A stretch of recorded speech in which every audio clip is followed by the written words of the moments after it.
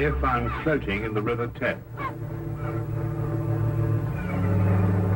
That's how it began for Inspector Lestrade of Scotland Yard. It might be a troublesome case, it might not be. He didn't know at first. But for Sherlock Holmes, it was to prove one of the most gruesome and dangerous cases of his career. For him, it began one evening a few days before the body was found.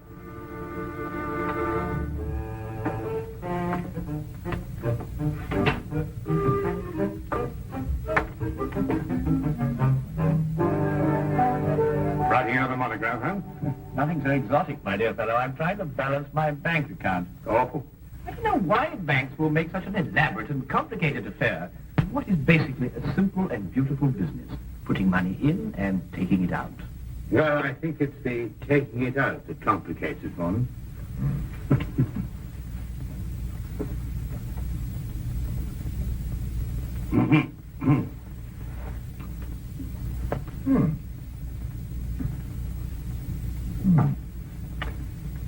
Curious? I've never seen anything quite like this. Very curious.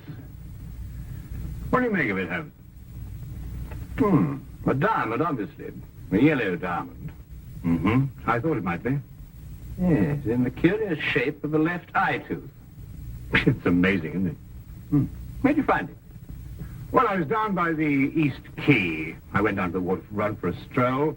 I saw the thing shining, it caught my eye. But who'd use a diamond tooth? Brazilian, possibly. Why Brazilian? Well, yellow diamonds are most common in Brazil. There's a sort of habit or a custom amongst Brazilian diamond mine owners to sport a diamond tooth. It's to show their affluence, you know. It sounds a barbarous custom. I'd say that the cutting is worth more than the stone itself. Well, what shall I do with the thing? Oh, why not put an advertisement in the Times? That's a good idea. Chap must be quite uncomfortable without his tooth.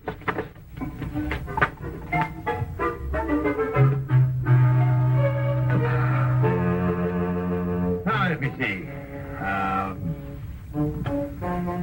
Found one diamond tooth.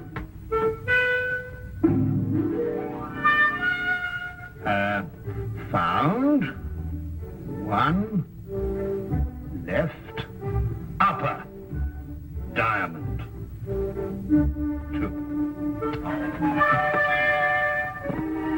Lost. Lost? Lost.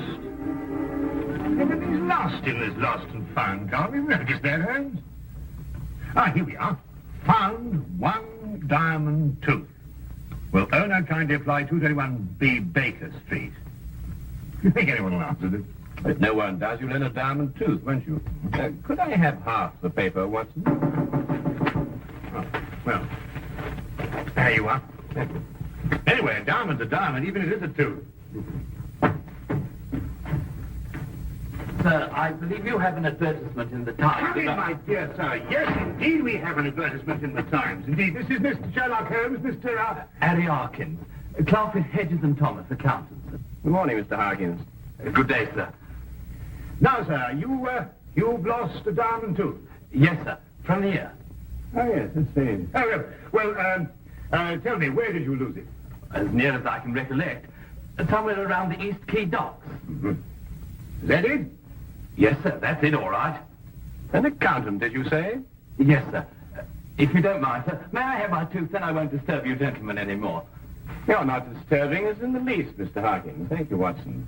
I gather your firm does business with shipping companies, which accounts for your presence in the docks. Yes, sir. Yes. Makes you hanker after the old days at sea, I expect. Old days at sea, sir? I'm afraid I don't know what you mean. I've never been to sea. Excuse me.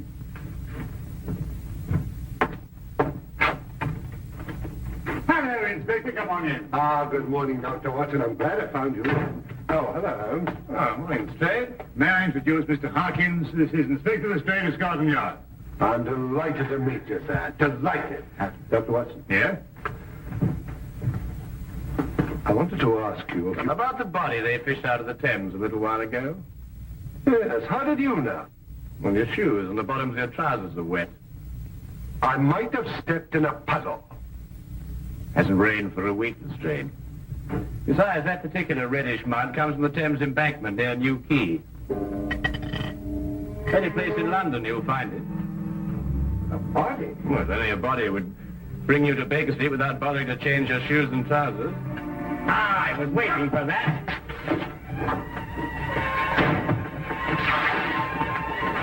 Go on, Lestrade, after him.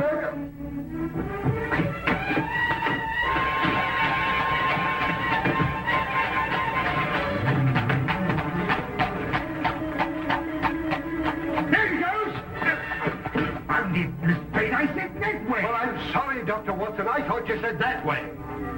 It's too late now. We'll never catch him.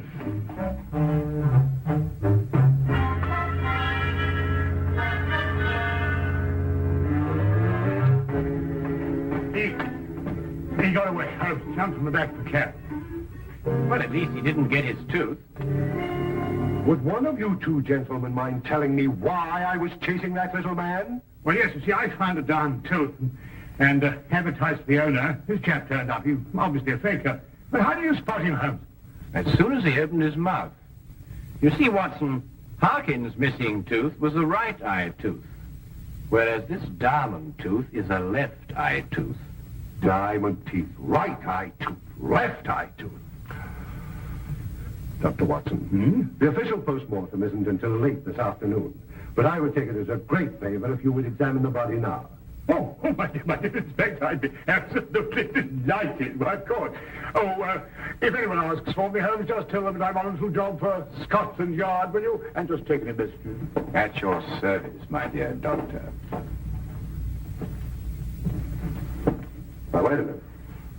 What about this man I was chasing?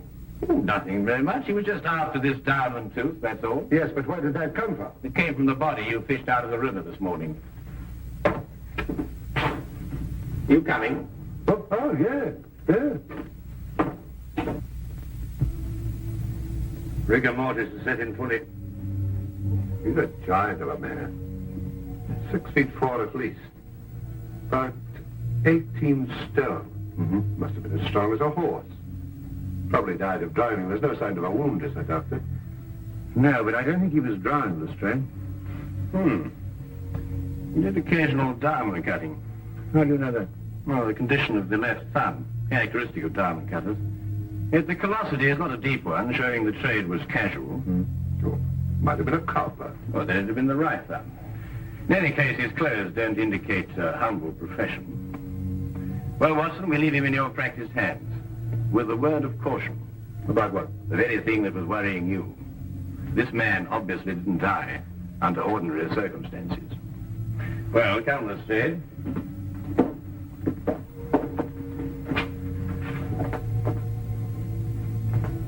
And now to identify the man, Lestrade. May take a few days, you know. We can't spare a few days. We must do it in a few hours while Watson is completing his examination. Few hours. Come now, Holmes. What with your magnifying glass? Common sense, Lestrade. Tell me, how many Brazilian and Portuguese dentists do you think there are in London? What's that got to do? Oh, I see. Trace him through his dentist, eh? An excellent suggestion, Lestrade. I'm so glad you thought of it. Yes, we'll do precisely that. Yes.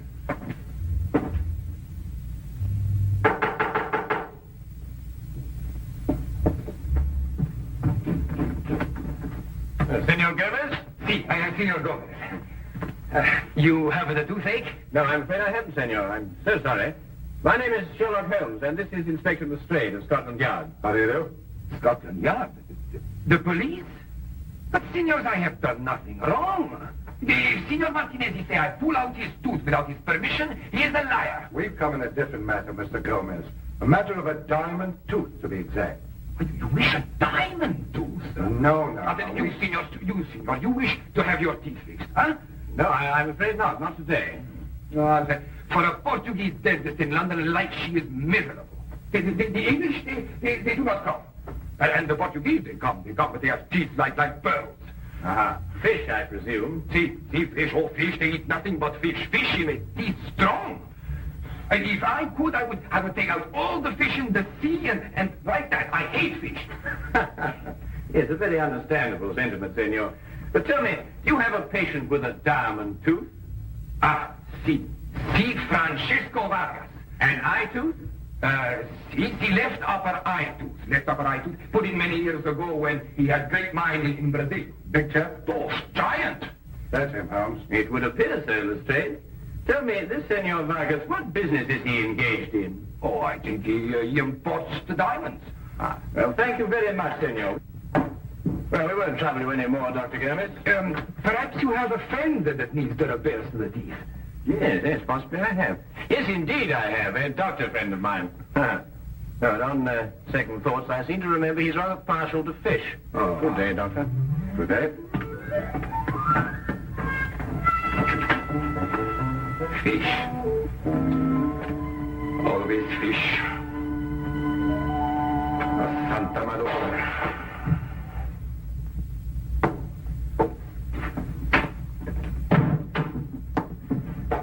Well, you were right, Holmes. Oh, was I? You're drowned, eh? No. No water in the lungs. Well, the body showed no cuts or lacerations. I know. Not even a bruise. It's amazing, Holmes. Downright uncanny. Of course, there's an advanced state of rigor mortis, which concealed the condition. What condition? Well, practically every bone in his body was broken. Great Scott, is that what he died of? Well, I don't know how Lestrade, but this man was literally crushed to death. How? Well, that man was a giant, too, yet he was literally crushed like a fly.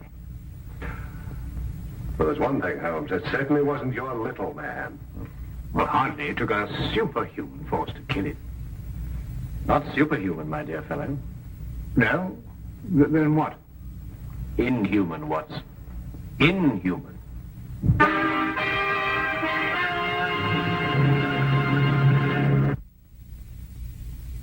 Case of a diamond tooth. You know, although I don't really approve of this disguise business, I must say I've got a great knack for it. I always thought I had acting talent. Yes, Watson. I'd say a bosun's mate at least. Yeah. You know, I still don't know what we're doing all dressed up like this. Well, from now on, we're a couple of unemployed mariners looking for berths aboard a ship. Oh. I say, Holmes, there's nothing illegal about this, is there? Oh, not really, Watson. Your lack of faith shocks me. Well, now, dear chap, I didn't mean Yes, quite.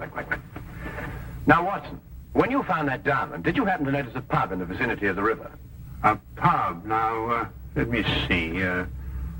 Well, not that I really noticed one, you understand, but there must be lots in the vicinity. Why don't we look for the closest? We'll do just that. Well, I still don't see, my dear chap, what we're doing. If we're successful, my dear fellow, we might even sail for Brazil. Brazil? Yeah. Oh, Brazil, I'd like that.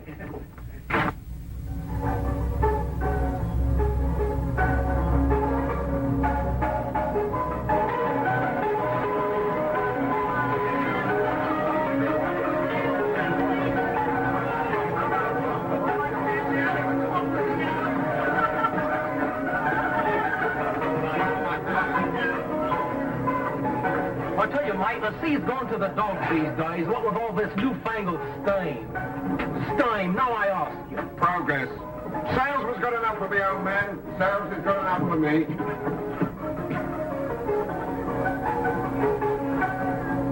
Hey, me lads. No important, yeah? Aye, it's a fierce search we got on us tonight, my darling. What will you be taking for it, Patrick? A pint of bitter? I'd like to find a bit, And a pint of mild for me, please, miss. This is such a pretty little collie, you can make it half and half.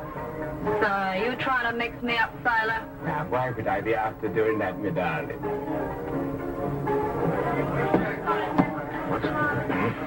You're sure this is the pub near where you found the diamond? I think so. It looks the same from the outside. What part you out of, mate? Shanghai, me old shikari. Shanghai? I know it well, I do. I hear Butcher Jimmy's got himself sliced up. How is the butcher? The butcher? Well, we didn't stay very long in Binport. We sort of rather popped in and popped out. Why had I seen you before, sailor? Was you in here the other night for a pint? Who, me? Oh, well, I... No, I suppose not. We're going to top that, Joe. it was. Oh, really? Drank his beer without spilling a drop. No. But blimey, if you took off that beard, you'd be the spitting image of him. If I took off my beard, if I took off my... What are you silent for, mates? Well, you may believe it or not, but I've an inkling for Brazil. The Vasco da Gama sails for Brazil first thing tomorrow morning. Straight for Brazil? Right, straight. Star of the South sailing tomorrow morning, too. Put in a couple of days ago from Brazil. But she ain't going straight back. Puts in first in Antwerp, she does. Antwerp. Center of the diamond industry, Holmes. I wouldn't sail in the Star of the South, I wouldn't. Not on the Captain Lancy. Hard case skipper, is he? Proper demon of a man. Clap your arms as soon as bid you good day. What's his tooth, Captain Lancer did the other night? Raised a regular fuss about it, looking everywhere. How could the blighter lose his tooth? Easy. Fell out. Lost me a rubber plate that way once. Did he find his tooth? No, couldn't find it nowhere. Hey, mate. What? Not you. You. Been sailing long? Oh, since I was a nipper, cabin boy. Say, mate. A word, will you, in private?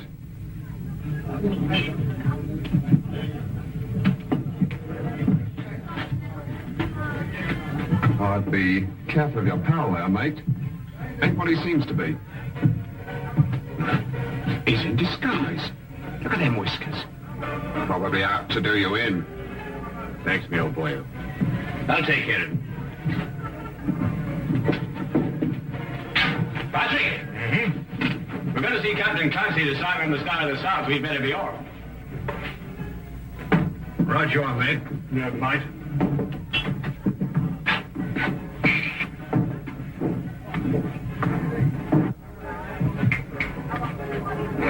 Come on, Randy, pull him up.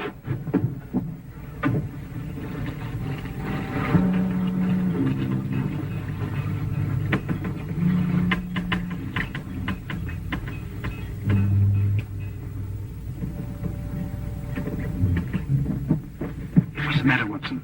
The beard that's dropped in the water. Never mind about it. Come on. Just a little bit.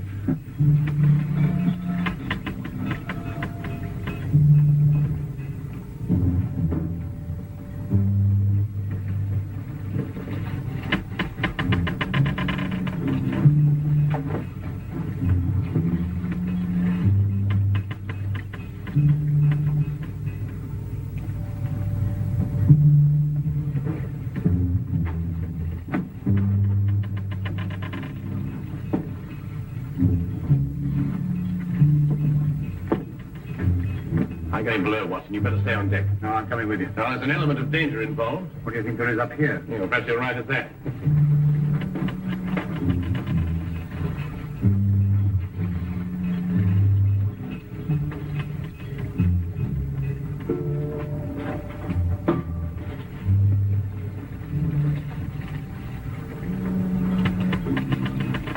What are we looking for, Holmes? The murder of Francisco Vargas.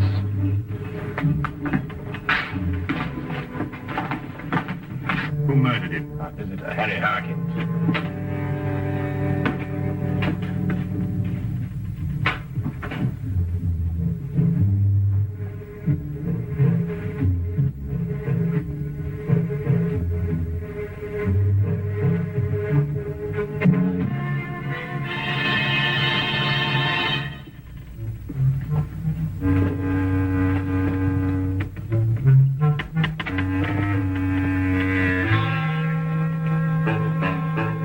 Look, Watson. The lance crushed and broken, just like Vargas.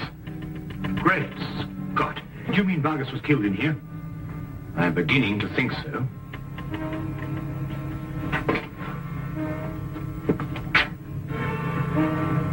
We better get out of here, Watson. We're in extreme danger. That, Mr. Holmes, is an understatement. Harkins. Only this morning, Watson, when it suited his convenience. But all other times, Captain Lancy of the Star of the South. I had an idea you'd be on my trail. They tell me you're a smart man, so I've been waiting for you. You're a clever man, too, Captain. Quite ingenious. Tell me, did you plan to kill Vargas when you sailed from Brazil? Or did you do it on the spur of the moment? I'm not an impulsive man, Mr. Holmes. So you were prepared then when he came to collect the diamonds you'd smuggled in for him. How did you lure him down here? Would he expect me to hand over the diamonds where the crew might see us? You never killed Vargas. You're not strong enough. Aye, but ask a friend how I did it. He'll tell you. No good, Holmes. Broken it. Quickly, Watson. We've got to get out of here. Well, how? No, not that door. There's a cargo door behind those crates. Come on. Let's get to it.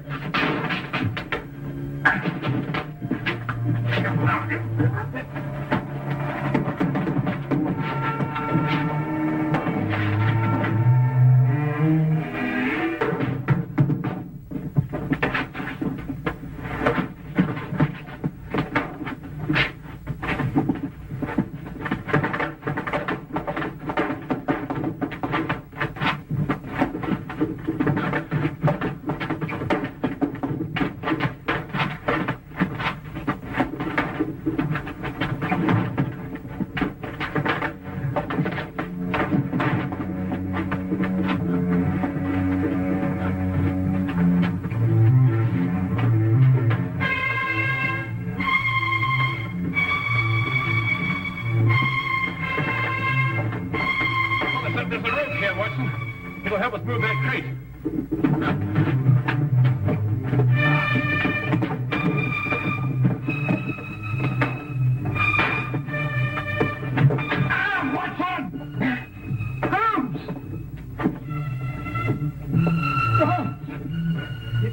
It's a ball constrictor, Watson. Get out of here. Get out of here quickly. Hold on if you can.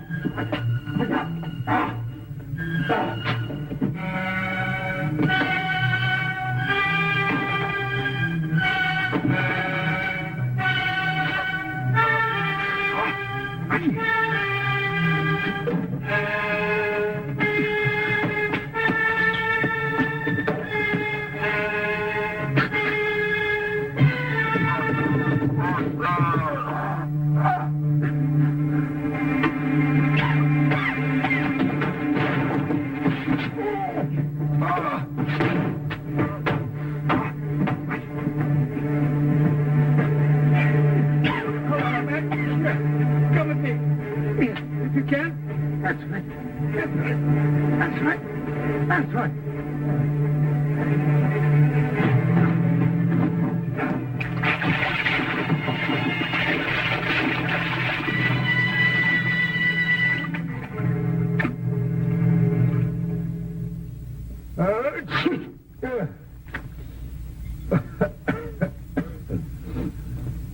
That was a nice piece of deduction you did, Holmes, but you know, you really ought to have let the Yard handle this case.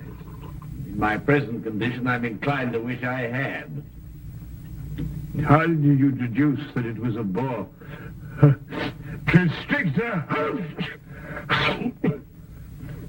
Well, I could think of nothing else that would strangle a huge man like Vargas. The boa constrictor comes from South America, and both Vargas and the diamonds pointed to Brazil. You know, if Lancy hadn't lost that diamond tooth that he took from Vargas before he threw the body overboard... And if he hadn't been greedy and answered that advertisement... Yes, but he did lose the tooth, Watson, and he did answer the advertisement. Oh, Watson?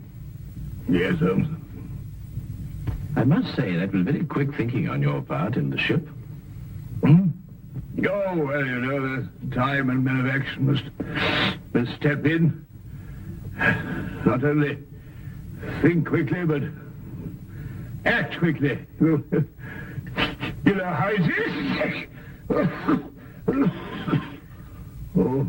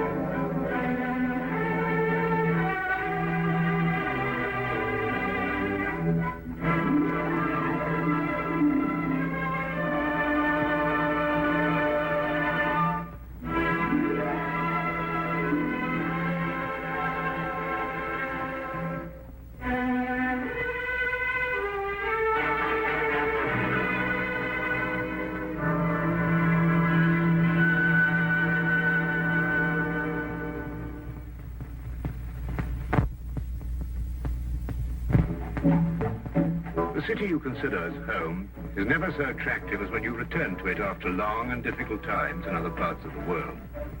My name is Dr. John Watson. I had served and been wounded in the more remote regions of Afghanistan and had been discharged from the army with specific instructions to rest. The sight of London again was already working its soothing tonic. As I rode through the familiar streets, I never suspected that a chance introduction would lead me into the most amazing adventure of my entire life. Watson, old man. Hello, how have you been? Good to see you. Not as well as you, obviously. You look great, old man. Yes, you were wounded. Well, it couldn't be much worse. Sit down. Care for a drink? Well, well. Yes. Well, what are your plans now? Got nothing really at the moment. I'm looking for lodgings. Trying to solve the old problem of comfortable quarters at a reasonable price. That's odd. The second man today that's used that expression. Who's the other? Well, you wouldn't know him. He's doing some work in the chemical laboratory at the hospital. Might be interesting. Yes, well, I wouldn't mind sharing a flat with somebody if he was all right. All right. Anything wrong? Oh, no. He's rather strange. Well, what's wrong with him? Nothing wrong with Holmes. That's his name, Sherlock Holmes. Well, I saw him this morning. He was doing some research with a corpse. Oh, what was he doing? He was beating it with a stick. I beg your pardon? Did you ring, sir? 2 shillings, please. Very good, sir. What did you say this Sherlock Holmes fellow was doing? He was beating a corpse with a stick. Oh? What in heaven's name do you want to do that for? He wanted to find out if it was possible to inflict a bruise on a body after death. Why? You know? Did you ask him? There's another strange thing about this Holmes. Somehow, one never thinks to question him. No.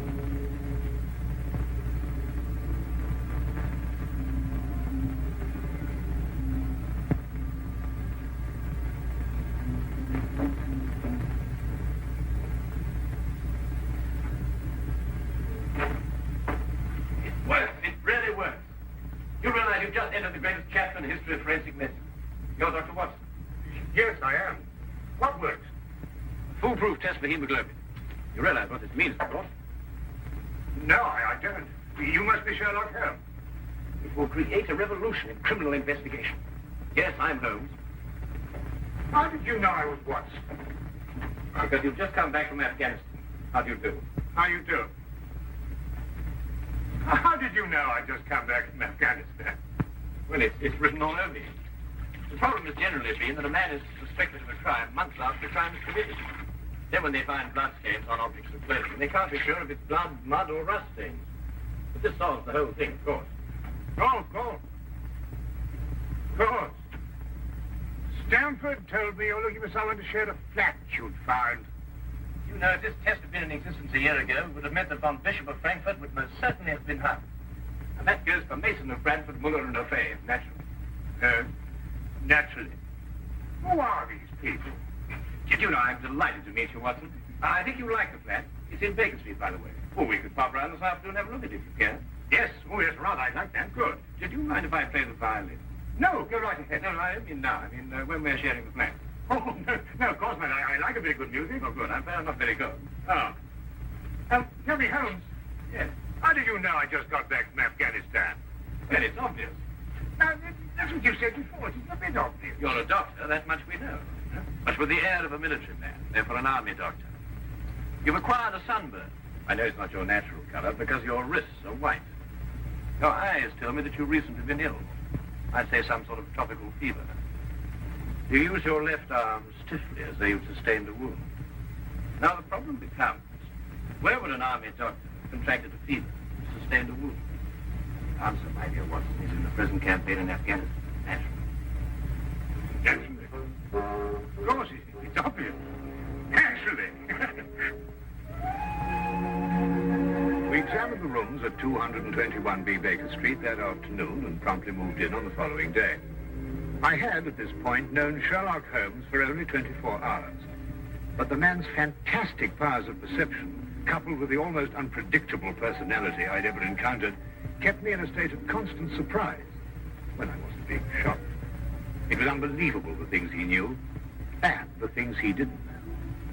Now, really, my dear Holmes, you mean to tell me you didn't know that the Earth moved around the sun? Really?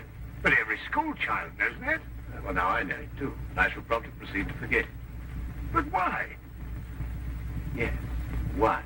Why should I remember it? Well, because it's a natural phenomenon. Well, is it important? Does it affect us?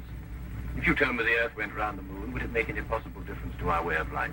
Well, put it that way, no. Then it's useless information, and I shall do my best to forget it. I advise you to do the same. At times, I thought the man was joking and simply having a bit of fun at my expense. But I soon learned that he was in dead earnest. I also, unknown to him, made a brief classification of the man's knowledge. Literature? Nothing. Philosophy? Nothing. Astronomy? Nothing. Politics? Disinterested. Botany? He knew everything there was to know about poison, and absolutely nothing about practical gardening.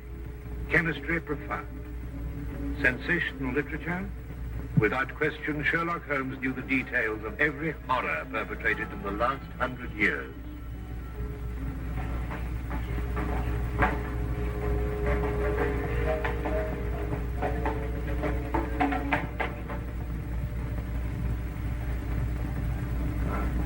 I believe we have a visitor. Really? Who's coming here? I believe so. I would also say he's a retired sergeant of Marines. How do you know the man? Never clapped eyes on him before in my life. Well, in that case, that's one of the wildest statements I ever heard. How can you possibly guess he's a retired sergeant of Marines? You've never seen him. A guess, my dear Watson. A calculated deduction. Yes, he is coming up here. Do you mind if I ask him his profession? Oh, by all means. Now, where did I put my violin case? Oh, it's over here. There you are. Ah, my old friend. Come in. Excuse me, gentlemen. I have a message here from Mr. Sherlock Holmes. Thank you.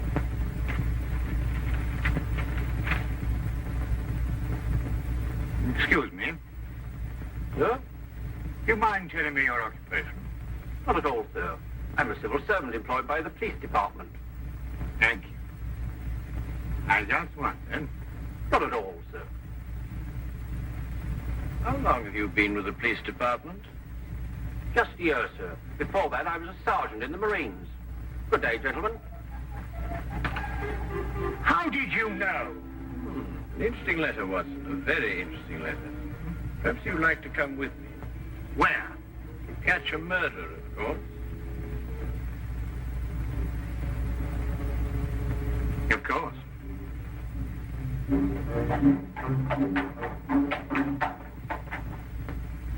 How did you know that that man was an ex-sergeant of Marines?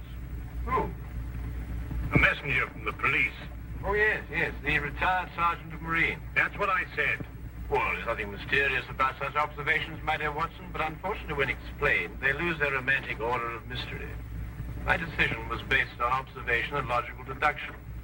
The man had a large anchor tattooed on the back of his hand. This was visible from our window. I admit I didn't notice it at the time, but since you mention it, I think there was an anchor. Oh, there was indeed. He also wore regulation sideburns and a slight nautical robe. Thus I judged him a Marine. Well, guess, I grant you, but only a refinement of guesses one makes every day. Don't be so disgruntled, Watson. Test your own powers of observation. We are entering the perfect situation. No? What are we entering? A house that holds a murdered man.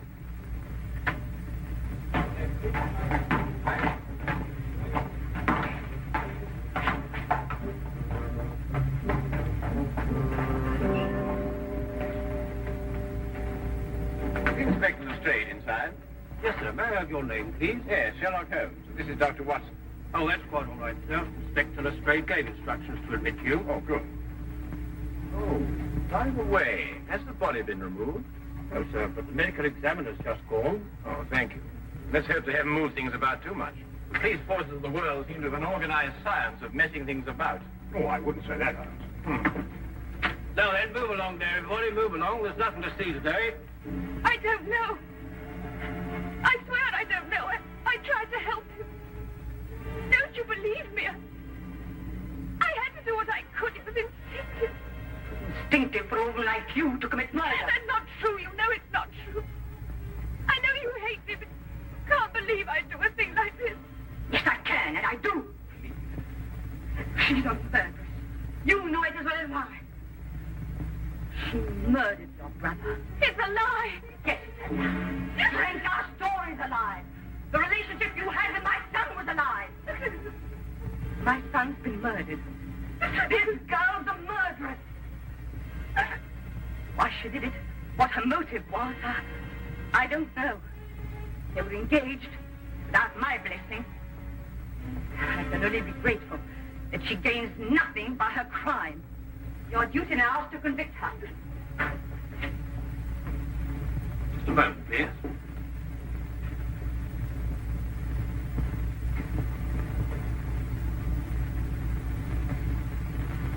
Notice the angle of incision, Watson? Yes. And the force of the blow and the general penetration of the upper region of the chest. How long would you estimate before loss of consciousness? Well, it's difficult to say. 36. Oh, between the two. I see. And death? Shortly thereafter. 2 minutes. 3. 3 or 4, I'd say. Thank you, Watson. All right, take him out. Ah, forgive me the interruption. I would prefer to have been invited before the body had been moved. I thought you'd be interested, Holmes. Oh, thank you, Lestrade. Well, may I introduce my friend, Dr. Watson, Inspector Lestrade of Scotland Yard. How do you do? How do you know? Though you're completely stuck, Lestrade. What do you mean? Well, you thought I'd be interested. Why don't you admit it? You're in a jam.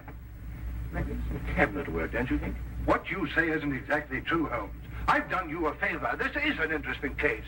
Of course, there are 1 or 2 unexplained details, but I don't believe it'll be long before we're clear. What's your principal problem? There's no motive. I found this girl with a knife in her hand. My brother lying dead on the floor. I found Peter on the floor. I tried to help By stabbing him? by removing the knife. Anybody would have done the same thing. I loved him. Oh, my dear young lady, there's no cause for you to alarm yourself. No one's accusing you of, well, of what happened. This would be a clear-cut case if only she had a reason for murdering. There happened to be a policeman outside the house during the murder, and he said that no one came in except her. Well, what about the others? Who benefits by her death? Well, no one. The estate was left in such a way that if he died before he married, everything went to charity. My dear Inspector Lestrade, he didn't die before he married. This young lady and the man whose body was carried out of here had been married for at least a week. In the event of his death, I imagine everything passes to her.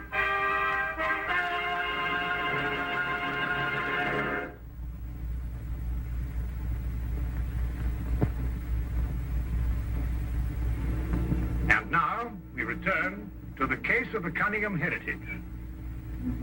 How did you know they were married? Weren't you?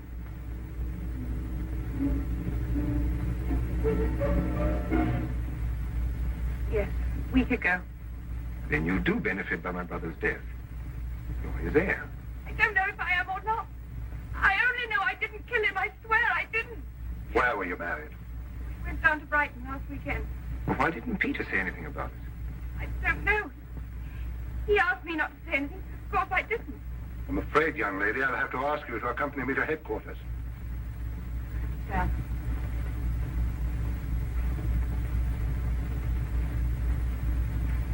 Inspector, I think I should tell my mother. Oh, yes, of course. Tell me, Holmes, how did you know they were married? Well, the man's hands had the remains of a sunburn and the fading marks of a narrow ring, but not as yet that indentation of the finger a ring generally leaves. A weekend in the sun at Brighton explains the whole thing perfectly. I didn't notice these things. Yes, I know. The young lady's hands were also sunburned, and to the same degree. Then the case is solved. Yes, it would appear so, wouldn't it? What are you looking for? Now, do you see that? What? Here, use this. Well, that's only the cut in the carpet. Yes, but it's a fresh one. Yes, but what does it mean? You stop looking for clues now, Holmes. Oh, you've solved the case then? Completely. Oh, splendid. Seems this girl had a record.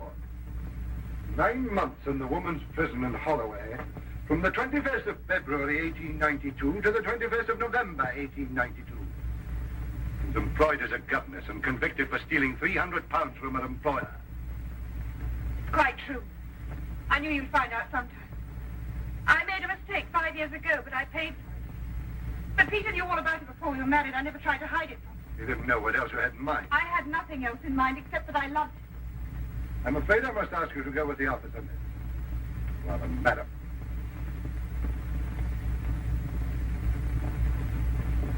Well, that's how I like my cases. Fast and simple.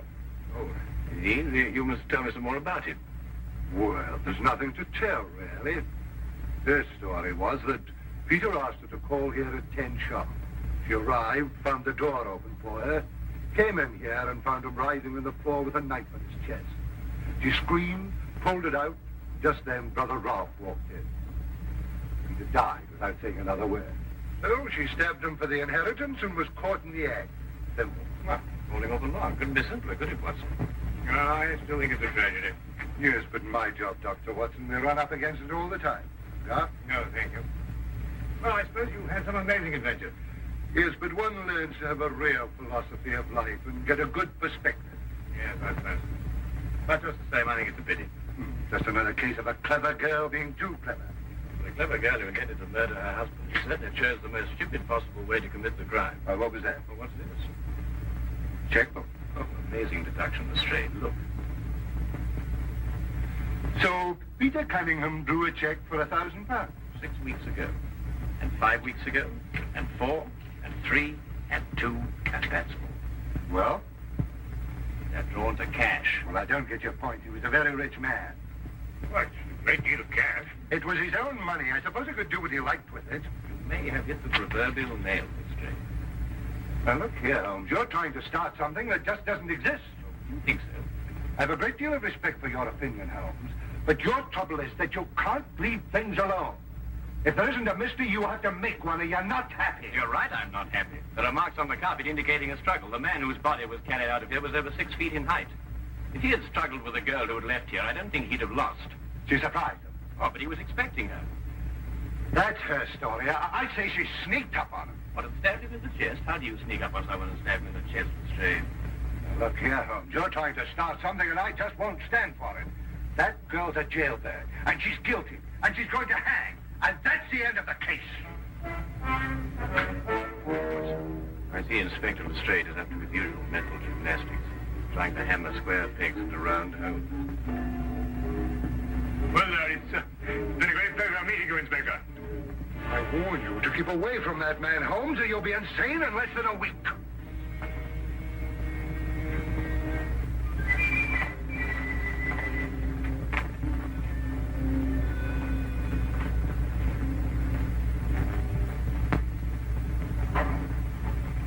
What time is it?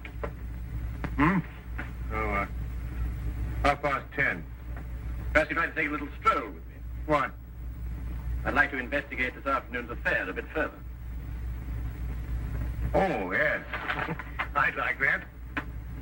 I thought you'd forgotten about it. Not at all. I've been thinking about it all evening. Shall we go? Then we must exchange our thoughts en route. Where are we going? To the Cunningham house. I didn't know you made an appointment there. I didn't. Oh, well, who do you expect to see? No one, I hope. Well, I'm terribly sorry, Holmes, and I'm afraid I don't understand what you mean when you say you want to go to the Cunningham house and you can't do that. What? Well, you can't break into the house. Why not? It's against the law, that's why not. Why, if we're caught. That's it. What is? If we're caught. But that makes no difference. It makes no difference at all. The thing is, if we're caught, it's against the law.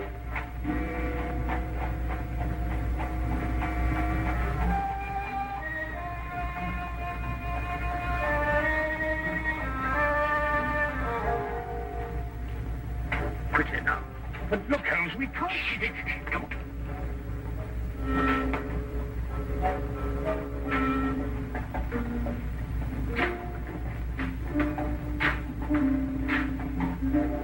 Good evening, Inspector. Good evening, Sergeant. Everything all right? Yes, sir? I just thought Sherlock Holmes might have dropped by. Where'd you get the key? The key's a burglar's too. A burglar's too? Street cat? Yeah.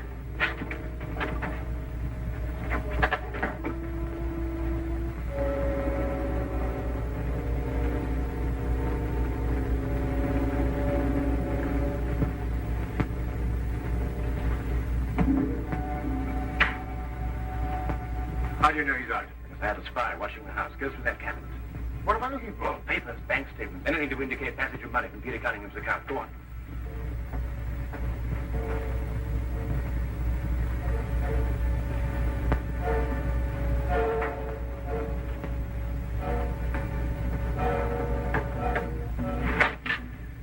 It's absolutely ridiculous. Looking for something and you don't know what in order to catch somebody and you don't know who. Quite ridiculous. Nothing over my side. Keep looking. Who do you think's got it? Whatever it is we're looking for. Why did Peter Cunningham try to hide the fact of his marriage? A week or a month put the main indifference as far as his mother was concerned. She would never have consented to his new bride anyway.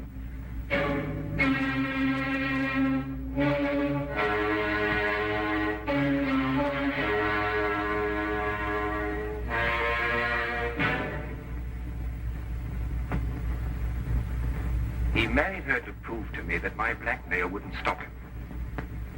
And then he withheld the fact in order to give me 1 week to clear out of the country before he exposed me.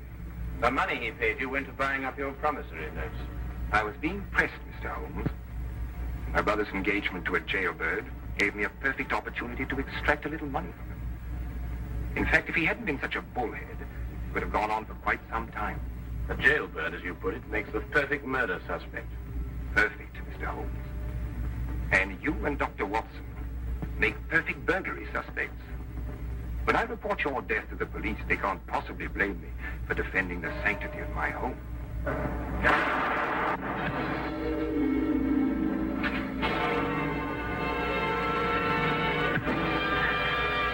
Well done, Watson. Oh, I could have done a bit better. It was the bad shoulder. Quite all right, Watson. Think no more about it. So that's our murder. Yes, the only possible one, of course. Only a man could have struck that blow. Peter died, as you say, within 3 or 4 minutes. And there was a body outside the whole ground. Yes. Crystal clear. No, completely obvious. Well, what do we do now? What's going on here? Who fired that shot?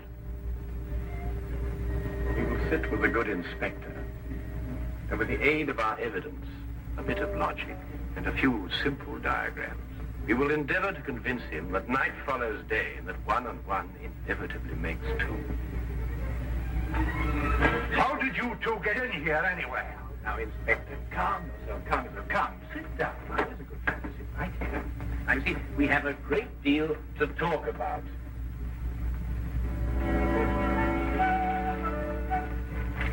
Also present with Inspector Lestrade was Dr. John Watson and a personal friend of the inspector's, Mr. Sherlock Holmes.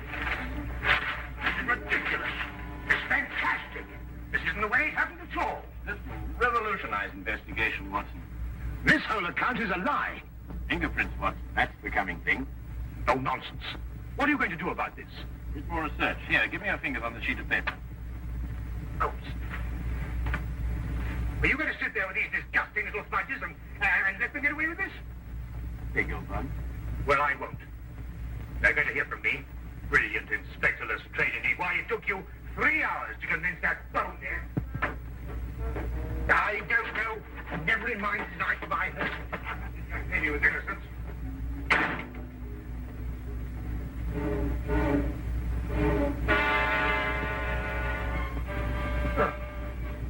I wonder if he got more than a shoulder wound in Afghanistan.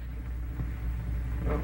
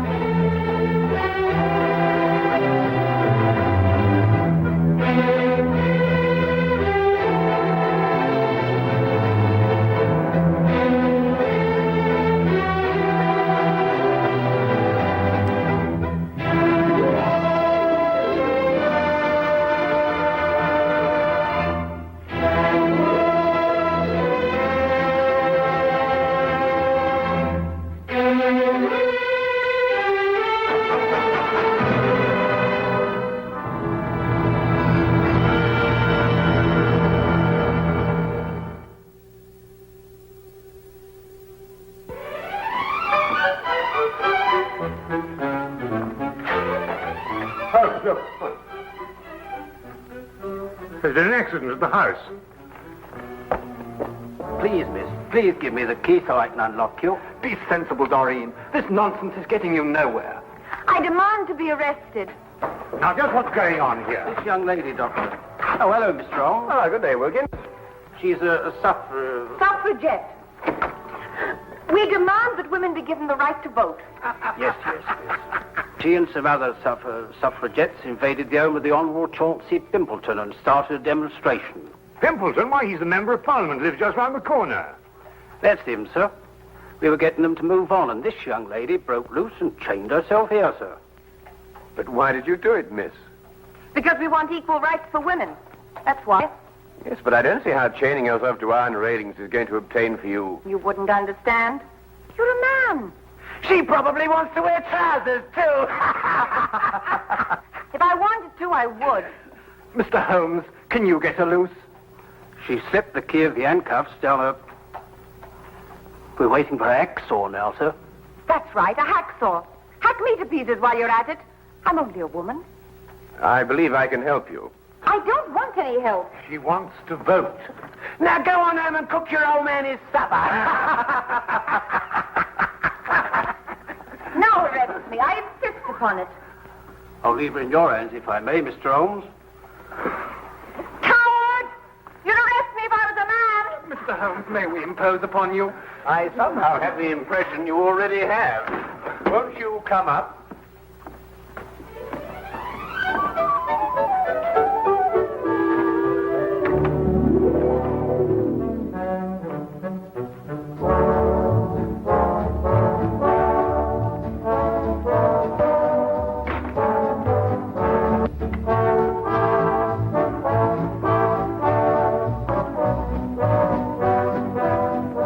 Permit me to introduce ourselves.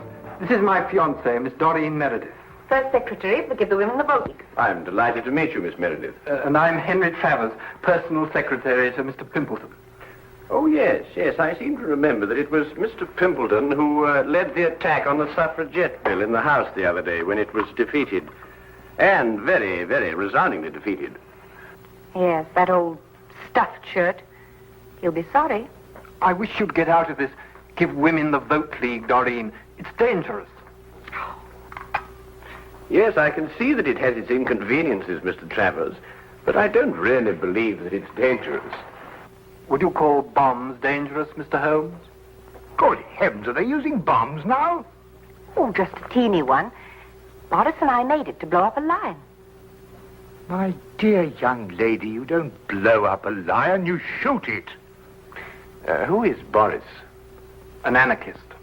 An anarchist. He's an old dear who wouldn't hurt a fly. Blowing up lions, anarchists. Sometimes I don't know where modern England's going.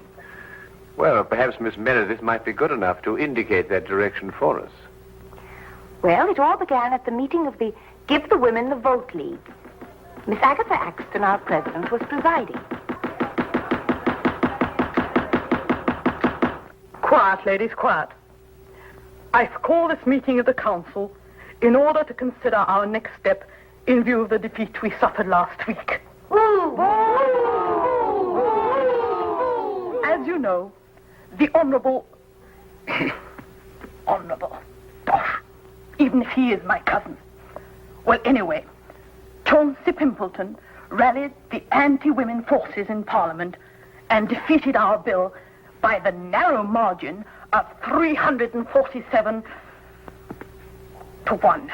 Boo! Pimpleton! Boo! Pimpleton! We've got to do something, ladies. We're not making enough noise in the world.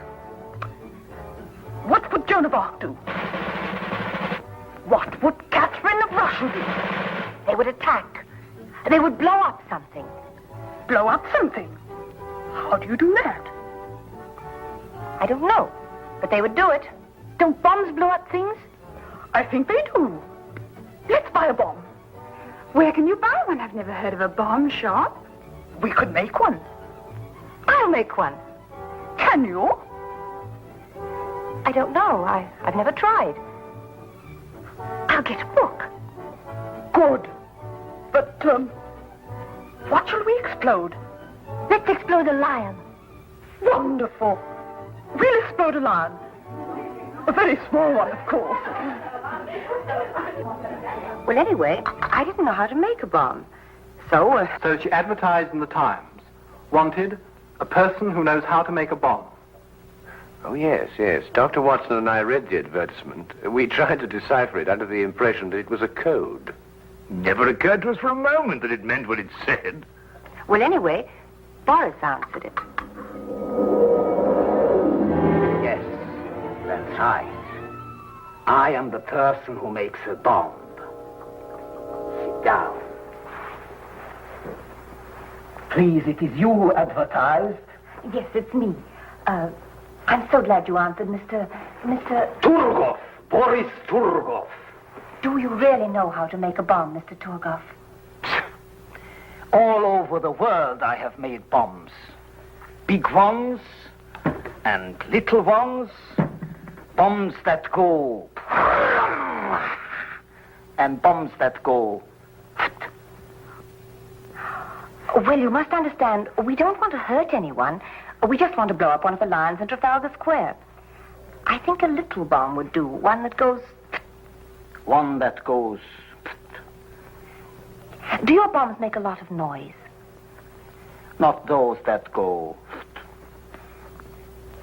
Oh, I must ask you just another question. It's a matter of principle. Do you believe in the equality of the sexes? Please, I'm an anarchist. All I believe in is nothing. Oh, excuse me. That sounded funny. Have you the ingredients for the bomb, please? Oh, well, I'm afraid you'll think me an awful amateur, but I don't know what ingredients go into a bomb. Is nothing. We will go to the chemist and buy them.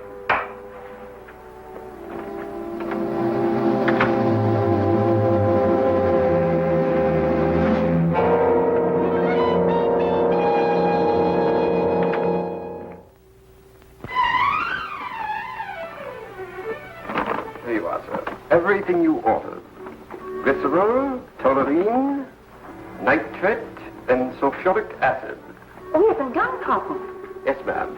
Be careful, though. You could make a bomb with what you have here. Good day. Good day.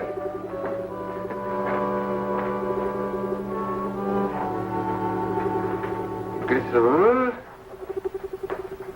toluene, nitrate, and sulfuric acid. Gunpowder. Good Lord, that's all they can make with the stuff. A bomb.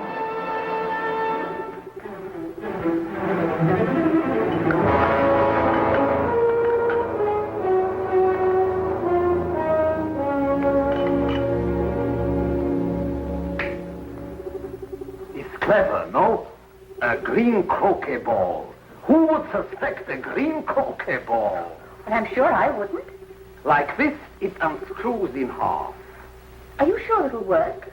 With a trigger, yes. With no trigger, no. A trigger I must put in. Have you bought some wire, please? Oh, no, I'm afraid I forgot. Would a hairpin be all right? If possible.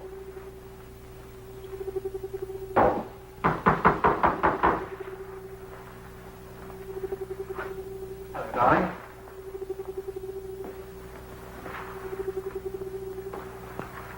Guess what this is? Well, croquet ball, of course. No, it isn't. Here, let's put it back into the garden. But, darling...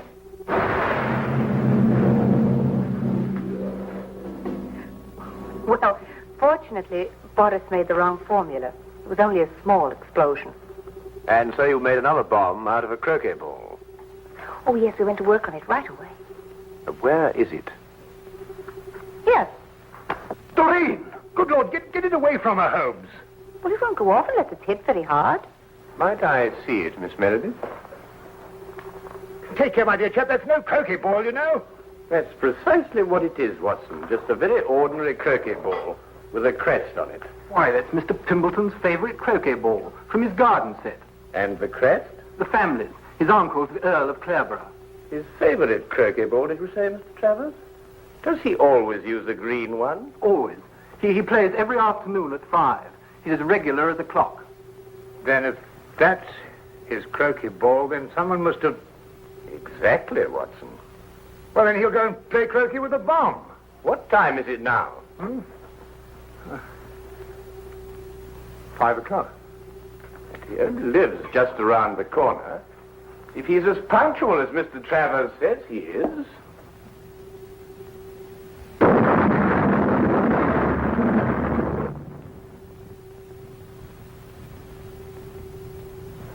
He is.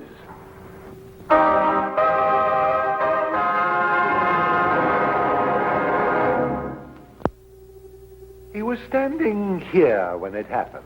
It was his first swing at it. And that's the first time in the history of Scotland Yard a man's been killed that way. Oh, really, Lestrade? Was there anyone else with him at the time?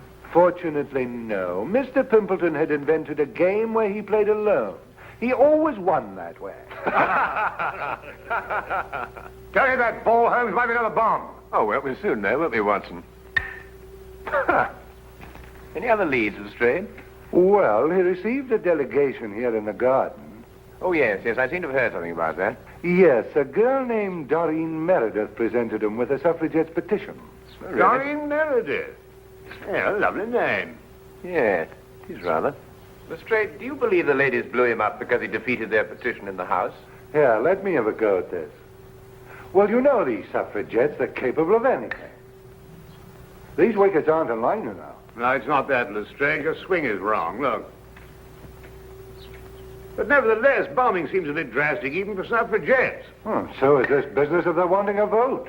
Well, why not give them the vote? They couldn't do any worse with it than we have. Oh, hello, sir. This is Mr. Travers, Mr. Pimpleton's private secretary. Mr. Holmes, Dr. Watson. Oh, I've already How do you met do, Mr. Travers? You've already what? Oh, I've already seen Mr. Holmes down from the window. I understand that Mr. Pimpleton was the heir of the old Earl of Clareborough. Yes. Tell me, who is next in line for the title? Well, possibly I am. I'm a remote cousin of the Earl's.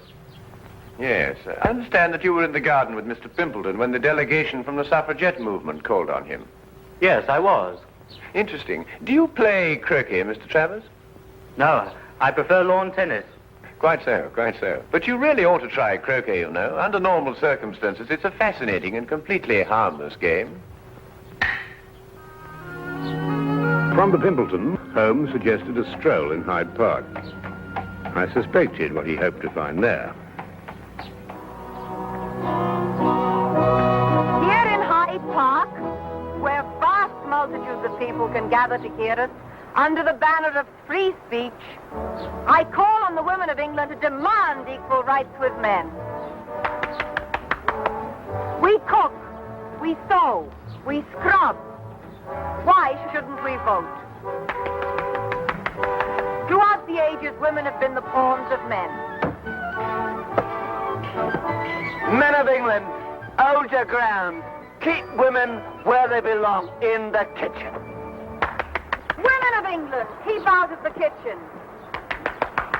Give them the vote now, and in 5 years' time, they'll be running the country. Sir, I ask you, are women slaves? Sir, I ask you, are they capable of voting? I know speak English.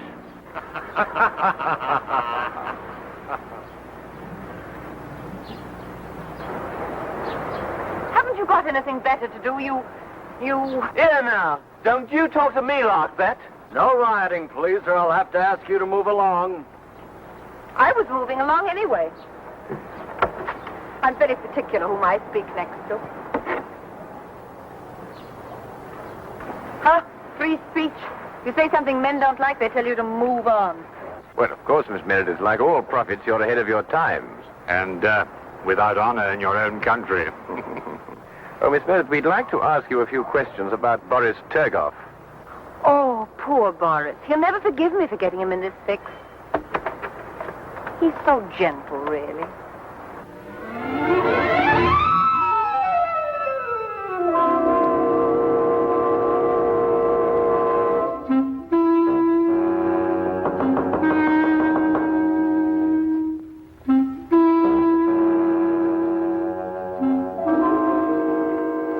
Is who there? Sherlock Holmes. You want what? I'd like to have a word with you, Mr. Turgoff.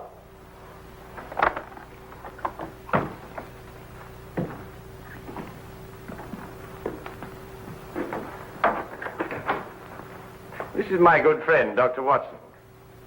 I'm told you manufacture bombs, Mr. Turgoff. All kinds. Long fuse, short fuse.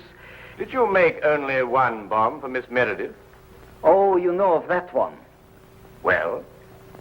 2 bombs I make for her, but one her young man sets off. Accidentally. He says. Do you know where this other bomb blew up? Yes. In Mr. Pimpleton's garden. Not the first time that the Turgoff bomb goes off in the wrong place. Can you explain how the bomb became substituted for the croquet ball? No. I do not go inside the house. I wait outside. Then the police come. And when the police come, Turgoff goes. Always. Without exception. I see. Miss Meredith tells me that you sent it to someone who makes little bags in which to carry bombs. Yes. A friend of mine I have who makes bomb bags. Who is he and where does he live? A Greek named Chenten Young. He lives in Soho at 22 Flower Street. A Greek named Chenten Young? He says he's a Greek. Am I to call him a liar? Thank you very much, Mr. Turgoff. Come, Watson.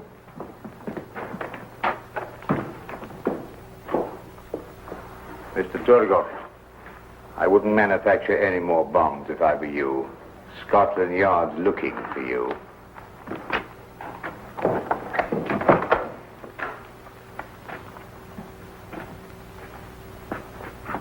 What? No more bombs? What am I to make then? Paper bags filled with air, maybe? Paper bags.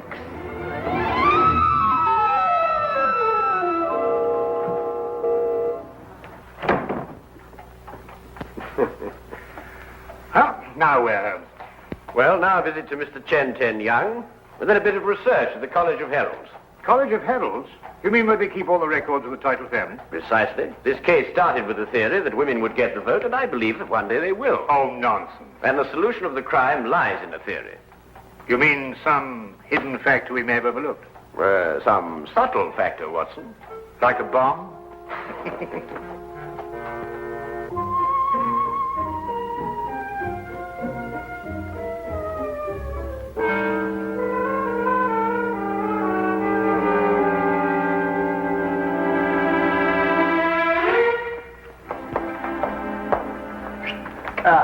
Holmes. Dr. Watson? Isn't it a wonderful day? Yes, that's straight. You look very pleased with yourself. I am, Holmes, I am. I'm going to give you a sample of Scotland Yard at work. No magnifying glasses, just plain, ordinary police routine. Excuse me, Dr. Watson. Send him in, Wilkins. Very good, sir. Send who in? All the people connected with this bomb business. Miss Exton, will you sit here, please? Miss Meredith, will you sit over there? Mr. Turgoff? This, Mr. Holmes, is Miss Doreen Meredith, the young lady who presented the suffragettes' petition to Mr. Pimpleton. We found set up in her kitchen a laboratory. She's been making bombs. I do not deny it. I told you we were going to blow up a lion. A liar? Oh, come now, Miss Meredith. We were also able to nab her confederate, this man, Boris Turgoff, an anarchist. He makes bombs, too. The Turgoff bomb, it is famous. Wilkins, send in Chenten Young, will you? Very good, sir. Chenten Young is a naturalized Greek, born in Brazil of Chinese parents. He makes little bags for carrying bombs. Fascinating occupation.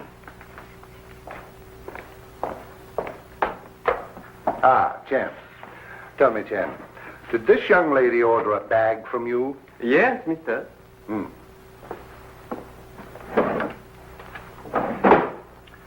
Did you make this bag? Yes, mister. 5 shillings, 6 pence. That is so, but on price. I see. Well, there it is, Holmes. There you are. An open and shut case. Miss Meredith killed Pimpleton because he was anti-suffragette. Ingenious, Lestrade. Really quite ingenious. You know there's only one thing wrong with it. What? Neither Miss Meredith nor Mr. Torgoff are guilty. Oh, I didn't expect you to agree with me. You never have. Well, not always, Lestrade, but sometimes, you know, sometimes. However, in this case, the real murderer killed Pimpleton for one reason, and one reason only. To be next in line to the title of the Earl of Clareborough. Well, who is next in line? Look here, Mr. Holmes, you trying to imply that I... Miss Meredith, after it was decided at your suffragette meeting to blow up a lion, who invited you to Mr. Pimpleton's house? Why, Agatha. We had to decide about the lion. Did you carry the bomb? Yes, in the bomb bag. Where? Wait a minute. This gentleman had access to it, too. Together with this lady. What does that mean? It's an intriguing title, Clareborough. First created in 1417, it has an unusual clause in its charter. Once, and only once, may the title pass to a female, if the female be next in line. That would automatically make her a countess. So far, that hasn't happened in the history of the title, until now. Well, I'm the next male member of the family. Except for Agatha, she's older than I am. I refuse to sit here and... Watson! Thank you. You'll notice, Lestrade, that this bag is identical to Miss Meredith's. Chen, who ordered this second bag from you? This woman, mister. Chen, why didn't you tell me this? You know ask me, mister. This man, he asked me. And you see, the switch was simple and premeditated, of course. Why, Miss Axton, how could you? Preposterous!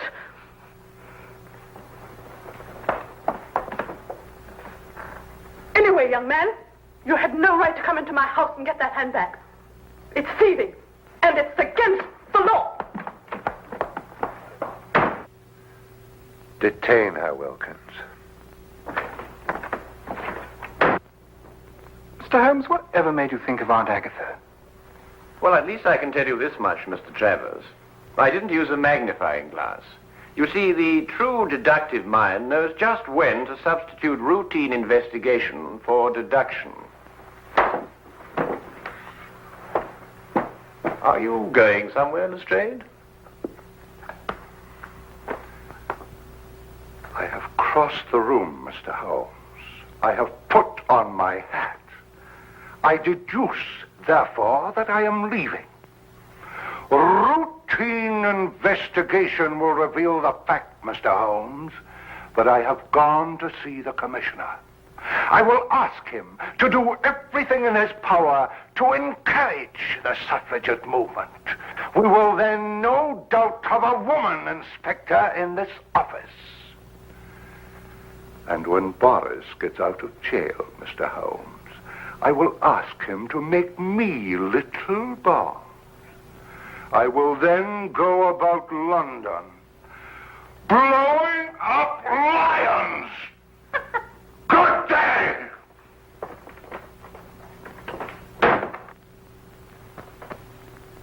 You know, Holmes, I've been worried about his complexion lately. I think Lestrade needs a rest. Yes, Watson, yes, I'm inclined to agree.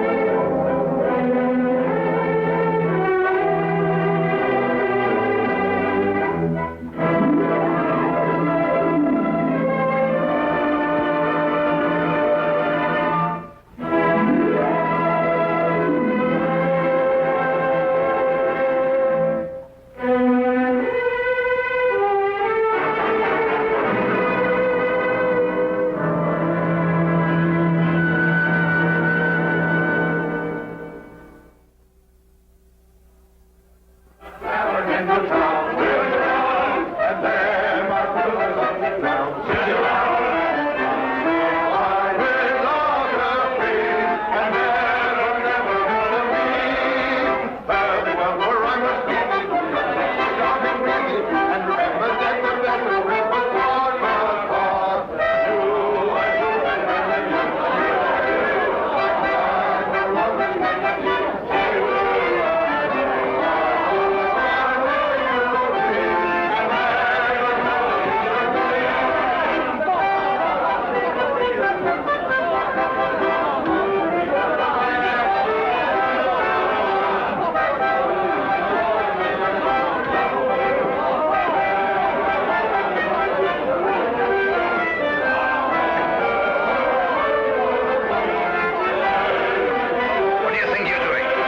To break you in half or a thing like that. About, let go of me.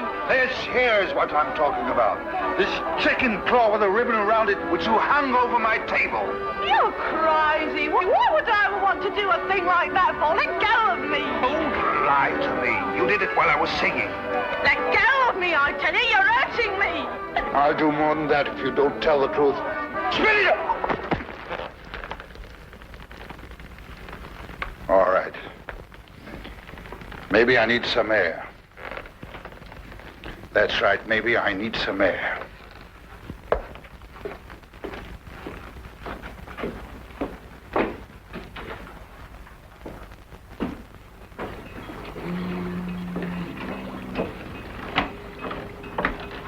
Joko Faraday. Yeah?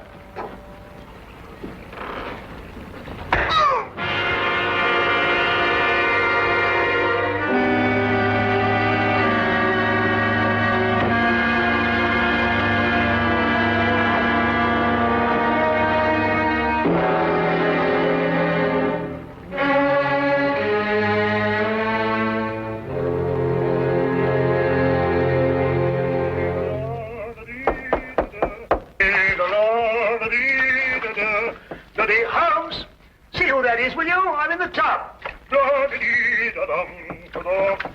Holmes! Holmes, are you there? Oh, confound that fellow. He might as well say when he's going out. Just a minute, I'll be right with you. Hey, how are you, Doc? I can't over here any minute.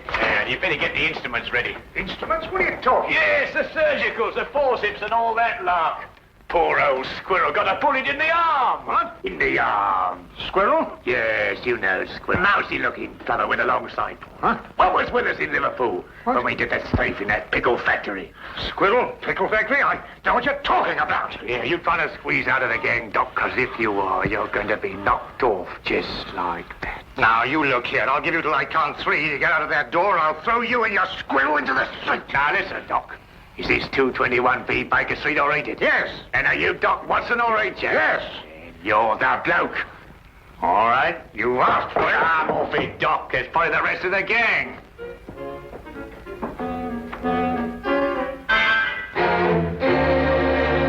Come in. Arrest that man.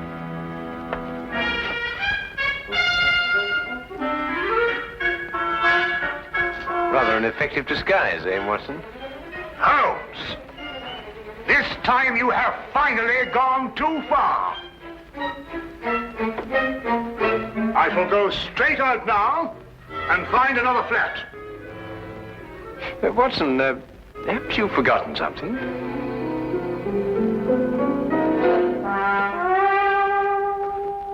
Very well.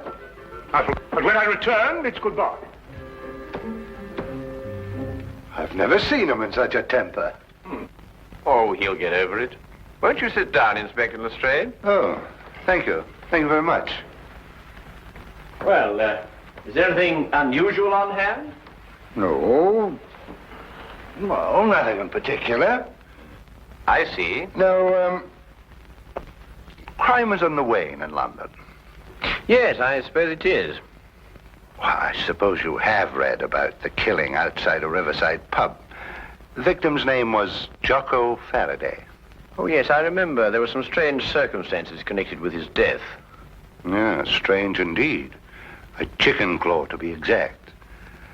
Of course, I never dreamed for a moment we'd end up discussing this case, but, well, it just so happens that, well, I have it here with me. Ah. Yeah, would you like to take a look? Oh, thank you.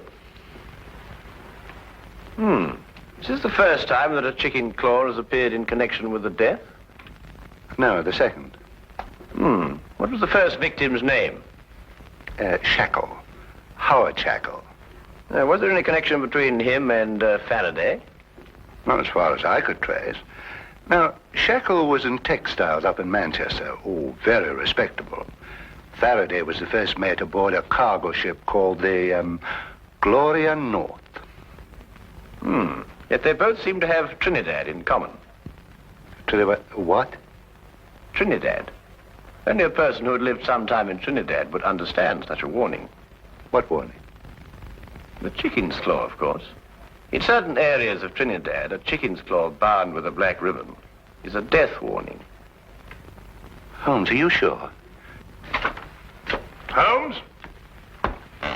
I've decided to give you one more chance. Oh, good. Then perhaps you'll come with us as soon as I've got out of this and had a wash. Yeah. Oh, for my days in Afghanistan. Ambushes, poisons, spears, blood-curdling screams. Peace. It was wonderful.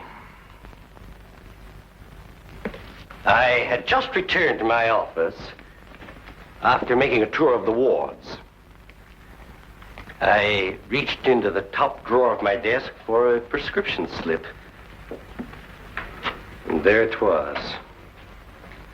I must admit it gave me quite a start. Of course, I notified Superintendent Pitt immediately. And I notified you, of course. Yes, an understandable reaction for anybody who's ever lived in, Trinidad. Trinidad? Yes, Scotland Yard reputation for deduction isn't entirely groundless, you know. But I've never lived in Trinidad. You haven't? Well, how did you know the claw was a death warning? Then it is. I told you it was. Dr. Jonas, you must have known that, or you wouldn't have reacted as you did. It was my decision to call the police. But I knew about the chicken claw. I had read about the Faraday killing in the morning paper. And when the same symbol showed up here on my desk, naturally it gave me quite a jolt. But why did you think I had been in Trinidad? Dr. Jonas, did you ever by any chance meet a man called Howard Shackle? No, never. At least not that I can recall. And Faraday, had you ever heard of him? Not before I had read this morning's paper. Then you've never traveled in a ship called the Gloria North? Well, despite the fact that I'm employed here at the Marine Hospital, I've had actually very little experience at sea. To tell the truth, I've never even been on a cargo boat of any kind. I see. This whole thing seems to me like a practical joke. A bad one, I admit. But it doesn't make sense otherwise. Either that or a maniac. Why should anybody want to kill me? I've got to get back to headquarters, Doctor, but I've assigned you a 24-hour guard. Unless you've got any more wild theories, Holmes, I think we're going to leave the doctor to get on with his work. Don't jump to conclusions, Inspector. The chicken claw may still have something to do with Trinidad. I suggest you don't leave your office until my men are posted outside, Doctor. Of course, he won't try anything in a crowded hospital, but I'd rather not take any chances. No, neither would I, Inspector. Thank you very much. Good day, sir. Good day.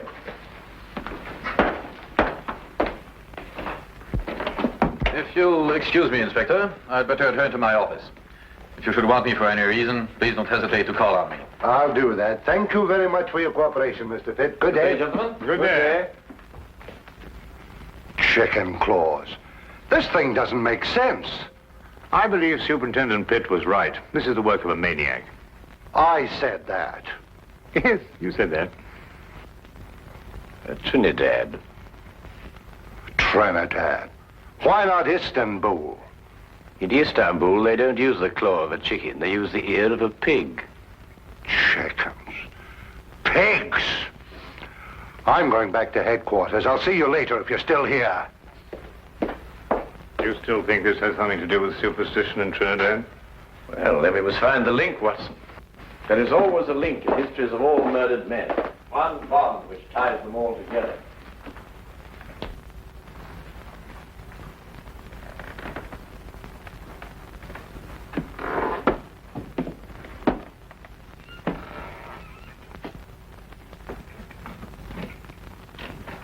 Dr. Jonas? Yes. What can I do for you? Do you have an appointment? Yes. In a way, I have. I'm sorry, I don't seem to find your... No, you won't find it there, Doctor. This appointment was made a long time ago. I beg your pardon? 5 years ago. 5 years ago? What are you trying... On board a ship, Dr. Jonas. The Gloria North. 5 years ago. Remember?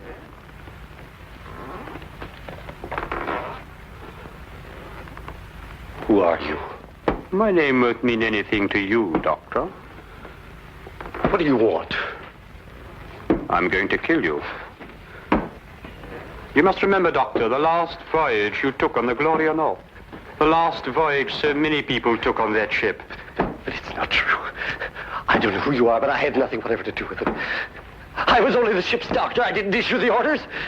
I didn't even know about it until it was too late. And you didn't do anything about it. But what could I do? You could have tried to stop it. You could have reported it. You could have done so much you didn't do, Doctor. It's not true. It's not true. You've got to listen to me. You've got to listen to me. I swear to you, you've got to listen to me.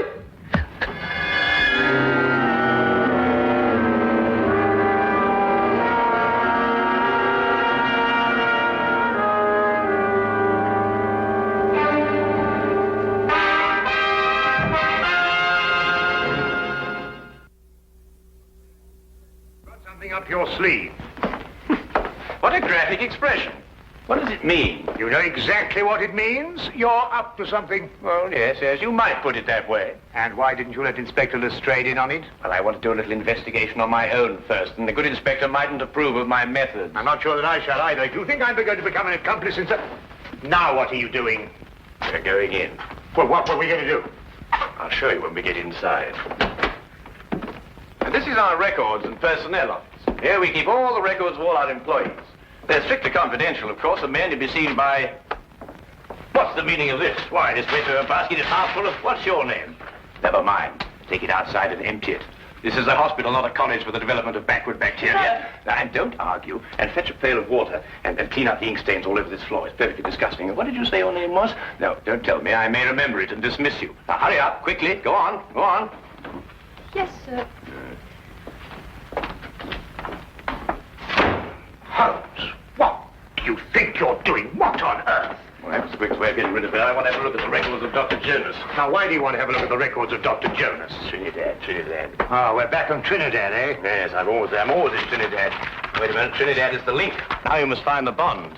But Dr. Jonas told us he'd never lived in Trinidad. He also told us he never sailed aboard the Gloria North. If he lied about that, he could also lie about Trinidad. But you say he lied. How do you know he lied? Did you notice that he had a tattoo on the back of his hand? No.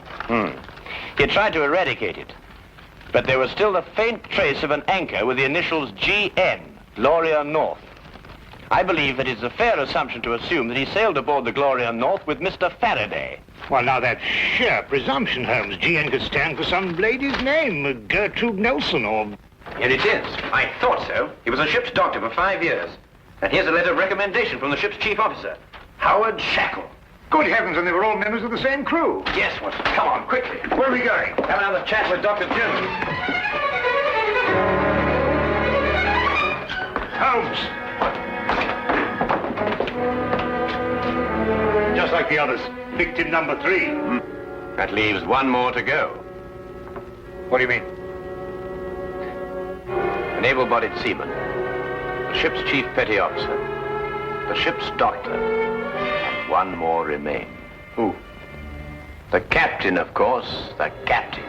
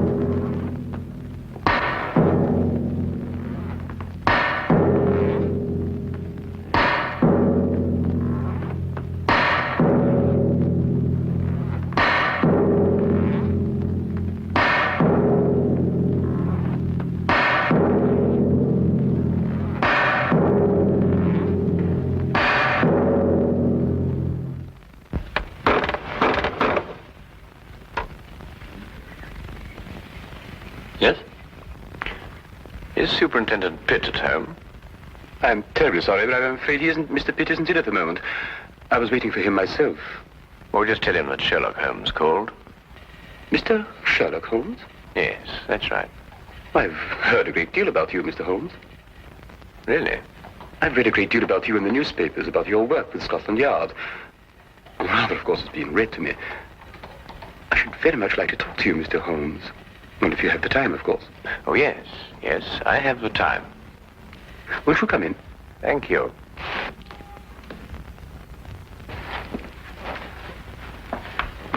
I was just helping myself to a drink. Perhaps you'd care to join me. Yes, I should like to. Whiskey? Well, have you a brandy? Yes. Oh, thank you.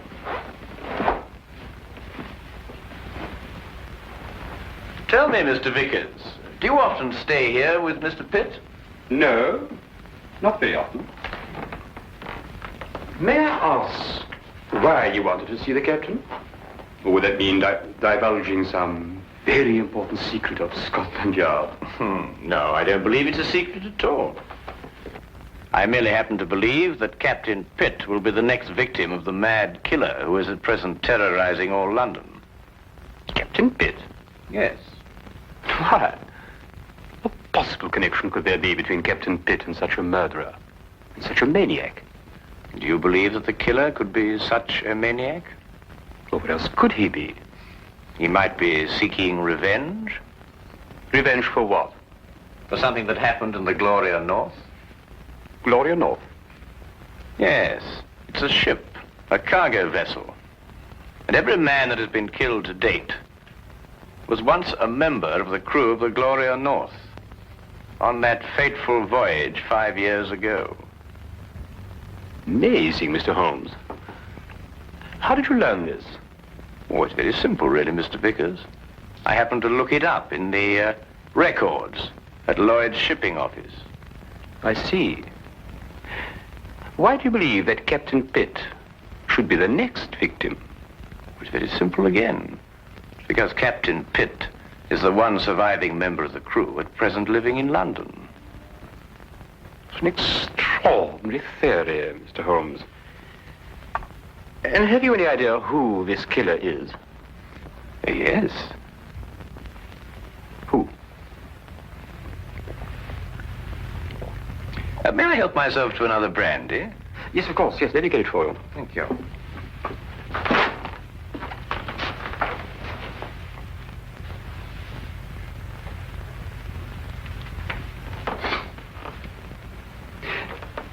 You said you believe you know who the murderer is. Oh, thank you. Well, it's only a little theory of mine, but I believe I do. And do you know the motive for murder? You know, it's remarkable, Mr. Vickers, how well you managed to find your way about, for one who is blind. I beg your pardon? I mean, find your way about this room, Mr. Vickers. Oh, yes. But it wasn't very easy for me at first. I have come to know this apartment very well. Well, not that I come here too often, but I have an excellent memory for such things. I have in my mind a picture of this room as clear as you have now. I see. And what if the position of the furniture should be changed about? Without my cane, I should be quite helpless. You were saying you had an idea who this killer is? Yes. Picture, if you will, a man who lived in Trinidad. Emotional enough to murder, strong enough to use a knife, and able to use it with accuracy and dispatch. Do you hope to find a man who fits such a description, Mr. Holmes? I have, Mr. Vickers. Really? Who? Who fits such a description, Mr. Holmes? You're not blind, you know. I beg your pardon? When you went to fetch my drink just now, I moved from there to here, and you noticed it. Oh, because you spoke. You spoke first. Where did you hide the body, Mr. Vickers? In that cupboard over there? Go! Yes? You must listen to me.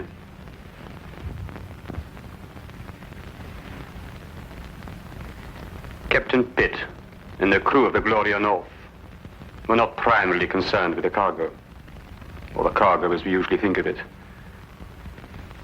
They were smuggling natives from Trinidad into England. I was married to a native, Mr. Holmes. Beautiful woman. And we had a beautiful child. Pitt came to me and offered to take them to England. Price was £100, the ship the Gloria North. He guaranteed their safe arrival. We concluded the transaction. I paid the money. But 5 miles from Southampton, the Gloria North was approached by a patrol boat. Pitt became frightened. The natives were dragged overboard in chains. They were drowned. All the natives. And my wife. And my child. Swore then that I would take my revenge. It has taken me 5 years, Mr. Holmes. The men I killed deserved death. Perhaps. But no man has the right to be judge and executioner. I had. And I'm not finished yet, Mr. Holmes. There are others. And no one is going to stop me, not even you, Mr. Holmes. Is more killing the answer? It is my answer. Before you strike, Mr. Vickers, look in the mirror.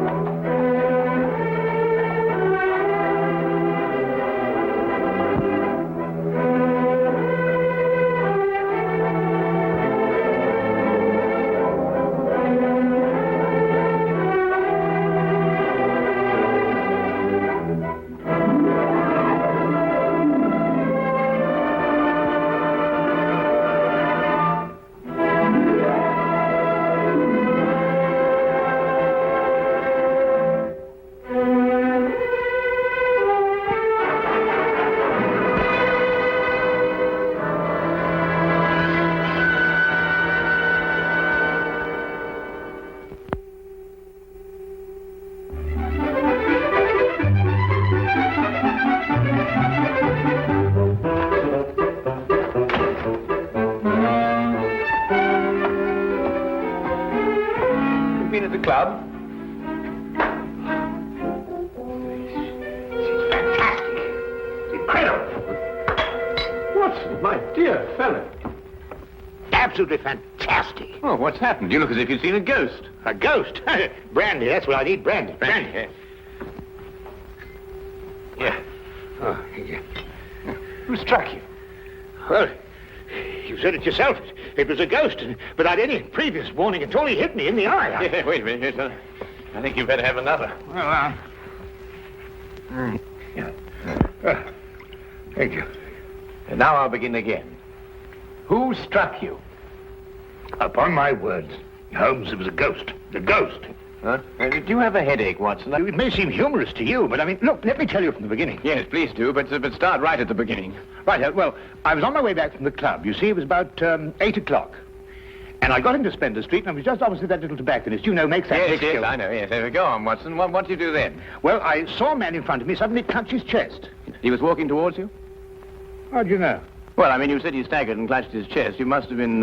Yeah, that's logical. Anyway, I rushed up to him to help him, you see, and he's still able to mumble something about he had a heart, and he lived in 19 Hooper Street, and would I help him get there? There were no other pedestrians? No, the street was completely deserted. Good. Go on. Well, then his landlady let us in, and he was unconscious by that time, so I carried him up to his room, and I laid him out in his bed, and Holmes, he was dead. Now, look here, Holmes, he was absolutely, completely, and utterly dead. I couldn't make a mistake about a thing like that. No, of course you couldn't, old man. No. Go on, then. What happened next? Well, then I told the landlady rather said to me that she'd called the authorities, you see, and I left my name with her just in case, you know, they'd want me. And then, well, I thought it'd be rather more delicate if I left, you see. I mean, he must have relations. Yes, quite right, Watson. A most delicate situation. Yeah. What was the man's name? Higgins. Albert Higgins. Uh-huh. I see. And what did you do after you left the house? Well, you see, it had been a bit of an effort, you know, carrying him up like that, so I got down the stairs and popped across the road into a pub and had a pint. And then I started off back to the flat, you see. Well, I just turned the corner into Splendor Street, and there was Higgins, Albert Higgins? Yeah, just face to face with me. There he was, large as life. We stood looking at each other for a minute, then he lashed out and hit me in the eye. And then really, Holmes, he vanished. Vanished? Well, he's into the blue. Well, he ran away? Well, the street was rather ill-lit, you know, and it took me a minute or two to pull myself together. And then I don't know whether he ran away or not, but he vanished. Well, that's most unusual. Most. Did you speak to this ghost? Well, I may have said, good gracious, Higgins, or by Jove, Higgins, or even good heavens, Higgins. Oh, dear, it's perfectly natural, Watson. Describe Higgins to me. Well, he's 50-ish. Sandy-haired, medium build. Is that all you observed? No characteristics? Well, now, really, Holmes, when I had the chance of examining him on the bed, the most obvious characteristic was he was dead. Yes, but how was he dressed? Green tweed suit. What, just wearing a green tweed suit? He must have been wearing something more than that in this weather. Oh, no, he had a big floppy hat and a long overcoat. Ah. Oh, and something else. Yes, I did notice something else. He limped. Aha. And was he carrying a cane? No cane. Well, is there anything else, Watson? Think hard. Oh, yes, I remember something now. What? Yes, the second time I saw him, he was carrying a package. But the first time, he didn't have one. Now this is curious. Very curious. Where are you going, Holmes? Not me. We. I'm in no condition to leave the house. And a morsel of raw beef will immeasurably improve your appearance. And then what? Then we shall do our best to track down the belligerent ghost of Albert Higgins. Fascinating idea, don't you think? Well, the whole thing's been most unnerving, you know. I mean, it knocks the wind out of the chap. Yes. Oh, really, no.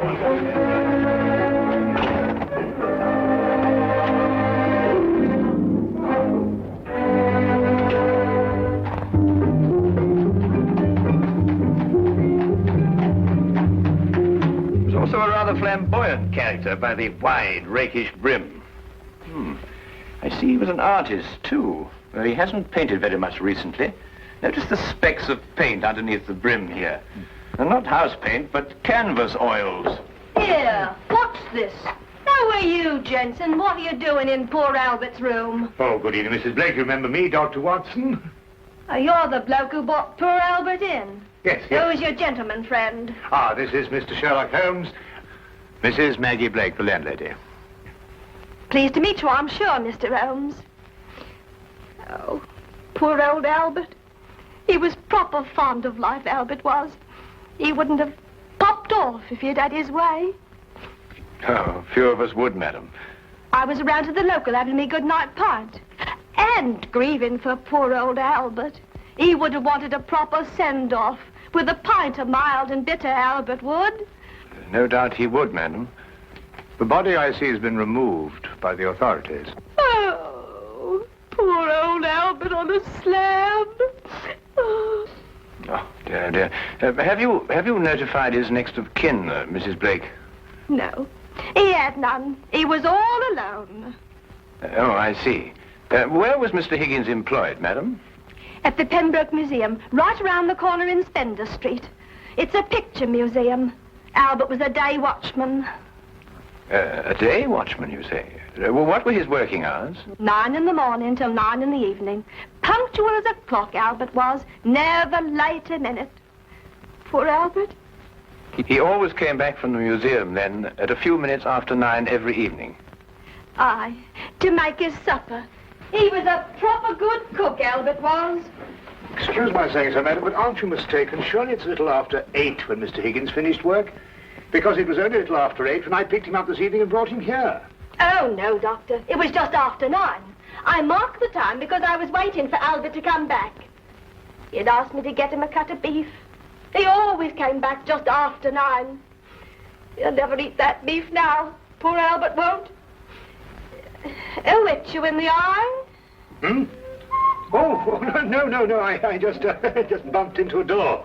Oh, you shouldn't get familiar with a door, if you know what I mean. Well, really, madam. Yes, I think we've found out all we can for the time being, Watson. Thank you, madam. We shan't intrude on your grief any further. Poor old Albert. It really is most embarrassing about this eye, Holmes. Did you hear? She inferred. It's a terrible situation. And she's wrong about the time. It was only a little after 8. And it's only a few minutes' walk to Spender Street. Time is a curious dimension, Watson. Habit and a preconceived notion can so easily reverse the hands of a clock. And yet the clock is still in perfect working order. Where are we going? To view the mortal remains of poor old Albert Higgins.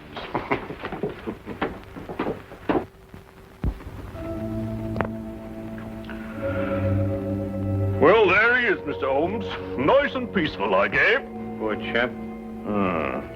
See anything, Holmes? Nothing that I haven't already deduced, except that I drew an erroneous conclusion from his hat. He has painted recently, but indoors with his hat off. There are still traces of paint, quite fresh under his fingernails. What does that mean? I haven't the faintest idea. Well, you gents aren't the only ones interested in this dearly departed. Inspector Lestrade of Scotland Yard's looked him over, too. Oh, indeed. Oh, he's still here if you'd like to talk to him. Well, that should be very informative for one or the other, or both of us. I can't understand it, Holmes. I'm absolutely sure this is the man who punched me. I'm positive. But also the one who had the heart attack? Yes, I'm sure of it. One and the same. Well, he's punched his last punch. Where he probably is, they're punching him. Full of holes with pitchforks. Yes, well, I think we've seen and heard enough. Would you like to take us to Inspector Lestrade now, please?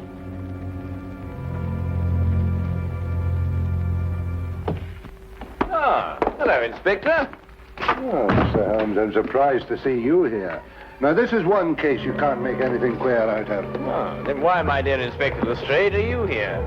Well, when they brought him in, somebody recognized him as Pound-Note Albert Higgins. I come along to check their identification.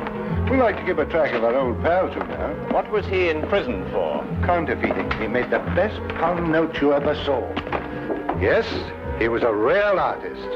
Lestrade, there's no doubt as to the cause of death, is there? Oh, sorry, Holmes. Heart failure, no foul play. I understand you were with him in his last moments. Yes, I was with him on the street when he had the attack, and I took him home. There's nothing you could do, I suppose. Nothing. He was dead before I had a chance to do anything. By the way, what time was he brought in? Oh, let me see now. It would be about, yes, here we are. 9:45. Higgins' landlady notified Constable Smithers at 9:30. Smithers had them remove the body in a matter of minutes. Inspector, are you sure it was 9:30 and not 8:30? No, 9:30 is right here in Smithers' report. Why? Oh, no, it's nothing at all. You're quite sure, Lestrade, there's nothing more to this than a simple case of natural causes? Ah, no, there's no mystery at all. No mystery, Mr. Holmes. Hey, what happened to your eye, Dr. Watson? Oh, I bumped into a door. A door? Oh, well, that's a new one anyway.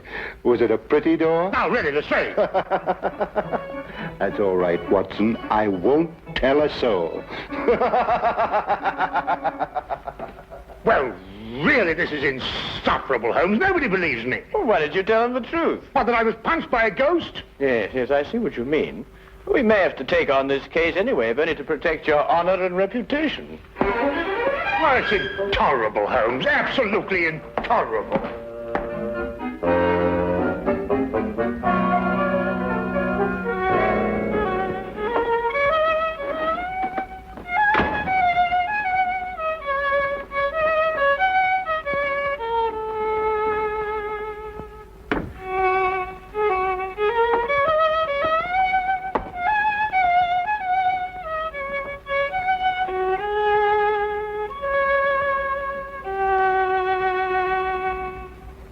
Evening, Watson. Anything wrong? No, nothing. Of course not, everything.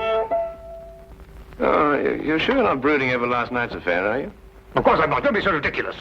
Oh, come on, out with it, man. Well, No, there's nothing to come out with. I don't know what you're talking about. Oh, come on, Watson, there's something on your mind. Well, Gosh, you'd never believe it. Nobody'd believe it. Well? Well, I met Albert Higgins in Spender Street again, tonight. And he punched you again? He pulled my nose! Really? This is very interesting, Watson.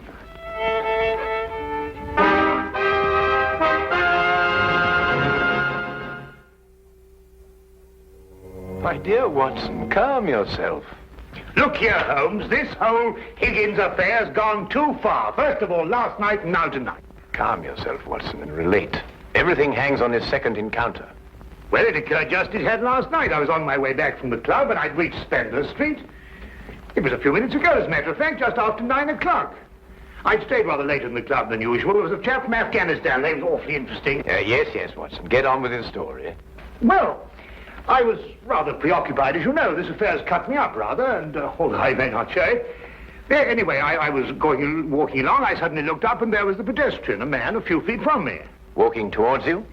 Well, yes. Of course, I didn't recognize him straight away for, you-know-who. Anyway, I sidestepped him past, and he sidestepped to let me pass, and then we sort of zigzagged about a bit, you know what it is in the street, and ended up by bumping into each other. Now, that's when you recognized Albert Higgins? But it was Higgins. I couldn't be mistaken. Good heavens, man, I know him like my own brother. Dressed as he was last night? Exactly. And what did he do then? Well, as I told you, then he put out his hand, and he... Well, yes, we'll go into that. And then he was gone, vanished. Capital, Watson, capital. Everything begins to fall into place. Now, there's one more question. Was he carrying a package? Well, yes, he was, just like last time. I say, Holmes, do you believe, What? The supernatural? Ghosts, do you mean? Sounds silly, I know, but, Higgins did die of a heart attack. There was no foul play. No foul play? Why, the whole affair reeks of foul play. I can tell you, Watson, I haven't been idle today.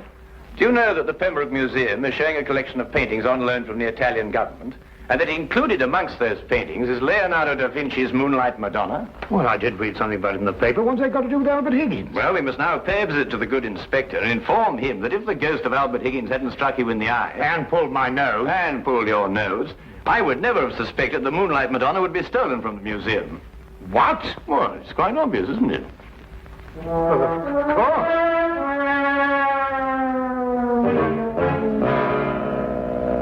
I see. Thank you. Well, we'll soon know, Mr. Holmes. But if the picture's still hanging in its place, and we've dragged the curator out of bed to check on it, well, false alarms like this don't exactly help the yard's reputation, you know. And what about my reputation, Inspector?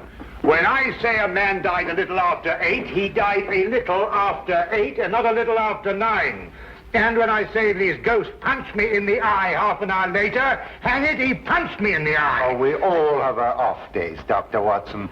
To err is human, as the poets say. And furthermore, if I tell you that I bumped into this chap's ghost again tonight, you didn't tell me about any second meeting. Oh, didn't I? Well, nothing. An hallucination, that's what you had, Dr. Watson. Yes, it's, psychological. That's the thing in crime today, psychology. I've been studying it, you know. You astonish me, Inspector. Oh, we're not as backwards as you think, Holmes. No, we like to keep abreast of the times. Though I don't mind admitting I don't think the psychology's got much of a future. Oh, come in. Ah, Hawkins, you saw the curator? Oh, yes, sir. I called on Mr. Bentham as you instructed, sir. He was quite excited when I told him this picture called the Moonlight Madonna had been stolen. And so we rushed around the corner to the museum. And? Well, sir, the picture was there, hanging in its proper place. Good night, sir.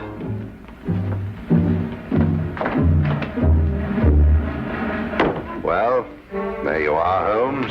As I said to Dr. Watson, to err is human. Can I give you gentlemen a lift anywhere? Thank you, Inspector. Oh, I think it might be a good idea if we called at the Pembroke Museum on our way. But you heard what Hawkins said. The picture was hanging in its proper place. My dear Lestrade, Hawkins' statement merely proves that what he and the curator saw was not the Moonlight Madonna at all. Merely an excellent forgery.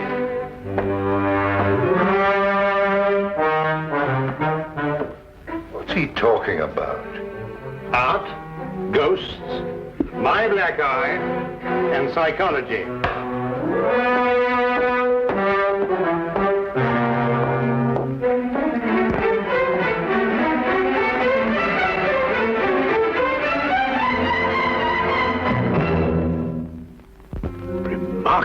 Remarkable. Only a microscopic examination of the brushstroke shows it any different from Da Vinci's work. Of course, if you still have any doubts, a chemical analysis of the paint mixtures will prove them to be of modern manufacture. No. You've quite convinced me, Mr. Holmes. An analysis is necessary. Dear me, this is catastrophic. A rather delicate situation, eh? Delicate? The Italian government will hold the British government responsible. Now, the painting is an Italian national treasure, and the theft could easily affect a pending treaty between the two nations. Mr. Holmes, you must find the original before the Italians learn the painting's been stolen. The British government will hold me responsible. And the Yard will hold me responsible. The most priceless of the lot, too. Yes, naturally. Well, we know who stole the painting and substituted a forgery, Higgins. All we've got to do now is find out where he hid it. What time did you leave the museum, Mr. Benson? Well, a few minutes before 9. Higgins was still on duty.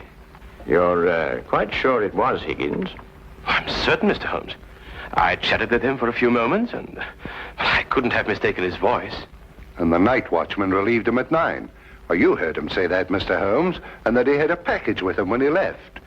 The night watchman swears up hill and down dale it was Higgins, all right. Well, the matter seems to resolve itself very nicely, doesn't it? Dr. Watson was punched by Higgins a few minutes after 9. The night watchman saw him leave at 9. And you spoke to him a few minutes before 9. Look, Holmes, why don't you and Dr. Watson go home and have a good night's rest? From now on, it's nothing but plain, ordinary, simple police work. Nothing you could use a magnifying glass on.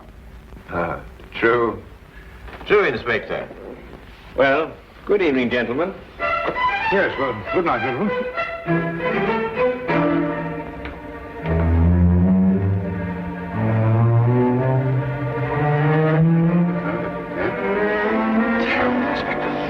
Terrible, Inspector.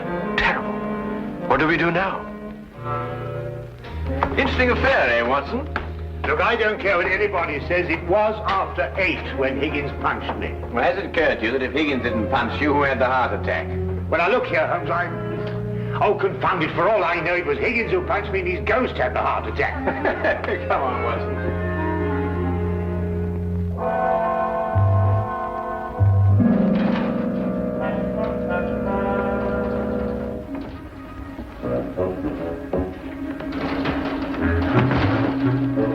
might have the common decency to tell me what we're breaking into. Shh, whisper. Well, I am whispering.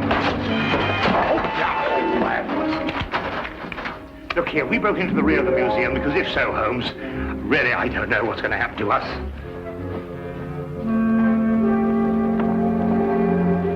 Here, hold this. What? Oh.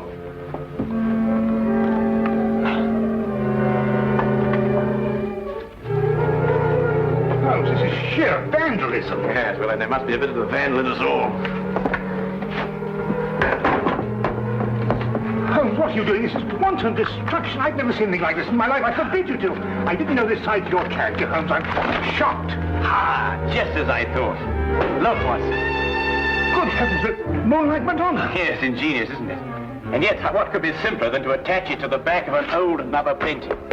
How on earth did you work that out? Well, I just asked myself where I would hide a stolen canvas. Holmes, have you gone mad? No. We just await events. I don't think we should have to wait very long. Holmes! Dr. Watson! What's the meaning of this? Watson, I believe you've already met Mr. Bentham in his capacity as curator of the Pembroke Museum. Allow me to present him to you now as the picture thief. Charmed, Dr. Watson. Oh, delighted. What is this? So you discovered my little hiding place, Mr. Holmes. I'm curious. How did you know it was I and not the late lamented Higgins? Yes, I believe Dr. Watson's story from the first. If Higgins died at a little after 8, it must have been someone else who struck him a little after 9. But it was Higgins who punched me home. Don't know, Watson. It was a limp, a wide, floppy hat, and an exceedingly long overcoat that punched you. Seen in a dimly lit street. A psychological misidentification, as the good inspector would call it. The night watchman was also a victim of the same illusion. And what about the landlady? How much did you have to pay her to set back the time of death by an hour, Mr. Bentham? Oh, not much, Mr. Holmes. How did you know it was me? Dr. Watson and the night watchman both identified the 9 o'clock Higgins visually at a distance. Only you pretended to have spoken to him. This meant that either you were lying or Dr. Watson was punched in the eye by a ghost. I believe the simple explanation. You almost make me feel transparent, Mr. Holmes. To anyone who viewed the facts objectively, you were. It's a pity that one crime has to lead to another. Yes, and I think it's a great pity, Holmes, that you broke that vase. Oh, yes. But it's only an imitation. Nonsense, you can't tell me that sort of work like this is an imitation. Perhaps the pieces can be... Well done, Watson, well done. You know, Holmes, you're going to have to invite him here to catch us. You put us in rather an awkward position. Oh, my dear fellow, I have sublime confidence in your ability to extricate us from any predicament in which my rashness may place us. Might I suggest that you now fetch the good inspector? Yeah, here you are. Yeah. Excuse me. I say, Holmes, Bentham punched me in the eye. Who was it tweaked my nose? Well, my dear old chap, it was absolutely imperative that I make certain that the limp, the hat, and the coat were really capable of fooling you. You? Yes, I regret to say I not only tweaked your nose, but I also pulled your leg. Oh! What?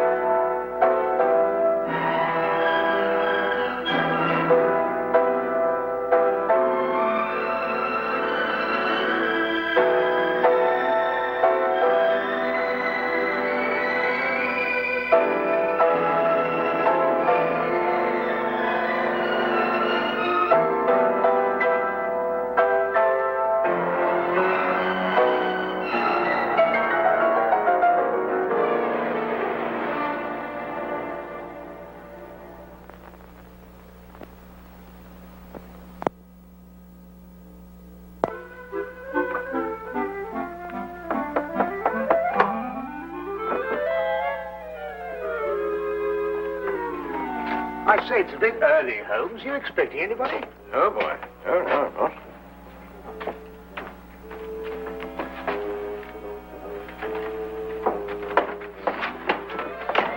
Well, good morning, Mr. Holmes. God, am I glad to see you. Yeah, I'm sorry to come barging in on you like this, but I'm in trouble. See, the situation's a bad one. Oh, it's a real stinker. I'm in dead trouble. Now, be careful how you handle that. That's a brand new tit-for. Okay. See, now, you'll understand when I've explained it to you, see? Now, my name is Harry Croker, and I'm chin-deep in trouble. Right up to there. Oh, if my poor old grandmother could only see me now. My name is Dr. Watson. This gentleman is Sherlock Holmes. Yeah, Mr. Holmes, you're the only man who can save me. Now, you've got to do something to save me, see? Everything depends on you, you see? My life, my career, my future, look, the lot. Yes, well, it all depends on you, Mr. Holmes. Yes, but what save you from what, Mr. Crocker? Well, if you can find the time, perhaps you'd like to sit down. Yeah. Thank you. No. You murder, I'm afraid. What? Yes, I've been accused of murder. No. Me! Yeah, and I wouldn't harm the air on a fly's head. Not even on a beaten fly. Yeah, I faint when I see blood. And they go and accuse me of murder. You know, Mr. Holmes, now, look, you're a man of intelligence and capacities and appetites like... See, you're a man of education. Crocker? Did you say Harry Crocker? Yes, that's right. Here, perhaps you've seen me perform at the local vaudeville theatre. Escape artist extraordinary. No bolts, chains, or shackles can contain me. Just like it says on the billboards. Yes, I'm sure. Mr. Crocker, who is accusing you of murdering what? Who? Well, the police. What? Yeah, they come right in and they say, you're guilty, Harry Crocker. Aye. And then they whisk me away without saying another word. Mark you. I say, Holmes. Yeah. This man is a fugitive from the law. Yeah, is there a picture of me in there? Is it any good? I hope it's my right profile. It's the best. Oh, hey, what do you think of that? It says here that you allegedly killed a young chorus girl named Sally King last night. Killed? I tried to get rid of her. I should say that amounts to the same thing. It also said that you were taken into custody by the police. That's right, yeah, that's what I said. But then, you see, I decided I had to go and see Mr. Holmes. And so, I left. What? You left? Yes. Oh, how? Look here, Holmes, this man might be dangerous. Yes, but no. Don't worry about that, Dr. Watson. Easy-going Harry Crocker, that's what they call me. Always a smile in a song when things go wrong. Eh?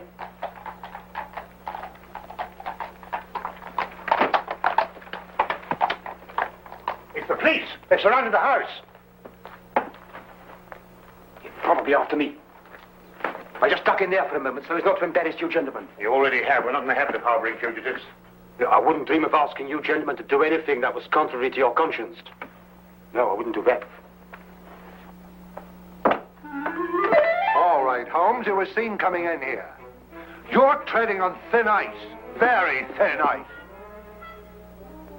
Oh. And what have you to say to this? I don't really know, Inspector. No, it's not my style at all, but if you really want the owner, he's in that... Thank you, Holmes. I had a bad moment there.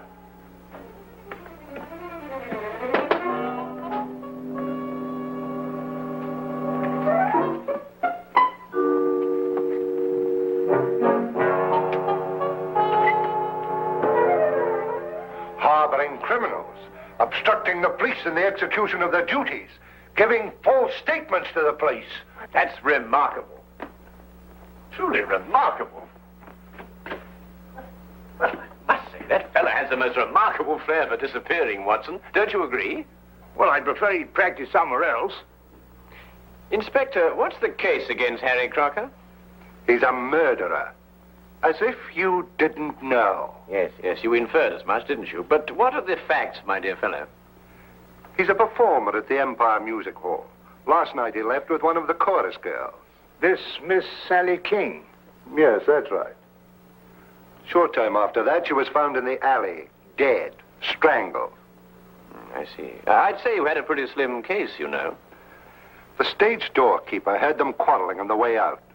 And a newspaper boy has testified to the fact that Crocker came out of the alley alone. Not so slim now, is it? I think Lestrade's got the right man this time, Holmes. And Crocker denied all this? Not at all. He's admitted the truth of every statement, point by point. Well, then I don't see what all this... Here, wait a minute. Here, we had a quarrel, all right. Yes, we quarreled. But I never killed her, so may I drop dead. But where on earth did you come from? Well, Mr. Crocker, let me be the first to congratulate you. Absolutely inspired. Now, tell me, how did you do it? How did you manage it, eh? Yes. Simple. See, all you have to learn, Mr. Holmes, is a few basic tricks on my business, and the rest is chicken's feed. Officer! You're under arrest for murder, Crocker. I won't warn you any more of your tricks, and I'll be the worse for you. I promise you that. Yeah, Mr. Holmes, that girl was only trying to capitalize on my publicity. Yeah, I gave her a smile maybe once or twice, but you know how these floozes are. But that's all. That's it. Here, take him away, and try and keep hold of him this time. Hey, Mr. Holmes, please, you're going to do... Yeah, you must do something for me, Mr. Holmes. We'll do our best for you, Mr. Crocker. But you better go quietly now. You go quietly. Hey, quietly? Yes. All right. But don't forget, will you? I shan't. You won't forget. No, I You shan't. promise? Don't worry. Okay. Goodbye. Hey, Mr. Holmes, you won't forget me now, will you? You'll do your best to save me, won't you? Please, promise. Well, I can put old grandmother going to see me now.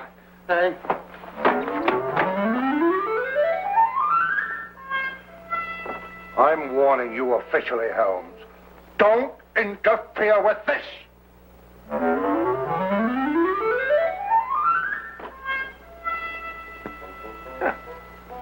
That's really remarkable, Watson. Absolutely remarkable. Have you any idea how possibly he could conceal himself in that closet? Don't push Lestrade too far, Holmes. He's been after your hide for a long time.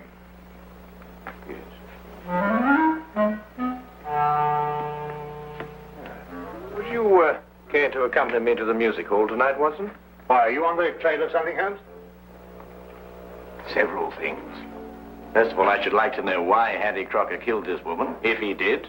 And if he didn't, why should anybody want to make out that he did? No, I think Lestrade's got the right man this time, Holmes. You really? Well, we shall see. We shall see.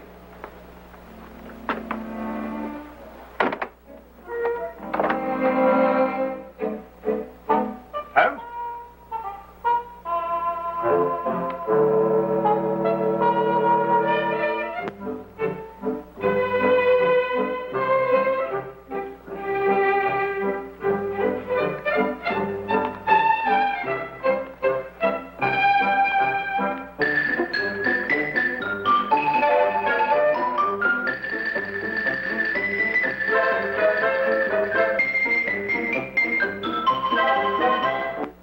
Later that afternoon, Holmes and I went along to the Empire Music Hall. Not to be entertained, mind you, though I dare say the day gave promise of that.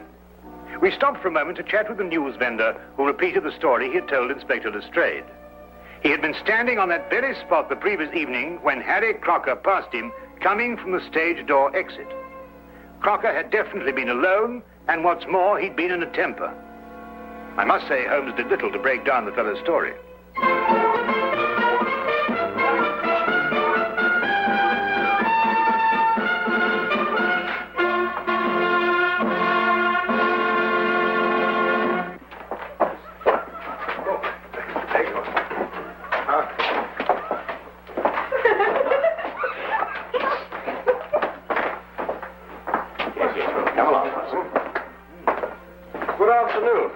My name is Sherlock Holmes.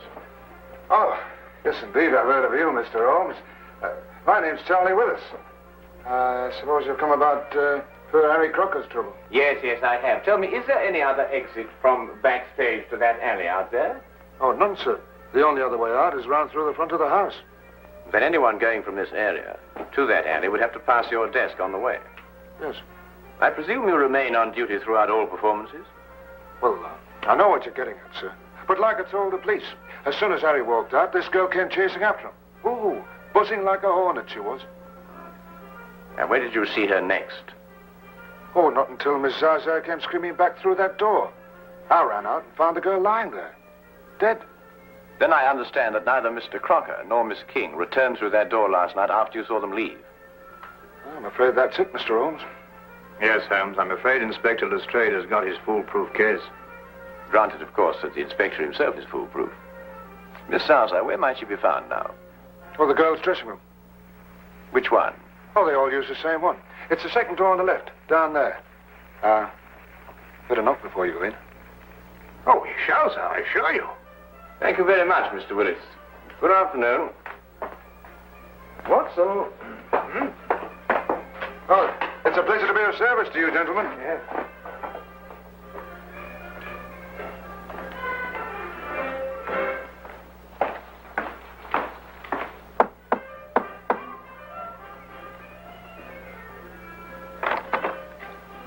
is it? Oh, excuse me, madam. I'd like to have a word with Miss Zaza. Is that good? Can't possibly. She's busy. We have a show to do, you know. Yes. Here I come in my gonfalon. La la la la Carry on, lad. Well, hello. Mr. Holmes, I knew you would let me down. Evening, Dr. Watson. It's a real pleasure to see you again. Yes, but Crocker, the police. I expect they'll be along soon. But how did you get away this time? Gave a twist and a twirl. Am I looking one way? I grab the other. Mr. Holmes, have you cleared me yet? Well, not quite yet, Harry, but it'd be easier if we could have a word with Miss Zaza. But unfortunately, some old busybody in there won't let us in. Oh, Bessie? Yes. You wait a minute, huh?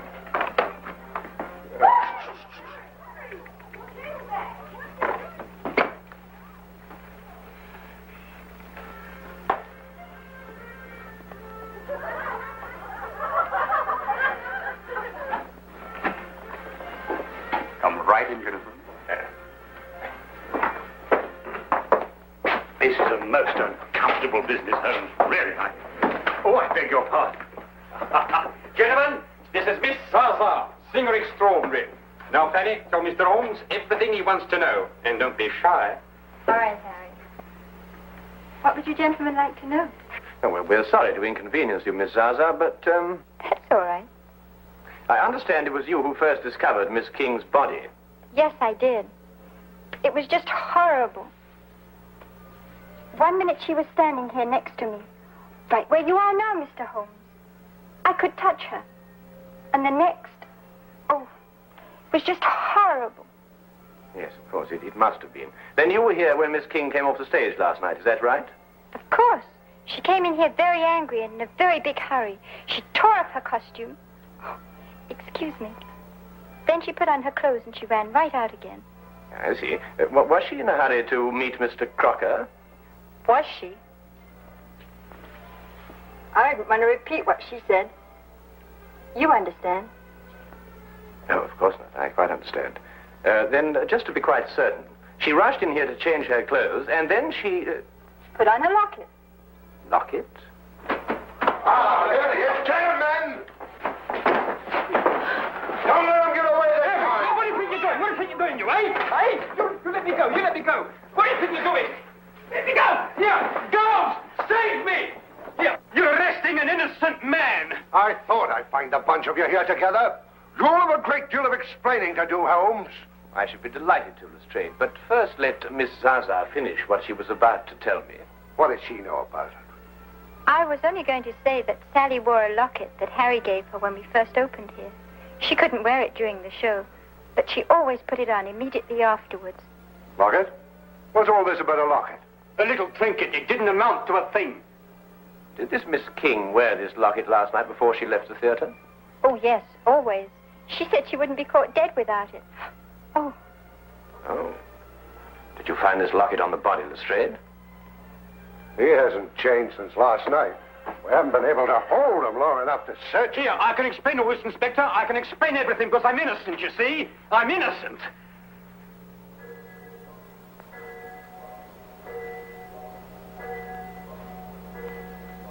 Oh, poor Harry. Why did you murder her?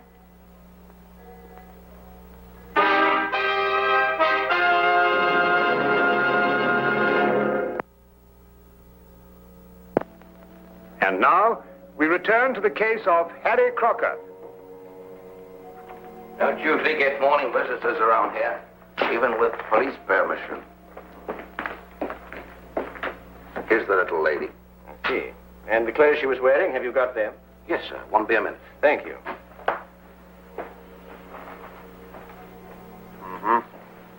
Obviously strangled. From the position of the finger marks, it appears she was facing her assailant. Yet her fingernails, which are rather long, show no signs of a struggle. I don't follow you, Holmes. Holmes! Did you see what you did? You didn't try to fight me or beat me off. You merely pushed my hands away. Yes, that's right. Why?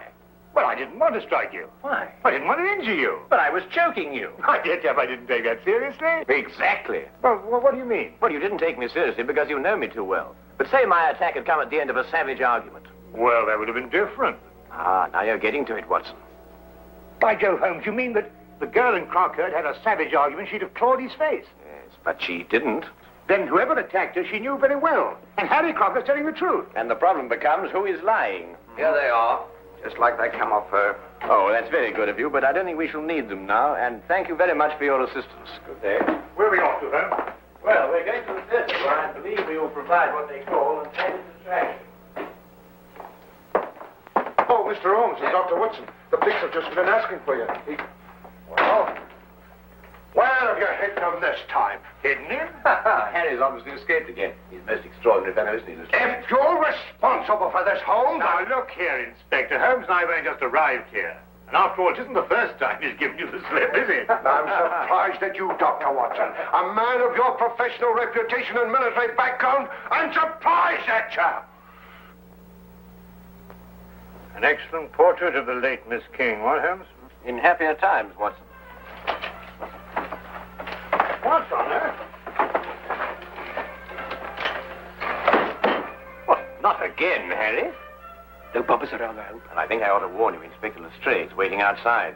Well, I had to drop in here to give him the slip. Do you know, I never have been able to work out this trunk trick. Now, my father was a wizard in.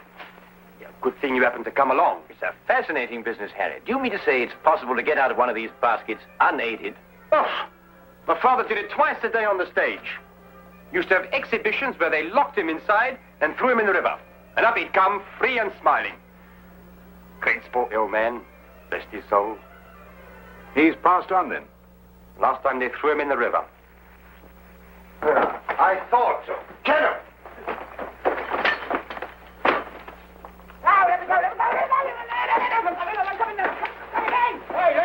Hey, let me go. Here, what are you doing? Here, come on, here, what are you doing? I'm an innocent man, I am. Here, what are you doing? Here. Listen, Inspector, listen, please. You're gonna believe me, I'm an innocent man. I never killed that girl, Inspector. I took her out after the show once or twice with a drink, and then we been dancing a bit, and that's all I... I'm going to put you where I can keep an eye on you. You've slipped for the last time, my slippery little man. Hey! Here! Let me go! Take it off! Oh, just one moment, Inspector.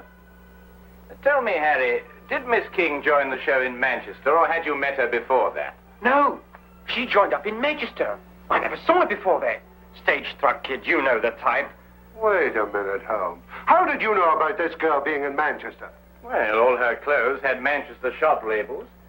And this portrait of her was both drawn and signed in Manchester, as you will notice by the date, May 1897. Oh, Harry, I've had a certain amount of experience with lock-picking, in a purely amateur way, you understand. Now, I wondered, do you suppose that this little piece of wire of 3/16 diameter would in any way manipulate this lock? Say we inserted it through here like this, and then bent the loop. That's a good idea. Wait a minute, Holmes. Nonsense like that at a time like this. Take him out of here. Hey! Excuse me, Inspector.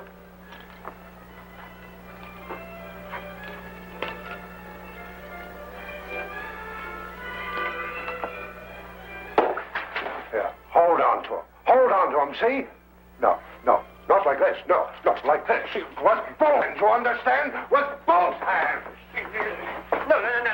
Hey, Mr. Holmes!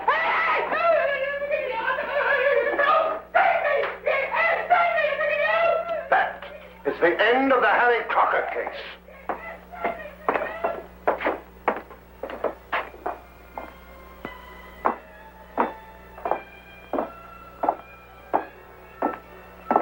But Holmes, I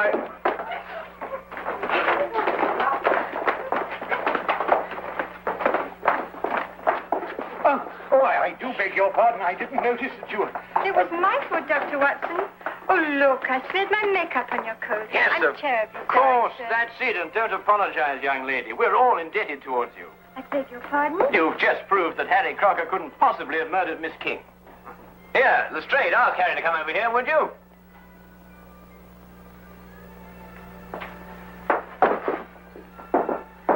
What do you want now, Holmes? Well, let's settle that. So now, Harry, perhaps you'd run through that trunk escape for me, eh? Oh, no, you don't, Holmes. This is far from settled. I must say, Holmes, that even I find it difficult to follow your reasoning. You do, Watson? About what? About murder, Holmes. A girl has been murdered. That's certainly true, Lestrade. If I were you, I'd devote more time to apprehending the real criminal and stop annoying Mr. Crocker here. That's right. You stop annoying me. See, you stop annoying me. Now, look here, you. Excuse me, please. Willis? Yes? Did you want me, Mr. Holmes? Not I, Mr. Willis. But I believe Inspector Lestrade does. For murder. I don't understand, Mr. Holmes. Then let me explain a little, Mr. Willis. First, there is the obvious connection between you and Miss King. Both of you lived for a number of years in Manchester.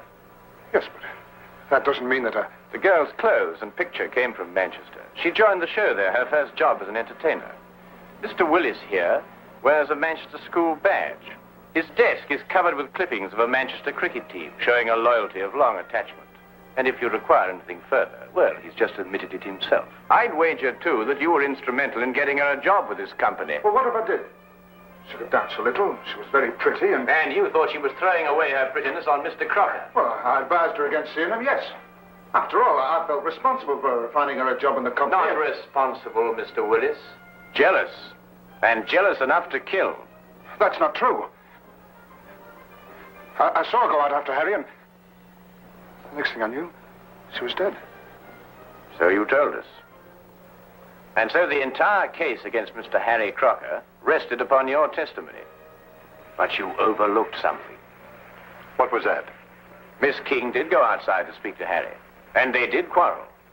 But then he left, and she came back. Is that true? Not a word. She never came back through that door. The sleeves and collar of her dress still bore traces of her stage makeup when it was found on her body. Yet she herself wore no makeup at all at the time of her death. We checked that, didn't we, Watson? Absolutely none, Inspector. Good man, Holmes. Miss Zaza testified that Miss King didn't have time to remove her makeup before rushing after Harry. Yet how else, then, could she have been found without makeup? Unless she had returned and removed it. And when she returned, Mr. Willis... Well, it mixed things up. Stop him! Don't tempt me, Charlie. I owe you a few as it is. She played me along till she had the job here.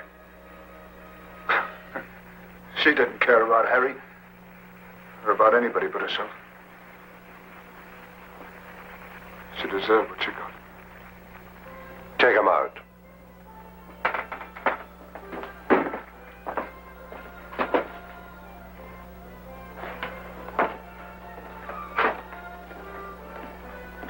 Holmes, now where's he gone? Why, I don't know. Well, listen.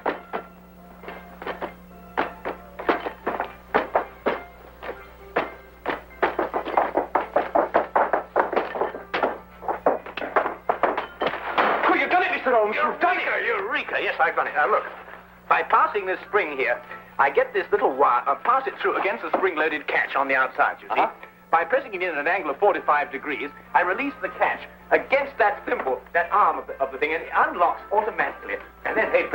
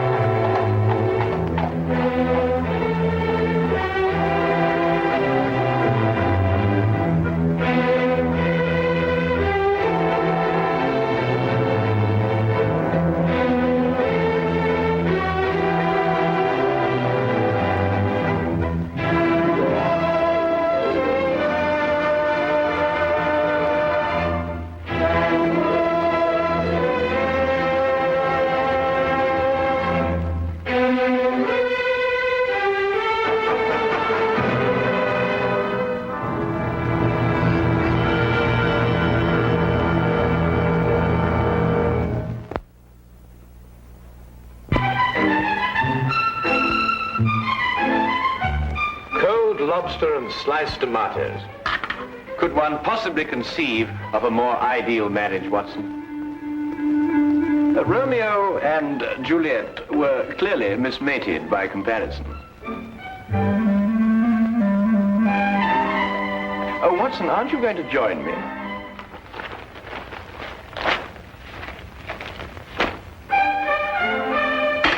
Oh, now, surely, Watson, you can't bear a grudge against me forever for something so trivial. Trivial? And what is trivial about riddling the walls with bullets? I do not agree that I riddled the wall, as you so violently put it. I decorated it in a most patriotic manner. Holmes, I have permitted and suffered many liberties in this flat. First you make those evil-smelling gases. Then you shatter my nerves with those ridiculous disguises. But you, even you, have never covered your activities under the banner of patriotism. Yes, but VR of the Queen's initials. I was only celebrating Her Majesty's birthday. Celebrating Her Majesty? Still, that's no excuse. Well, perhaps I was a little overzealous, but you can't very well blame a man for that. Nevertheless... All right, Watson, I solemnly promise never to do it again. Oh. Well.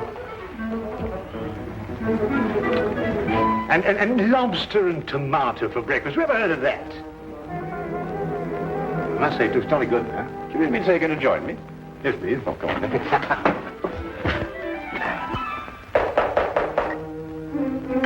That's strange.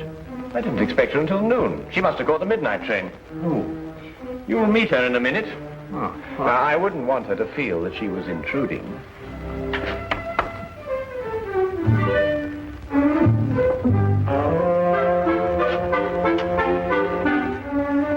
Mr. Holmes? Yes, Miss Millicent Channing? Yes. I wrote you that I'd be here at noon, but I didn't want to lose any time. I took the midnight train. I understand. Won't you come in? This is my good friend and associate, Dr. Watson. How do you do? How do you do? Please sit down, Miss Channing. You must have had a very tiring journey, particularly in view of the fact that you were forced to take a dog cart out of the way. How did you know I took a dog cart? Well, I noticed that your right sleeve is covered with mud. Only a dog cart throws out mud in such a disagreeable way. Mr. Holmes can also deduce your birthstone and the serial numbers of any notes you happen to be carrying in your purse. Dr. Watson exaggerates, though only slightly. I've heard a great deal of your powers, Mr. Holmes. They say you're one of the cleverest men in London. They're very kind. You said in your letter that your fiancé has disappeared. I'm afraid that something terrible has happened to him. Why, Miss Channing? It's all so muddled, so confused. Several days ago, I was expecting him for dinner. He didn't arrive. I was worried, and I went to his lodgings.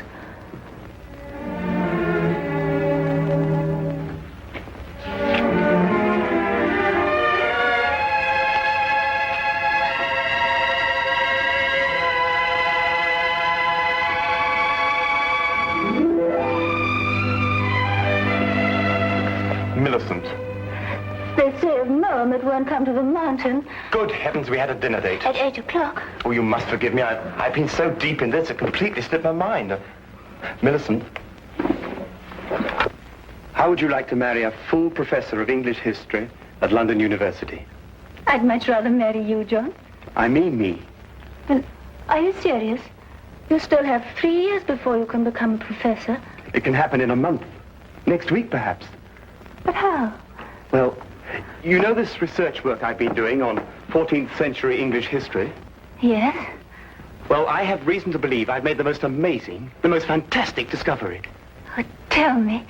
Not until I put my theory to the test. And if I'm right, I can assure you there will be an immediate chair for me at the university. And more than that, I'll be famous. Oh, but, John, this is unfair, keeping me in the dark like this. I promise you it won't be for long. Tomorrow, I go to see Sir Thomas Greystone at Aberdeen to get his cooperation.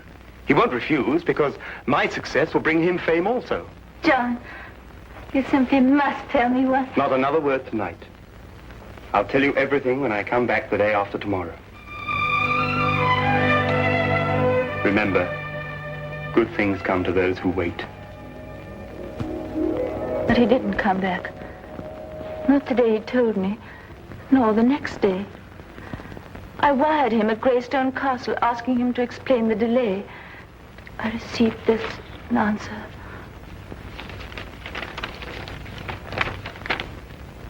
John Cartwright, unknown here. Signed, Greystone. I didn't know what to make of it, Mr. Holmes. Finally, I decided to go up to Aberdeen and talk to Sir Thomas Greystone himself. He must have been mistaken.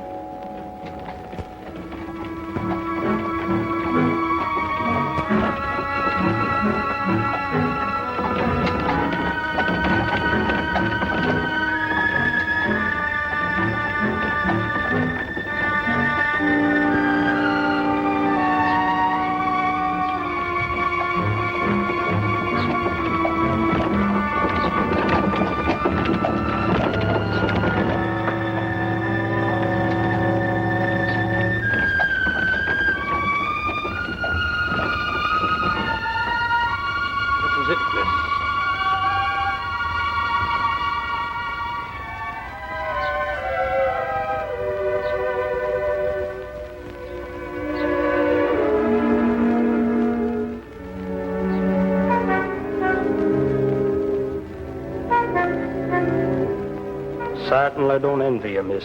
Why? Is something wrong? That says something isn't right. Ever since the Greystones came upon hard times, they become a strange, mysterious pair. Hardly anyone ever comes to see them, and those that do don't waste any time there. If I were you, miss, I'd wait until it's light before I went up. I don't have the time to spare. I'm sure I'll be all right. Suit yourself, miss. Get out!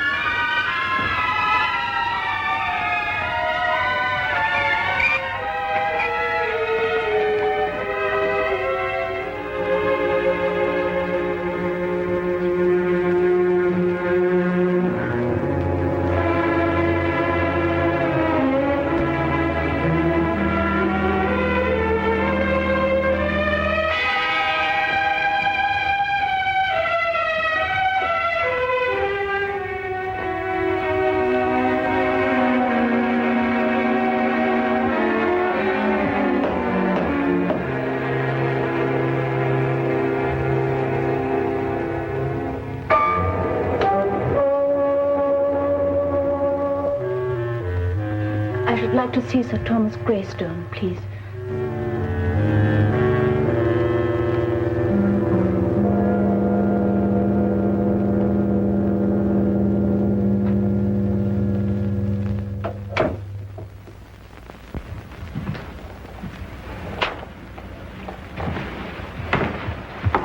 My name is Miss Channing.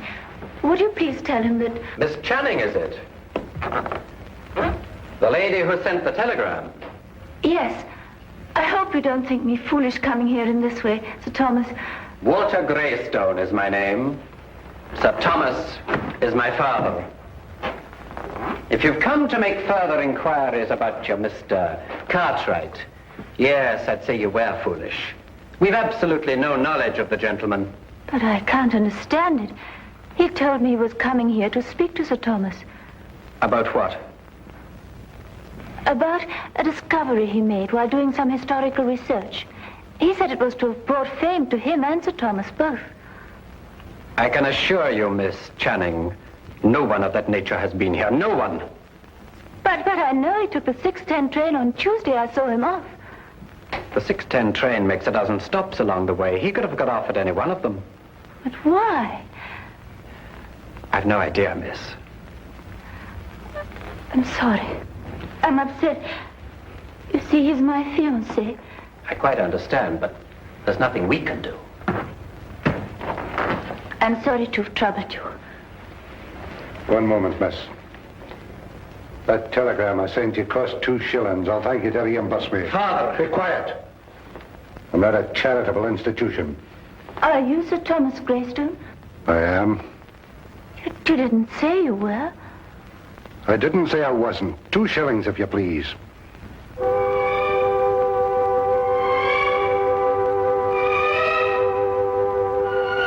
you. Good night, Miss Channing.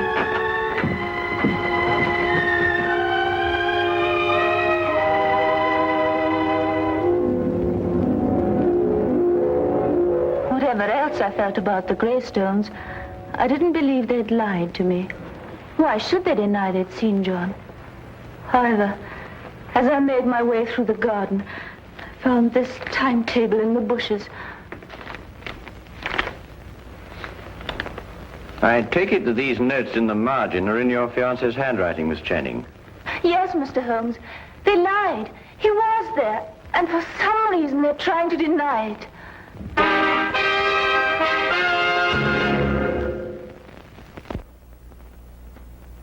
He had evidently asked directions to the castle and jotted them down in the margin. Well, it's perfectly evident the Greystones are lying, but why? Here's somebody offering them a chance of fame. They refuse it. There are other considerations more imperative than fame, Watson. Well, what other considerations, for example? That is our problem. You will help me, Mr. Holmes. I'll do my best, Miss Channing. Oh, Watson, the 14th century contained the reigns of what kings? Wait a minute. 14th century? There were some Henrys, and Richard II, of course. Richard II. He was executed, wasn't he? Yes, at Pontefract Castle, September the 21st, 1300 and... Miss Channing, I would appreciate your taking me to your fiancé's flat. To his flat? But why not to Greystone Castle? Well, I would rather not go there unarmed. Well, why not? We've both got revolvers. I am referring, Watson, to information that may have led to the disappearance of Miss Channing's fiancé. Come along, Miss Channing.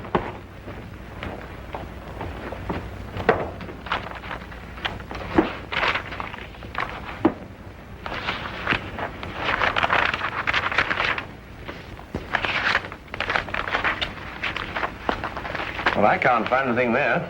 Perhaps you'd have a look, Watson. Oh, thank you, Miss Channing. Thank you.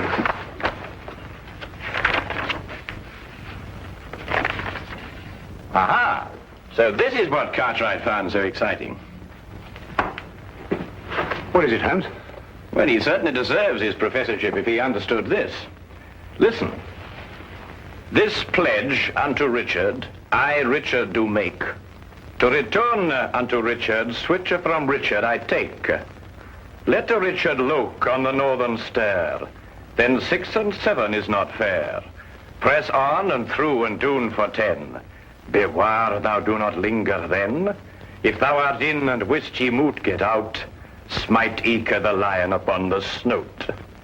Meter and rhyme, perfect. Oh, what's it mean? Well, it's simple enough, Watson. Look here, Holmes, sometimes I think you'd say that a trip to the moon on an umbrella is simple. Yeah. Well, analyze it piece by piece. The first part is nothing more than a receipt. A receipt? Certainly. This pledge unto Richard, I, Richard, do make, to return unto Richard such things as I from Richard take. Well, apparently Richard had entrusted his possessions to a loyal friend, and he had received his promise that they be returned. Yes, I see that. The rest of the inscription merely tells him how he may get his possessions back. Hence, let Richard look upon the northern star. A sort of map, so to speak. Quite so. Well, but what's all this got to do with Cartwright's disappearance? Well, in Wilkinson's biography of Richard II, it is mentioned that one of the king's most loyal supporters was Richard Greystone, the original owner of Greystone Castle. Cartwright must have had the idea that Richard had left his possessions with him. So he went up there to prove it? Yes. But that still doesn't answer why John hasn't come back. That answer, Miss Channing, may only be secured at Greystone Castle.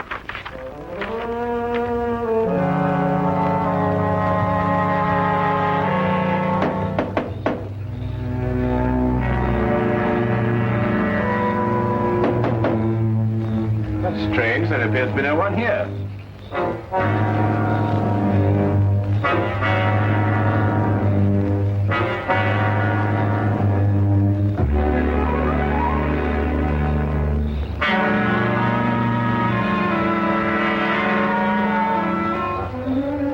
I'll go round and let you in. Aye.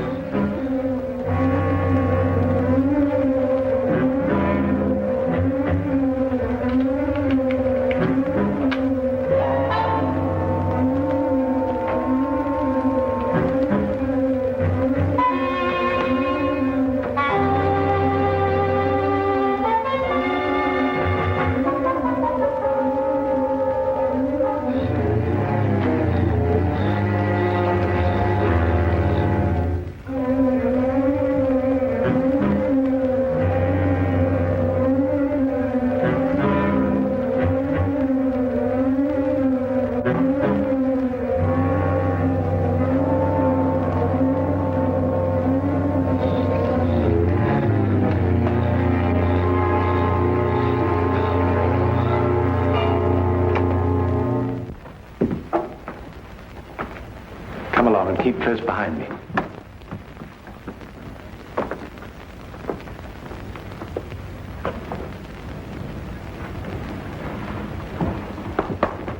This pledge unto Richard, I, Richard, do make, to return unto Richard, switch from Richard, I take.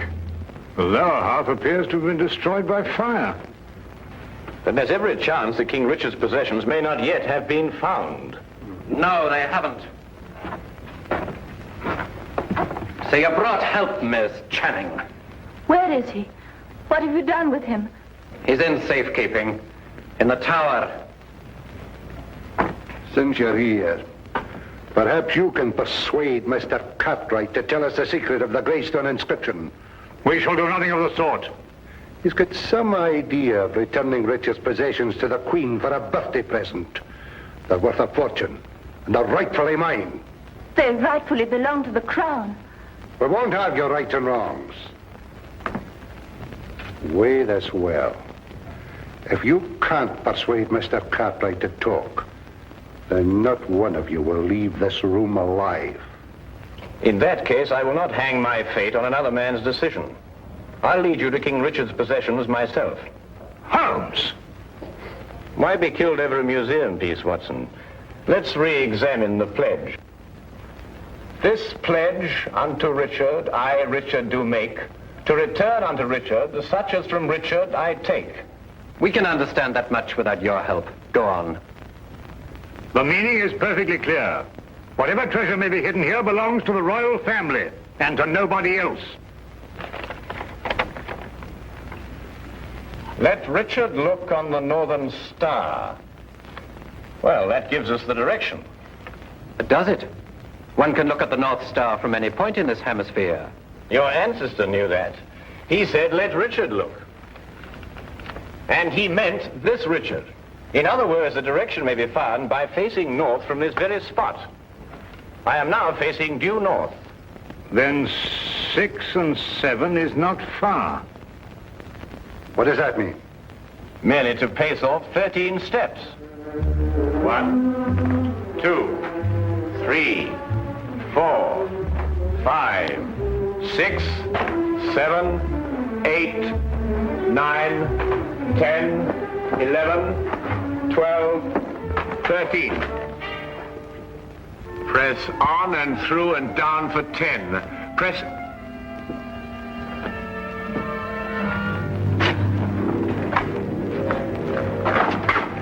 Stairs! Through and down for 10. 1, 2, 3, 4, 5, 6, 7, 8, 9, 10.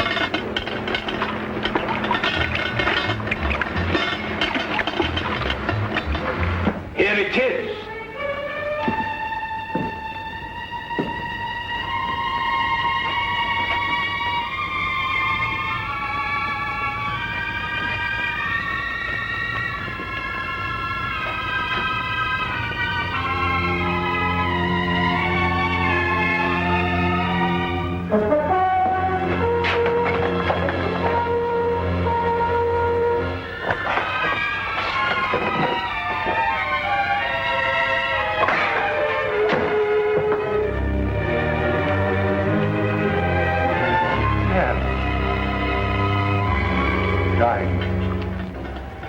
Rubies.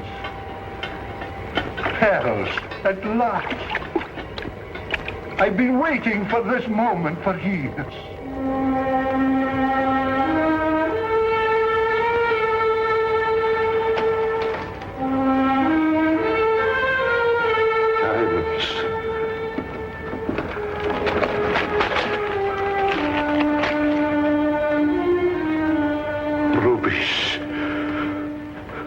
And now, if we may go... I'm afraid I can't let you go. But you promised. You take us for fools, you go straight to the authorities. I plan to enjoy this wealth. I don't see how, with or without us.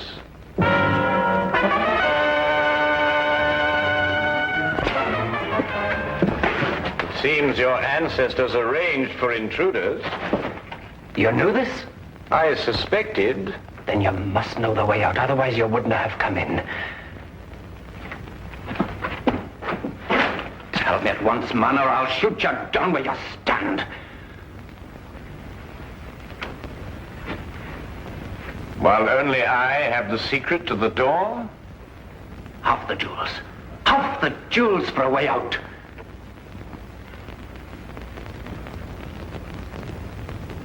All of them. Show us how to get out, and we'll let you take them all. No. No, they're mine. Not one. Not a single gold piece. Are you daft, man? You want to rot here forever? The treasure's mine. The treasure's mine. You can't let them have it. Pay no attention. Give me the gun. You can have the treasure. Just the gun, please. The last two lines of the inscription read, as I recall, if you're in and can't get out, strike the lion upon the snout.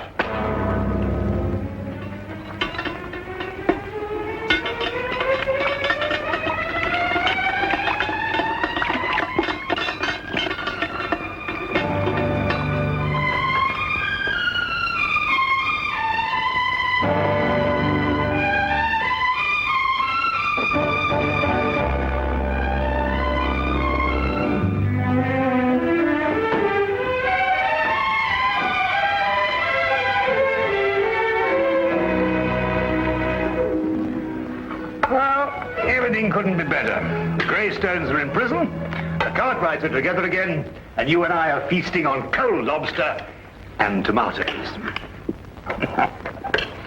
Well, I have a sense of well-being. Haven't you the slightest twinge of conscience, Watson? Conscience? No, why? Well, I noticed the gold piece on your watch chain.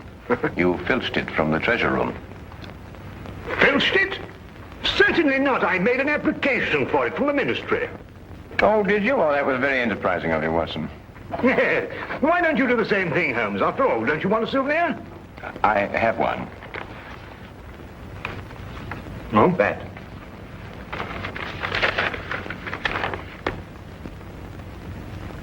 But Holmes, a personal letter of thanks from Her Majesty. Why, Holmes, congratulations. Well done. Oh, thank you, Watson.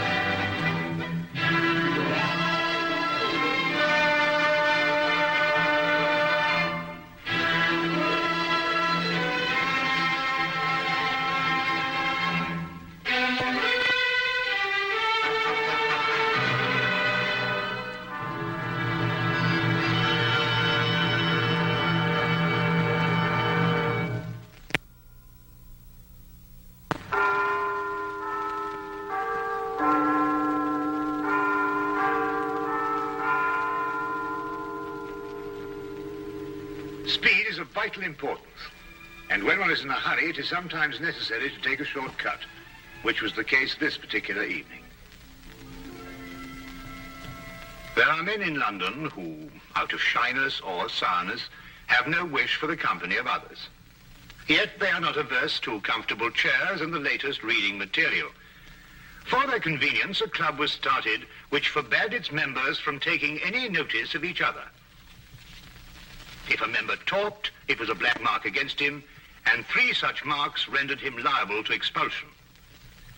Sherlock Holmes was neither shy nor sour, but he joined the St. Denis Club because he found the atmosphere soothing. True, I'd always been diligent about not disturbing him here, but tonight I had come on a matter of the greatest urgency.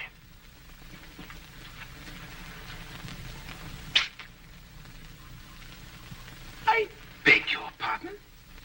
Oh, excuse me. I thought you were Sherlock Holmes. That's not the point. You talked. Well, I only went... You went psst, and that's the same thing. Mr. Grundy.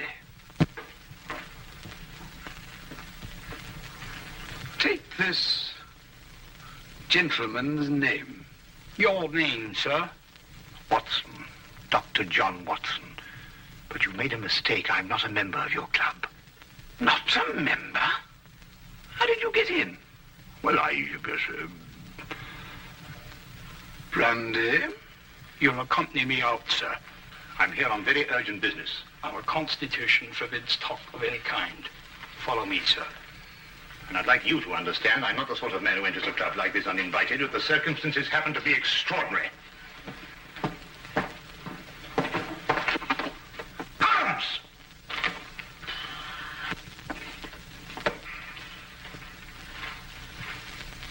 I must ask you, sir, not to attempt to... I don't believe such an incident has ever occurred before. Well, really? Holmes! Shh!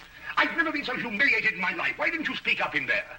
Because it's against the rules of the club, old chap. Oh, hang the club! This desire for privacy can go too far. What if an emergency arose? Yes, and perhaps to prevent that happening again, we'd better move down the hall a bit. Now, you were saying...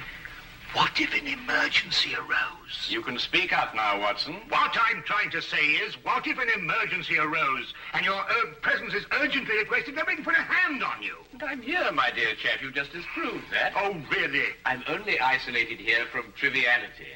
Well, there's nothing trivial about this. There's a man waiting for you back at the flat, a man by the name of Dubec, Claude Dubec. He's had an experience that'll make your blood run cold. What sort of an experience, Watson? He watched a man being tortured. Tortured? We'll find a cab outside. Yes. Come along, then.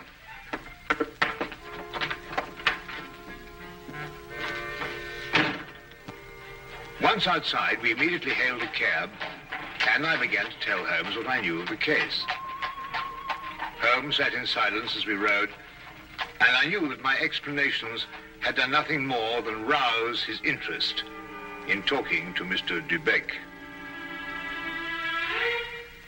Perhaps it was a nightmare. I'm no longer sure. But I saw a man being tortured, starved to death. I was powerless to help. Here, drink this. It'll do you good. Thank you.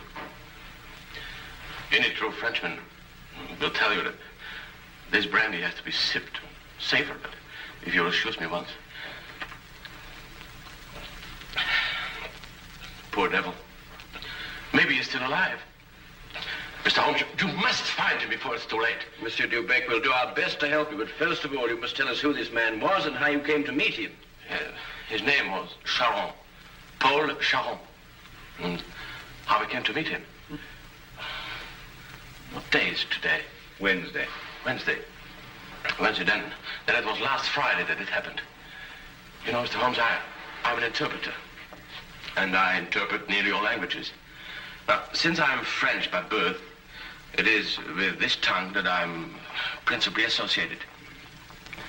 Now, I'm very well known in hotels, and it occurs frequently that I'm called for at the strangest hours by travelers who get into difficulties. I was not surprised, therefore, when I heard shortly before 11 o'clock at night someone knock at my door.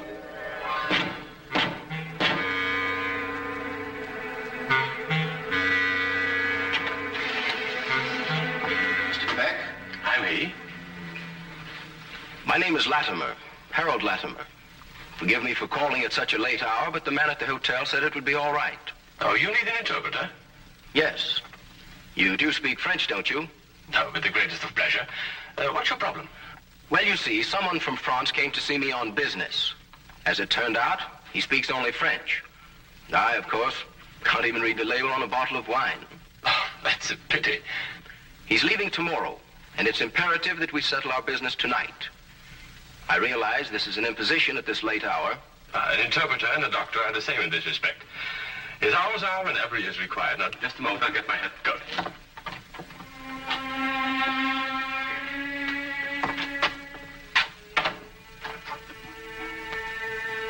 Mr. Latimer had a cab waiting outside.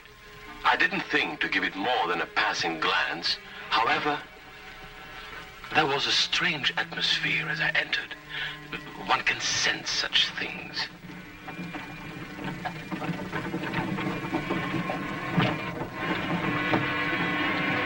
I must ask you not to. I beg your pardon? I prefer the shades drawn, Mr. Dubeck. But they cut out the view. That's exactly their purpose. You'll forgive me, but I have no intention of permitting you to see the place to which we are being driven. What is the meaning of this? We shall find out. Soon.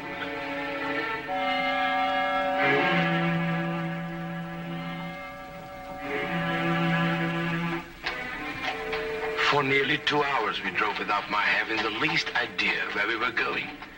All the time I sat in silence, wondering what on earth could be this man's reason for kidnapping me. Whatever it might be, there was no possible use in my resisting.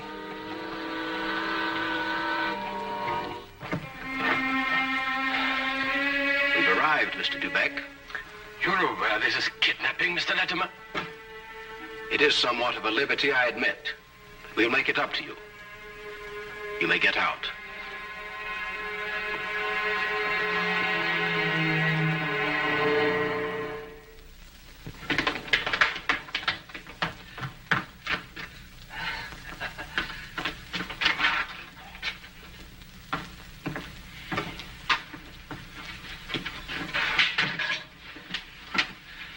Is this, Mr. Dubeck, Harold? Yes. Well done, well done. No ill feelings, Mr. Dubeck, I hope, but we couldn't get on without you. Now, what do you want of me? Only to ask a few questions of a French gentleman, and let us have the answers. If you deal fair with us, you'll not regret it. But if you try any tricks, you'll wish you hadn't been born. You follow me?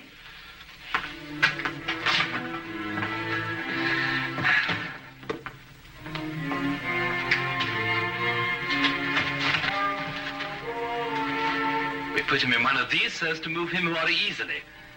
What have you been doing to this poor man? It is no concern of yours.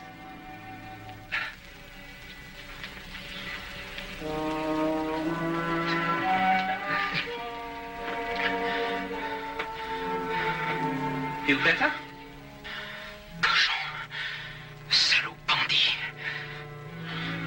You don't have to understand French to know that is not a compliment.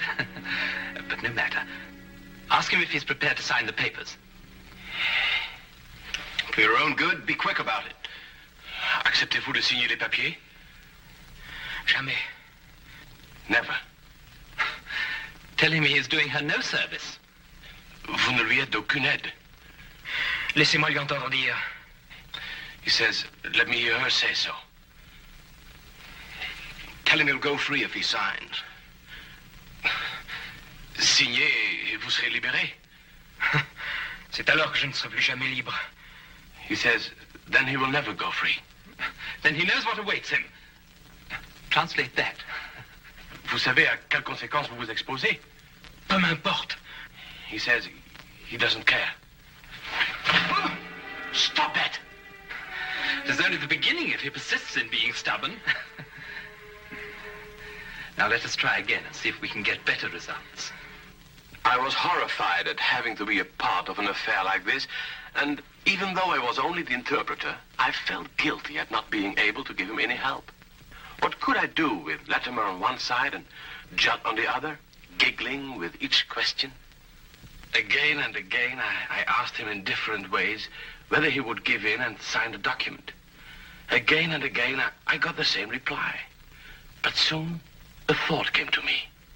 I took to adding little sentences of my own to each question. Innocent ones at first, to see if I could get away with it. When our companion showed no sign of catching on, I played a more dangerous game. I asked him all about himself and learned that his name was Paul Charon. He was a stranger in London, that he didn't know what house we were in, that he was being starved to death.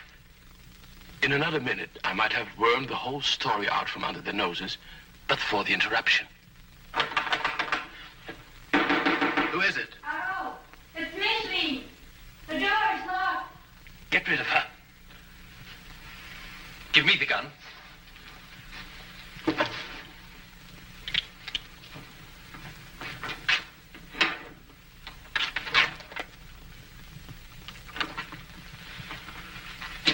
Micheline, dear, I thought you went to bed hours ago.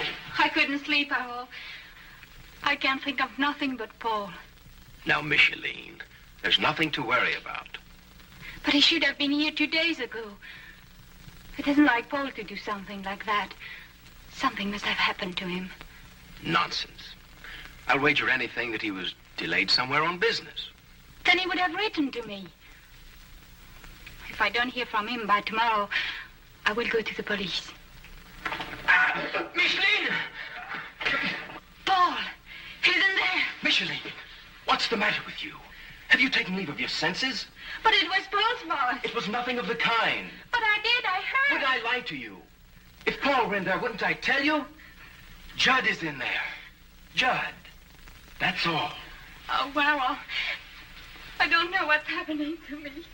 Now, darling, it's only a case of nerves. You'll be all right after a good night's rest. But it never happened like that before. You've probably never been under such a stress. But it's foolish. If something happened to Paul, you would have heard about it by now.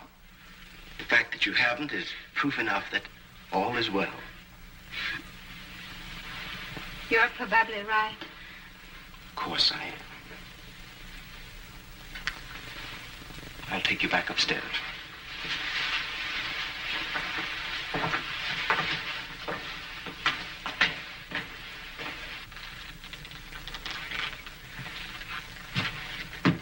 You perceive we have taken you into our confidence over some very private business. Shameful business.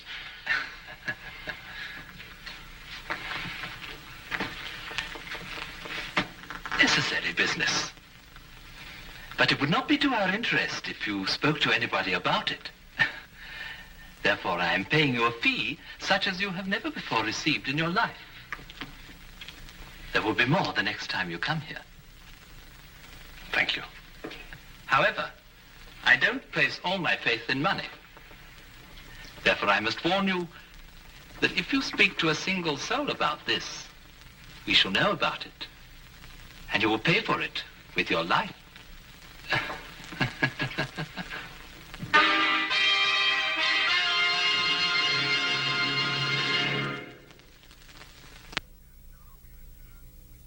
And now we return to the case of the French interpreter. This man, this evil man, escorted me back to the carriage and took his place opposite me. We drove for about half an hour, and the shades were drawn as before. Then we came to a stop, and he ordered me out. I walked for a mile or so, and then I found myself at Wadsworth Common, and there took a train to Victoria Station. I see. And there, I presume, your adventure ended. Yes. Now, I should have gone to the police right away, but I feared for the man's life. Now, Mr. Holmes, someone told me that you worked with a complete discretion. Oh, you can be assured of that. Mr. Holmes, would you please try to find him? I'll try, but you must realize that my success depends almost entirely on your memory. I've told you everything. Only everything you were able to see. I've told you everything. I repeat, Monsieur Dubec, only everything you were able to see. I don't understand. Well, on the way to the house, you saw nothing because the blinds were drawn in the carriage. But you could still feel and hear, couldn't you? Now, as you were going along, could you tell whether it was a rough or smooth road?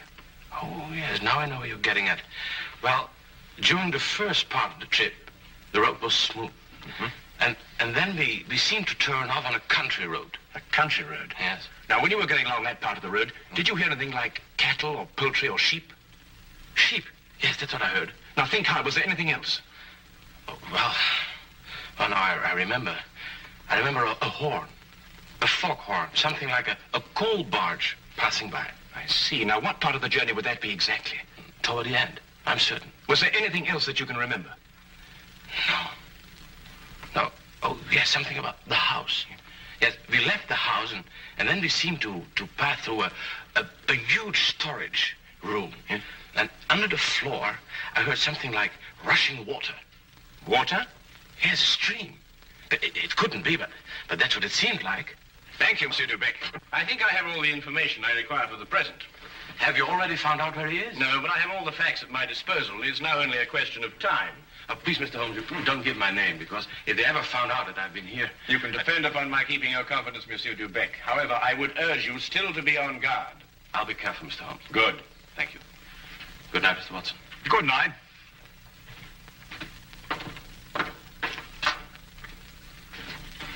Good night, sir.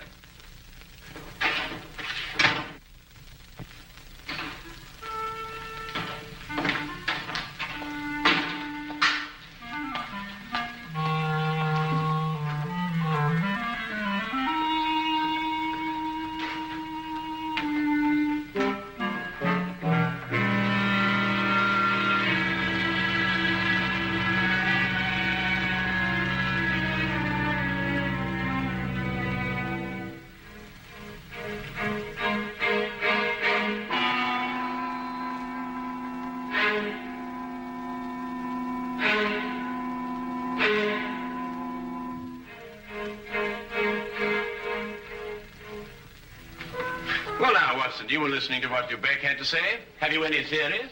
In a vague sort of way, yes. Well, let's hear it then. Well, now, it seemed to me that this young French girl had been carried off by this English chap, Latimer. Oh, but carried off from where?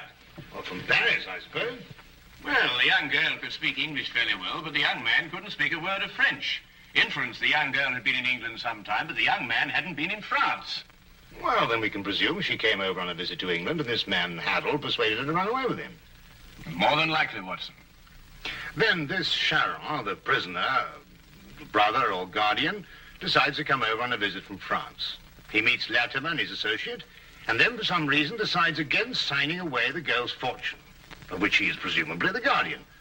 The men then resort to force. Excellent, Watson. I'm quite certain that you're not far from the truth now. Well, it's only simple logic. Yes, and with simple logic, we'll find the house. It must be here somewhere. And when we finish translating the facts that Dubec has given us, an X will mark the spot. Now, let's see.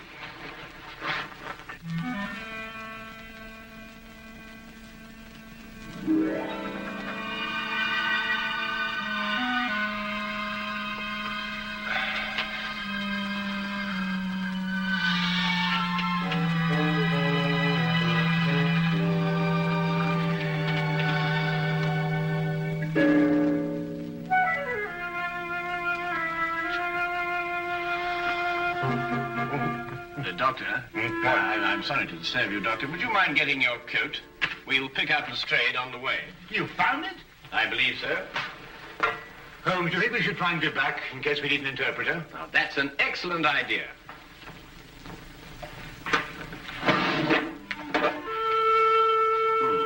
And from what I've heard, I believe these may come in handy.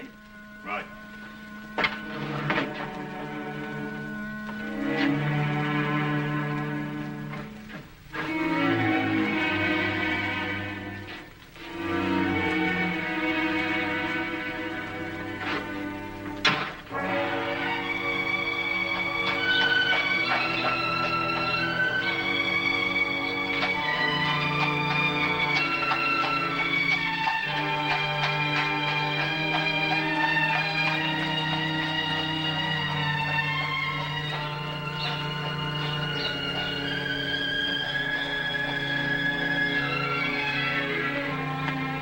Beck had his lodgings just across the river, and we decided to walk there.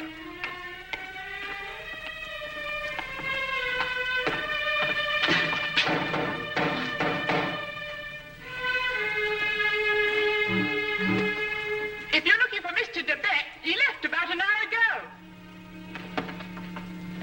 Can you tell us where? Well, I don't know. I only know he drove away with a gentleman in a carriage. Well, did the gentleman leave his name? No, sir. Was he by any chance a rather tall, handsome-looking man? Oh, no, sir. It was a little gentleman with glasses. Did nothing but giggle all the time. Thank you, madam.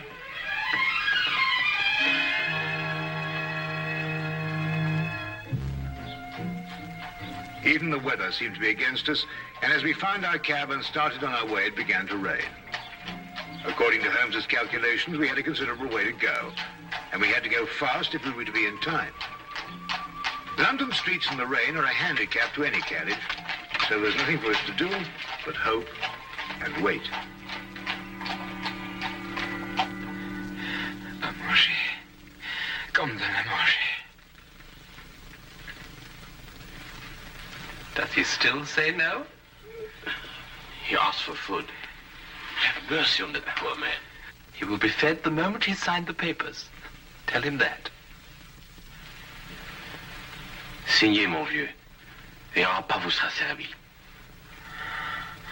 Je n'en peux plus. Je signerai tout ce qu'on voudra, mais qu'on me donne à manger. He'll sign. At last.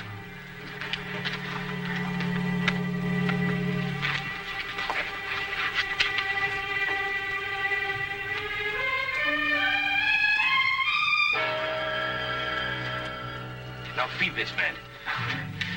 It would be foolish to spare him, only to have to kill him again. Kill him?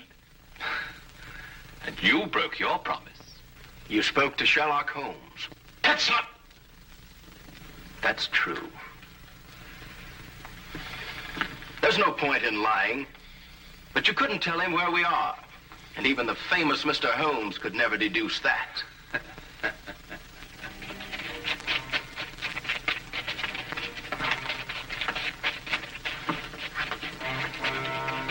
There are some men coming. Quick, open the trap.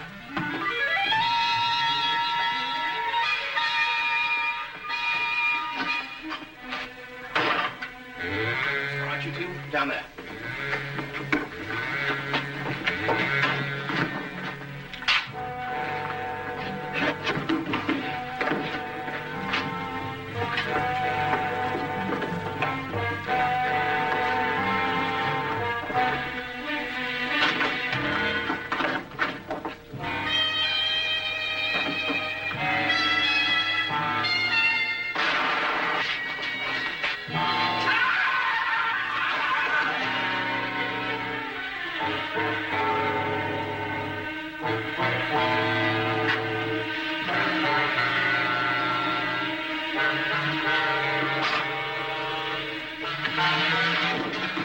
Who are you? What do you want? Does answer your question? The property was rightfully mine. I'm her husband. It belonged to me. But he controlled it and wouldn't sign it over to me. He found out you were a thief. You can't take me to jail. I only tried to get what was coming to me.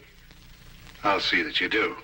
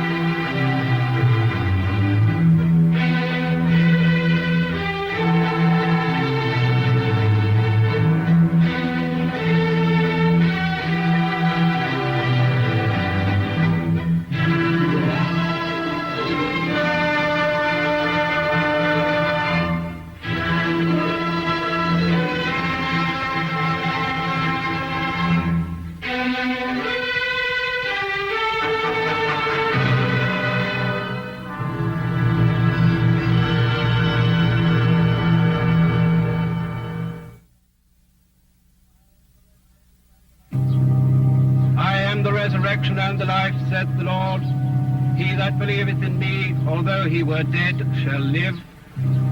And he that liveth and believeth shall not die. Unto Almighty God we commend his body to the ground, earth to earth, ashes to ashes, dust to dust, in sure and certain hope that at the resurrection he will rise again to everlasting life. Amen. Well, that completes the formal contents of Sir Charles's will. May I be the first to congratulate you, Sir George, as the new heir to Farnsworth Castle? A mass of crumbling stone and a morbid legend. Oh, plus an estate with a handsome revenue. All our legacies were most liberal, Mr. Clarkson. My brother was a generous man. He was a bully and a bragger. George, please.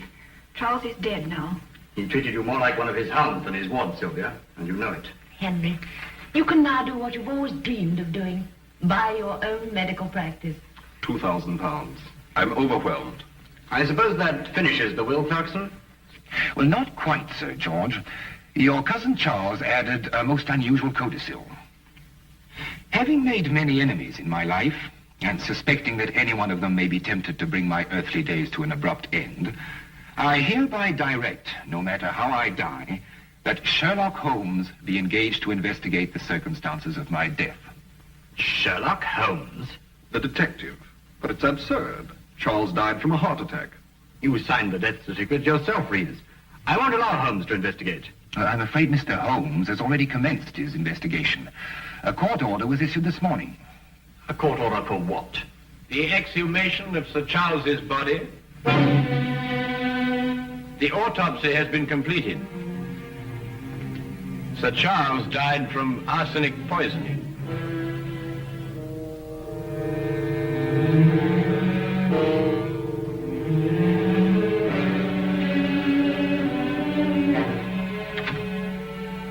Elizabeth. It's incredible. Who could have done it? Arsenic. Only one of us? You, or I, or Henry, or Sylvia? Oh, no. Not Sylvia, no. She had no reason. She had the same reason we all had. Charles' death set her free, just as it set the rest of us free. Are Holmes and Lestrade still up in the tower room? Yes, and Dr. Watson is there, too. Why is Holmes so interested in the tower room? Because Charles died there, I suppose. Or perhaps Mr. Holmes is interested in the legend.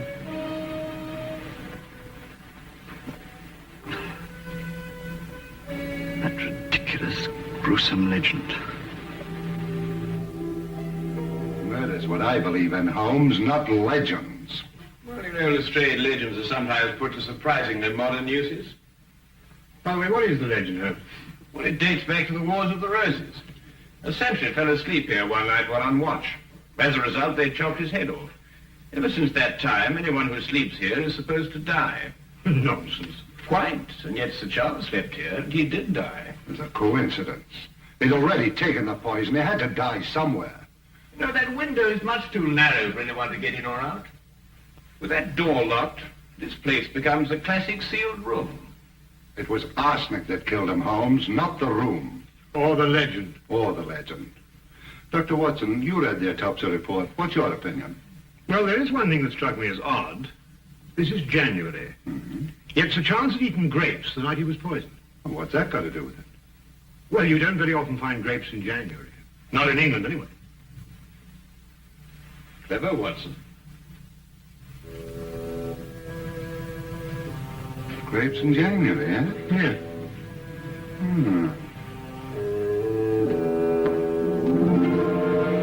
Arsenic. Out of this jar. And someone in this room gave it to him. Each of you gained from his death. We all had access to that jar, Inspector. The arsenic was used for garden spraying.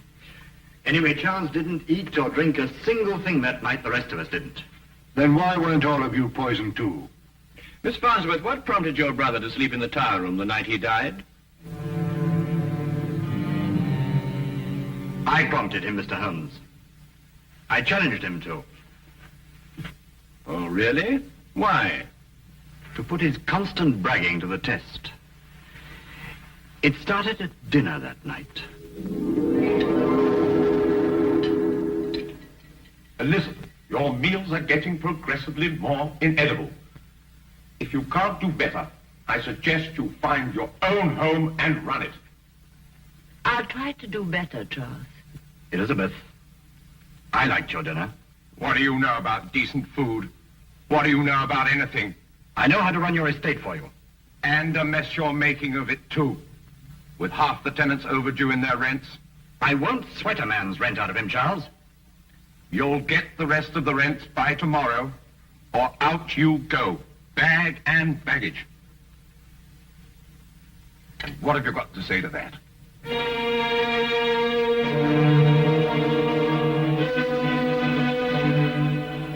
I'll collect the rents by noon tomorrow. Why must you always humiliate us, Charles? Have you no decency, no human feelings? I'm not a weak knee like George here, if that's what you mean. Courage isn't always physical, Charles. Courage. You remember the time I locked you in the tower room?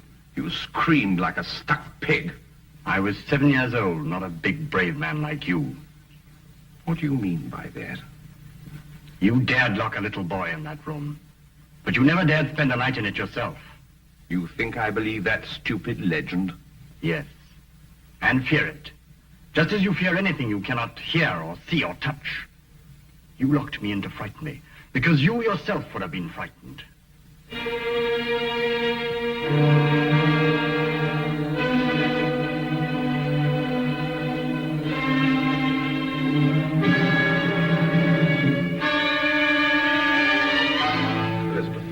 Get me a candle. I'm spending the night in the tower room. But Charles, you mustn't. Your heart. If you don't talk like an idiot means frightened of what? An old wives' tale?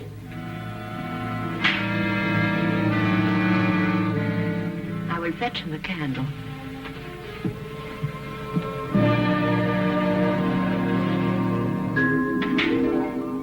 I had to break open the tower room next morning. I found him dead. Mm-hmm. Interesting. What kind of grapes were served at dinner that night? Grapes? No grapes were served. We haven't had grapes in the house for months. Then who gave Sir Charles the grapes he ate that night? Because he did eat grapes. That's how he was poisoned. No one gave my brother grapes, Inspector. You're wrong. The murderer did. Lestrade, the grapes won't solve your case, you know. The solution lies in the tower room.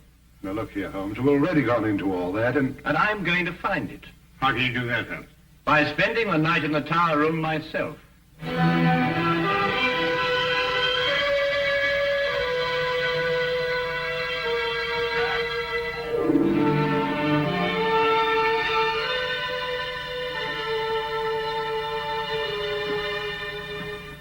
Mr. Holmes, I think you are wrong to take the legend of Farnsworth Castle so lightly. On the contrary, Miss Farnsworth, I'm taking it very seriously. Then be on guard, Mr. Holmes, and stay awake.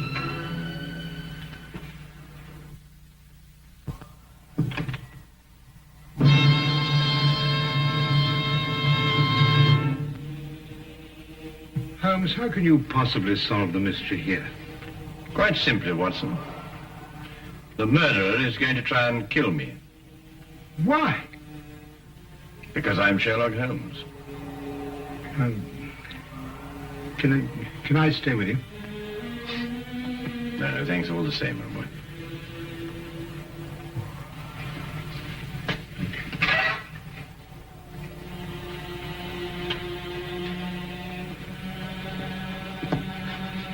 Holmes, if anything happens, you will shout, won't you? Yes, yes. Loud and strong.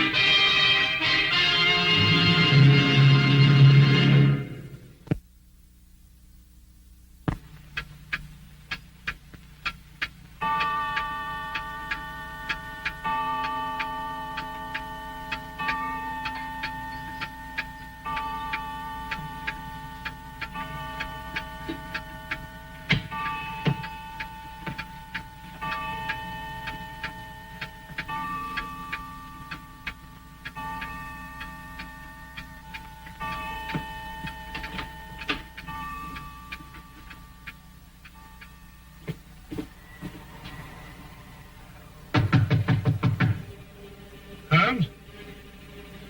Holmes?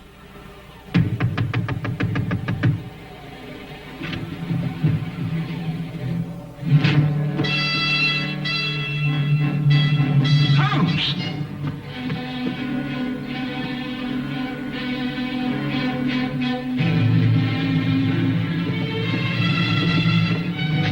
Poison. Watson, I'll get you back to my room.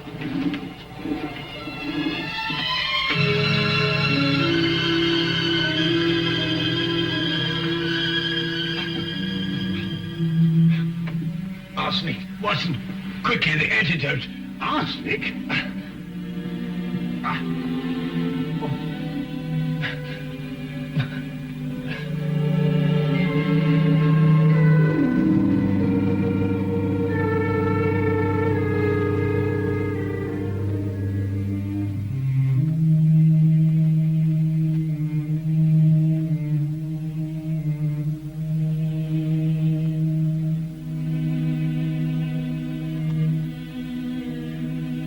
Very cunning, Watson. Yes, maybe, Holmes, but I don't understand. After all, you and I ate the same thing the entire evening.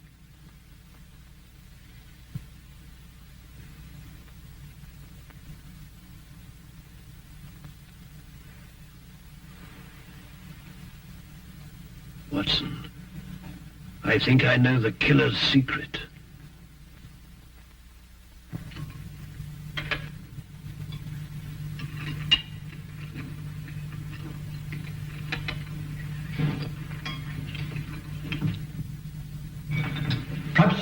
Perhaps I'd better go out and wake Holmes.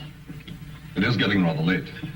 Not that I believe in any of this superstitious nonsense, mind you, but... But you do believe in murder, eh, Dr. Reeves? Holmes? Well, it seems that everyone is surprised at my appearance this morning. Perhaps relieved is a better word, Mr. Holmes. I dare say there's somebody who's not very relieved. What are you talking about? I was poisoned last night. I am alive this morning, thanks to a bit of good luck and some ingenious foresight on the part of Dr. Watson. On the afternoon that Dr. Watson learned the true cause of Sir Charles's death, he ordered the ingredients of an arsenic antidote from the local chemist. I wonder who, sitting at this table now, is cursing that foresight. Do we have to be afraid of every bite we put into our mouths? Not every bite, Sir George. Only food with a flavor strong enough to conceal the taste of arsenic. Something like grapes, for example. And if you want to know who poisoned the grapes, I can tell you that too. The person who bought the grapes in a London fruit shop on the day Sir Charles died. I rather imagined you'd trace those grapes, Lestrade. Who did, in fact, buy them? Miss Sylvia Taylor. You're lying. Let her answer that, Sir George. Yes. I bought them. Sylvia. And gave them to Sir Charles when he was in the tower room. Yes. But I didn't poison them. I swear I didn't. For some reason which he did not yet explain, Holmes doubted Lestrade's case against Sylvia Taylor. Furthermore, he reasoned that the killer would take refuge in her arrest, letting the case end there and accepting his own safety. He revealed to me that our only hope was to force the killer into making another move in spite of himself. The first step was publicly to denounce Lestrade's case in such a way that the inspector himself would be convinced that he needed more evidence. This, Holmes hoped, would frighten the killer. More evidence? You could spend a lifetime going over this place with your magnifying glass. And I wouldn't even attempt it. But a whole battery of men could accomplish it in a very short time indeed. Now look here. A whole battery of men? Lestrade, how soon do you think you'll get up here sufficient men from Scotland Yard to carry out a systematic and thorough search? Tonight, maybe. Certainly by tomorrow morning. Just a moment here. This is my home. And Lestrade, I think Sir George is going to be rather anxious that they come armed with a search warrant. I'll get in touch with the Yard immediately.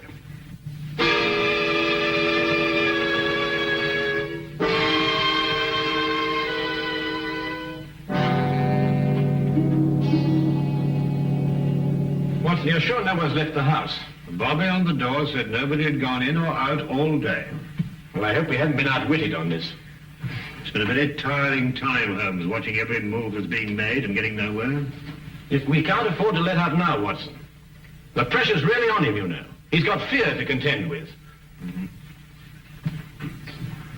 Oh, Holmes, why do you keep crossing to that window?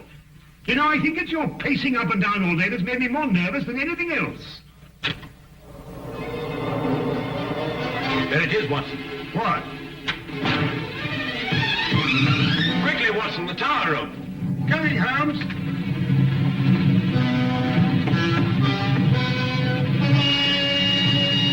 Watson, would you go downstairs immediately and tell Lestrade to bring our 4 friends up here? What are you up to?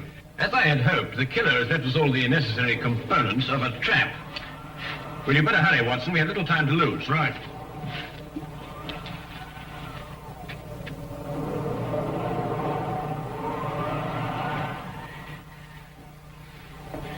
Won't you sit down here?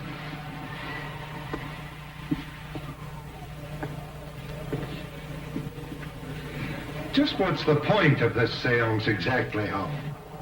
We're going to find a murderer, Lestrade. Yes, but why here? Perhaps the legend's going to tell us. Yes, Lestrade. The legend. The weird tale of a headless sentry. And a most convenient one for the murderer, who didn't anticipate an autopsy. Yet why did he choose this room to murder in? What is the mysterious connection between the tower room and death? Please stop. I don't want to stay here any longer. I'm sorry, Miss Taylor, but we must stay here and wait. Perhaps all night. Who knows? But this is insane. I don't feel very well. Could we open the window? I'll open it for you, Elizabeth. It is getting rather stuffy in here. Don't bother, Dr. Reeves. I've already tried to open it myself. It's quite impossible. My head is spinning. You've got to open the window. I feel faint. Please open the window. I've already told you, Miss Farnsworth. It's quite impossible. I don't believe you. Reeves, make him open the window. Elizabeth, calm yourself. It's just this eerie room that's getting on your nerves.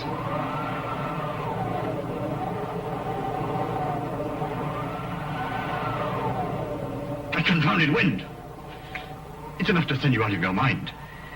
Mr. Holmes, can't we settle this downstairs? Please try to be calm, all of you. As I said before, we may have quite a long wait here.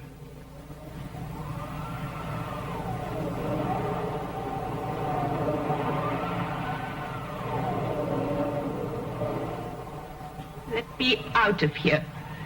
Elizabeth! Open the window. Do something. Stop it! Isn't it bad enough without you getting off? You fools. You fools, you don't understand. We've got to have air. For heaven's sake, open the window. Let me go. Let me go. It will kill us all.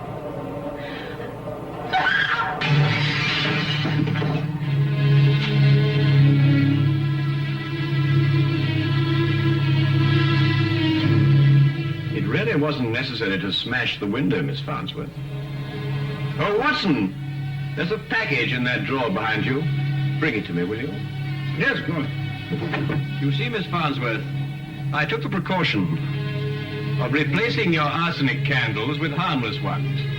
Of course, you couldn't be aware of that, could you? Arsenic candles? Yes, Lestrade. Like the one that kills the child. Sir Charles died of poisoned grapes. Oh, no, Lestrade. It was a far more ingenious method of killing than that. A small room, a tiny window, and a candle impregnated with arsenic and giving off fatal fumes. Ingenious, yes. And it's practical. You can inhale arsenic as a gas.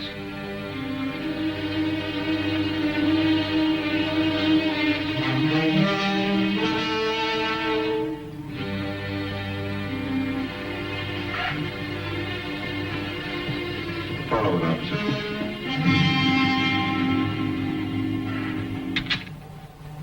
You see, Lestrade, the person who placed those candles there wasn't going to sit through the night and wait for death. She had to give herself away. I'm sorry to upset all of you, but quite frankly, I didn't know which one of you it was. But Holmes, why did she choose this room to destroy the candles? Because this was the only room in the castle that she could be sure would be deserted that night. The legend, you see.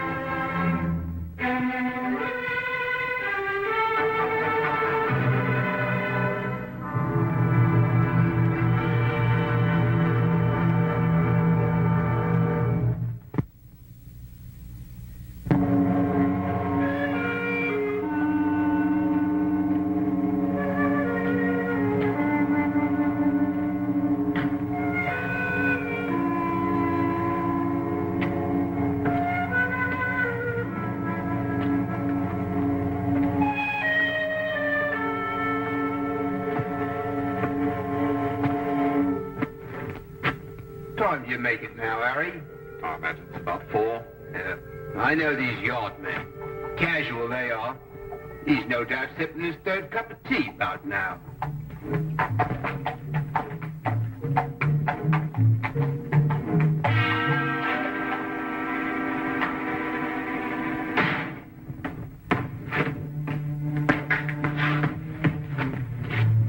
You know him, Inspector? Well, if your identification is correct, every police force west of Athens knows him. As far as I know, we're the first ones ever to see what he looked like. We called the yard, sir. As soon as we saw his name, he'd sewn inside the pocket of his jacket. Must be espionage. Oh, how'd that happen? Accident, sir. Pure and simple. A milk cart. The horse went wild and ran off with the cart. No driver. Charged around this corner here, caught the bloke by surprise. Well, that's a commonplace end to a romantic career, if you like. This is all he had in his person, sir. £100, this French coin, and a note. Note, eh? For a glance at the coin and a cheery good day, the Queen of Lambeth will send you on your way. Arrive 8 a.m. Wednesday. That's this morning. Any idea what it means, sir? No. You've not time to find out. There may still be time. 221B Baker Street, and hurry.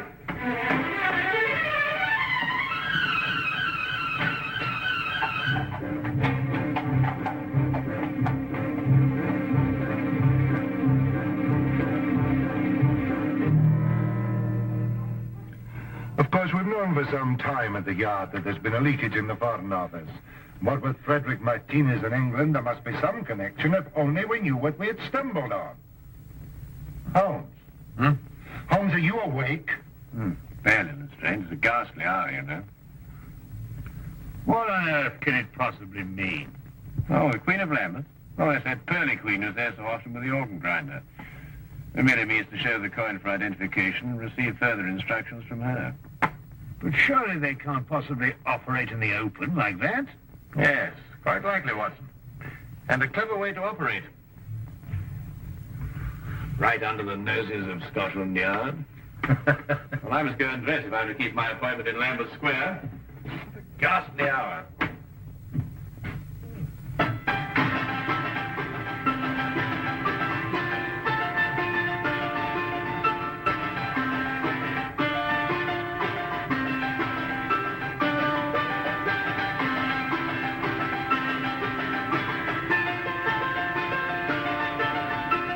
Arrived in the square at the prescribed time, dropped the coin in the hat and flashed the French coin with the other hand. The woman told Holmes to proceed to Westminster Bridge and there to pick up a cane from a man. Near the center of the bridge, his instructions took meaning. To avoid suspicion, Holmes drove on, then walked back to the scene. The man was still there, and Holmes approached him cautiously. It was a moment of chance, and it worked. What good is a cane? There you are, Lestrade. And done before breakfast, too. On top of the highest tower of all, you can buy a souvenir with your coin. Tomorrow morning. Tell the vendor you have no money smaller than the coin. On top of the highest tower of all. You suppose they're after something in the Tower of London? It's a little after 8 now, Watson. What's the earliest train to Dover? Dover? Yes, of course, Watson. The note. We must be in France tomorrow morning. France? The highest tower of... You mean the steel tower of Monsieur Eiffel in Paris? Is that what you mean, then? Certainly, Watson. Are you coming with us, Lestrade? Well, I can't enter France without permission from the Yard. I'll have to consult the superintendent. We'll meet you at the station in an hour. Now, hurry. If we miss this boat, we miss our appointment.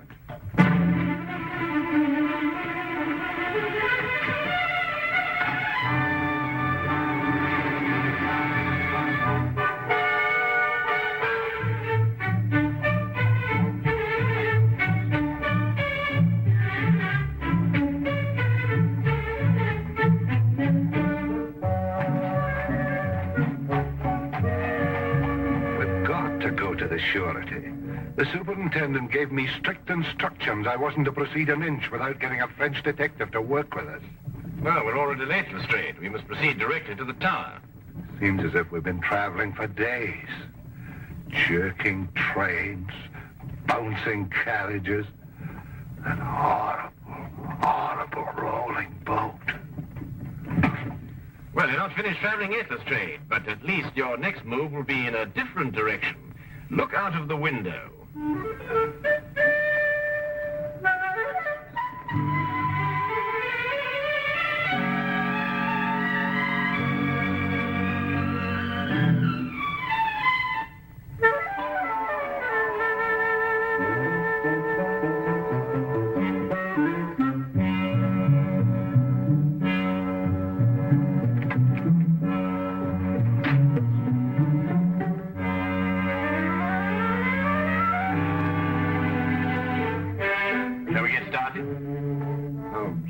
Do you think it's necessary for all of us to go? Well, perhaps you're right, Lestrade. We'll go on up and you keep guard down here.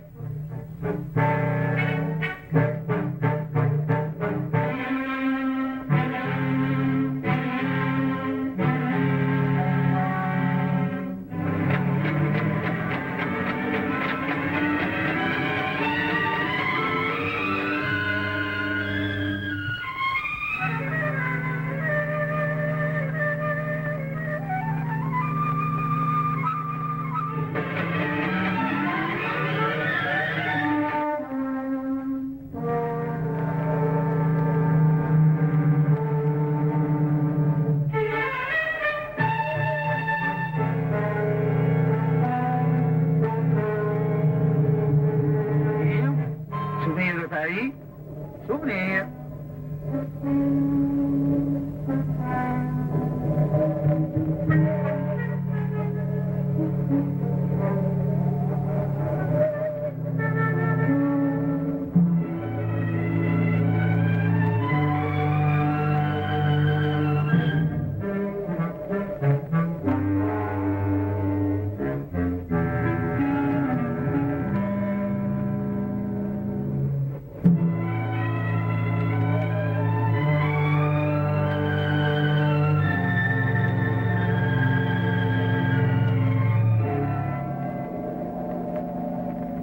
Souvenir de Paris. Souvenir. Souvenir de Paris. Excuse me. Oui, monsieur, un souvenir? But I'm afraid I have no change.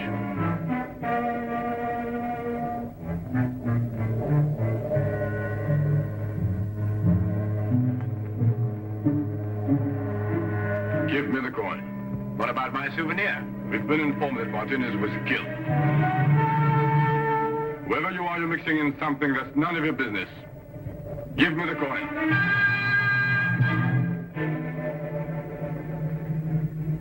Perhaps we should retire to somewhere more private. This will do. Give it to me. Don't think I won't use this. That coin is worth £500,000 to us, and even more to the government that ordered it.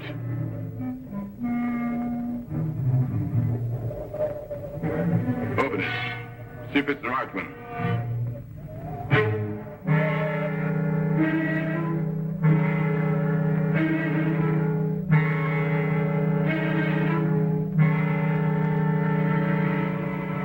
Ça va.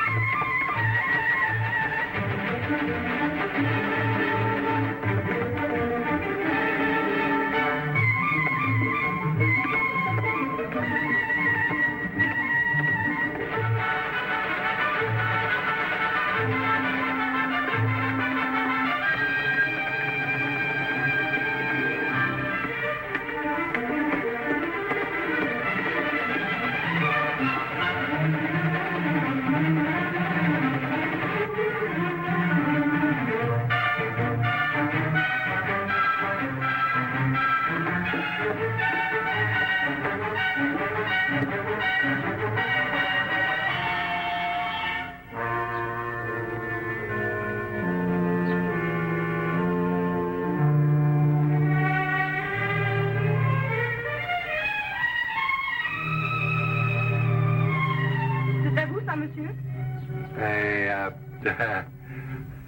No parley, fancy. Ha, you speak English. I wondered if this were yours. No, I haven't lost anything. I like it day. Au revoir. Au revoir, mademoiselle.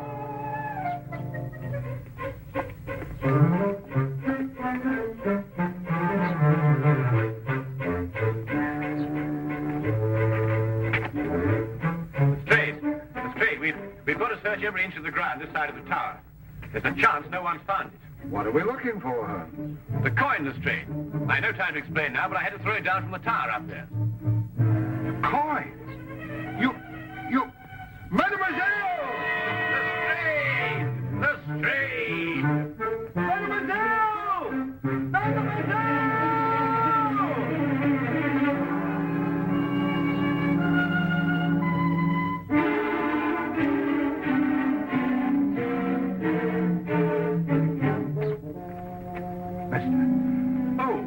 Young lady, a girl.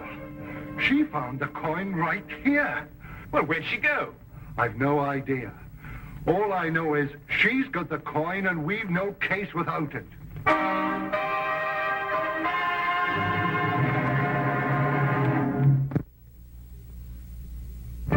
And now we return to the case of the Eiffel Tower.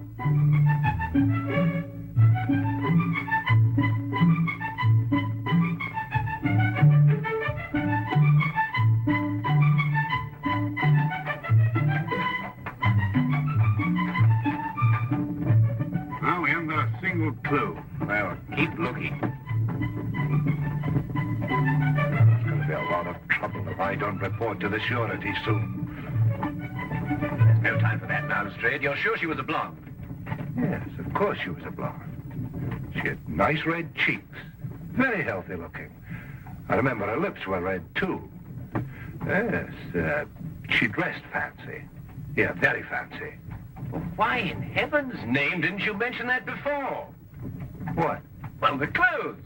A blonde, red cheeks, red lips, obviously who uses rouge. Probably an actress or an entertainer of some kind. Here, Watson, how do you stop this fellow? Stop him? Yes, in this language. Monsieur, pardonnez-moi.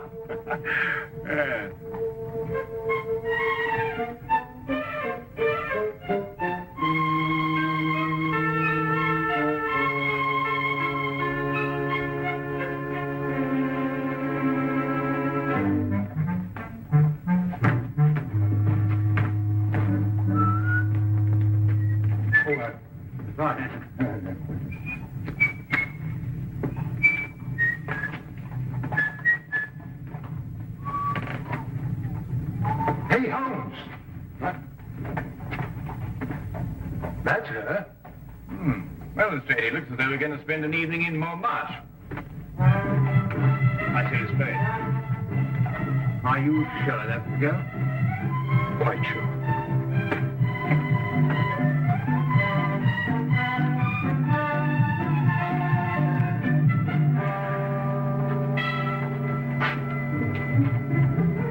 One of these posters.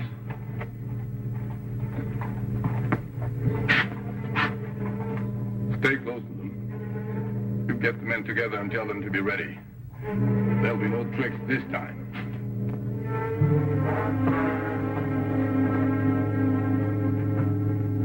Chaque fleur dit tout bas, papillon, aimez-moi, apporté par la brise.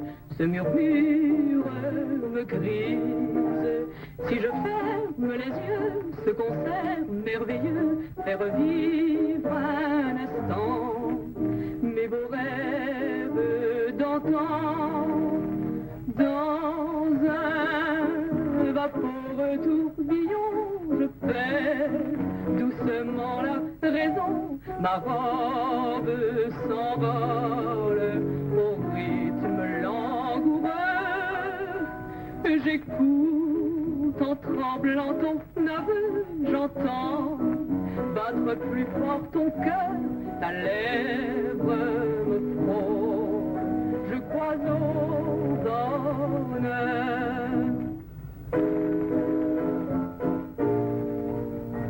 nous valsons dans le bleu, nous chantons tous les deux la chanson sans parole, douce et tendre, un peu folle, la chanson des serments, des baisers enivrants, et je vis jusqu'au jour le beau rêve d'amour.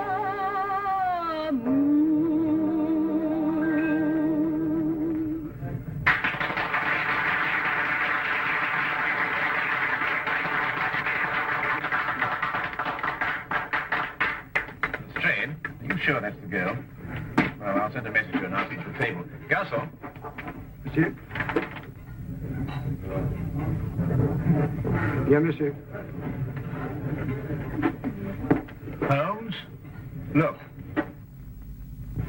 I don't see anything.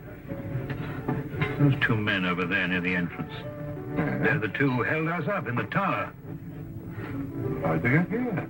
Well, we were so intent on our search, we took no precautions against being followed. Well, anyway, they couldn't possibly know who's got the coin. Could they, Holmes? It's doubtful, Watson. They would have acted before if they had. I suggest that we leave here and contact the singer later, when we've given our friends the slip.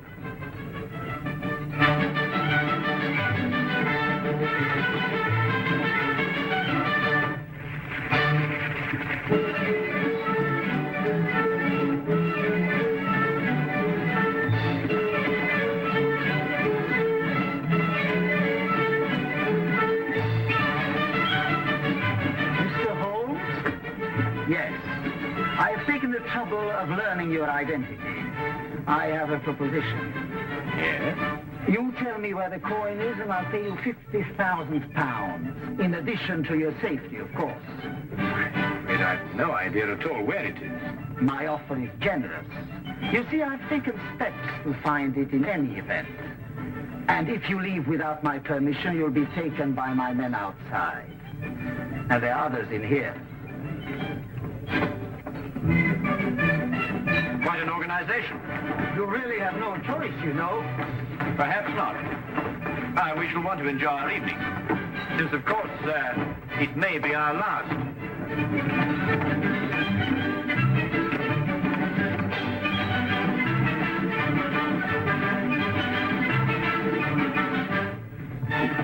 Well, what are we going to do?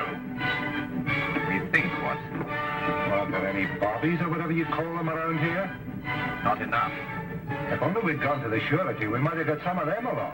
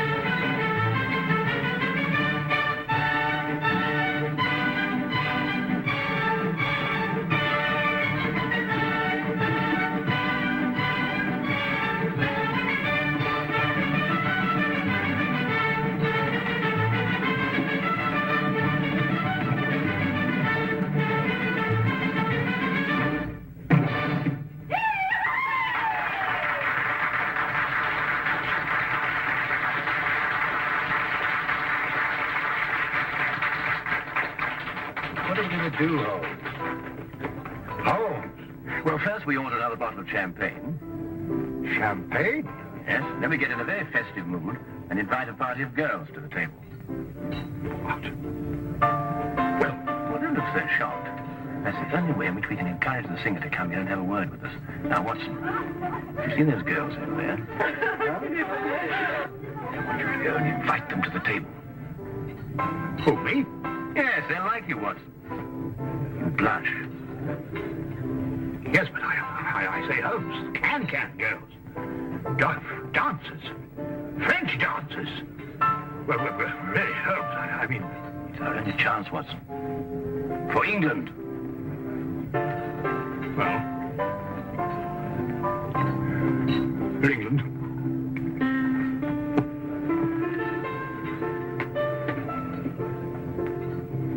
I just don't know what I'm going to write write my report. I don't dare tell the superintendent the real details of this case.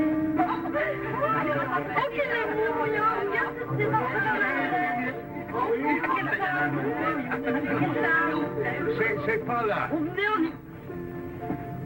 Won't you join us, mademoiselle? Seems a little crowded already. Haven't I seen you before somewhere? Yes, I was the fellow, it was me, you... Please sit down.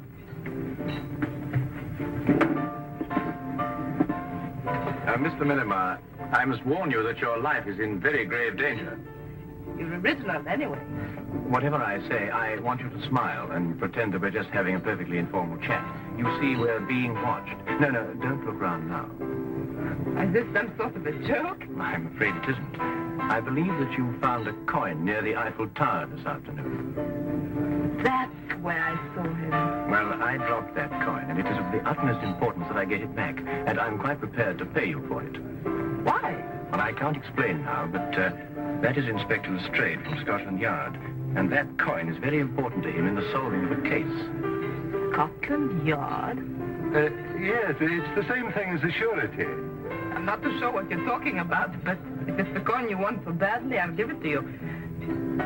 Here. Why, that's it. Here, give it to me. Be careful, Lestrade. Don't forget they're watching. Well, we've got the coin. They've got us. Tell me, mademoiselle, how long will it take for the police to get here from headquarters?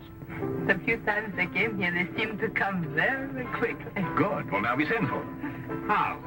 Well, you heard what he said. There are men all over the street. But not many in here. We'll start a riot. A what? Riot. I see, and the riot brings the police. Yes, if we can keep it up long enough. Excuse me, mademoiselle? All my life I've wanted to do something like this, Holmes, but of course at home it was impossible.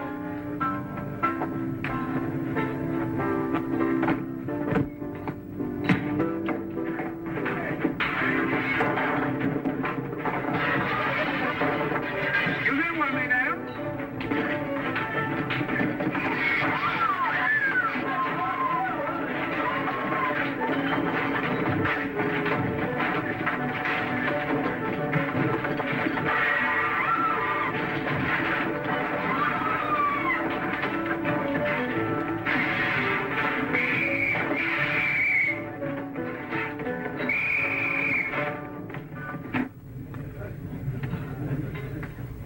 While we're waiting for the van, they might give us a bottle of champagne. Holmes, how in the name of fortune we're going to get out of this? Very simple, Lestrade. You must contact the Sûreté and explain the whole situation. After all, you were going to do it in the first place, weren't you? I don't know how I'm going to explain all this in my report to Scotland Yard. Maybe I can join the Foreign Legion and never go back. That would do it, wouldn't it? Allez, on! Alors, allez, avancez là, allons. Allez, on monte là. Allez, allez, allons, madame. Allons. Avançons, allez, allez, allez, allez. Allez, oh, allez, avance. Allons, allons.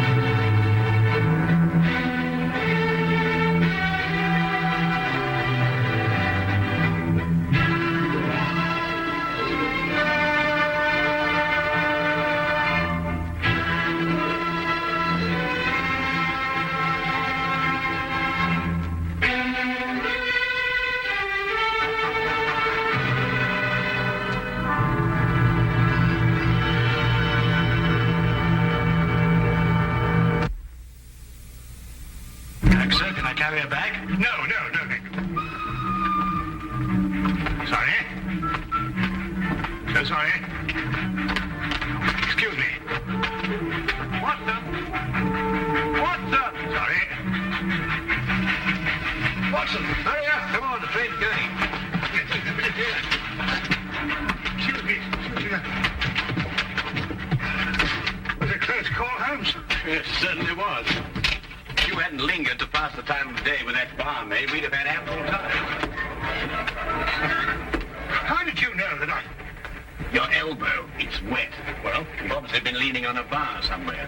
And if I know you, it wasn't a bar man. Was she pretty? Yes, he was a lovely young lady. As a matter of fact, came from Lancashire. Hasn't been in London very long. Blinko Watson. Sardines Taunton. Oh, I say, what a small world it is. Oh, good old Blinko.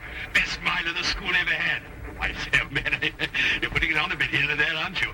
Oh, particularly there. Oh, well, you know. Say, Holmes, do you know sardines? How do you do, sardines? Did you say Holmes? Not Mr. Sherlock Holmes. Oh, I see you've been reading about him in the papers, what? Oh, can't read anything else these days except about that last case of yours, Mr. Holmes. Yes, well, that presented a bit of a problem at first, but we managed to nail it before the finishing line, didn't we, Holmes? Oh, we did, Blinko. You know, I wouldn't be at all surprised if you were going fishing. Yes, we're going to Witchenham, no? Why, of course. I'm living at our old family place, Forthing. That's near Witchenham. Oh, I say. Something wrong, man? No, nothing really. I don't want to bother Mr. Holmes with my troubles. What sort of trouble, Mr. Taunton? Well, yes, it's my mummy. Oh, Lady Taunton. No, my Egyptian mummy. Is your father married again? No, don't be silly, Blinko. One of those Egyptian fellows who were mummified thousands of years ago. That sort of mummy. Oh, you have that sort of a mummy? Yes. My Uncle Joseph sent it to me from Egypt. He's an archaeologist, you know. Well, it seems an odd thing to have sent you. Last year he sent me a crate of sand. Sand? Yes, from Sahara. The desert, you know. Just sand? Yes, that's all. Just sand. Arrived one morning like the mummy case. Mummy case? Yes, a chap called Amenhotep. No. Amenhotep. Priest of the 14th dynasty or something. Anyway, that's what Professor Van Tolkien said. Professor Van Tolkien? Yes, he's a colleague of my uncle's. Lives quite nearby. He couldn't fathom what was wrong with the mummy either. Precisely what is wrong with your mummy, Mr. Taunton? It laughs. I beg your pardon? It laughs. Laughs? Quite. How does it laugh? Well, now, we go something like this. No, not really like that. It's much eerier than that. More like this. See, when does it laugh? Oh, practically any time. Well, have you seen it laugh? Me? Oh, good heavens, no. Why don't you give it away? I can't. Nobody wants it. I say, Blinko. No, I'm awfully sorry. We couldn't. Well, look, why don't you burn it or chuck it in the river or something, hmm? Oh, well, now, I know this sounds silly, but there's an inscription on it. There's something like, who destroys my sleep, destroys himself. Professor Van Tolkien's translated it for me. Yeah, but you don't believe all that rubbish, do you? I mean, Egyptian capers and all that. Well, no, I don't actually believe the curse, Blinker, but I've got to do something. Well, I'm engaged to Rowena Featherstone. No? No. Oh, she's a lovely girl.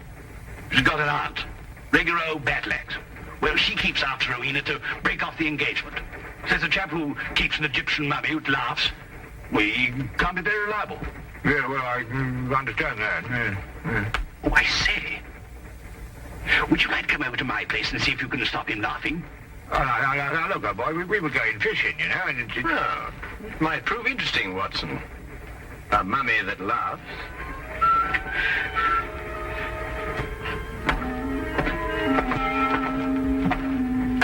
This is, I'm on a tip. Well, he doesn't look as if he had much to laugh about. You wouldn't think so, would you? You wait till you hear him, Blinko. Frightening, positively frightening.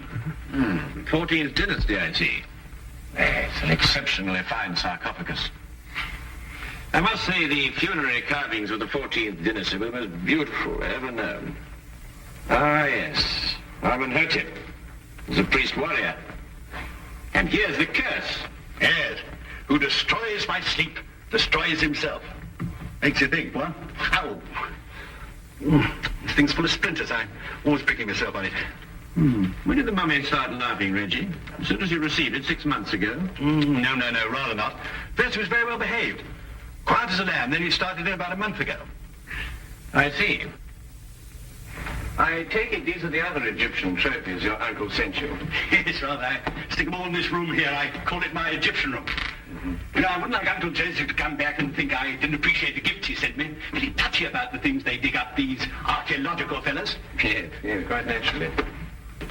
Has your uncle been in England recently? Oh, no, not since he went galloping off east as a young man. Must be at least 40 years, I think. Then you've never seen him? Oh, no. Oh, I say, that's the Sahara sand I was telling you about. Oh, yes. Does your uncle never write to you? No, never. Just sends back the things he digs up. Have you got a photo of him by any chance? Yes, this one. It was taken when he was over at Oxford. I think he must have changed by now, 40 years. Ravages of time and all that. Yeah. Oh, I'm sorry, Reggie. I didn't know you had visitors. Oh, no, don't go, Rowena. I want you to meet my guests. This is Binko, Dr. Watson, and Mr. Holmes, Mr. Sherlock Holmes. This is my fiancée, Miss Featherston. Mr. Sherlock Holmes? The detective? Yes. Yes, he's come to look into this mummy business for us. Have you found anything, Mr. Holmes? Why does it laugh? Well, perhaps he tickled himself to death. I keep pleading with Reggie to get rid of it. Destroy it. Anything. But he's afraid of the curse. Well, I'm the one the curse is going to work on, and you know what they are. Really, Reggie, this is the 19th century. And Aunt Agatha wants to know when we're going to eat. She's famished. Woman's always famished. Please, Reggie. She is my aunt. Well, I suppose I shall have to cook dinner myself. Cook left last night, 4th of the month. Say, Binko, you cook?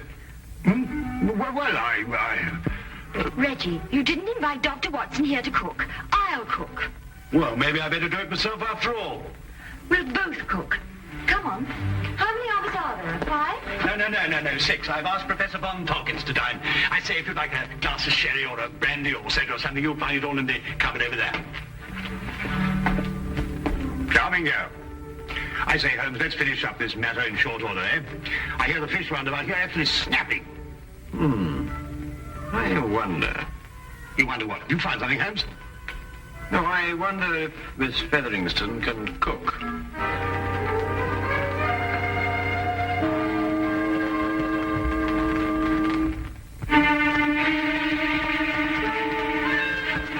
A doctor, young man, you say? A veterinary, no doubt.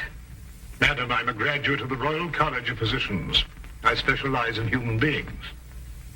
And you detect, young man, I understand. Yes, madam. I detect. Work with the police? Well, on occasion. No wonder the crime rate's going up. Rowena, do we or do we not eat? It's over, Donkey. We're bringing the food in. Reggie told me you've recently come back from Egypt, Professor. Yes, Mr. Holmes. Just a few months ago. I have retired from active participation in Egyptology. I see. I understand that you met Reggie's uncle while you were out there. Yes, Professor Taunton and I excavated for a long time together in the valley of the Lower Nile. Is Professor Taunton still active? Yes, Joseph is engaged in important excavation at the present time. You must be very glad to see all your old friends and relations again, Professor, after all these years. I've been gone so long, Doctor. I no longer have friends. And I'm afraid even my family wouldn't recognize me. Well, here we are at last. Better late than never, I always say. Oh, please do help yourselves, everybody. Informalities to form.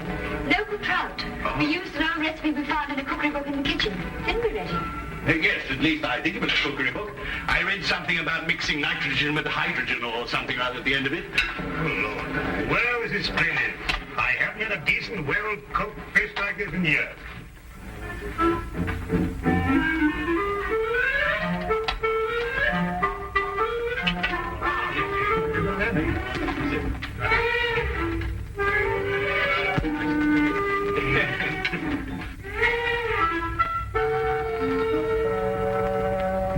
Rubber. Sheer, unchewable rubber. I think it's very edible. What do you think, Holmes? Quite. Who knows? The sauce might have improved it somehow. It's quite delicious, Miss Featheringstone. I believe you're accustomed to eating beetles and locusts, which I'm told are considered delicacies in your...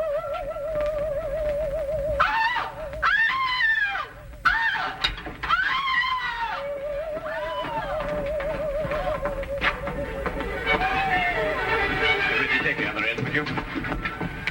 Careful, please. Careful.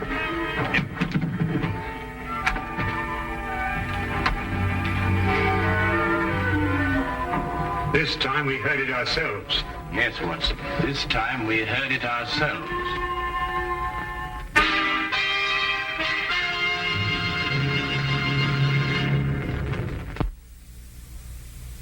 And now we return to the case of the Laughing Mummy. Of all the silly things I've been inveigled into by you, this is the silliest.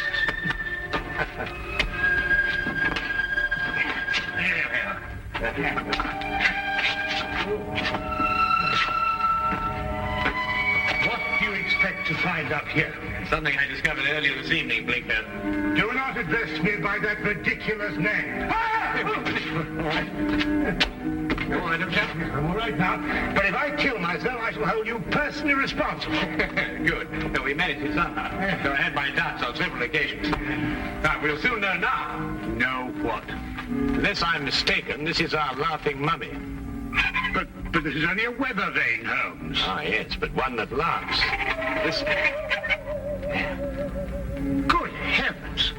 Well, it is laughing. It would appear to be so, especially with a mummy in the house.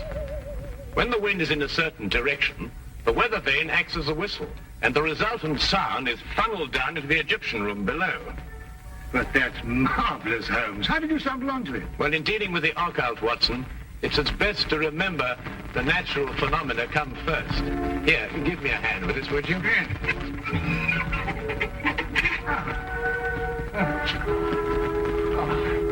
Wonderful.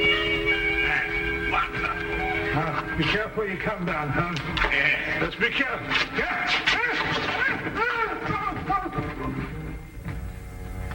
Here, Watson, would you hang on to this, please?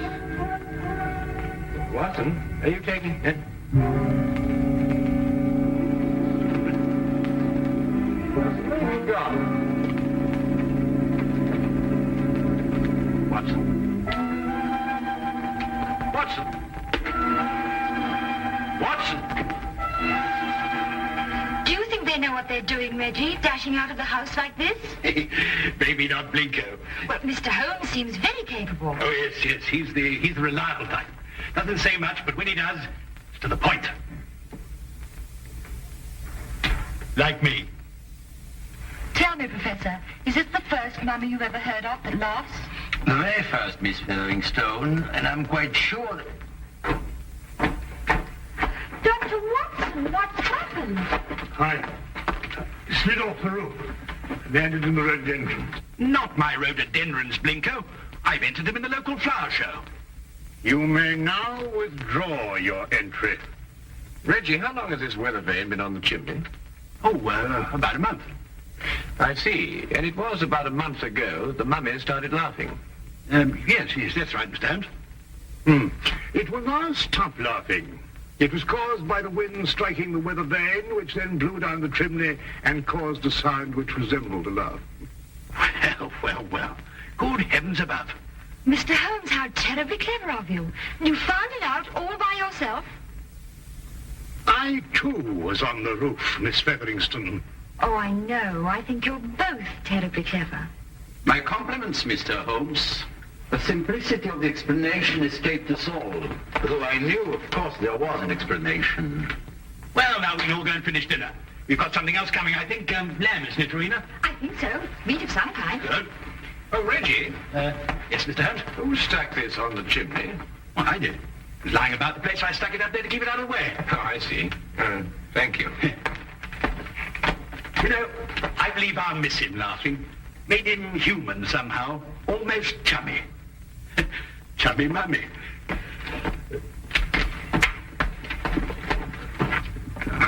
Well, that's another mystery we've solved, eh, Holmes? Yes, Watson. But in solving it, we've been confronted by a far deeper mystery. And? What do you mean? You may observe the sarcophagus is of the 14th dynasty, but the mummy itself is of a much later period. Well, perhaps they had an old box lying about when the chap died. Yes, possibly. But it would have to be lying about for a very long time.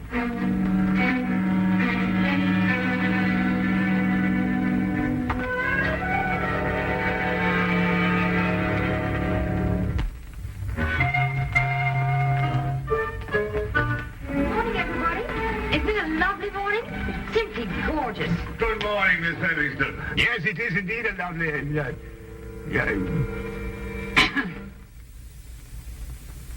You look very refreshing, Miss Featherington. Very refreshing. And I am. No mummy lasting any longer, thanks to you, Mr. Holmes. Well, I say, what early birds we all are.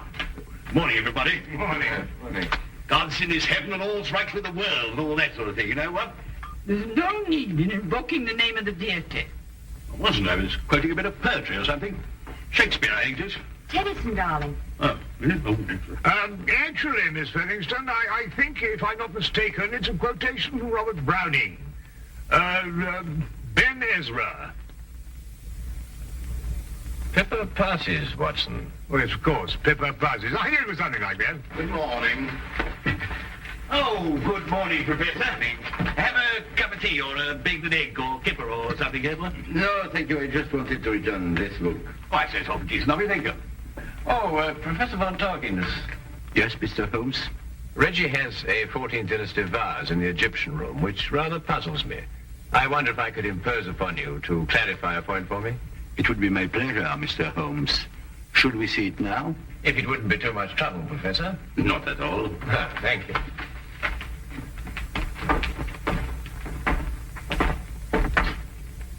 Yes, the composition of the pottery struck me as being rather later than the 14th dynasty, Professor. This is the vase I referred to. Considerably later, Mr. Holmes. The 18th dynasty, in fact. I rather thought Reggie was mistaken, as he was also mistaken about the mummy. The mummy? I'm afraid I don't understand. Don't you? I believe it was you who told Reggie that Amenhotep was of the 14th dynasty. It was, Mr. Holmes. But of course, this mummy, like the vase, is of a considerably later period. Really? How much later would you estimate, Mr. Holmes? Well, I'd say, 4,000 years later.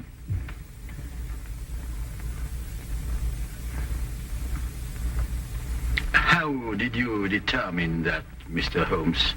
Well, the sarcophagus is obviously authentic. But the burial wrappings of the mummy itself are of a comparatively modern Egyptian weave. Expertly aged, I admit. I'd hoped the discrepancy wouldn't be noticed. Well, if it hadn't been for the coincidence of the weather vane, I should never have bothered to look at the mummy so closely. What do you propose to do, Mr. Holmes? I'm afraid, Professor, I have no alternative. Holmes, what are you talking about? Professor Von Torkins is, I regret to say, Watson, involved with murder. Murder? Well, who was murdered? Joseph Taunton, Reggie's Uncle Joseph. But how do you know? Where's the body? You are gazing, Watson, at the mummified remains. Oh, no, really. You're right, Mr. Holmes. This is Joseph Taunton. And if I killed him... What do you mean, if you killed him? I don't know. That sounds strange, doesn't it? Joseph Taunton and I were friends. We devoted our lives to excavating the glories of Egypt. And last year we discovered the tomb of Amenhotep. An untouched tomb, Mr. Holmes. Over 4,000 years. Joseph and I were the first human beings to set foot in it since the day it was sealed. Can you imagine what that meant to us? Yes, I can understand that. Joseph was beside himself. He wanted to open the mummy case immediately, but it was wrong, Mr. Holmes. The case had to be opened carefully, delicately. We quarreled. I tried to restrain Joseph physically, but he broke loose from me. He ran to the case and opened it, and then... And then, Professor? And then he staggered and dropped dead. As he opened the sarcophagus? Yes. There were no witnesses to what had happened, Mr. Holmes. But in our struggle, Joseph had suffered bruises. I knew what the police would believe. And so you removed the mummy of Amenhotep and substituted the body of Joseph Taunton instead? It was the only way I could get the body out of the tomb. Mr. Holmes, I didn't mean to kill Joseph. It was his heart. He always had a weak heart. You say he staggered, Professor. But what did he do as he staggered? He grasped his throat as if he were choking. Watson, would you oblige me by removing the cover of the sarcophagus? Yes, of course.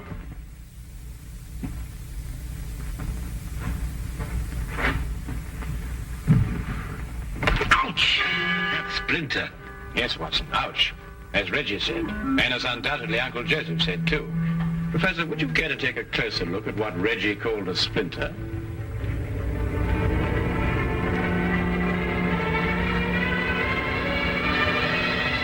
What? It's a hollow needle that would pierce the skin of anyone who touched it. But I don't understand. The curse of Amenhotep and the hollow needle that contained the venom of an asp. The same snake poison that killed Cleopatra and that killed your friend, Joseph Taunton. The most marked symptom of asp poisoning is suffocation. The victim instinctively clutches his throat. Then it wasn't our fight.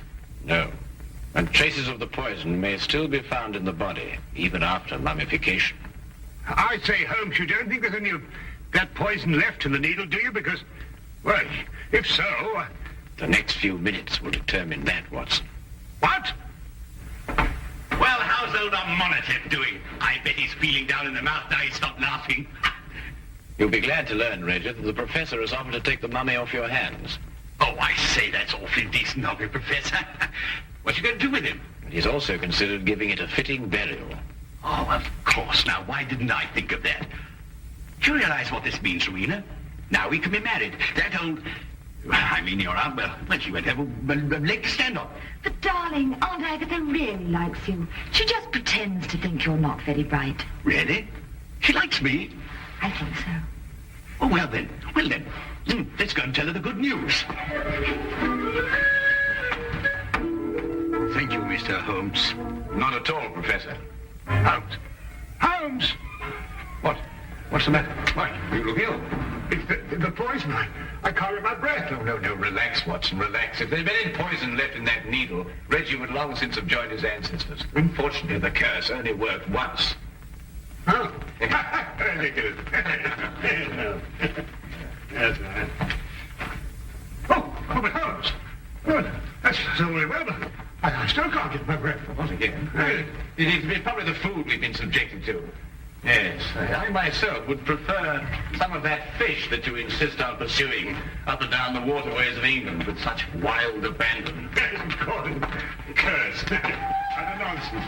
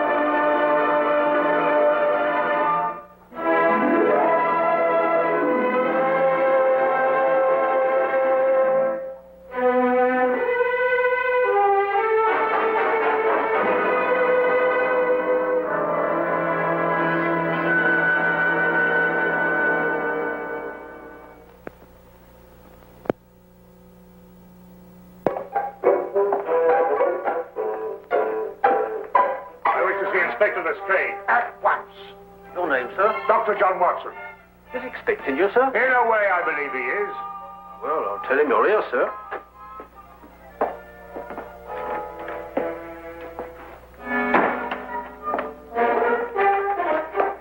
You can go in, sir.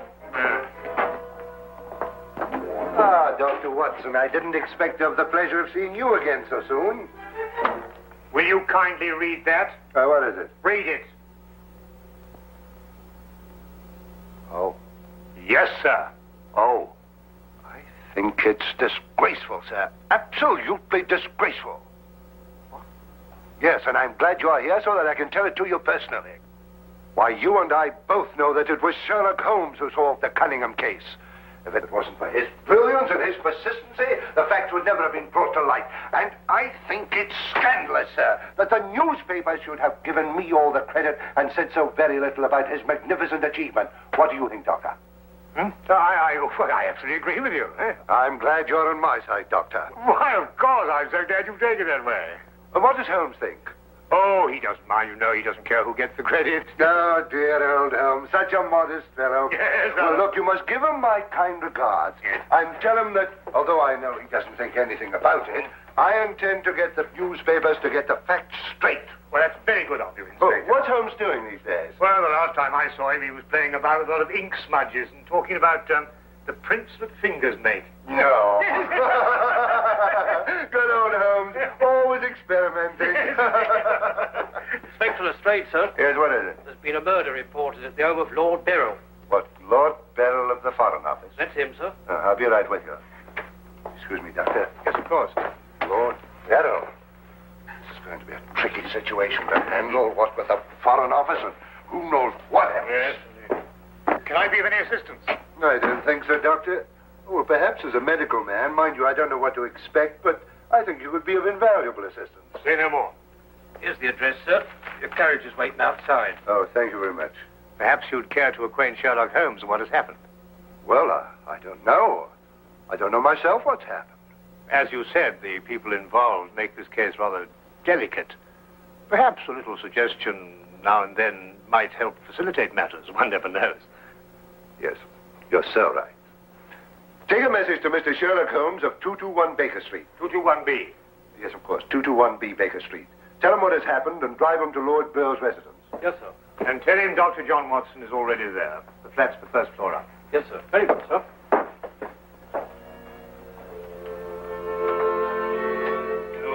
221B Baker Street.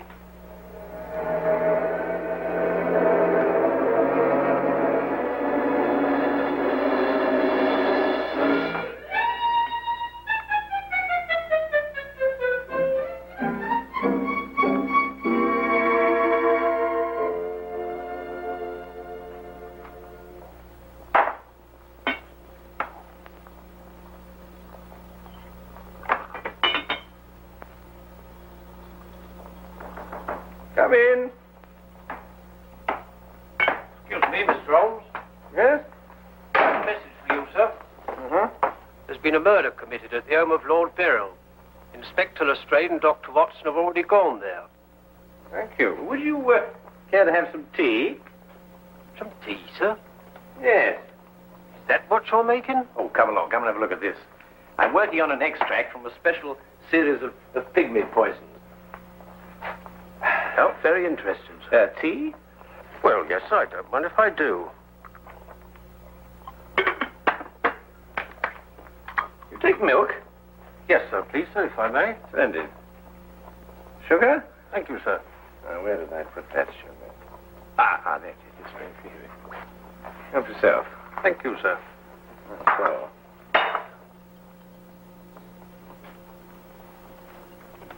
What's this you're doing here, sir? Well, I believe that certain poisons, if taken in the correct doses, can actually have beneficial rather than fatal effects. Now, that's very interesting, sir. Yes, it is, isn't it? And what's all this over here, sir? Oh, that? Oh, those are some tropical leaves. They were sent to me by a friend of mine who hunts in that part of the country. The essence, you see, passes through this tube, down here and across the table, and is condensed in that retort there. And what's that stuff in the bottom there? That's lime. That acts as a catalytic agent to combine the essence of the leaves with a dark, tar-like substance, which you can see at the bottom.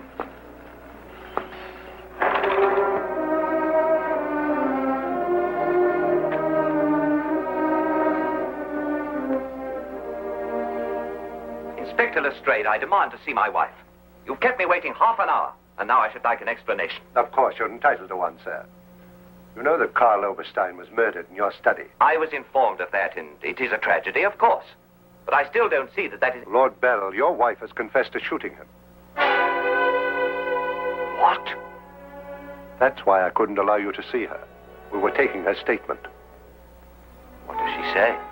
Apart from the actual confession of murder, she refuses to say anything. You may go in now if you wish, Lord Beryl.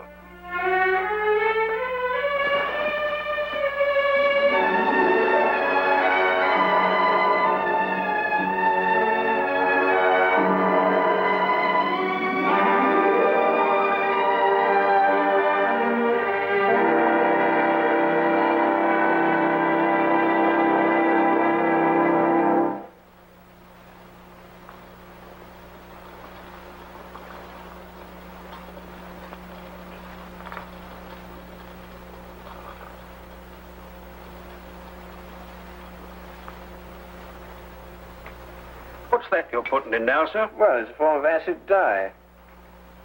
Yeah. That's all right. Oh, where have you two been all the afternoon? Didn't the sergeant tell you?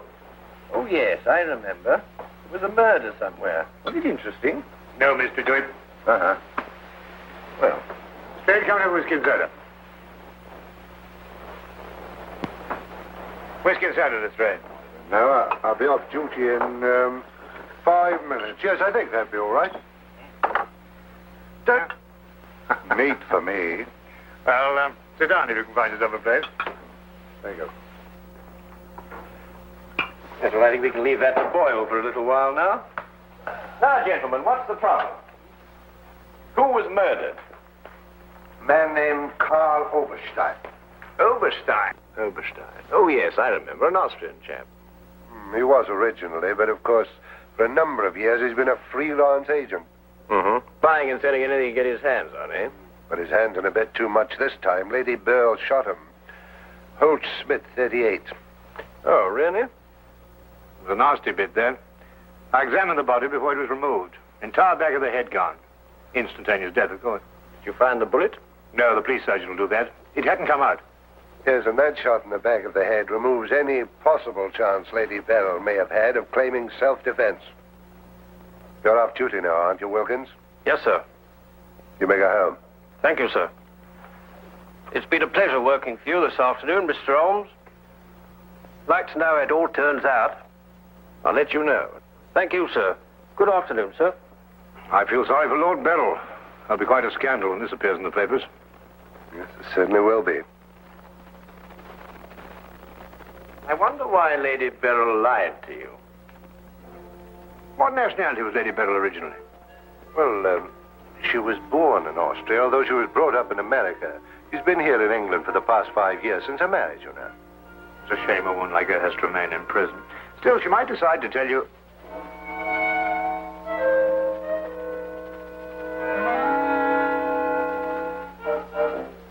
What did you say? I beg your pardon? What did you say just now? I didn't say anything. Oh, yes, you did. You said, I wonder why Lady Beryl lied to you. Oh, that? Yes, what did you mean? Nothing, except, of course, that Lady Beryl didn't shoot this chap Oberstein at all. But she confessed to it.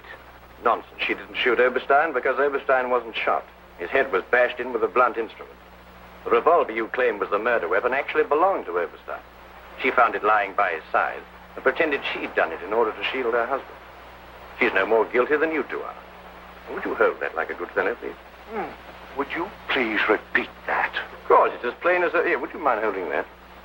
Oh, well, it's not plain to me. Well, you told me that Lady Beryl confessed to shooting Oberstein. But Oberstein wasn't shot. Just because you find a man with the back of his head shattered and a gun lying by his side is no reason to assume he's been shot. Thank you. You also assumed that the bullet had lodged in Oberstein's cranium because it hadn't emerged through the front. Now, any student of elementary ballistics knows that the greatest damage to the skull is on the opposite side to which the bullet entered. The point of entry is always clean. But the gun we found was an Austrian gun, and Lady Bell is an Austrian. Now, there's a logical bit of reasoning for you. Would you mind holding that, please? Lady Beryl saw Oberstein lying there and jumped to the same conclusion we did. Well, Lady Beryl's innocent.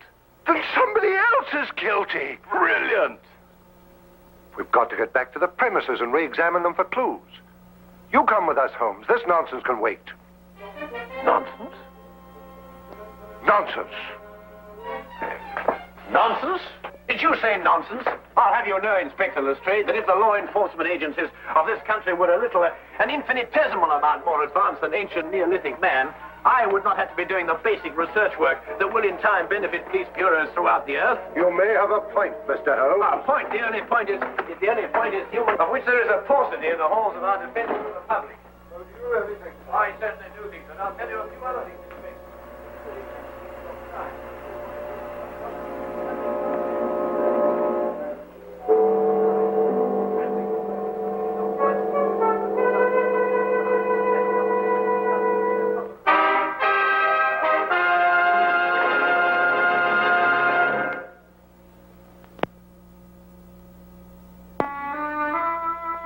And now we return to the case of Lady Beryl. Yes.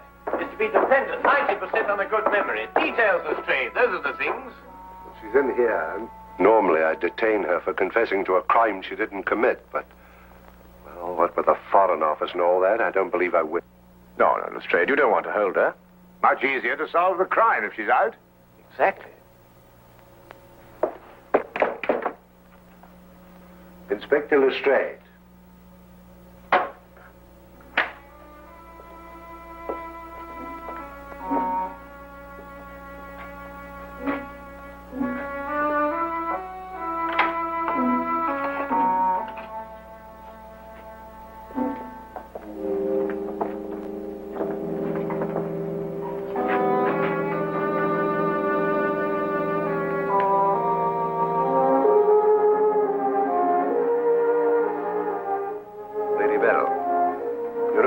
We're releasing you. So I understand. Do you know why? No. We've been able to prove that you didn't commit this murder you confessed to. I see. We would, however, like an explanation as to why you confessed to this crime.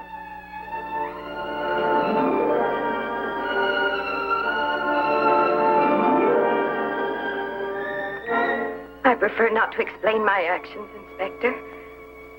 You realize, of course, that your actions are in themselves punishable and that we could detain you.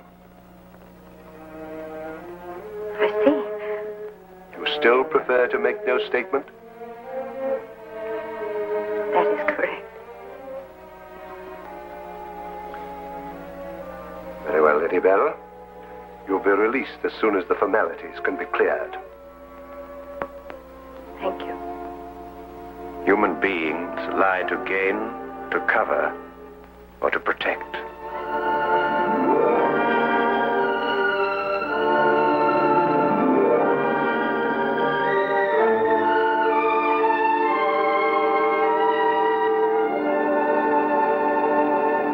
I don't know how to thank you, Mr. Holmes. Please consider me forever in your debt. Not at all. You're in the Foreign Office, aren't you, Lord Beryl? I am. Had you ever met Herr Oberstein before? I had. Exactly when? Last week. For the first time? And the last time. I see. I believe it was his habit to offer large sums of money to men in key positions for the information they may have had in their possession. I believe that was his habit, Mr. Holmes. Thank you. Oh, Lord Beryl, while your wife is on her way here, I wonder if I might look at the premises of the crime. Well, of course, of course. It happened in the study. With your permission. My house is yours, sir. Thank you.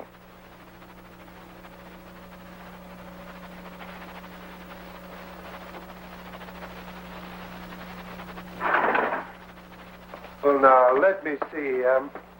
Karl Oberstein was lying about there. Of course, it's been removed. Yes, of course. I see you've cleaned everything up with your usual remarkable efficiency, Lestrade. Now, look here, Holmes. I didn't know there was going to be any mystery about this affair. Oberstein's head was here, Holmes. His feet were there. Thank you, Watson.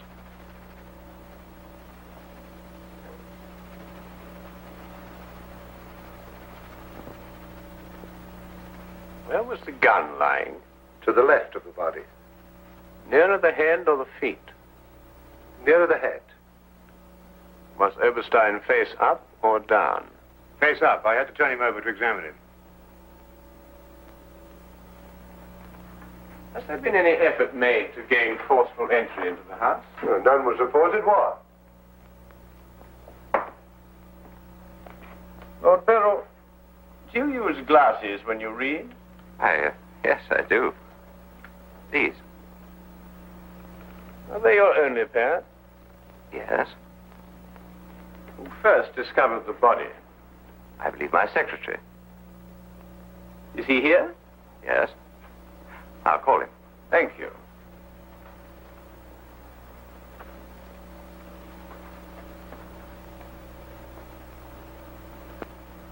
Lestrade, where was Lord Beryl at the time you estimated the crime was committed? He'd been at a meeting with high government officials all day. Oh, good. Why did you ask about the glasses, Holmes? It's because Lord Beryl wears glasses when he reads. But Lady Beryl confessed to a crime she didn't commit. What? This is my secretary, Mr. Ross. You met Inspector Lestrade and Dr. Watson. This gentleman is Mr. Sherlock Holmes. How do you do? I understand it's through your efforts that Lady Beryl was returning home.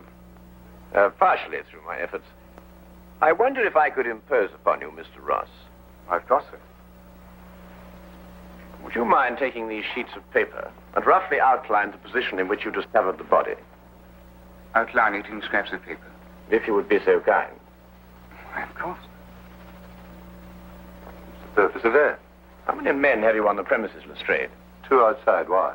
Oh, good. I wonder if you'd mind taking them into the garden behind this window and making a thorough search of the premises for a radius of 30 feet. Looking for what? Anything that doesn't belong in a garden. Are you serious, Holmes? Completely.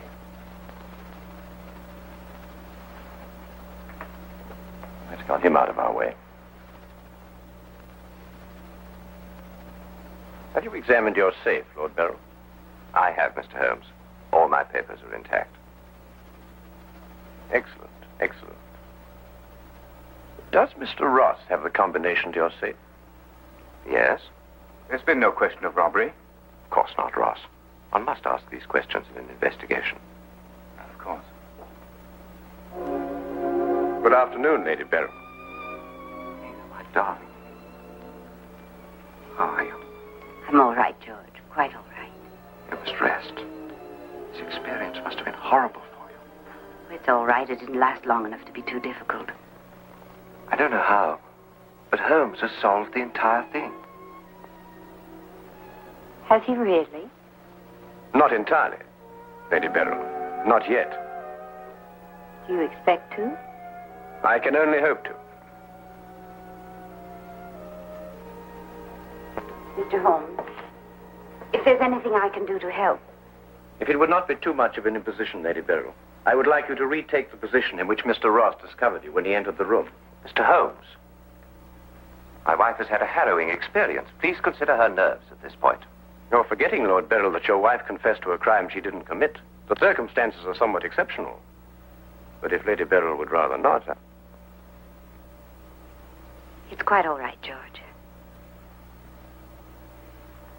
Now, let me see.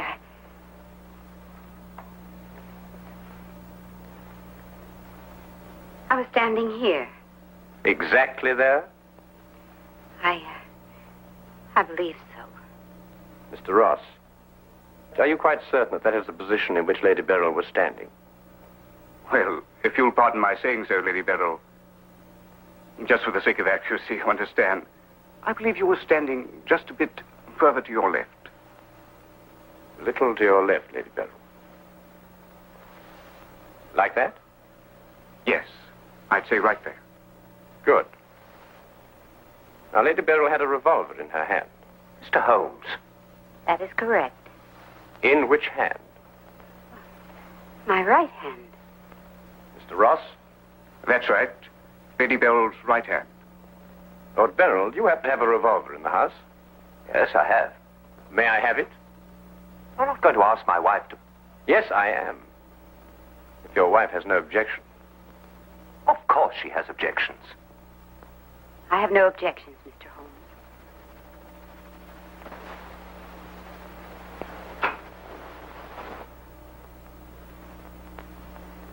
Ah, excellent. A .38 caliber. Do you notice, Watson, that it's patterned very closely after the Schmidt-Holtz, the revolver in question? Lady Beryl, is that the way you held it? I believe so. Mr. Ross? Yes, it was like that. Mr. Ross, I'd like you to think very hard. A great deal depends on what you're going to say now. As far as you can remember, that was the position of Herr Oberstein's body? Yes. And where in relation to Herr Oberstein's body and Lady Beryl were the broken eyeglasses? Over there. There? Yes.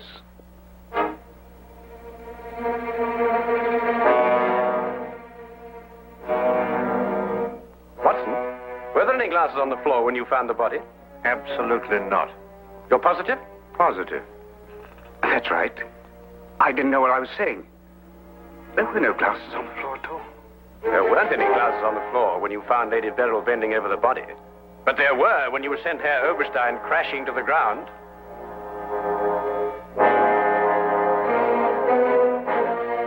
Before you run, Mr. Ross, look at Lady Beryl. I don't understand this, Mr. Holmes. Oh, very simple, really. Herr Oberstein approached you with an offer to buy Foreign Office secrets. You threw him out. Then Ross contacted him, prepared to sell him the secrets. Well, there's nothing missing from the safe. Of course not. If you sold anything, you'd have been found out. Herr Oberstein came here expecting to buy. You opened the safe, showed him the papers he wanted. He put his glasses on to examine them. And then when he paid you, you smashed his skull in. He fell, breaking his glasses. His revolver dropped from his pocket. Then you replaced the papers, pocketed the money, and left. It's a lie. Why, you filthy... The unfortunate point occurred when Lady Beryl discovered the body. You read the evidence incorrectly. I thought the gun was my husband's. Similar, but not the same. And the glasses. A very common variety of frame. You gathered up the pieces, except a few fragments, and threw the frames away. Yes. Then you lied to protect your husband. Yes. Nina. Brilliant, Holmes. Absolutely brilliant. Thank you, Watson.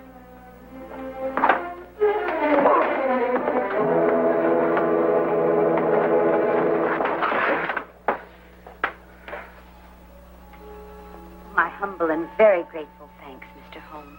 It's been a pleasure to help so brave and noble a woman. I'm still not quite certain what's happened, but I know we shall both be forever indebted to you.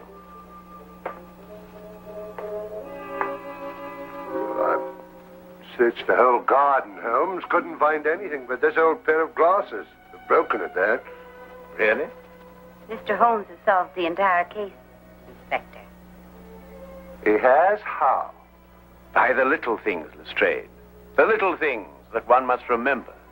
The little things that make the difference between success and disaster. One must never forget that the difference between... Good heavens. What? What is it, Holmes? I left the gas on under the experiment. All Baker Street will be blown up. Holmes, I turned it off. Stay. Hold that. Holmes. Holmes. Holmes. Holmes. Holmes.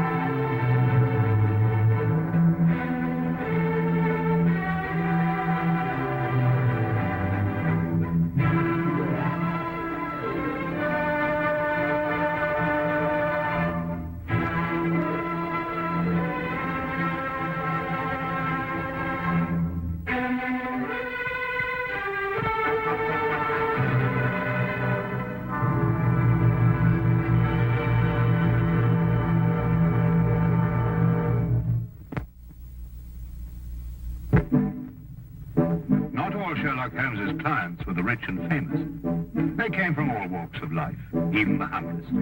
Indeed, he was more apt to give heed to the humble client, the minor tragedy, because that was the nature of the man, human and understanding. Yeah, hang it all, Holmes. Let me have a look. After all, I didn't buy the beastly thing. Why don't you wait for moving pictures, Watson? Much more interesting, you know. Pictures that move? Ridiculous. I'm not being ridiculous. They've already been invented by a Frenchman named Lumiere, and an American Edison seems to have made it quite practical. Absurd. You'll never get anywhere with them. You'll see. Not commercially anyway. Nobody will be interested. Come in.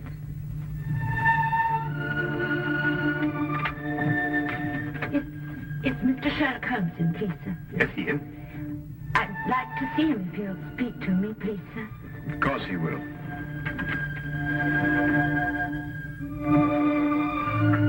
This is Mr. Sherlock Holmes. I'm Dr. Watson. Miss... This is just you. Oh, come now, my dear. It's not as bad as that. It's Billy. My husband. He's dead. Oh, my dear. Here, come and sit down and tell us about it. Get a cup of tea, Watson. They say he hanged himself, sir, 3 days ago in a hotel in Glasgow. Oh, yes, I remember. William Hooper, a traveling salesman with Whittle Brothers, I believe. Yes, sir. Brooms and brushes. He was on his last job for the firm. They were letting him go. Yes, sir, but Billy would have found another job. He wasn't afraid to work. Of course he wasn't. He didn't hang himself, sir. He didn't. Jessie, I believe you have a baby. Yes, sir. 6 months out. Is there any insurance? Yes, sir, but they say because Billy hanged himself. The policy won't be paid. Tell me, Jessie, when did you last see Billy? On the day he went out to Glasgow, on the train. I went out part of the way with him to Doncaster. To cheer him up, I take it. Yes, sir. He was so upset about losing his job, about it being his last trip for Whipples. Yes, of course, I understand. Was he in a more cheerful frame of mind when you left the train at Doncaster? Oh, yes, sir. We had ever such a jolly time. There was a gentleman in the compartment who was so funny he kept us in stitches. When he laughed, you just couldn't help laughing with him. I see. Was there anyone who might have benefited by his death? No, sir. No one at all. Was he a native of London? No, sir.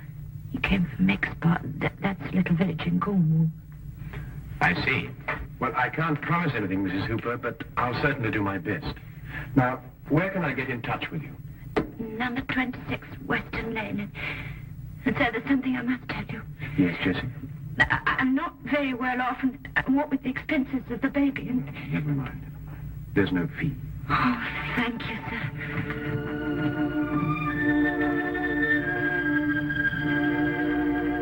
Goodbye, sir. Goodbye, Jessie. Sir, I don't know how to...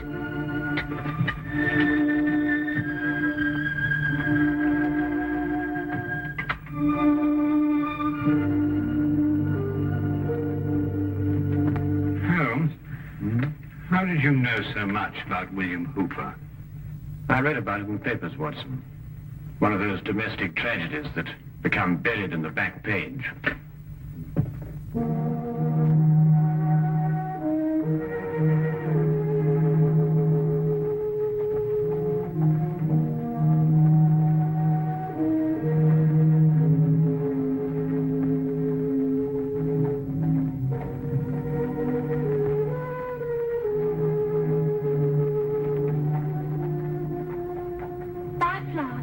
No, thanks.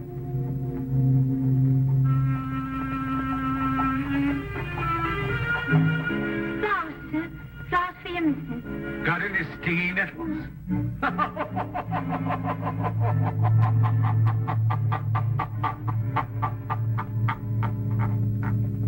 If you want to kill somebody, you can poison them or shoot them or stab them or push them over a cliff if you like, but you don't hang them. It's too deucedly awkward. Unless, of course, you want to make it look like suicide.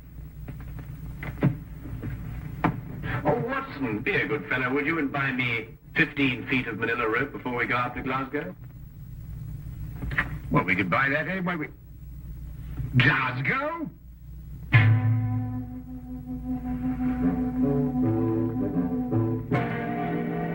You know, Mr. Holmes, I'm only allowing you to see this rope because my cousin, Inspector Lestrade, asked me to.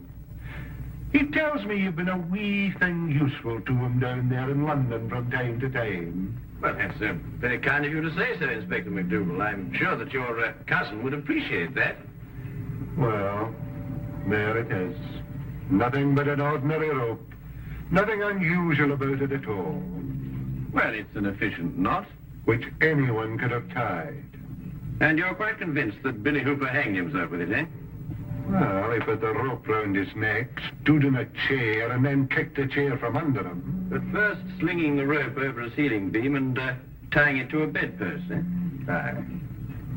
Have you examined the rope with a glass, Inspector? Glass, Mr. Holmes. In Glasgow, we have another use, a more practical use for a glass. To put a wee drop in, you can. Oh, yes, yes. Then you'll find this glass a wee bit different, Inspector. It helps you to see things more clearly. Just what am I supposed to see with this? That the fibers on the rope that were slung over the beam point towards the noose. I can see which way they point, but I can't see the point of them. Ah, well. You will, Inspector. Now I should like to have a look at Billy Hooper's shoes and the room in which he was supposed to have hanged himself. Mr. Holmes, I'm beginning to have a great deal of sympathy for my cousin, Inspector Lestrade, to say nothing of the entire London police force.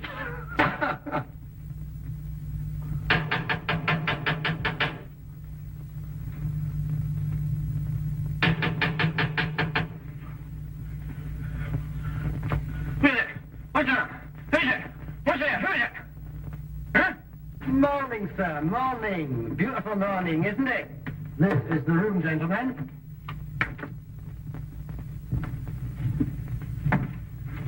This is the beam, I presume, over which the rope was slung. And this is the bedpost the laddie tied the rope to. Interesting. Just a little routine detection, sir. Why don't you go back to sleep? Watson, let me have the rope you bought in London, would you? Yes.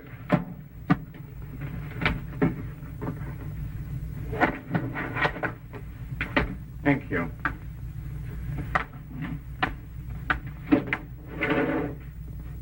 Now, would you come and stand under the noose?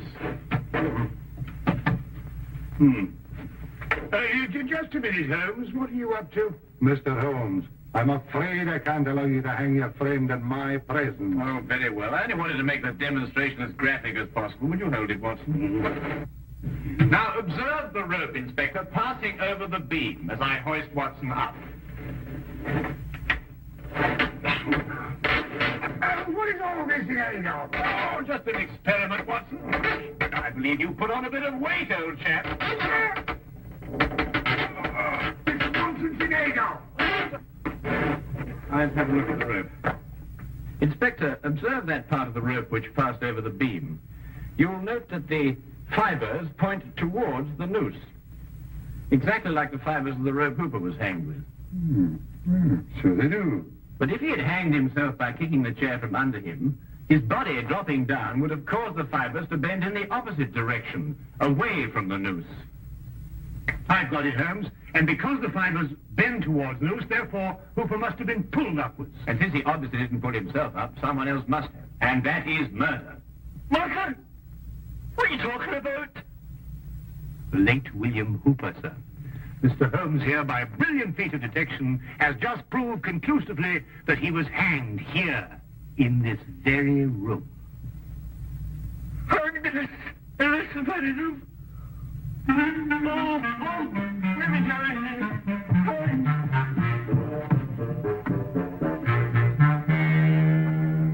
And this, I presume, is the chair that Hooper stood on. That's it. Yeah, there are no scratches on the seat. And there was a nail sticking out of Hooper's right shoe. Further evidence if you require any, Inspector. Ah, fragments of glass. Was there a broken drinking glass found on the floor, Inspector? No, nothing at all. Oh, I expect the murderer tied it up after him. But I think that we'll discover that he gave Hooper a drink with a drug in it. Well, difficult to analyze at the moment, but I shall have a look into it. Was there someone in the bed, Watson, when we came in?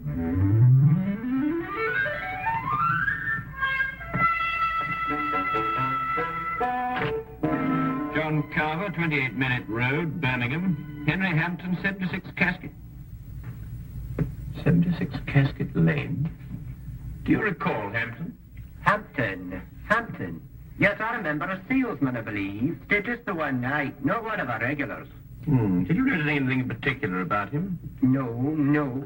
Yes, he limped. That's right, he limped. He limped, did he? That will prove useful. Thank you.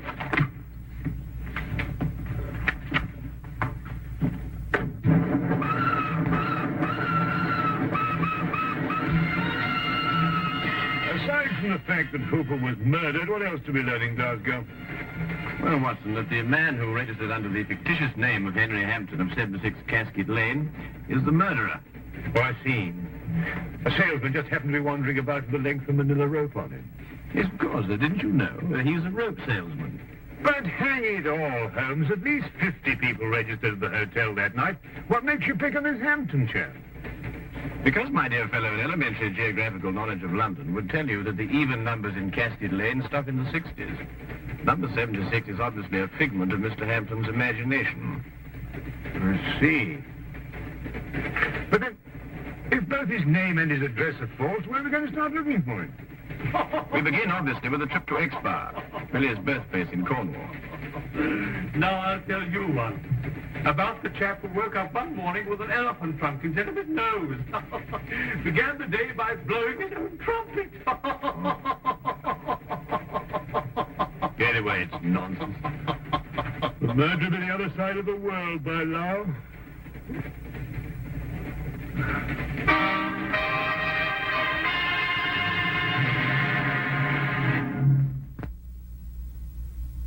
And now we return to the case of the Jolly Hangman.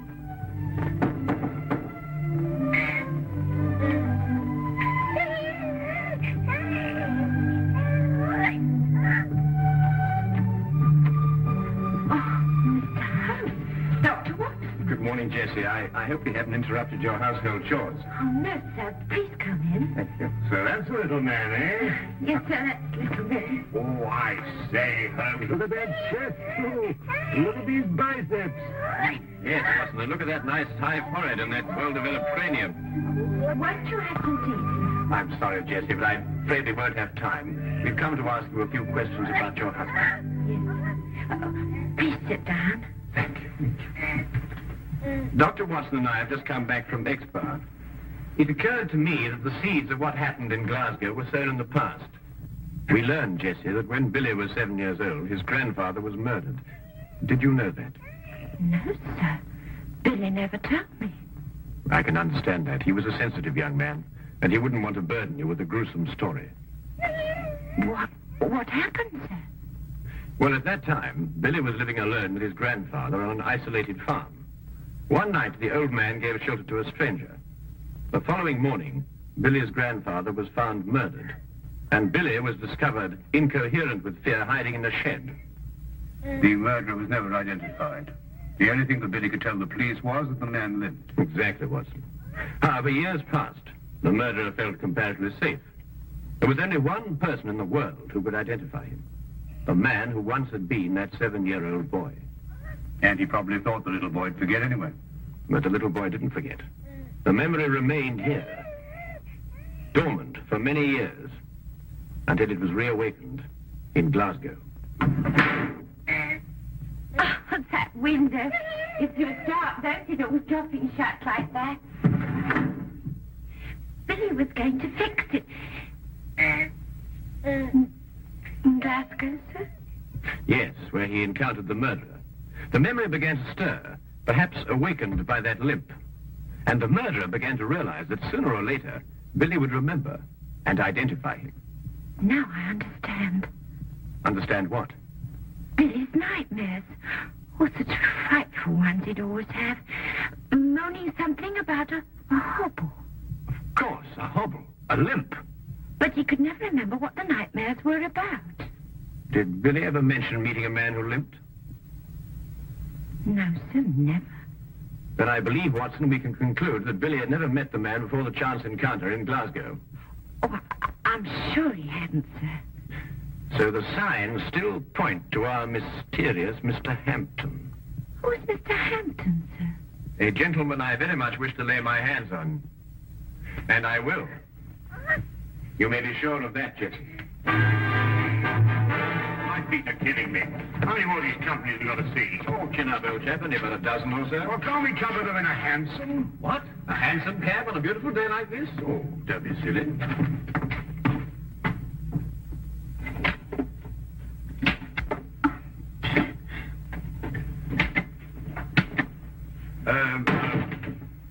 Good afternoon. Do you use a colon or a semicolon after, dear sir? Oh, colon, miss. Now, come along, Holmes. You know better than that. A semicolon, young lady. I can't find either. Tell me, is your sales manager in?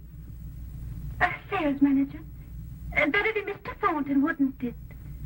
Or Mr. Baxter? Yes, Mr. Baxter. Did you have an appointment with him? No. Must we have one? I don't know. I'll ask him.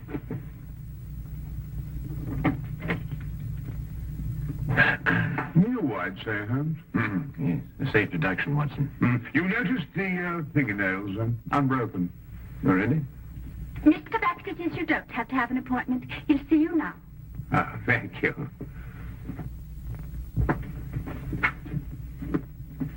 Good afternoon, gentlemen. Good afternoon. And what may I do for you? Good afternoon. My name's Dr. Watson, and this is Mr. Sherlock Holmes.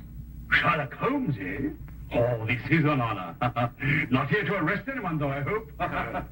Would it be an imposition to ask for your salesman's itinerary during, let's say, the last few weeks? The cities they've covered? No sooner asked than done, as the genie said. Oh, must be in the file drawer. Our road chart, you know. Dr. Watson, would you mind getting it? It's in the drawer over there. Yes, of course I will.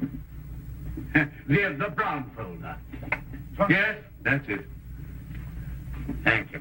Now, let's see, shall we? Johnson covered Wales all this month. Harkinson over in Ireland. Now, quite sure you've had no one in Glasgow? That's right. Used to go on the road myself, but not any longer. Can't stand the trains. Haven't been in one for years. Well, thank you very much indeed. And good day to you, sir. Good day. Come back if you've got any loose ends to tie up.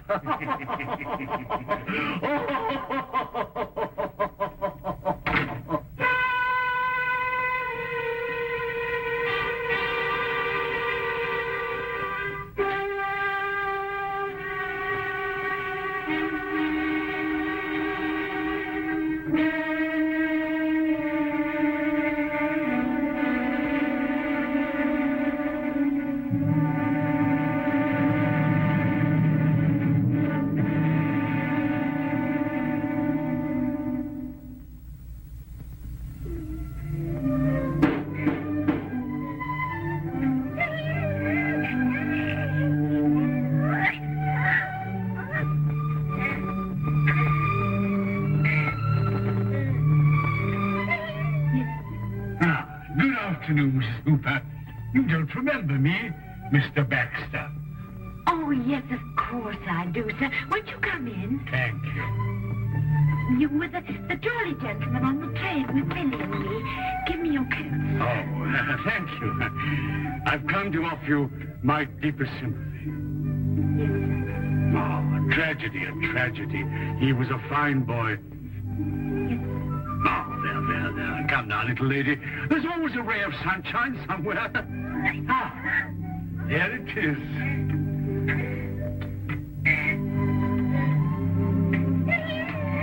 A little bundle of happiness. A joy and blessing for you. You'll always have...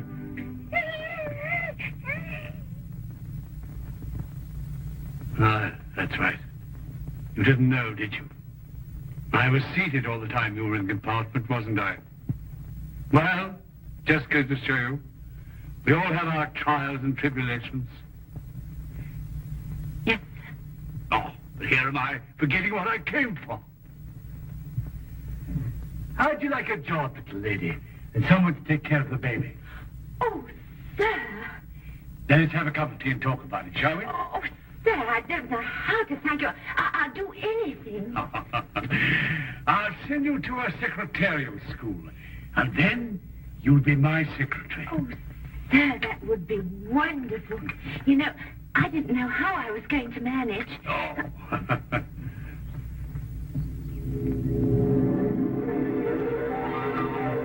Take sugar, sir. Huh? Oh, no, thank you. Looking at you is sugar enough for me.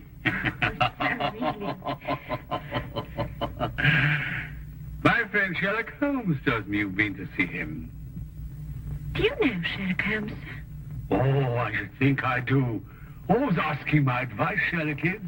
Can't solve a case without me, he says. He and Dr. Watson went up to Glasgow, you know, inquiring at the hotel where Billy was. And then they went down to Expa. How do you know all that, sir?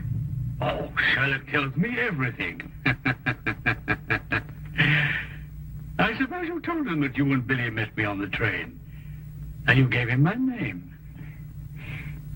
I'm afraid I'd forgotten your name, sir. And you now?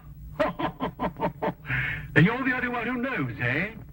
Well, wouldn't Sherlock be surprised to find that I'd met Billy on the train? Yes, indeed. Wouldn't he be surprised?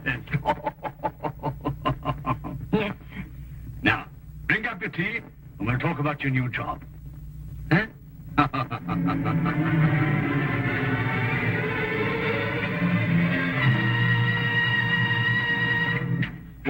What is it? On the train coming down from Glasgow. What about the train? That's where we heard that laugh. By Jove, you're right. The man telling jokes in the next compartment. Oh, I've been a fool. Why do you suppose he sent you to get that road chaff when he could have got it himself? Well, I suppose I was nearest. No, because he didn't want us to see that he limped. Don't you understand? He's the jolly man in the train who cheered up Billy and Jessie. Yeah. Cabby! Cabby! Here! Quickly, Watson. We've no time to lose. I'm right behind you. Baxter's office? No. Who's the only person who can prove that Baxter met Billy? Why, it's Jessie. Yes, of course. 26 Western Lane, driver and fast. We've got to stop another hanging. Just sleep.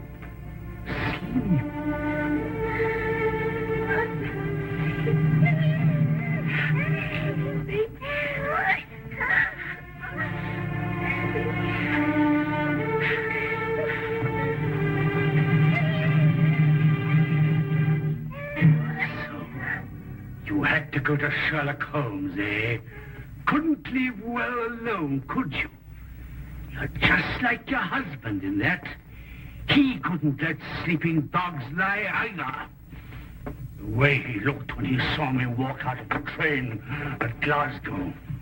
Well, maybe he wouldn't have remembered my limp from that night, and maybe he would.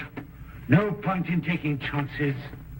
I don't believe in taking chances. Mrs. Hooper? Mrs. Hooper! It's Sherlock Holmes. Open the door. Mrs. Hooper! Jessie, it's Sherlock Holmes. Open the door. Jessie, open the door. All right, Watson, break it down.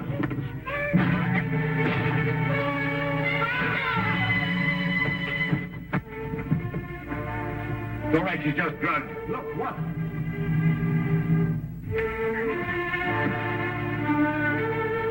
No.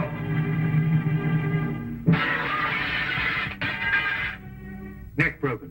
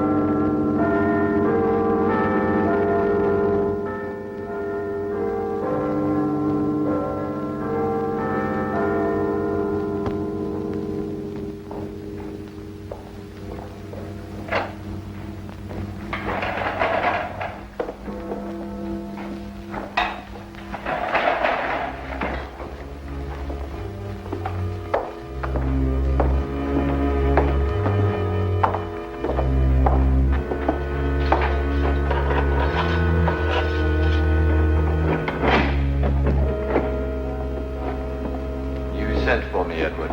Yes, Father. I've been thinking a great deal, and I've decided on my last request. Yes, what is it, my son? I want to see Mr. Holmes. Who? Mr. Sherlock Holmes, the detective. If there's any chance to prove my innocence, he's the one who can do it. You've got to bring him to me, Father. Very well, Edward. If the man can be found, I'll have him brought here. Mr. Sherlock Holmes.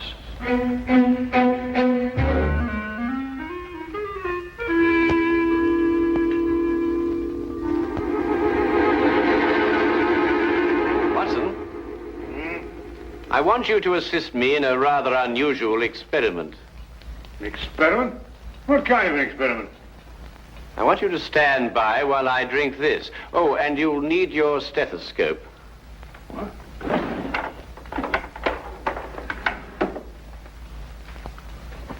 I say, Holmes, is it lethal? Of course not. You don't think I'd take a chance like that, do you? Are you ready?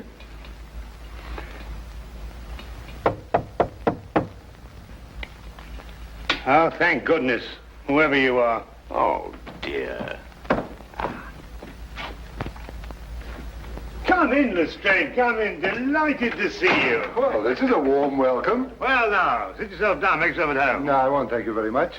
Tell me, social call? No, not exactly. Oh, what's the trouble, Lestrade? Do you remember the Phyllis Brighton murder? Oh, yes, of course. Brighton. She was stabbed, wasn't she? That's right, by her husband, Edward Brighton. About an hour ago, he made known his last request. Rather an unusual one. Oh, what was it? You. Me? Why? Well, no explanation. Simply wanted to see Sherlock Holmes.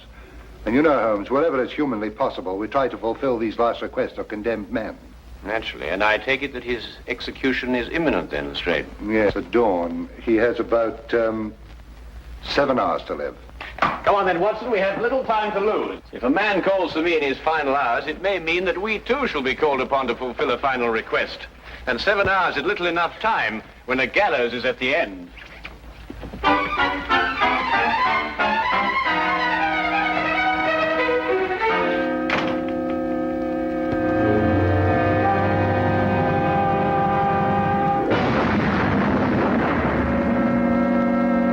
Suddenly it came to me, Mr. Holmes.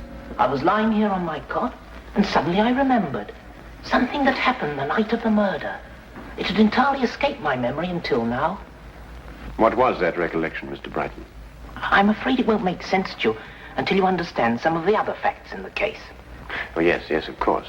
Well, please go on. It was a Sunday afternoon, last April, when I first met Phyllis. We hit it off together immediately, and 3 weeks later we were married.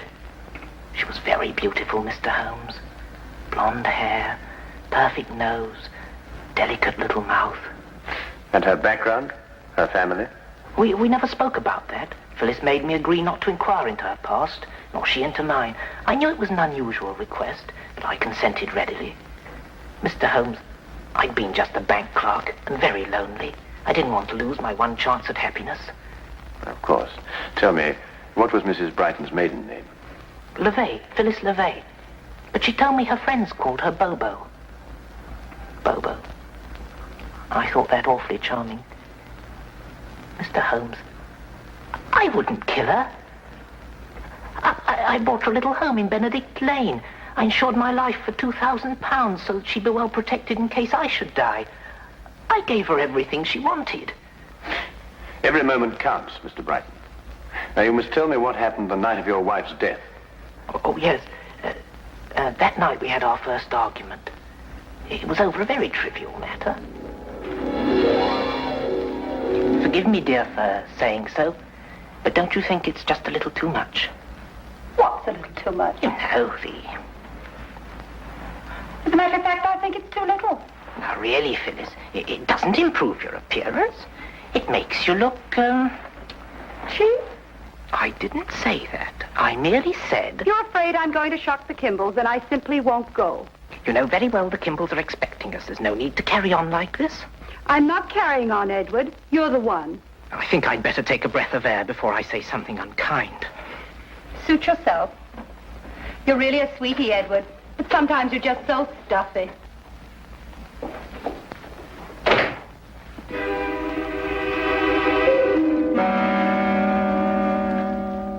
That was the extent of it, Mr. Holmes. It was just a mild little row. But at the trial, the neighbors testified we had a violent argument that night. To this moment, I can't understand why they should say such a thing. After you left your wife, what did you do? I merely walked. I don't know exactly where. I just walked. After a while, I began to think of some way to apologize to Phyllis. I didn't want to make her unhappy, even over the smallest thing. I must have traveled a good long distance when suddenly I began to feel ill. Ill? Yes, I'd contracted malaria as a young man in South Africa. I knew I was in for another one of my seizures. Dr. Watson, you know what malaria does to a man? Oh, yes, indeed. High fever, sweats, chills, and sudden fainting spells. That's it. With the first chills, I instinctively turned back towards the house. I had medicine there that would lessen the effect of the attack. I wasn't aware of the street or anything around me. Each step I took became a struggle.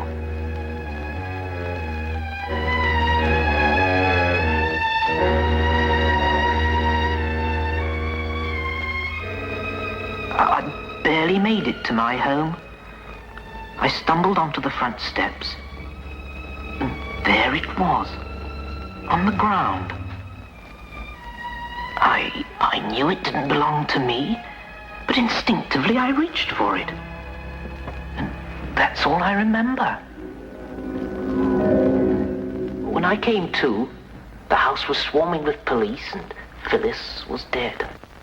This object you saw on the ground, what was it? That's the maddening part.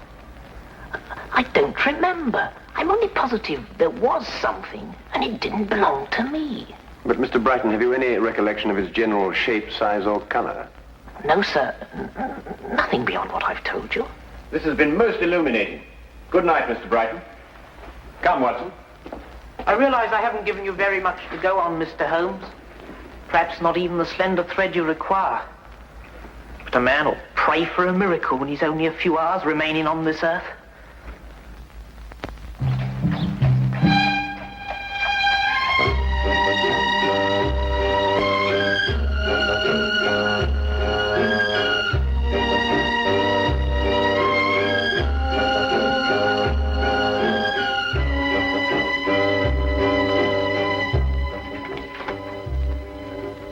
Holmes, come in. What did Brighton want? Lestrade, may I see the items that you took from Edward Brighton's pockets when he was arrested? No, I said, may I see? Oh, very well.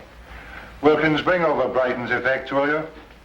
Well, I don't want to seem pessimistic, Holmes, but you think this poor chap's got a chance? No, I'm afraid all the evidence proved conclusively that he had a violent quarrel with his wife, then murdered her in a fit of rage. These mild-mannered clerks are always the ones. Oh, thank you, Wilkins. There you are, Holmes. There's nothing unusual in there. Keys, handkerchief, wallet, and so forth. Yes, just Lestrade says nothing there but common or garden personal effects, Holmes. Well, I, for one, wonder where we go from here. We go to 14 Hanover Place, Watson. Beg your pardon? What are we going there for? That's the address of the tobacconist who prepared this mixture. Yes, I can see that's the address, but I still don't understand. Quite obvious, Watson. Brighton in his cell was smoking the inexpensive, ordinary sea shanty brand of tobacco. Well, that's a specially prepared blend, only made for the well-to-do connoisseur. You'll note the burley base, a touch of latakia, and a certain amount of yenijay leaf. Extraordinary olfactory perception, Holmes. But what has the man's smoking habits to do with the case? Perhaps everything, Lestrade. It's my guess that Phyllis Brighton had a visitor that evening, while Edward Brighton was roaming the streets. And this is the something that he picked up on his return. The something that he couldn't recall. Come, Watson. The scent of this tobacco may very well lead us to the real murderer. And we have little time to lose. Good night, Inspector.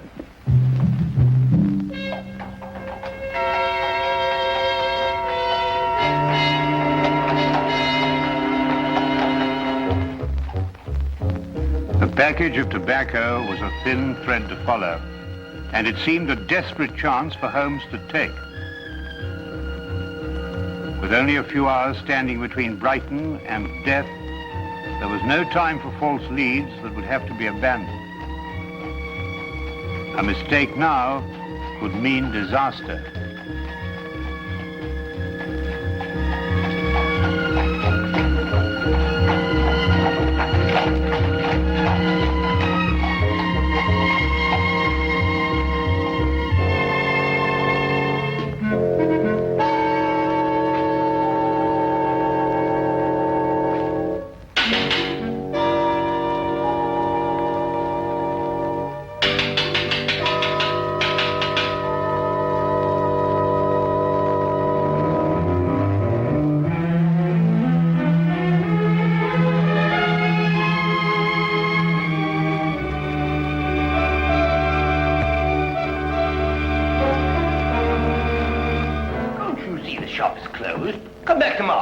Tomorrow will be too late. We must see you now. What about? Murder. Murder? Murder. Oh, well, I could do with a good cigar. Yeah, I don't believe we'll have time for that, Watson. You choose a cigar like another man chooses a wife. Oh, I say, really, Holmes. Murder? Yes. My name is Sherlock Holmes. This is Dr. Watson. May we come in, please? Oh, it's Mr. Holmes. Indeed, do come in. Come in. Thank you. My shop is at your disposal. Mr. Carruthers, a man's life is at stake. The information you may give us may very well save him from the gallows.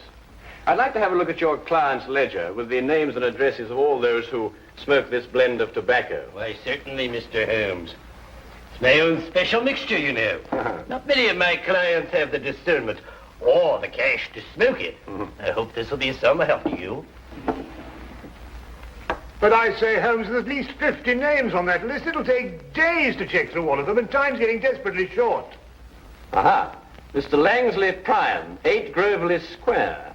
Langsley Prime? Who's he? I haven't the slightest idea, but we must get to him immediately, Watson. But now, why Langsley Prime amongst all those names? Because 8 Groveley Square is in the dock section of the city, and all the other addresses in the ledger were in the more fashionable neighborhoods. Doesn't that strike you as unusual? Yes, it does, now you've come to mention it. Whereas you may recall, Watson, that the late Mrs. Brighton didn't wish to reveal her background. I think we may therefore assume that it was of a somewhat questionable nature. Yes, true. And 8 Groveley Square is in a questionable neighborhood. Well, these are slight leads, I grant you, Watson. But we haven't the leisure at our disposal for more thorough investigation. Our one critical factor now is time. Thank you very much, Mr. Carruthers, for your assistance, and good night. Good night.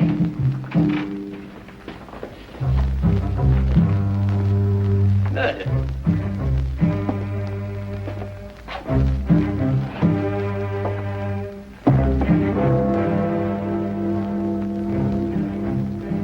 $10. 6 more hours. Inspector Lestrade, do you really think Mr. Holmes will discover anything? If there's anything to be discovered, he's the man to do it. I wonder where he is now. It seems impossible.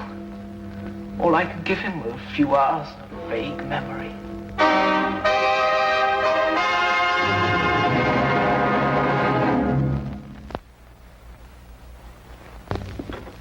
This was Mr. Priam's room, Mr. Holmes. He left me 2 weeks ago. And him owing me back rent, the scoundrel. Did he leave you in a forwarding address, Mrs. Chivy? Ooh, not him. He just left a note saying he was gone and got a job, that's all. Tell me, Mrs. Chivy, what sort of a man was he? I mean, what did he look like? Well, he was tall and kind of handsome, you might say. Then again, you might not. What do you want him for? He's not in some kind of trouble, is he? Not necessarily. You're not here to give him the £2,000. £2,000? He was always talking about how he was going to get his hands on £2,000. And him owing me rent. Thank you very much, Mrs. Chivy. You've been most kind. Yeah, but when you see him, you tell him I sent my money. From now on, all rent in advance. Well, Watson, that's one more link in a strange chain of events. Tell me, what's the time now? Must be after 10. Ah, then we just have time to get to the theatre. The theatre? Yes, we don't want to miss the last act. Now, look here, Holmes, you can't do a thing like that. I mean, the theatre at a time like this.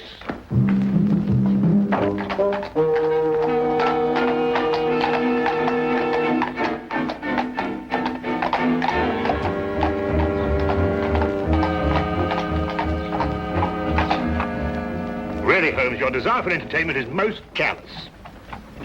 What do you make of this?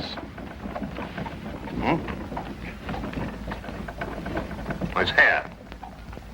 And just the same, I can't see how you can go on sitting there reading the paper with apparent indifference to the matter in hand. It's not ordinary hair, Watson. It's crepe hair, used to make false beards and moustaches. Oh, nonsense. I mean, if a man wants a moustache, he can grow one like anybody else. Well, Watson, actors often have need of simulated beards and moustaches. Actors? Yes. Do you mean it's an actor we're after? I'd wager so, inasmuch as I discovered that in Mr. Priam's dressing table drawer. I see. But even then, Holmes, how are we going to find out what theatre he's performing in? I mean, there must be at least 24 plays being presented in London this evening alone. That is precisely my reason for reading the theatrical page of the newspaper. And I noticed that only one play opened at the same time our Mr. Priam suddenly departed from Mrs. Chivy's lodging house. I hope you like Shakespeare, Watson.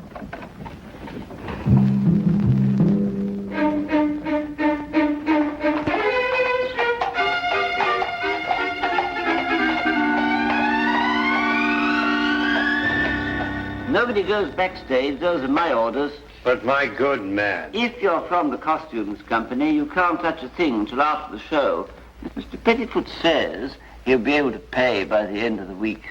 I am not here for the costumes. I'm here on a very much more important matter, one in which every moment counts. Mr. Pettifoot says? See here. This gentleman here was Sherlock Holmes. Sherlock Holmes, the detective? Yes. Checkmate.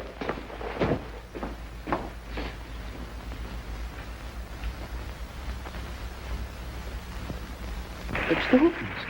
The final death scene is just starting. I can't ring down the curtain until it's all over. And how do you know that Mr. Priam is the man that you are looking for? No. I'm very sorry. You'll just have to wait until the end of the play. The show must go on. My dear sir, a man's life is at stake. With all due respect to the bard, I may be forced to tread the boards myself. Holmes? Holmes, where are you? Oh. I nearly broke my blasted neck finding you. Watson, this is Mr. Pettifoot. Pettifoot? Huh? Foot. You know. Foot. Oh, I beg your pardon. Mr. Pettifoot, my friend and associate, Dr. Watson. How do you do? How do you do? Mr. Pettifoot refuses to lower the curtain, Watson. Absolutely. The tradition of the theatre does not permit it. Now, I must ask you gentlemen to leave. Leave. Oh, please, leave. Oh, very well. Come on, Watson. It is the cause. It is the cause, my soul. Let me not name it to you, you chaste stars. It is the cause. Yet I'll not shed her blood, nor scar that whiter skin of hers than snow, and smooth as monumental alabaster. Yet she must die, else she betray more men.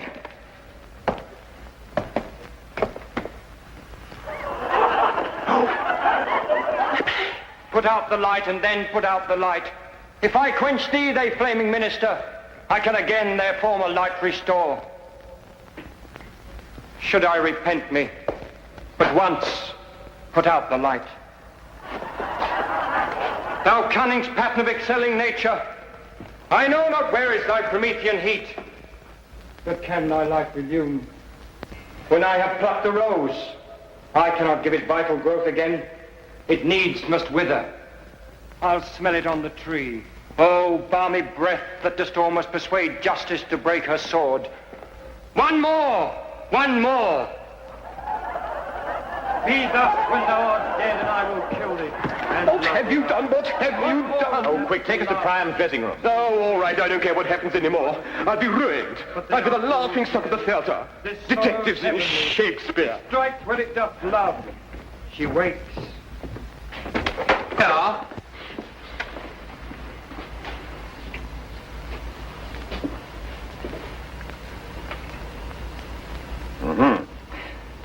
Well, the final thread is woven, Watson. Or should I say, rather, that every hair is at last in place. The two men. Perfectly. What is going on? What are you two madmen doing? Mr. Pettiford, you can be of assistance to us in a drama even more important than the performance on your stage. In fact, you can help us to save a man's life. I can? You can indeed. Now listen very closely. When Mr. Priam comes in here... What time's it now, Inspector? 11:20. It's odd. Each minute's like an hour, but each hour's like a minute. There's still time. No. I'm afraid it's too late. Telephone call for you, Inspector Lestrade. Very important, sir. Oh, thank you, officer.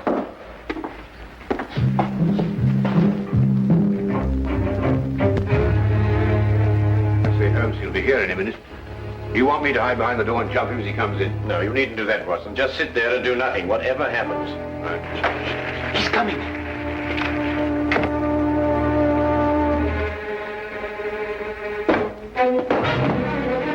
You! How dare you? You ruined my scene. That, I believe, will only be the least of it. Well, who are you and what do you want? In answer to your first question, my name is Sherlock Holmes. In answer to your second, I want you for the murder of Phyllis Brighton. Murder? Phyllis Brighton? Better known in theatrical circles as Bobo LeVay. Get out of my dressing room. Your acting stands you in good stead, Mr. Priam. You almost convinced me of your innocence. However, acting and life are two quite different things.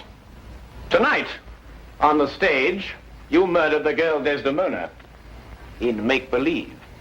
A month ago, you murdered a woman in a more sordid drama. You may as well continue this farce. The stage is all yours. Thank you. I shall try to be brief.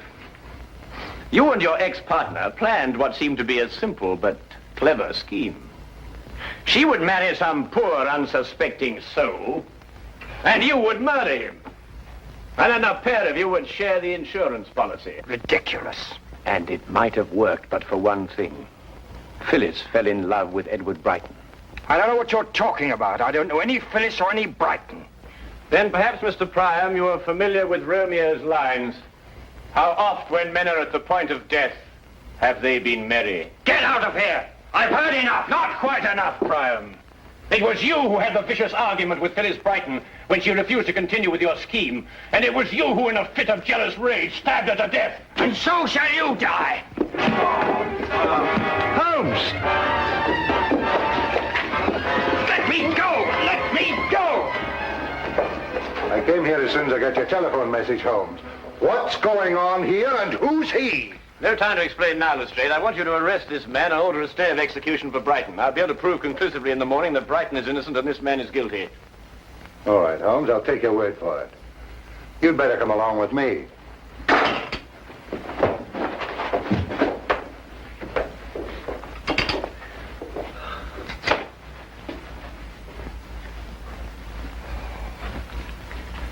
Oh, I must admit, Holmes, I've been far too shaken to think clearly, but just the same, I can't believe it. I mean, with my very eyes, I saw him stab you with that dagger. Holmes, what on earth? Watson, if actors were allowed to use real weapons on the stage, the mortality rate would be something fantastic. Observe how the blade disappears into the handle.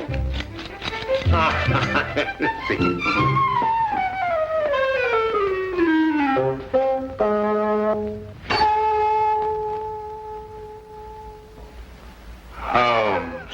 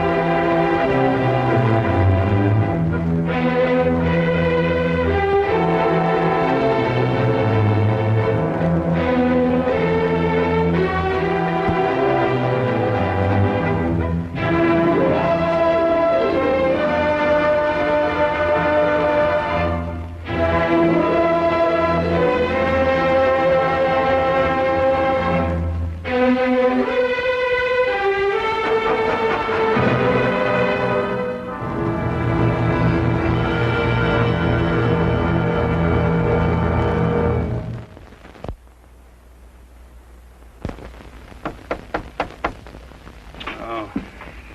Oh, all right. Let me. You're welcome. Come in. And you, Mr. Sherlock Holmes? Yes, Well, I am. quick, man, shut the door. She's after me. Aye, there she is, the wild, mischievous creature. Look at her. Did you ever see anything so brazen? But the street's empty. Eh? Oh, she's gone. She faded away the moment you looked out. Excuse me, sir, but who faded away? Well, the ghost of my ancestress, Heather. Oh, her ghost? Aye, her ghost. And a more impudent, saucy ghost you won't find in the whole of Scotland.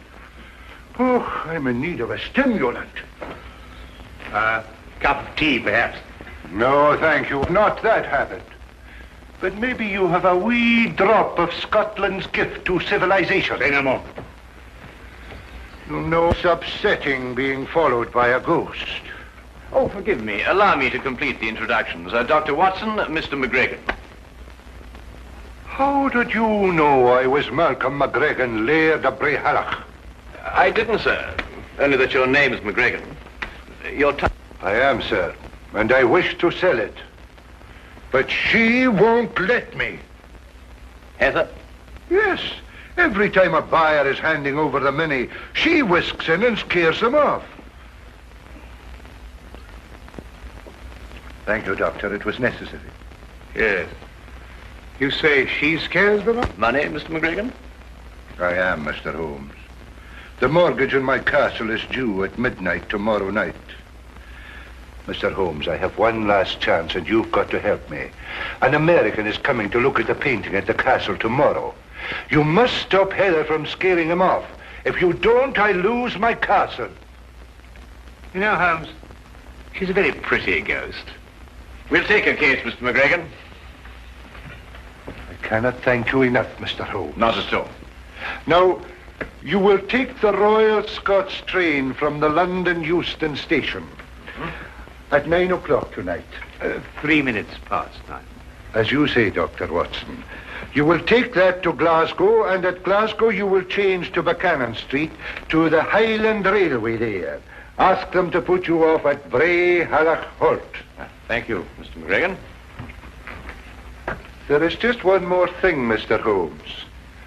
Will the price of your railway fare be included in your fee, or will I have to give you that out of my own pocket? No, it's included, sir.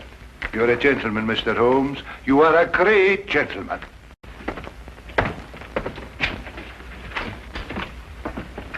You tell me there's very good grouse shooting up at Brayhalloch. Hello, Holmes. What have you found there? Woman's glove. Mid-18th century. Curious place to find it, Watson. Very curious.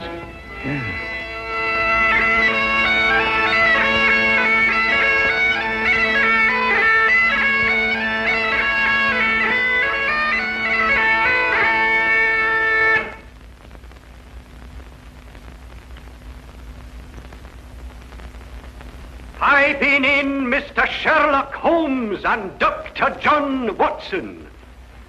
I'll see that your bags are put in your rooms.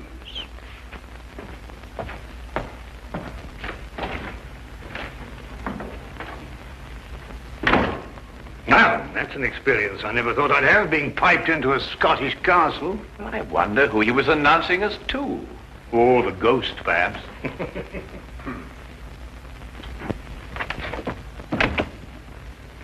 I forgot to tell you, sirs, the McGregor has gone to the village this afternoon. He intends to remain there until this evening, when he fetches the American from the station.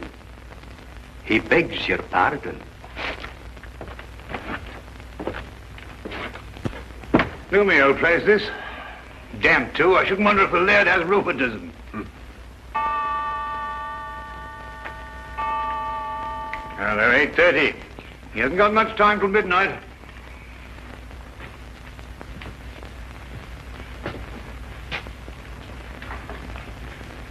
You know, it's odd, Watson. That portrait. Do you notice that the... Why, Holmes.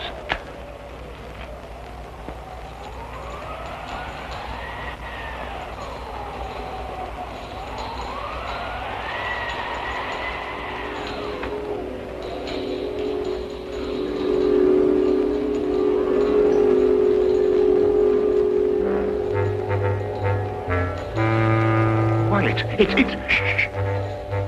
Better come closer. Reflect, and then you'll plainly see the McGregor fortune hung with me. A curse on all who dare conspire to take me down from o'er the fire.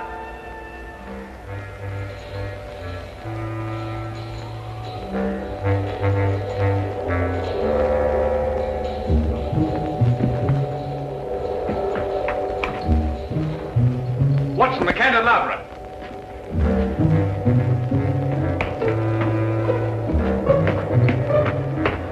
This is the only way she could have come.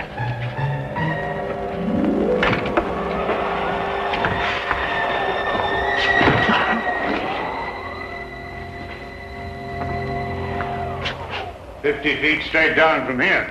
Oh, nothing here, Watson. Let's go and have another look in the hallway, shall we? All right. Is it me you're looking for? Yes, Heather. It's you we're looking for. Your glove? Did I drop my glove somewhere? I think you remember. Would you care to have it back? Are you sure it's only the glove you want to give me? What else, then? A kiss, maybe?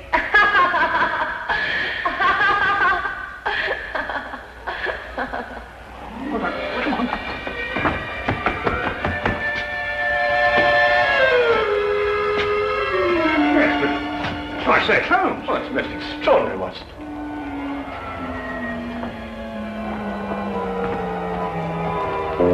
Well, I'm afraid we must score one for Heather, and a very neat one. Now, Holmes, I don't want to seem ridiculous, you know, but... I know, old chap. It's quite inexplicable, for the moment anyway. Yes, but... Well, I mean, it makes the chills run up and down your spine, and those tinkling bells. What's it all mean? I wonder who owns the mortgage on this castle. Mr. Ross, the laird said, though I can't for the life of me think what he wants the place for. After all, it can't pay for itself, and it's in very poor condition. Well, undoubtedly, Watson, we could uncover something if we worked in that direction. But I'm afraid we haven't got the time to investigate. We must attempt to deal more directly with our attractive ghost. Have you got a scheme, Holmes? Let's just say I have a notion. Oh? Well, the ghost is bound to appear for the benefit of Mr. McGregor's American client. When she does, we'll be quite prepared for her. And how does one prepare for a ghost? By first deciding if she is a ghost.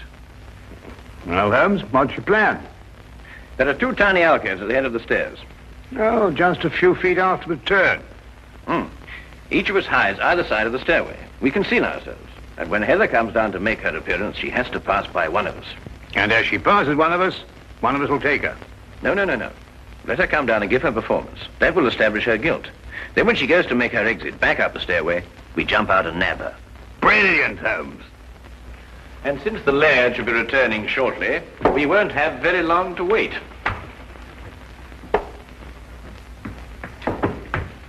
You take the right, Watson. I'll take the left. Right you are.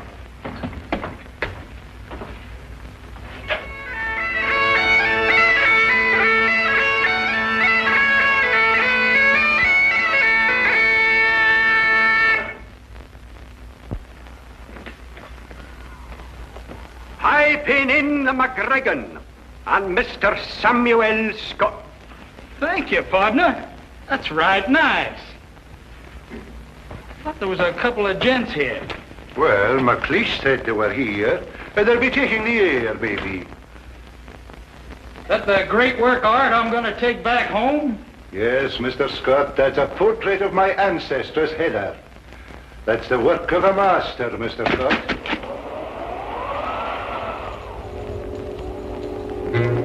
Away with ye, you heartless ghasty! Begone with ye! Don't you see I'll lose my castle?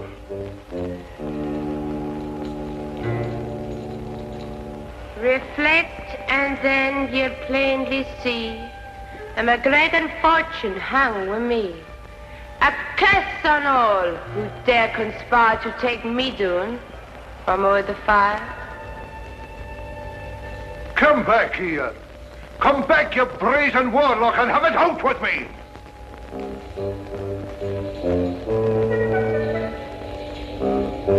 You cannot do this to me, Heather! You cannot do it! Come back! Gone? But I didn't see her go no place. Well, didn't you get her? No, didn't she pass you? No, I thought she passed you. But I thought the same thing. Why, Holmes, it's... Yes, I know. It's impossible.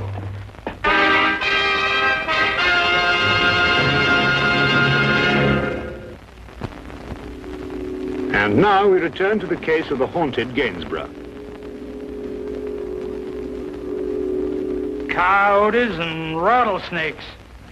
That's all we got where I come from.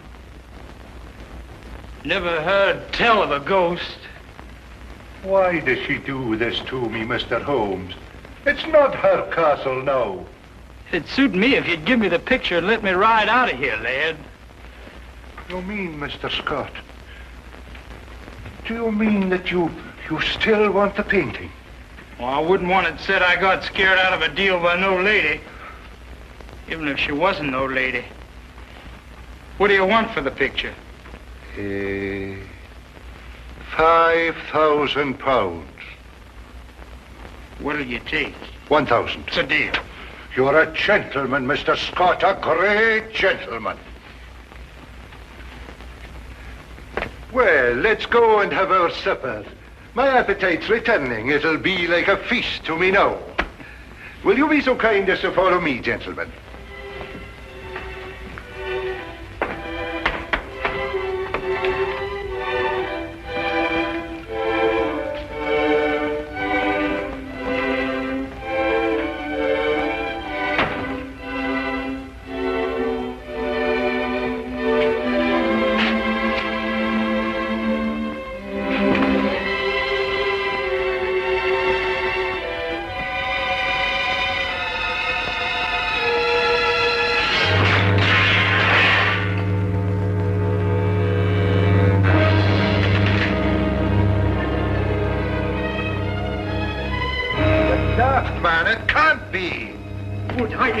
Such a tale! Oh, no. What has she done to me? Now listen, McLeish, you must go back to Mr. Scott. Keep him entertained. Keep him out of here as long as you can, but by no means tell him about this. I'll do my best. As long as there's food, he'll stay, I think.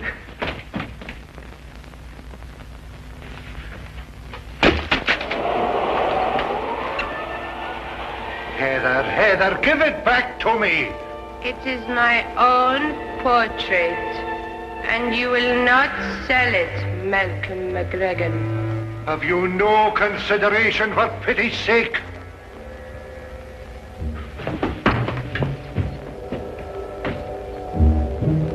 She's gone. You cannot catch a ghost.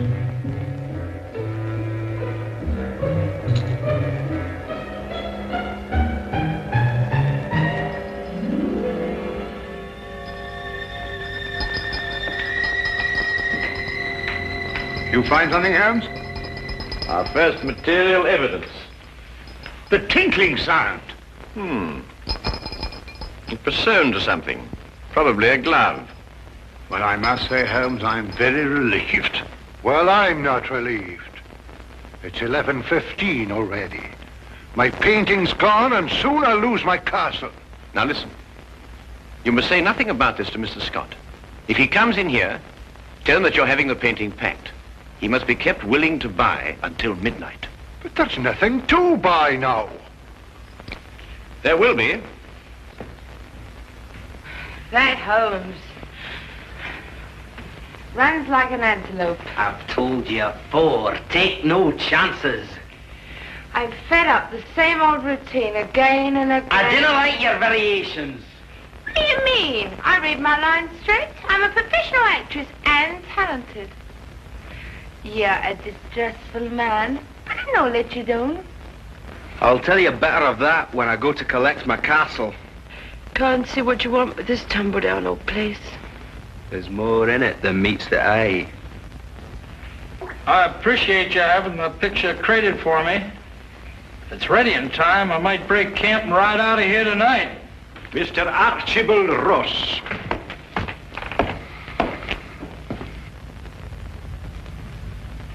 Take note of the fact that I'm not piped into the castle. Ooh, only welcome guests of the laird are piped into McGregor Castle.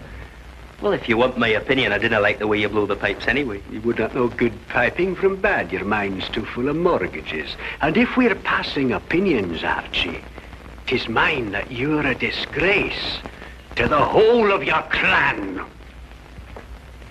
Pack your pipes, McLeish, you're leaving soon. Well, where's my money, laird? You'll get your money before midnight, Archibald Ross. I've still half an hour left. And where do you hope to find it in that space of time? I've sold the portrait of my ancestress Heather to Mr. Scott here. You've sold it? But I see no portrait there to be sold. I've taken it down to be packed. You're lying.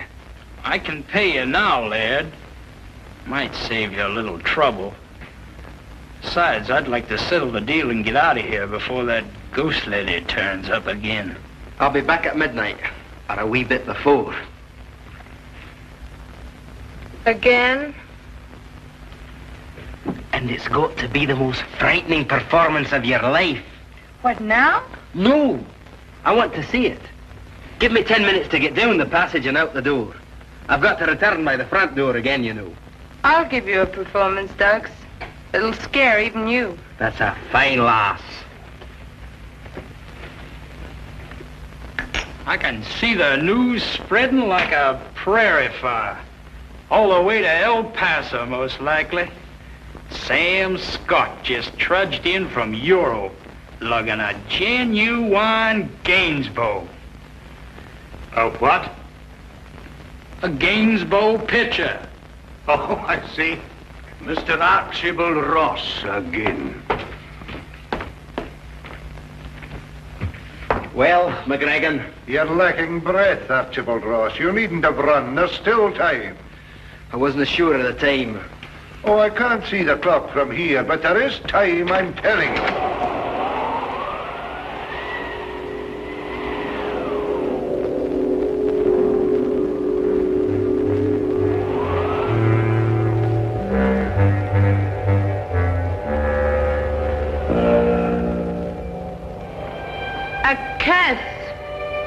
A curse upon one that is here. A curse upon him who defies my wish, my word, and my will. His deed will be done at midnight. So I lay my curse upon him to commence at that hour. He will live his days in the misery of loneliness. He will live his nights in the horror of fear. Terror will follow him like a shadow through both day and night.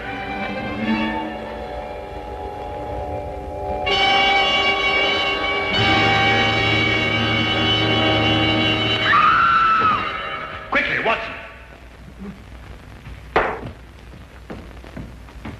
Is she all right, Watson? Yes, only fainted. Mr. Holmes, is it really you? Yes, Miss McGregor. Would you look after the girl? Dr. Watson and I must go after the painting. Thank you.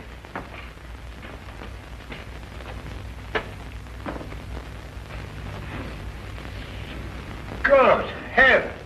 Through here, Watson. Right. There, you'll be all right now. I suppose you got what you deserved, but I must admit that you got the worst of the scaring business. Come, lassie, and I'll take you upstairs and find a room where you can rest.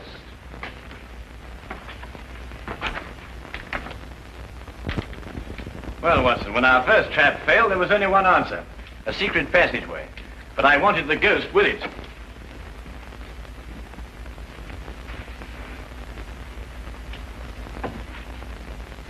I say, Holmes, the painting. Ah, good, Watson. Well, what have you got there? It appears to be the plans of McGregor Castle. Ah, yes, of course. This would explain Heather's fantastic exits. This whole place is honeycombed with passageways. And here's something that interests you, Watson. An entrance to the passageway through the stone floor of the battlements. So that's how she first disappeared on us. Feel much better now. Well, we must get the portrait back to Mr. Scott and close the sale before midnight.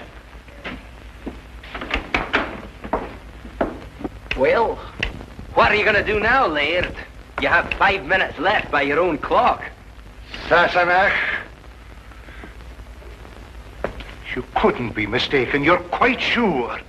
Well, Mr. McGregor, here's your portrait. Well, you might just as well take it back where you found it. The buyer's gone and he won't come back. Thanks to your wild theatricals, Mr. Holmes. Watson, take the picture and hold it up in front of the fireplace. All right. Like this? That's it. The McGregor fortunes hang with me. Is it a curse? Or is it a clue as to where the treasure is stored? Now, let us imagine that she is above the fireplace. Which way is she pointing? Well, I'd say that blank wall over there. Well, you're ignoring the most significant part of the portrait. Note the wedding ring on the right hand, the sash on the left shoulder, the clan badge on the wrong side of the bonnet. In fact, everything in reverse. Well, I've never noticed that before. Well, Gainsborough painted her reflection. Reflect with me, and you will plainly see that she is actually pointing over there. But that's actually about that newel post.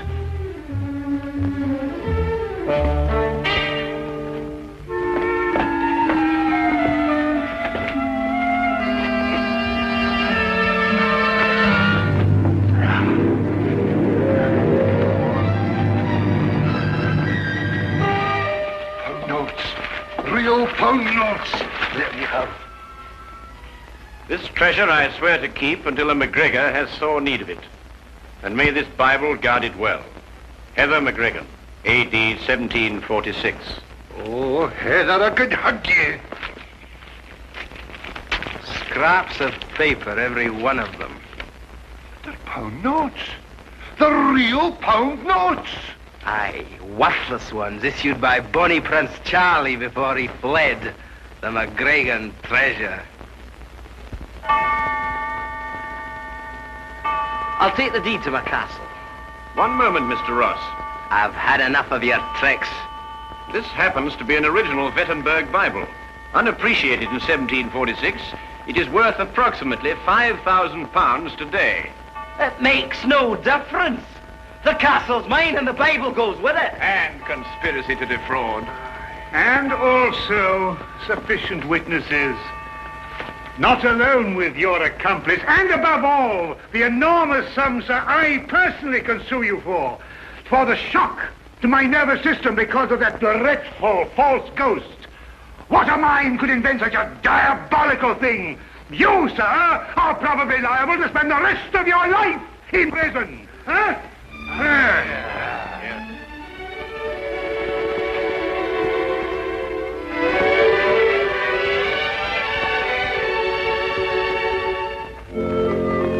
Thank you for what you've done, Mr. Holmes. You're very welcome, Heather. Thank you for finding the treasure and saving the castle. You're too good an actress for this kind of work, Heather. But I was up to your tricks all along, though.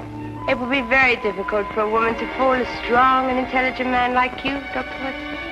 Good day and good trip.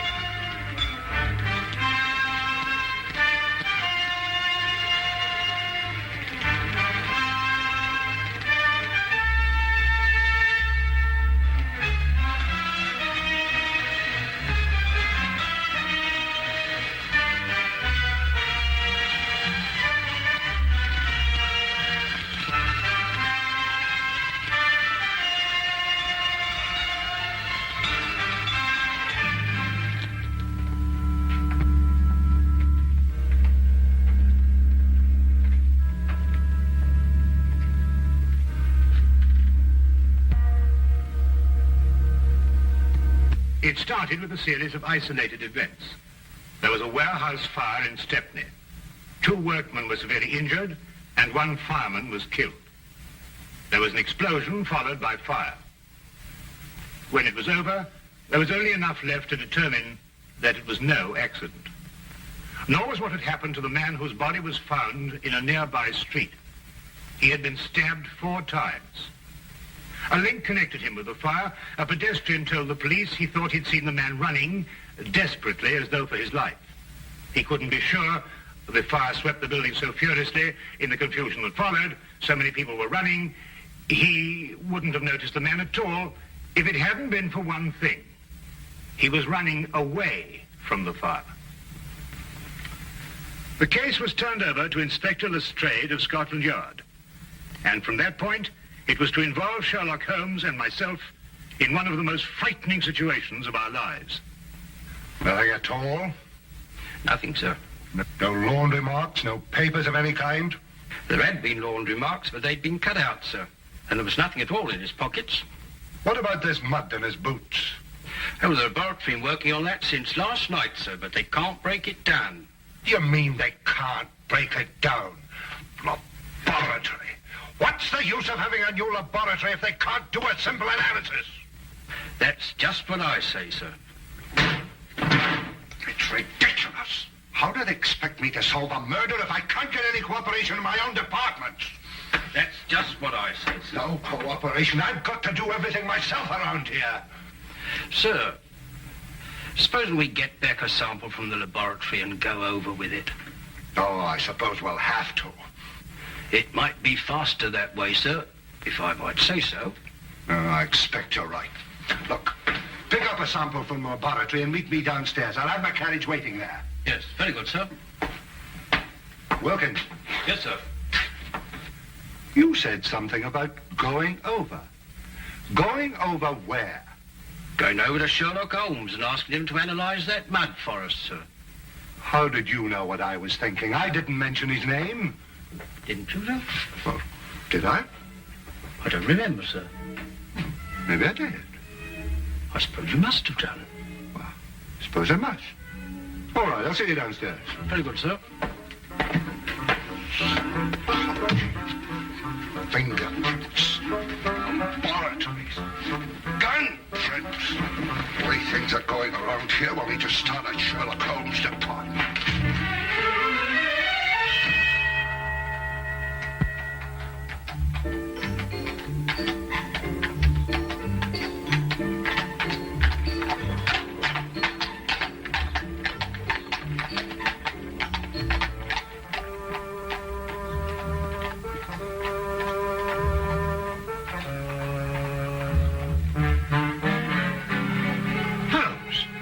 are you doing? That's invasion of privacy.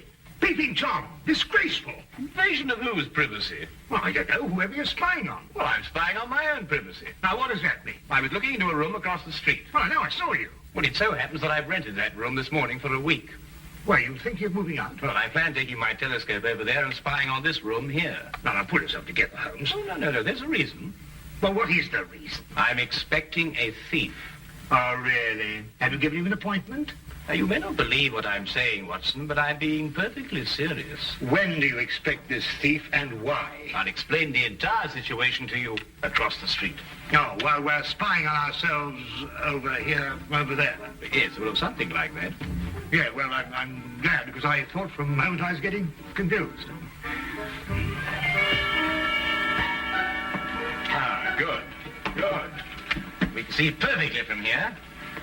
I hesitate to bring this up, Holmes, but I can't see how we can see ourselves from here over there, even with the aid of a telescope. Well, that's not an unreasonable deduction, Watson. But perhaps my methods would not appear so obscure to you if I told you that I've received a communication threatening my life if I accepted a certain case or used evidence that's been given to me. Well, what case? What evidence? Well, that's just the curious part of it, Watson. I've neither been presented with a case, nor have I got any evidence. But somebody thinks you have. Obviously. This thief you expect, what's he going to steal? The evidence, of course. The evidence you haven't got? Now you have it. Well, now, look, really, Holmes. Since this thief you expect can't steal the evidence you haven't got, that's right, isn't it? Yes, that's right.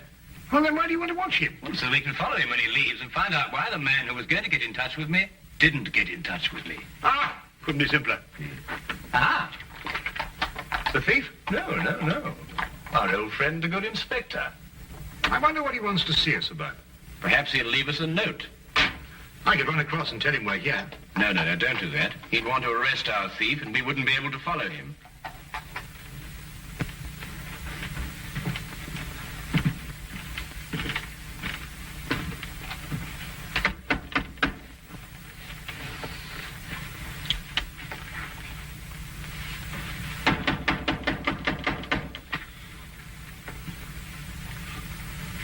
They don't answer. Yes, sir.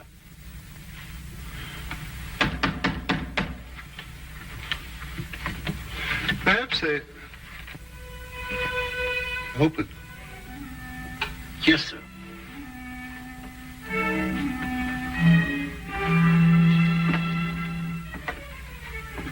Mr. Holmes? Dr. Watson?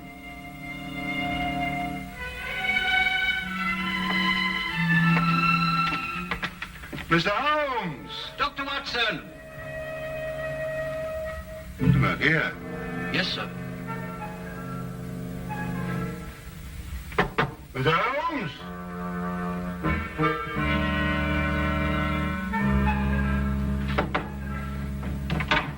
Dr. Watson! Well, what do you think they'll do now? No, I didn't expect this. I hope they'll leave soon. It doesn't look as if they're in any hurry. No, it doesn't. Well, it can't be very far away, or they wouldn't have left the door unlocked. We'll wait for them. Yes, sir.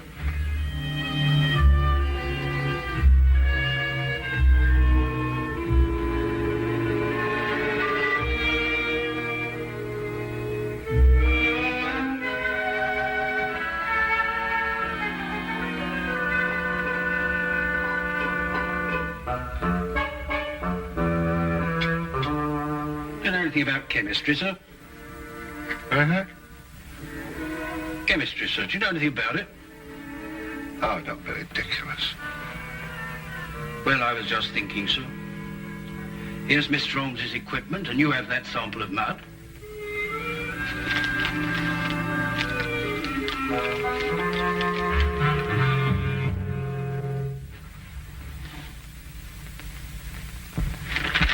Ah, don't be silly. I don't know anything about chemistry. And here's Mr. Holmes's books, too.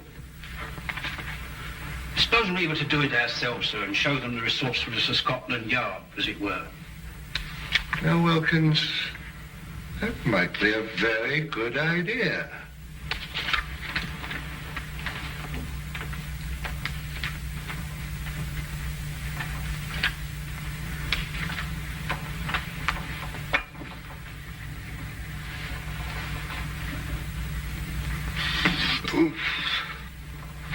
No. No, it wouldn't work. You can't do a thing like analysis just reading a book, you know. I suppose all right, sir. I thought perhaps it might be like following a cookery book. You remember I helped Mr. Holmes when you were dealing with that Lady Beryl case, and it didn't seem too difficult. Just so. Just like following a cookery book. Yes, sir. You know, I can do a bit of cooking. Once made a Yorkshire pudding. Those two idiots will blow up the flat if we don't get over there. Well, you know, strangely enough, Watson, they're not doing too badly. They're actually analyzing something and following the procedure from the book. Huh? Holmes, look. What? Why? That may be your thief. We'll know in a minute, Watson. He's going to walk right into the Strade. That's all right. All we have to do now is wait until he comes out and follow him. Now, what do we do? Now, add 3 drops of KCl in H3OH solution.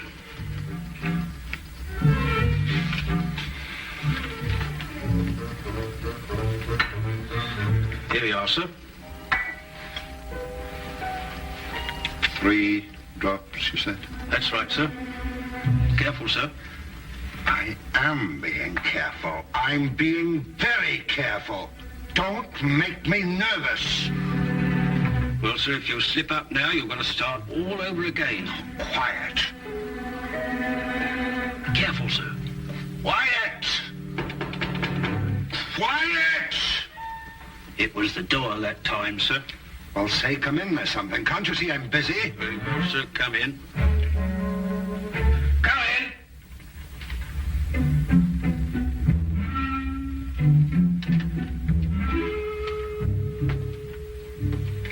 Mr. Holmes, I'd like to speak to you. I believe you were expecting me. Huh? I won't waste your time or mine, Mr. Holmes. I'm only here because I know you're well acquainted with Inspector Lestrade of Scotland Yard. That's true, isn't it? Why, yes. I know him as well as I know my own brother. Charming fellow, Lestrade. Intelligent, too. Then you can tell him for me that the fire that destroyed a warehouse last night and caused the death of one fireman was not an accident. Really? At this very moment, another fire is raging in a block of old houses in Covent Garden. What?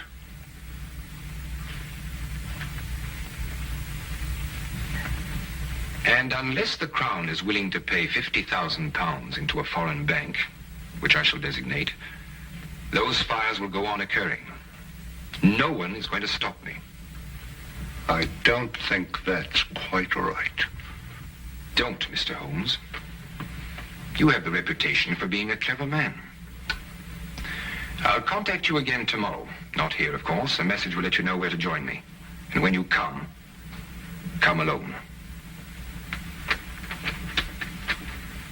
Don't try and follow me. I'm a very good shot. And just to show you that I'm very serious, there'll be another fire this evening at 6. A beautiful one. Here, this isn't what I expected at all. You better follow that man. I've got to have a word with Lestrade. And Watson, be careful. He may use that gun. And that's what he said, as far as you can remember. Yes. That's exactly it, isn't it, Wilkins? That's it, sir. That's every word of it. What a fantastic scheme. Actually blackmailing the city. And he wasn't bluffing either. That fire at Covent Garden still isn't under control. No, Lestrade, he wasn't bluffing. He proved that with the fire last night, and the murder of this man who was undoubtedly his accomplice. Why doesn't Dr. Watson come back? Don't worry. Watson won't lose his man. That man said there'd be another fire at 6 o'clock. Well, that leaves us 3 hours to wait, then. Yes. And a whole city to work out where he's going to happen. Steve, that is, would you, Wilkins?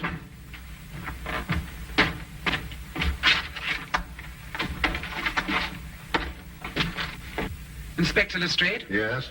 I have a message for you from a Dr. John Watson. Yes, what is it?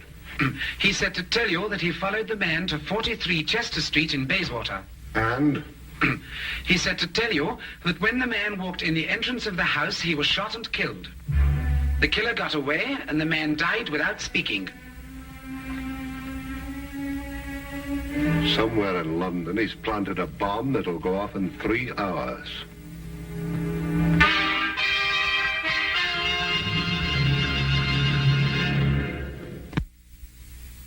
It was a small caliber revolver.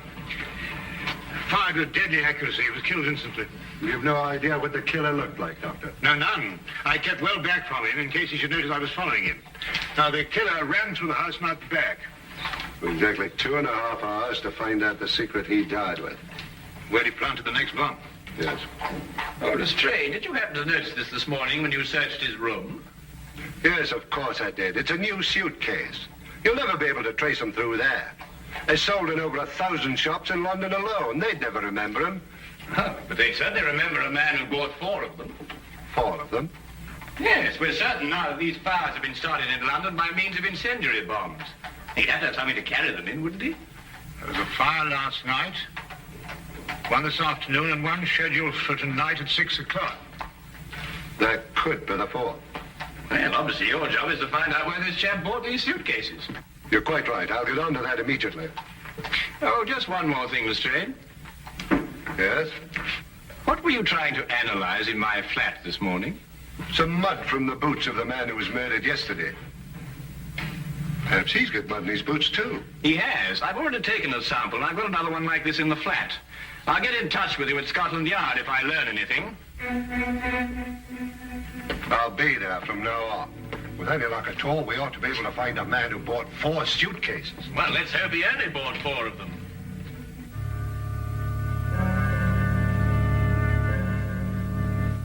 We returned immediately to Baker Street and together worked feverishly to break down and analyze the traces of mud that had been found on the shoes of both murdered men.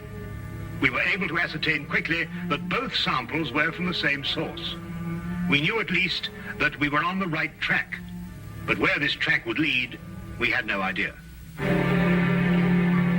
Time seemed to fly as the 6 o'clock deadline approached. We could only hope to conclude our experiment in time, and then hope that it would lead us to that one point in London where death lay resting in a case.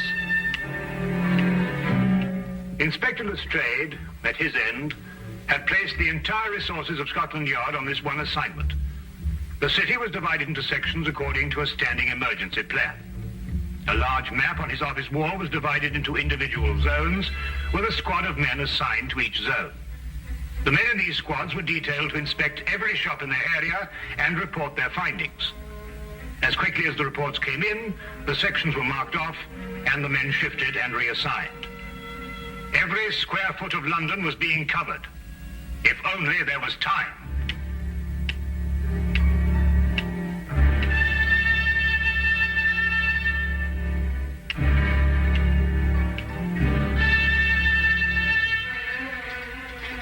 Give this to Inspector Lestrade and hurry.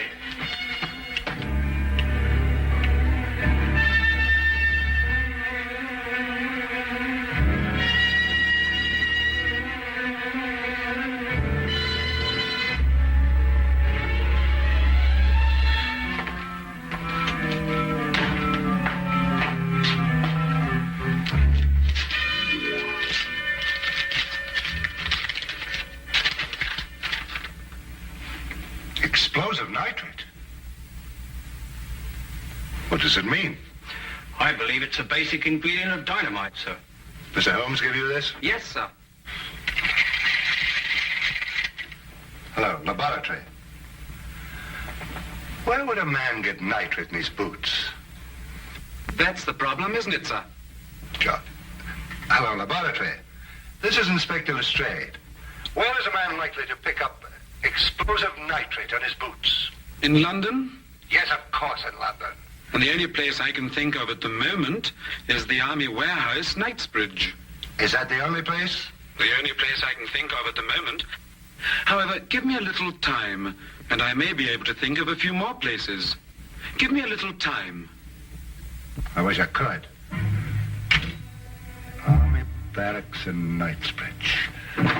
Go back to Baker Street and tell Mr. Sherlock Holmes I've gone on ahead. You bring him with you. Quickly now, quick as you can. Long now, we won't have time to be right.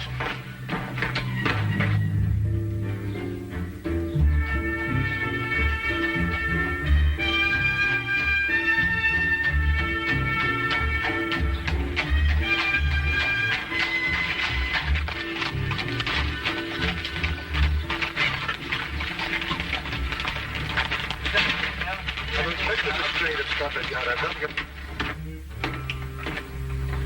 The inspector wants you to come to the Army barracks at Knightsbridge. Army barracks. Holmes, that's it. It could be, and we have no time to explore any further possibilities. Come on. I have a carriage waiting downstairs. Good. Have you noticed anything suspicious around here? No, Inspector, I haven't. Does everyone coming into this area have to pass a guard like yourself? Yes, sir, that's orders. What about deliveries? They're all examined, sir. You have civilian workmen here. Did any of them bring in a suitcase? No, sir. We may be wrong. Oh, excuse me, sir. We've carpenters working here, and they bring in their tool chests. That's about the size of a suitcase, isn't it? Where are they? In that shed. They ought to be just finishing up. Come on.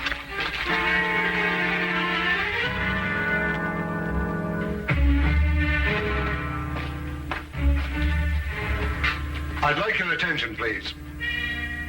I'm Inspector Lestrade from Scotland Yard. First of all, I'd like to know if all the men detailed to work here are present now. I'm afraid I have to ask you... To remain an additional hour.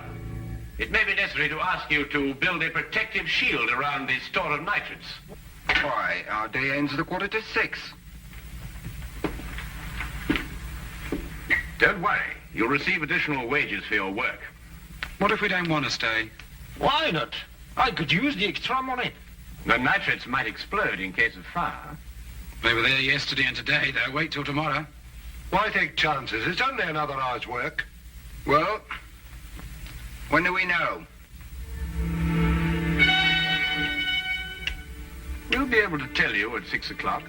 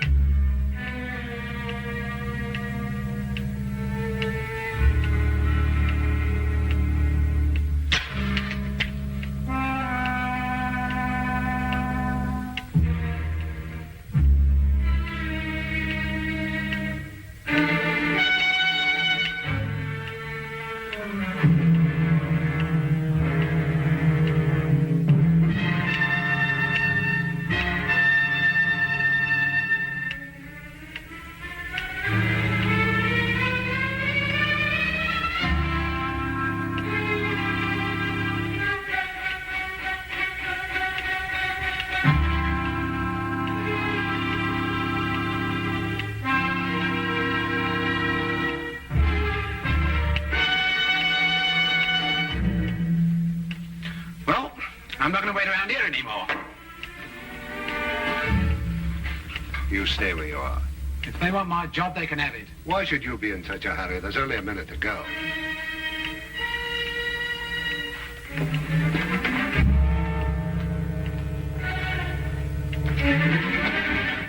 If you have something to say, I suggest you say it now. I've nothing to say. Oh, good. Then you've nothing to worry about, have you? What have I got to worry about? I don't know. Can't you think of something? Think hard. Yes, and when you thought we're going to have time to stop it.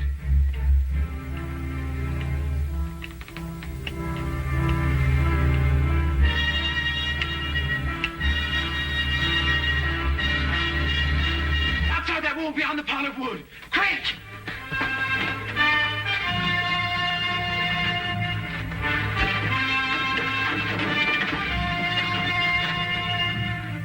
No! Don't open it! It'll blow up! Oh, stop! Get down!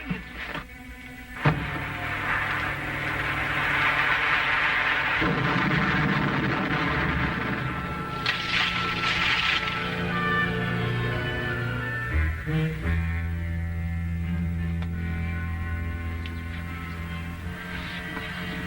Watson? What? I'll never ever do that again. Come on.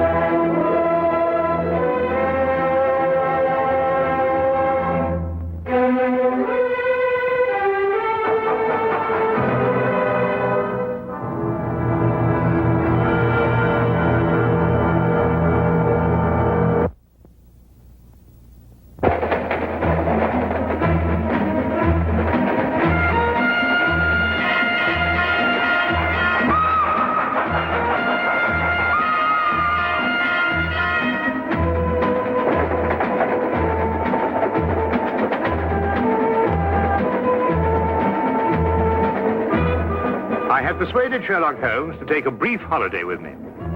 As we rumbled through the countryside, it was a comforting thought indeed that for a while anyway, there would be no desperate men at the door of our flat in Baker Street, no life and death cases to solve. Ahead were 4 whole days as suspended and happily uneventful as this train trip.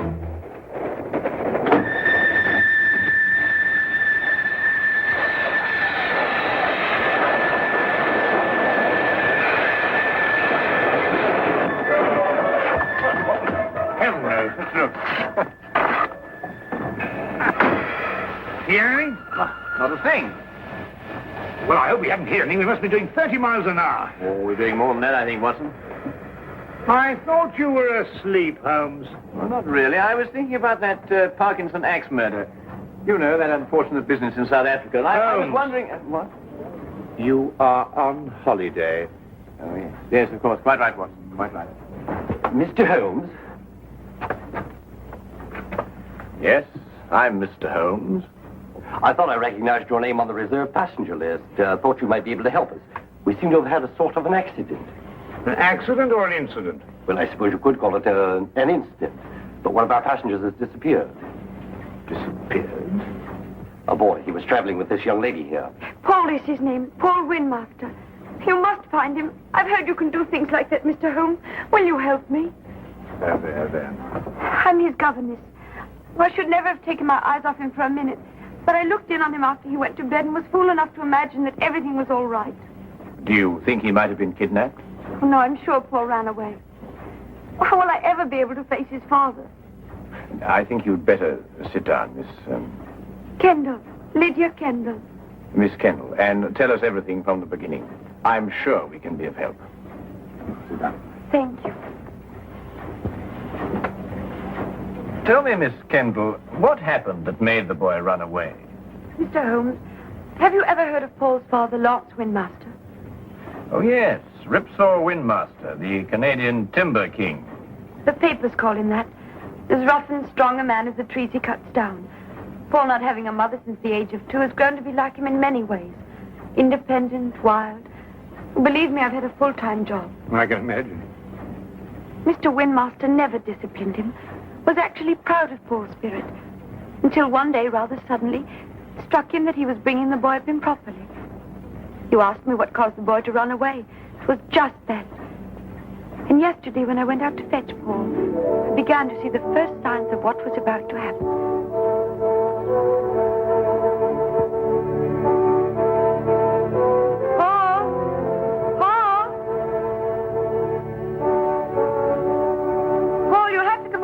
Get dressed. We're all packed and ready to go. Yes, Miss Kendall. Hurry now, we can't miss the train.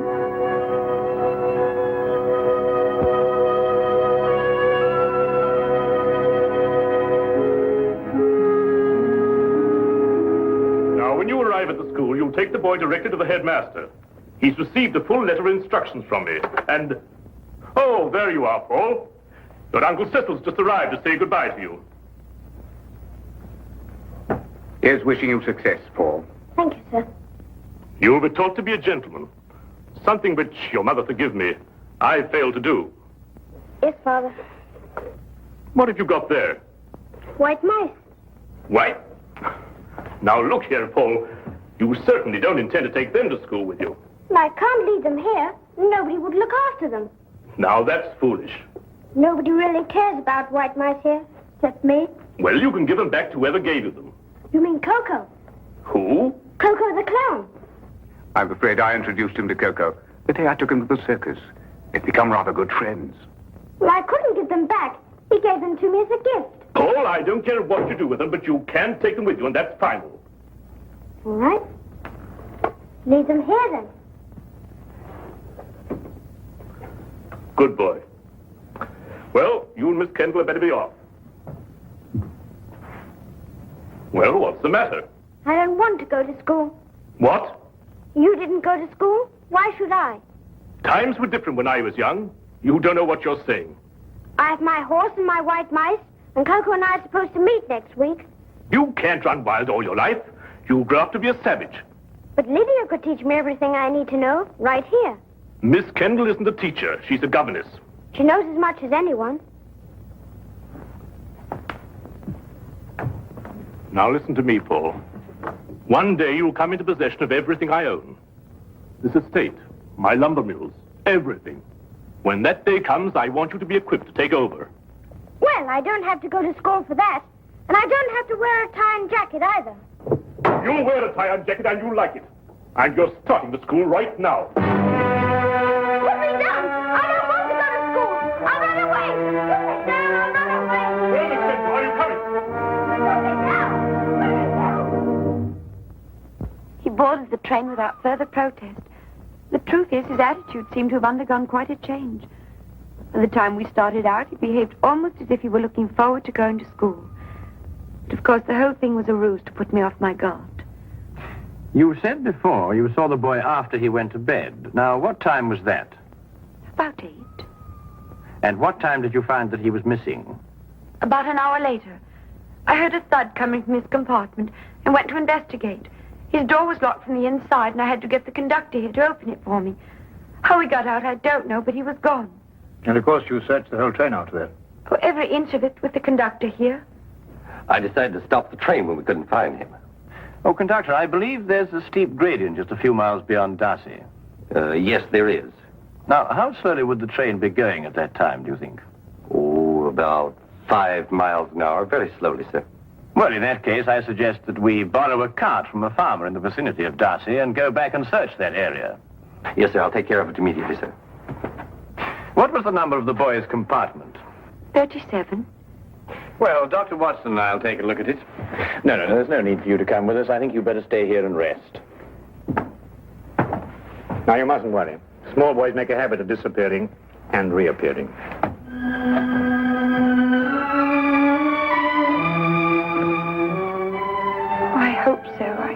so.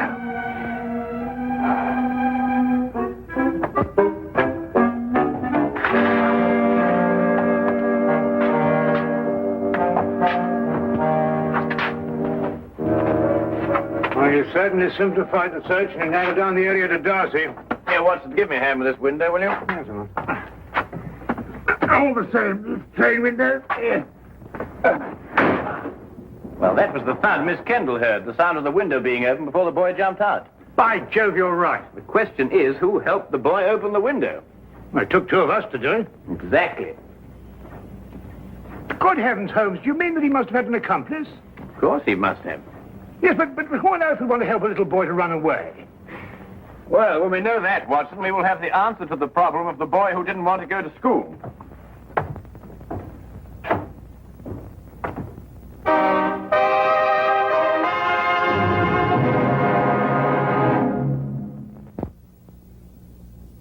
And now we return to the case of the night train riddle. Taking Holmes' suggestion, we borrowed a cart and traced the rail line back to the upgrade near Darcy. We combed the area several times without uncovering a single clue. All of us were soon discouraged and ready to abandon the search. All of us, that is, except Holmes. We've been over this stretch 3 times already, Holmes. Yes, I know, but this is the only place where the boy could have jumped off. But we haven't got a shred of evidence, not a sight of anything, nothing at all. Look, what is it? A boy's cap.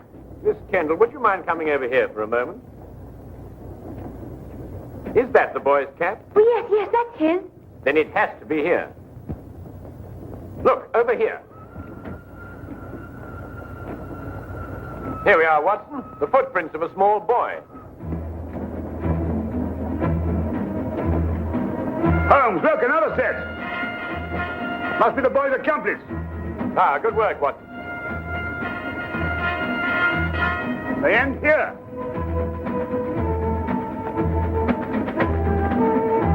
Then it's quite clear what happened. Not to me.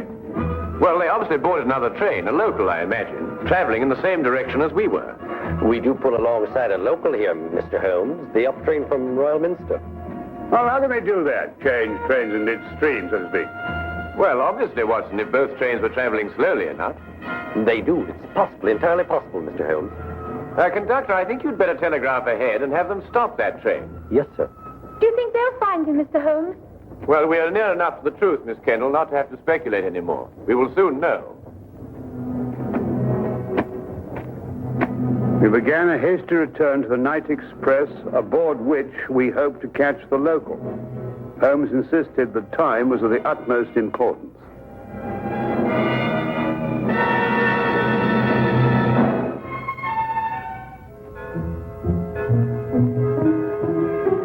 Paul. Pardon? I'm sorry. I thought to another boy. Perhaps the next compartment. Oh, this is the last one, miss. You held out so much hope, Mr. Holmes. How many stops did the train make before Darcy? 3, same as usual. Did you notice a boy get out of one of them? Not that I remember. There was a boy. I talked with him. He got off with his father at Manborough. Are you sure? Yes, there was that pair. Blimey, I clean forgot. What did the father look like? Medium-sized, grey hair, ordinary face. Wait, I noticed when I inspected his ticket there was something about his fingertips. They were red. Red? Yeah. I thought it was strange at the time. That's most observant of you, conductor. That proves it, Watson. Holmes, do you know who he is? Of course. Coco the Clown. Coco the Clown? He was the boy's friend. But more than that, there's the red fingertips. The significance of which completely escapes me. Rouge, Watson, the same kind of clown uses. He was evidently in a great hurry to catch the train. He didn't have time to remove it all. Well, if you're only right, Mr. Holmes. And unless I miss my guess, we'll find them both in Manborough now.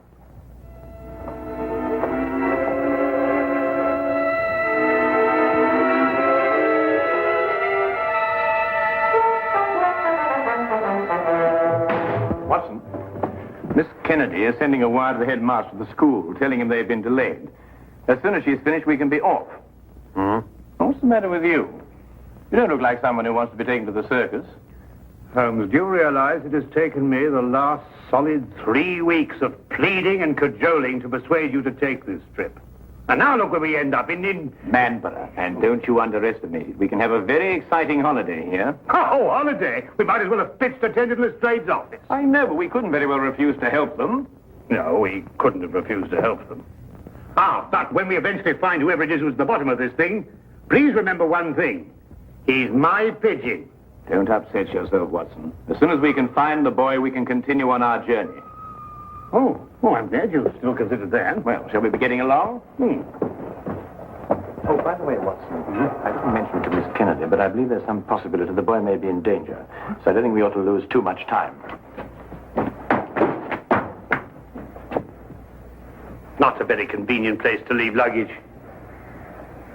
Holmes! You gotta wait a minute. We've left all our bags in the train. There's no time to worry about that now, Watson. Come along. But look, Holmes, we've got everything in them for our 4 days. All right, I'll find Miss Kendall and get a carriage, and we'll meet you in the street. Now, hurry up. Right.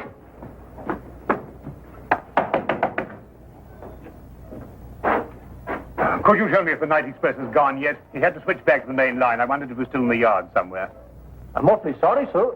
You must have the wrong town. Now I know where I am. I'm in Manborough. Right you are, sir. But the night express doesn't stop in Manborough. Never has.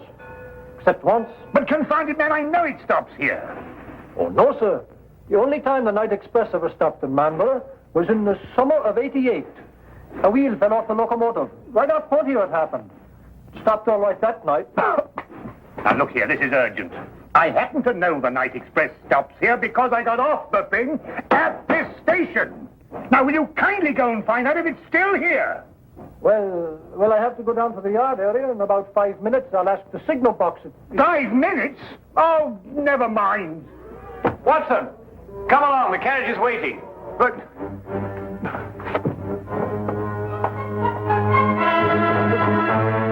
the luggage.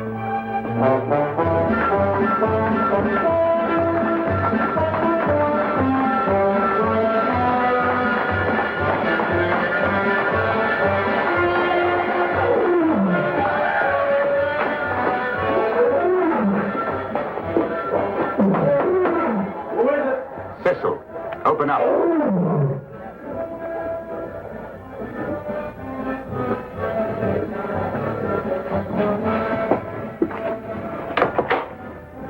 Did it work? We jumped off, switched trains. Ta-da! Like a couple of acrobats. Where's the boy now?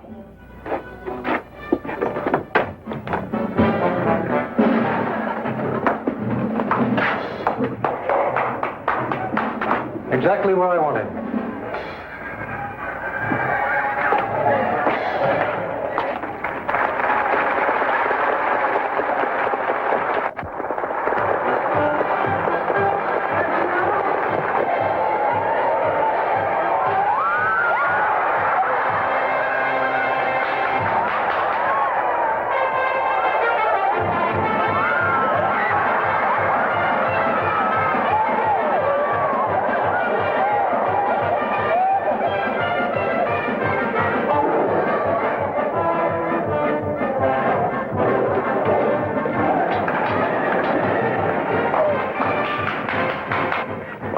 And get it over with.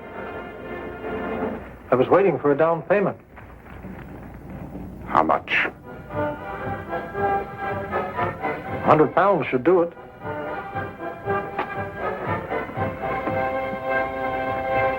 That's cheap enough to show you good faith.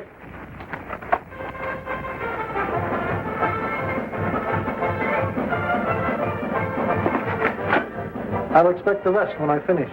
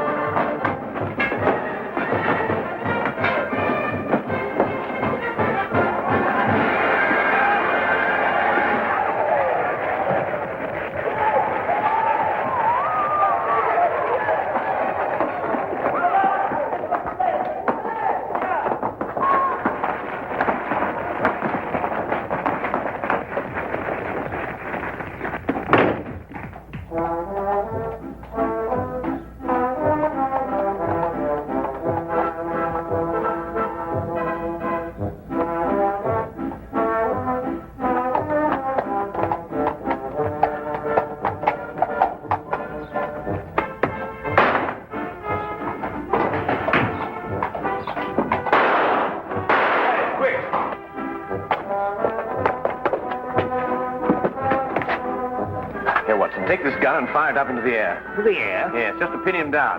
What are you going to do? Well, I'm going to find out who he is and why he's trying to keep us from the boy. Well, go on, Watson, fire it. I'm sorry, Holmes. This one's mine. What? Watson! Watson, here! Fire it, Holmes. Fire it! Oh, very well.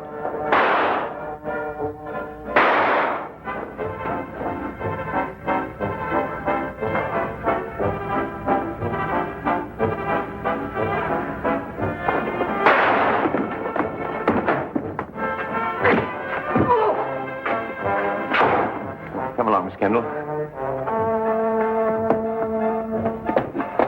Watson, you're a fool to have taken such a risk. No, with you covering me, I couldn't miss. Get up.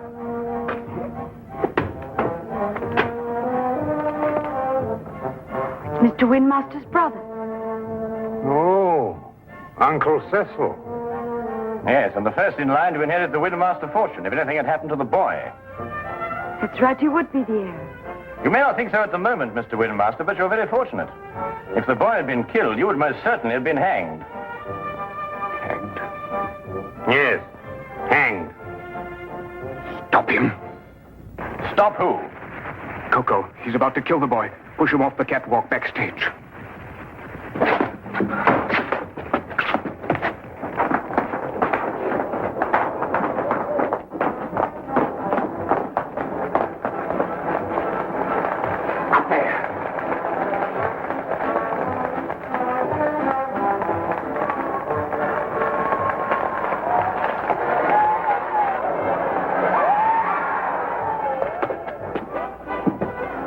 Coco?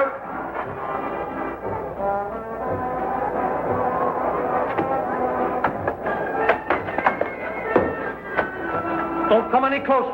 I'm coming down.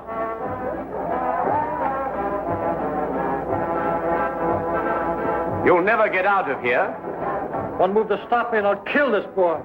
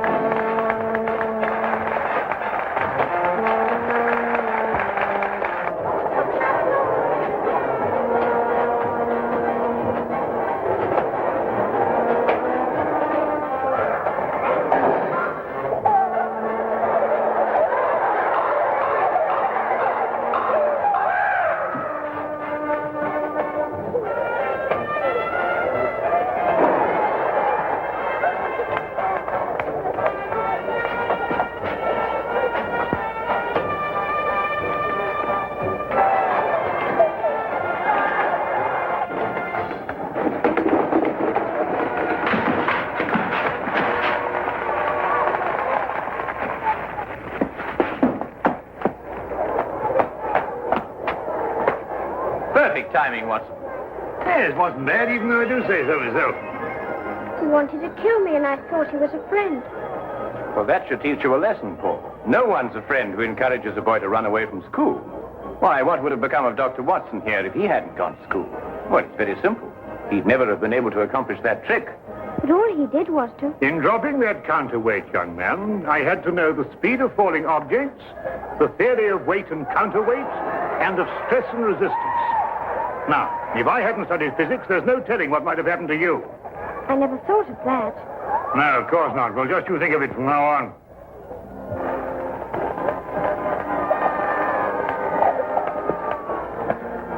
Watson, did you really have all that in mind when you pulled that rope? Oh, I would believe it, of course. Oh, did you? Uh-huh. Come on, you. And you.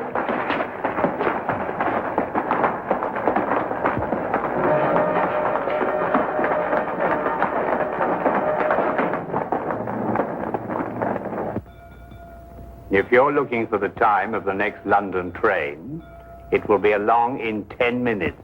Huh? Oh, no. I was just wondering where our bags would be by this time. This train seems to be somewhat off schedule. I'd estimate that our clean shirts are about 30 miles north of Edinburgh at this moment. Oh, confound it, Holmes. Why dwell on that? Oh, don't take it so hard, old chap. We'll give it another try one of these days. Well, sir, it certainly was a shock to me. Oh, it's you again. You were right, sir. The express did stop in Manborough tonight. Can't understand it. The first time since the summer of '88. Fact is, it was running wild through here tonight, they tell me. Came roaring through on the local line first, and back through here to switch over to the main line again. Can't for the life of me figure what they were up to. Left a couple of bags on our platform. No hint of a reason, just found them there. A couple of bags, did you say? Why, yes, sir. A suitcase-like. Don't know anything about them. One marked JW and the other SH. Suppose we'll have to keep them in the office for the 30 days required.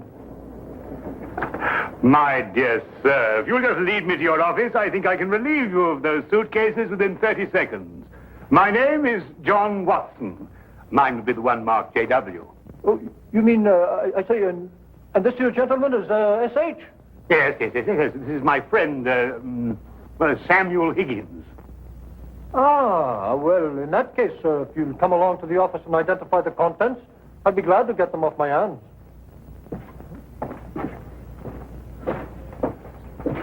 Samuel Higgins? Yes. You see, we have 3 whole days left. And I'm quite sure that nobody will want to interfere with the holiday of Samuel Higgins.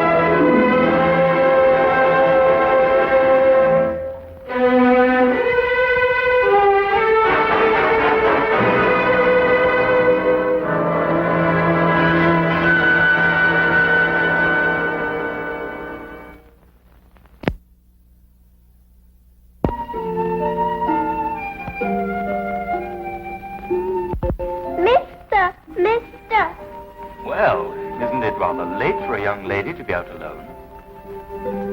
Do you live here? No. Then you must be visiting here, are you? My name is Frances Elizabeth Wright. I live at 67 Tivoli Road. I'm lost. Oh, you're lost. Could you take me home, please? I'm afraid. I should say I will.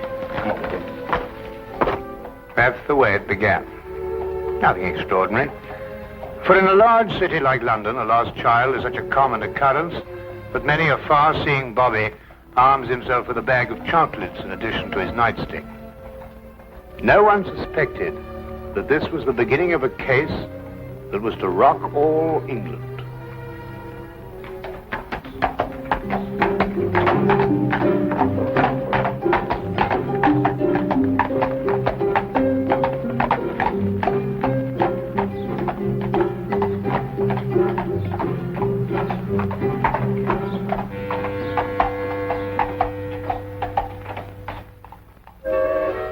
All right. If you insist. I know this man isn't going to do us any good. But what's the use of talking to you? Just as stubborn as your mother. I suspect we're having visitors. Oh, really? 23 and 27.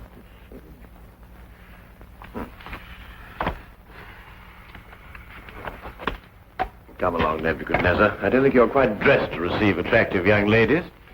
Now, in you go.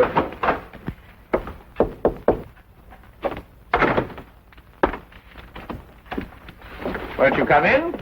Mr. Holmes, Sherlock Holmes. At your service, sir. Martini. George Martini is my name. This is my daughter, Margaret, who is of the stubborn opinion that you can help her. It will be a privilege, sir. Oh, may I introduce my very good friend, Dr. Watson? How do you do? How do you do, sir? Oh, yes. Won't you sit down? Oh, yeah, I'm so sorry.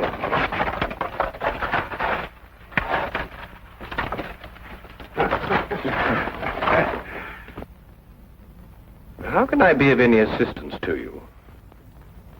This is rather a confidential matter. Oh, yes, yes. Dr. Watson is both the soul of discretion and my invaluable colleague in all my cases, especially the more delicate ones. I see. Well, there's this fellow, Richard Trevor is his name, who's been courting Margaret here. A sly one, if I ever saw one. I could tell by the shape of his ears, and the fact that he belonged to that upstart Shield and Castle club. There was nothing wrong with his ears. They were beautiful, both of them. Nevertheless, he gave her the impression that he was going to see me last night and ask for her hand in marriage. Instead, the scoundrel sent me some fantastic note about being detained and then never appeared at all. I want you to find out what happened to him. What did Mr. Trevor say in his note? That he would be detained because he had run into a little girl who was lost and was taking her home. Have you made any inquiries at his home? Yes, with Father, of course. I don't think it's genteel to go to a man's rooms, even if he is your fiancé. Quite right. Quite right. There was no sign of him, but his clothes were all there. He wouldn't run off without his clothes, would he? No, hardly. The pure guess. A deduction. Just as I deduced that you have a scar on the left side of your head, which you received in a naval battle. I'll be bound. How did you know that? Well, a right-handed man normally parts his hair on the left. Your parting is on the right, thereby indicating that you've changed it at some time or another to hide a mark. As to how you got it, that's obvious to me by the fact that you carry on your watch chain the insignia of His Majesty's ship Assault, which everyone remembers distinguished herself heroically off the coast of Africa. Well done, Holmes. I declare, well done. Will you investigate, Mr. Holmes? We'll look into the case immediately, Miss Martini. And as soon as we have any information for you, we'll let you know. I shall be forever in your debt. Or I will be after I see his bill. Here's our address. That won't be necessary, sir. I saw it marked on your hatband when you came in. If you'll forgive me, sir, a rather extraordinary precaution against the loss of a bowler only worth 2 guineas. Come, dear.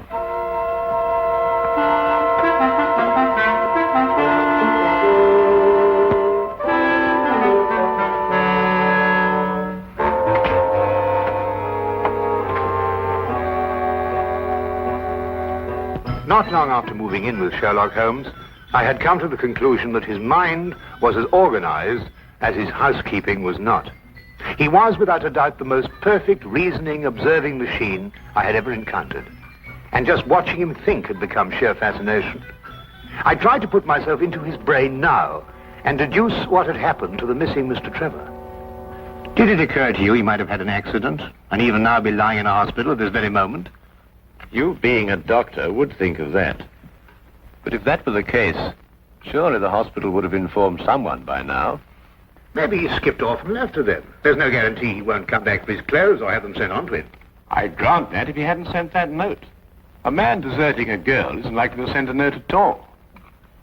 And if he did, he couldn't conceive, as Mr. Martini put it, of such a fantastic one. case is more than complex, Watson. And when we solve it, we shall also know what became of the others. What others? Oh, Watson, would you pass me my tobacco pouch? Well, where is it? It's in the toe of the Persian slipper, under your chair. All right. There you are. Oh. Thank you, Watson. Now, what others?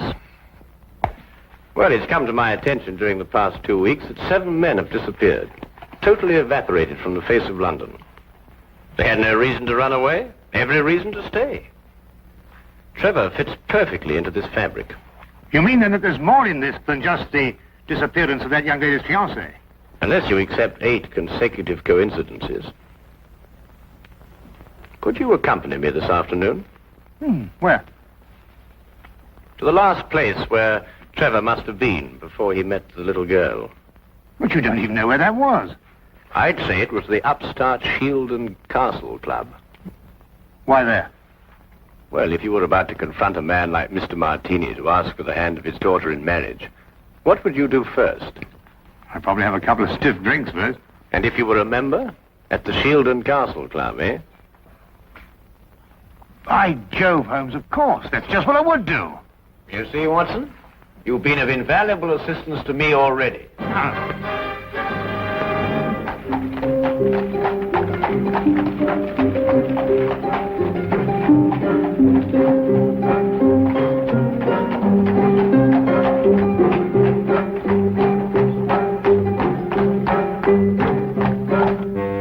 But you must tell us if he was here last night. He's missing. We're trying to find him.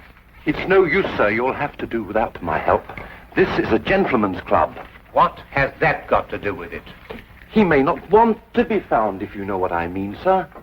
Now, look here. That's the way it is, sir. I'm sworn to preserve the privacy of our members. And having 2 little tots to feed, I'm not one to invite getting the sack.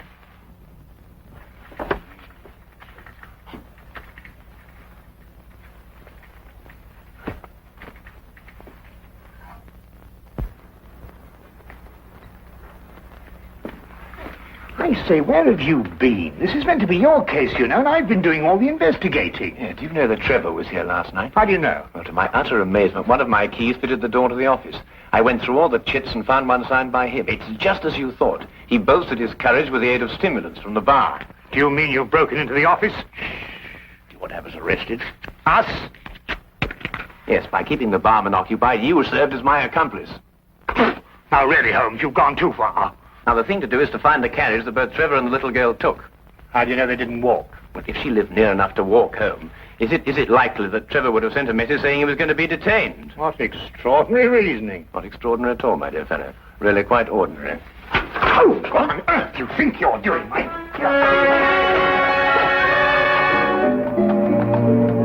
Finding the cabbie who picked up Trevor and the little girl was a matter of stationing ourselves at the hack stand outside the Sheldon Castle Club and doggedly questioning every driver who stopped there. One finally remembered the pair, but owing to brisk business that night, could not be at all sure where he set them down. The address he brought us to was a guess, and from the looks of it, a very bad one. Well, I think we're on a wild goose chase. Doesn't look as if anyone lived here for a long time. Do you realize these papers are at least a week old? Well, then the cabbie made a mistake. He's brought us to the wrong address. Do you know, without very much difficulty, I think I might be able to... Holmes, please, not again. You good fellow, keep a good lookout, will you? Look, Holmes, this is housebreaking. We can go to prison for years for this. You can't just go opening doors all over London just because... Holmes, no, there's somebody coming. Just stand in front of me and behave quite normally, eh?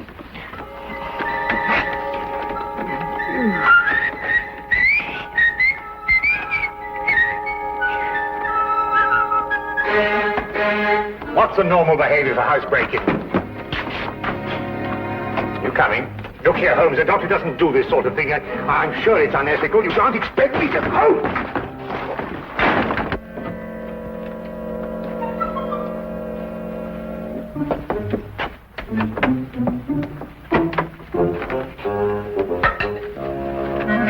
What are we looking for?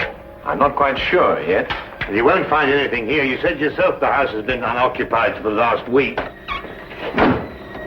Thieves in the night, that's what we are. A child's been here recently. Oh, what makes you think that? Do you remember as a youngster, Watson, penciling in moustaches on the faces of the advertisements? I suppose so. But what's that got to do with it? When I looked at those newspapers outside, I noticed that someone had penciled in a handlebar moustache on a woman advertising headache powder. I'd assumed that a child did it. More than that, since the papers were only a day old, I'd also assumed that a child has been here very recently. Why should the child bring Trevor here to an unoccupied house? That, Watson, is the core of our problem. Excuse me a minute. Huh? Oh.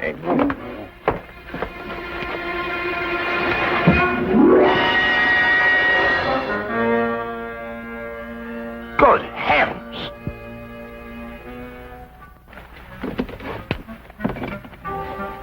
Trevor? Fairly safe assumption, Watson. Yes. And from the pallor of his skin, I'd say he'd recently been given an overdose of strychnine. I'd also deduce that he's the 8th victim of a very strange murderer.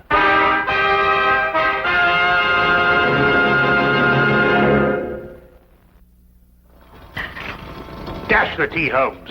I'm waiting for some word from you.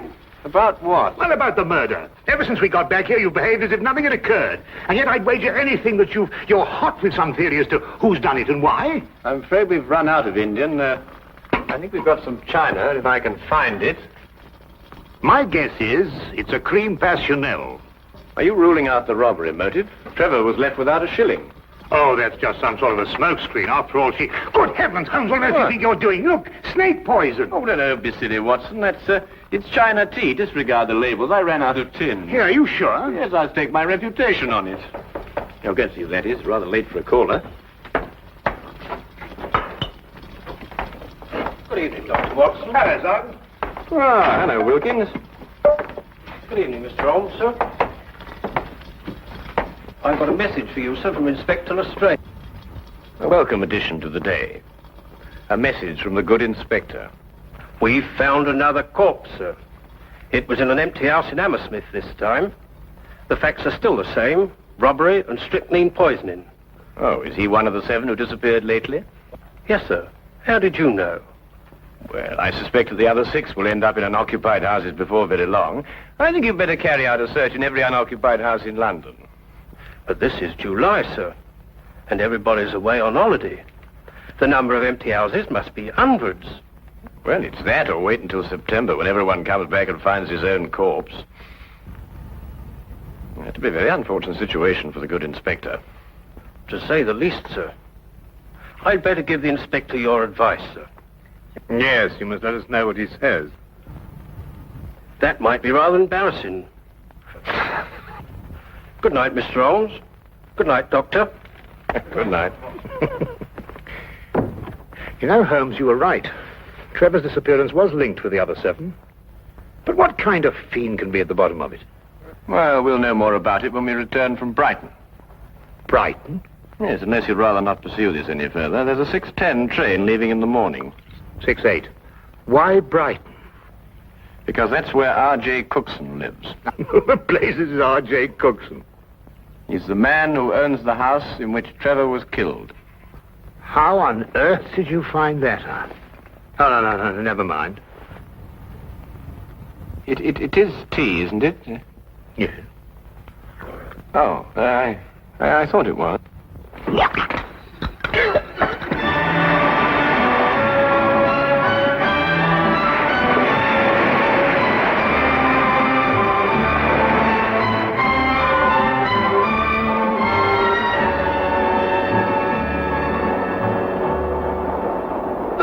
Have you ever heard anything so incredible? A corpse in my fireplace. And a stranger at that. Rather inconsiderate of someone, I must say. Why, when the police brought the news last night, I thought someone was pulling my leg. My fireplace. Really, I ask you. I'd say because the murderer knew you'd be away, knew that the house would be unoccupied, and that you wouldn't come back at an embarrassing moment. You're right, Mr. Holmes. Absolutely right. The culprit was acquainted with all my plans, and not wanting the corpse to be found in his own fireplace, chose mine. Precisely. But who could that be? I vouched that a full regiment of people knew of my plans to leave London. Then our task is to narrow down that regiment. How? You have me breathless.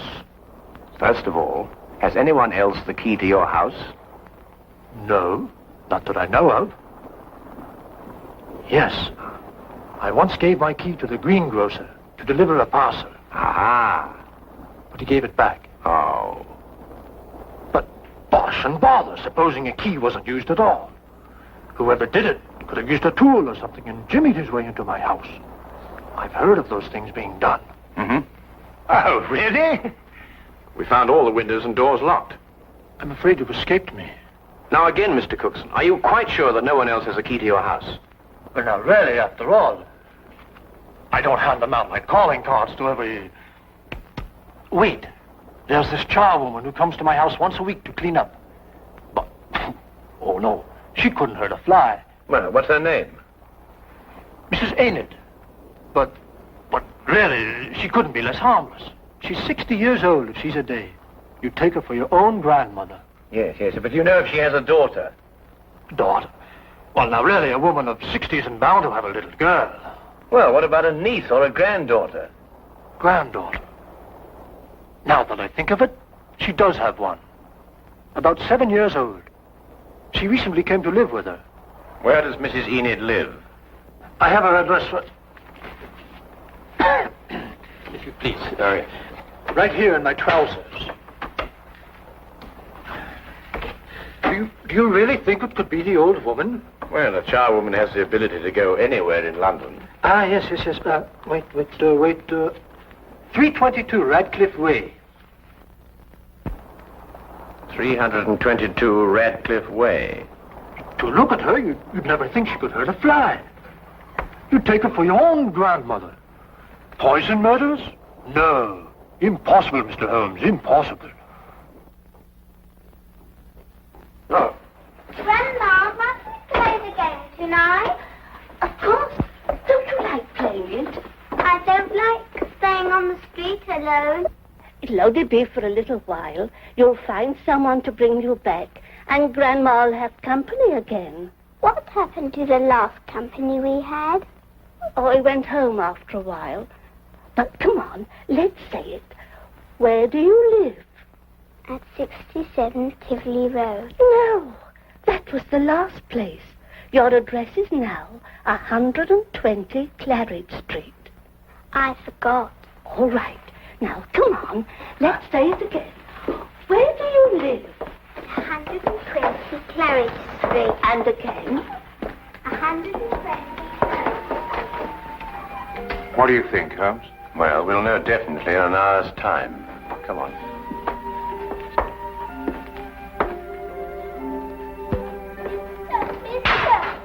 Oh, hello. Oh, well, it's pretty late for a little girl like you to be out on her own. What's your name? My name is Frances Elizabeth Wright. I see. And where do you live? I live at 120 Claridge Street. I'm lost. Oh, dear. That would mistake you home. Come along, then. You must come in and try some of my divinity fudge. It's the least I can offer you for your kindness in bringing Francis home. Well, that's very kind of you, but really I ought to be getting along. It's just been made. Delicious. You'll make an old woman very happy if you'll try the first slice. Oh, very well, then. I am rather partial to divinity fudge. Francis. Thank you.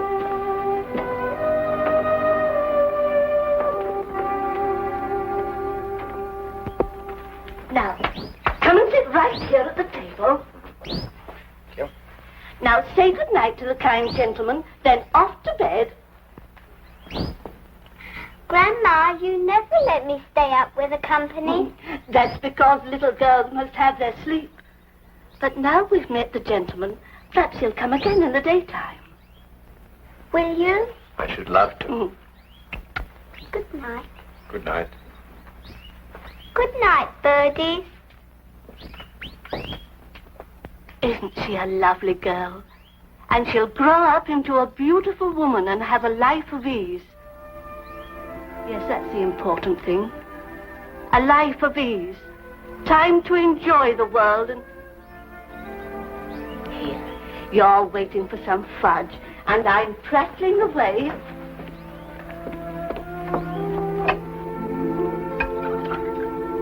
Here it is. And a glass of cold milk to go with it. Won't you join me? Oh, no. My doctor would never permit it. I only prepare this sort of thing for people who drop in, like you. I see. Smells very good. If I have one speciality, it's divinity fudge. You'll find it heavenly.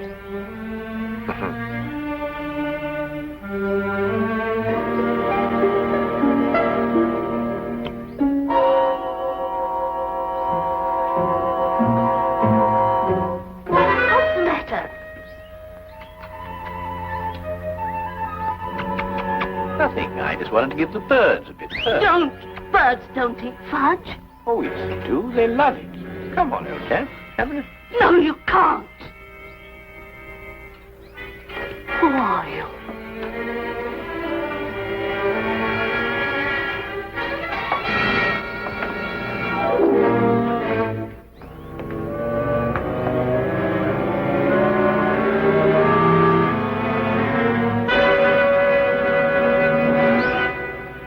I'll take that, Mrs. Enid. Thank you.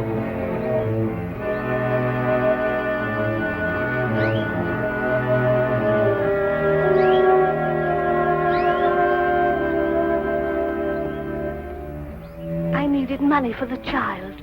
That's why I did it. I didn't want her to grow up into a tired rag of a charwoman. I wanted her to have a life of ease and the things I've seen other people have. You understand? Yes.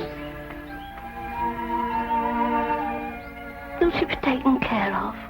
You need very, Mrs. Enid.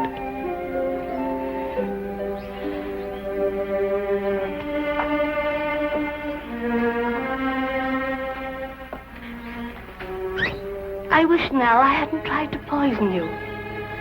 You might have visited us again as you promised, and we'd have been such good friends.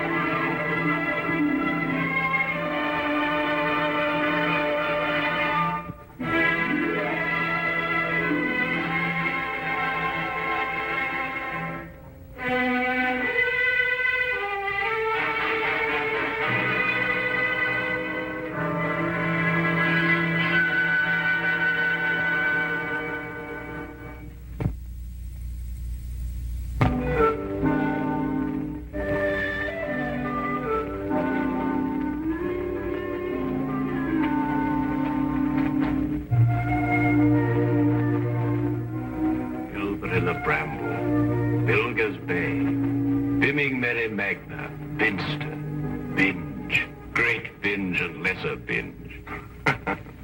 Amazing. What's amazing? The names of our English villages, Watson. What foreigner reading these could ever think of us as stiff and sober-minded people? Lippery Cross, Birrer Crags, Bird Cherry Brook and Birding Piece Place, Burlston Junction. When do we go? Go where? To Burlston Manor, Burlston, Sussex. Whatever led you to believe that I'm interested in Sussex, Burlston, or Burlston Manor? No doubt you saw the account of the rather gruesome murder of Squire John Douglas. Quite so. The case has interesting features. But at the moment I'm more interested in the fly fishing possibilities in the neighborhood of Burlston. Ah, that would be the Arun. Runs within 2 or 3 miles of the manor house. What manor house? Burlston, the home of the late Squire Douglas. Oh, yes, I remember. I believe he was quite a fisherman. The moat is 40 feet wide. 40 feet wide? Well. Good Lord. He could probably fish from his bedroom window. And when the drawbridge is raised, the place becomes an island. 4 hours after the bridge is raised, the body of Squire Douglas is found in his study with half his head blown off. That should appeal to you. Fishing seems a safe business by comparison. Do you row a boat? A boat? For fly fishing? Have you ever fished before? Does this look like the equipment of an amateur? Odd word. Which? Equipment. All the fishermen I've ever known talk about their tackle. What do you deduce from that, Holmes? Obvious. Your fishing friends either lack experience or vocabulary. We deep-sea fishermen are in the equipment class. None of your nasty little bundles. Yes, that gaff is far more suitable for a shark than a trout. Do you really think so? No good for trout? Well, it depends what trout you're after. Oh, yes. Well, we must carry a tape measure. A tape measure? What on earth for? To measure our catch, of course. To measure our catch and throw back the little ones. A good rule in life, Watson. Always remember to throw back the little ones. Do you think our prey will count as a big one or a little one? Well, hardly as big as Squire Douglas lying dead in his castle, surrounded by his moat. Holmes, you've been analyzing this case. Well, I haven't got enough data yet for analysis, really. Do you think it could be an accident? What, with a sawn-off shotgun? And the triggers of both barrels wired together? Murder, eh? Yes, possibly. What do you mean by possibly?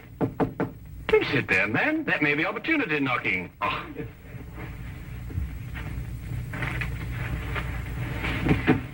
Come in.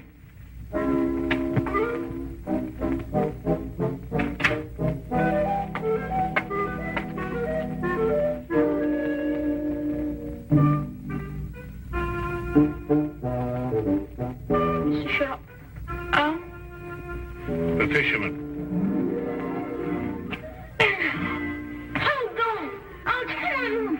Blimey! No way! There, boy. There's only a little one. If you like it, Watson.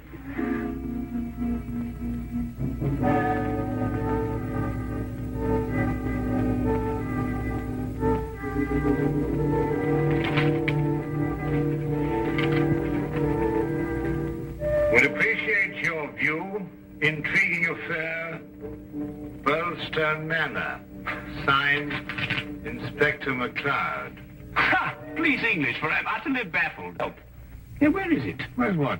Well, the tape measure, of course. Where is that tape measure? Holding the fiddle case together, sir. Fiddle? Violin case, boy. Oh, tell me, Watson, how are we off for trains? Trains? Ah, yes. Now, let me see. Burlston. Yes, now, that would be the West Sussex Littlehampton Bognor line. Now, there's a 10:15. Now, that doesn't stop. Of course, it's a 12:3. That we get us in at 4:2 or 4:7. Yes, I'd forgotten, actually. Say you've got to remember this 42047. Come, Watson, you're slipping. Blimey. Does it keep all the times in his head? Where else, of course? We are a nation of railway pioneers, my boy. Like a great many Englishmen before him, Dr. Watson restricts his reading to the Bible, the Times, and Bradshaw's Railway Guide to the British Isles. Here, boy.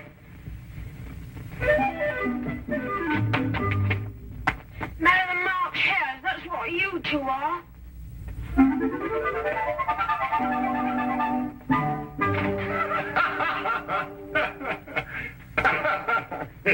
I say, Watson, have you seen my weekend bag anywhere? I suspect it's under the stairs. Mrs. Hudson got very tired of seeing it lying about. Oh, good. Well, that means it hasn't been unpacked anyway. I assume not.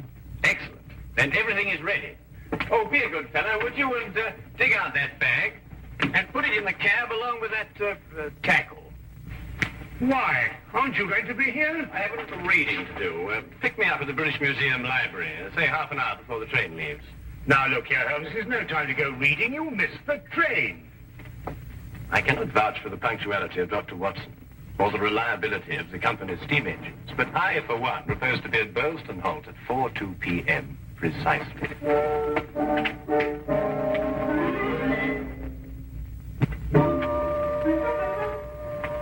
Or is it 4:07?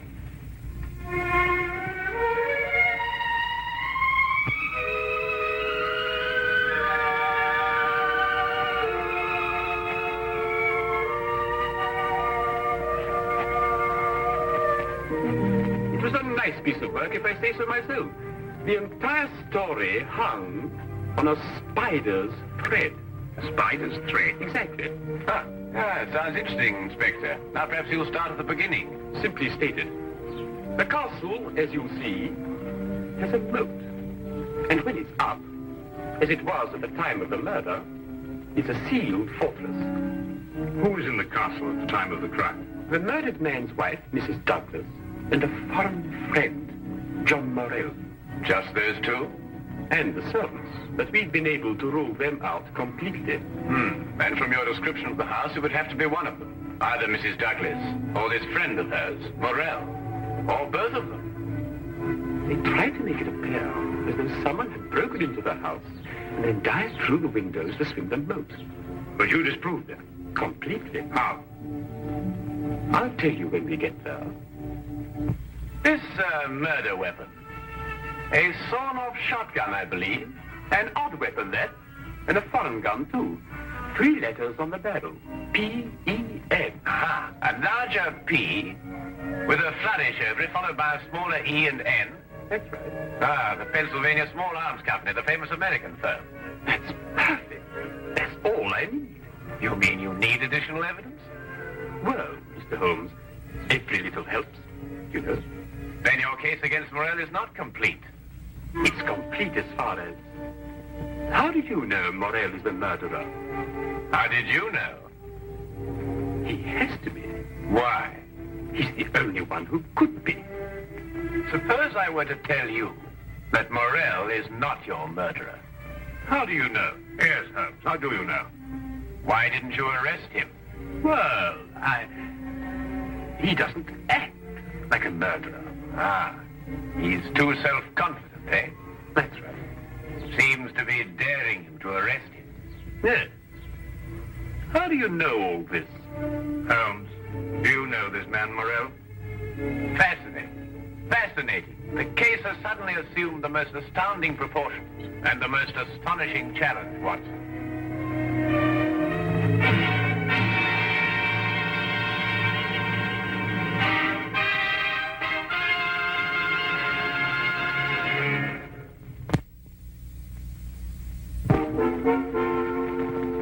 And now, we return to the case of the Pennsylvania gun. Beautiful specimen of the period. Yes, it is lovely, isn't it? What did you mean, Mr. Holmes? Nothing. I just think it's a lovely building. No, I mean when you said that Morell didn't murder Mr. Douglas. Oh, that. Yes, what did you mean? How do you know he didn't do it? Well, if he didn't do it, she did. You're jumping again, McCloud. You're jumping. But it has to be one or the other. Does it really? What's he talking about? Well, don't you know? No, I don't know. If two people are in a sealed house with a murdered man, one of them has to be a murderer. That's common sense. Ah, but is it logical? What do you mean, is it logical? I don't know, but Holmes says that all the time. I was hoping you might be able to tell me.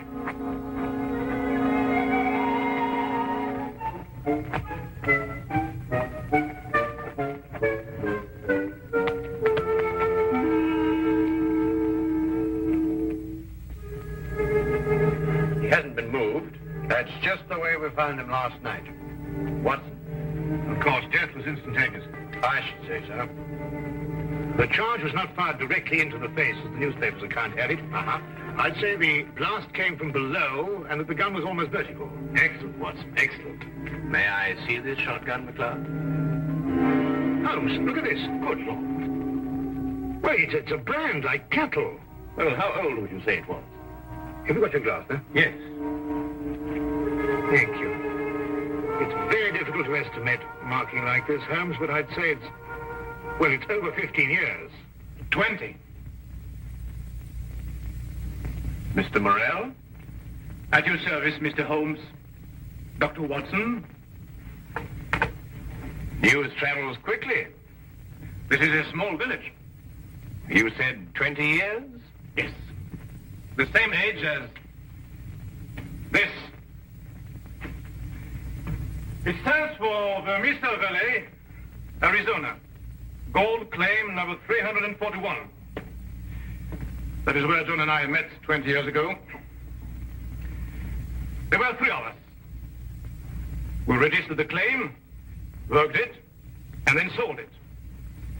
We divided the money in thirds and went our different ways.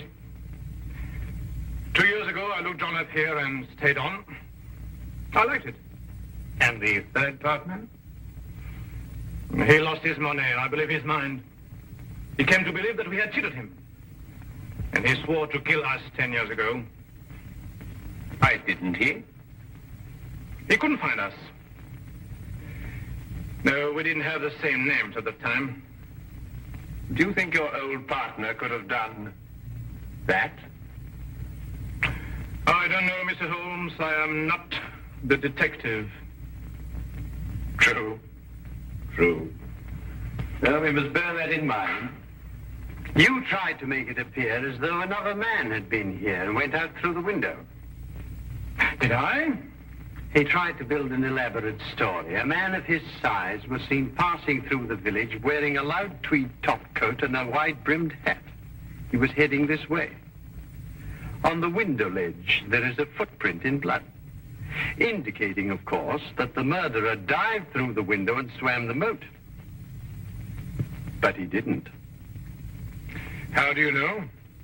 Because, Mr. Morrell, outside that window and just a few feet down is a very large and at least a month-old spider's web. Anyone jumping or diving through the window would have to pass through the web. And no one did. Well done, McLeod. Well done. A spider's web. The English police have the most amazing allies, I must say. Now that you have made your deductions, Mr. MacLeod, exactly what do they mean to me? For the moment, nothing. But I suggest you do not leave the castle grounds. And if I try to live,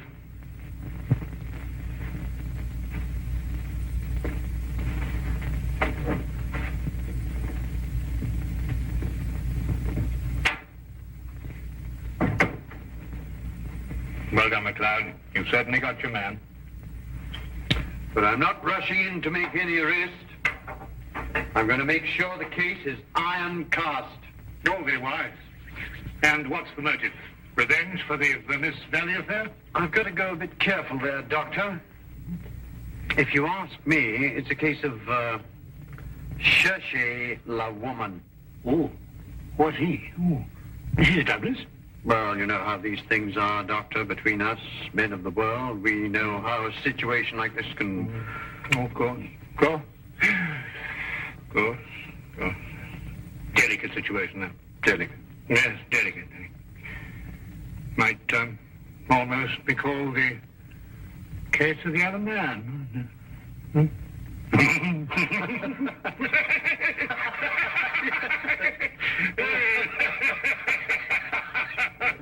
The other dumbbell. Who? Not who, what? What? That's right, what? What are you talking about? That. There's only one dumbbell. One dumbbell? That's right. Well? There's only one dumbbell, Watson. I know. That's it over there. Yes. Where's the other one? Well, I don't know. I've only just come here. Do you know where the other one is? What difference does it make? Well, that's right. Yes. What difference does it make? Maybe there is only one dumbbell. One dumbbell? But they come in twos. Perhaps he only had one. Watson, do you mean to tell me that you can stand there, surrounded by all these athletic trophies, and suggest to me that such a man would only use one dumbbell? Well, what difference does it make? Yes, what difference does it make? Well, if you two are convinced that you can solve the case with the aid of a convenient spider, I'm going fishing. You're what? Oh, he's going fishing. He's brought his tackle. Why? To catch fish. Then I take it you're satisfied with my analysis of the crime. Find the dumbbell. Hang the dumbbell! You can't hang him until you find him. Who? The man who took the dumbbell. You've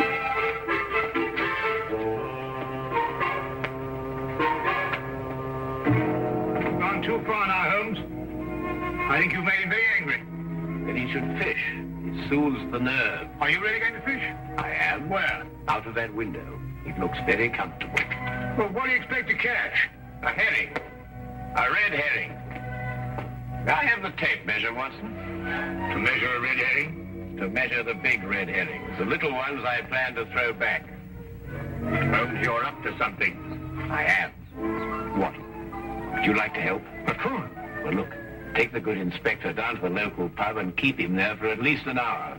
While you fish for red herring? At the moment, I'm fishing for bait. I don't know what you're talking about, but I'll do it. Good. Remember, 1 hour. I may enjoy myself in the local and stay too.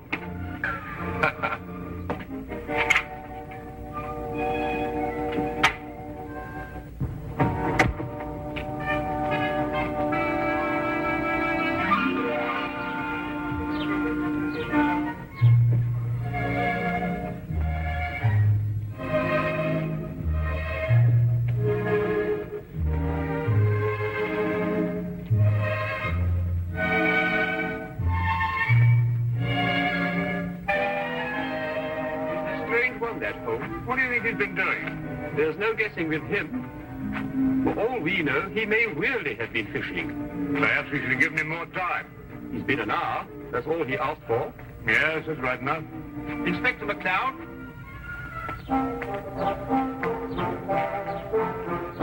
Hello, Sergeant. Have you seen Mr. Holmes?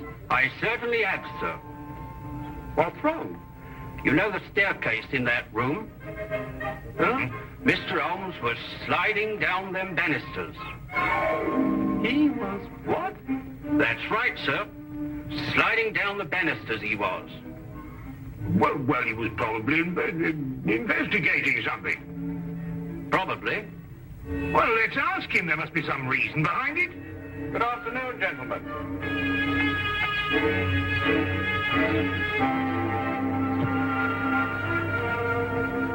Go on.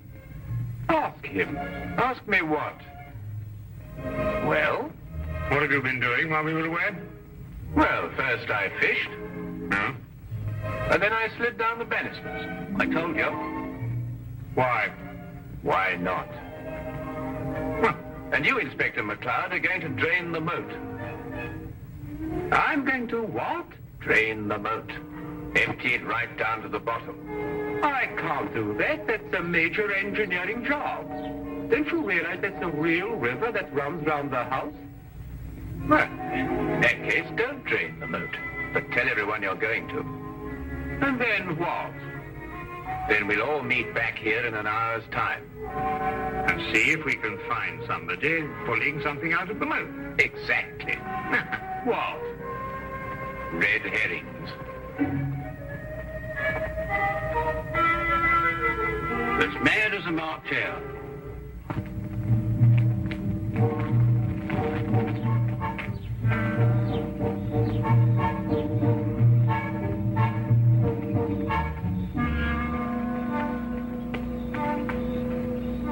How much longer?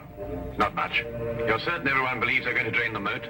I don't know who believes it, but everyone knows I said it. Do you think someone will come to the murder room? Someone has been in it for some time. How do you know? The lights are out. Because I left them on. Hmm? Look, what? That's it, let's go.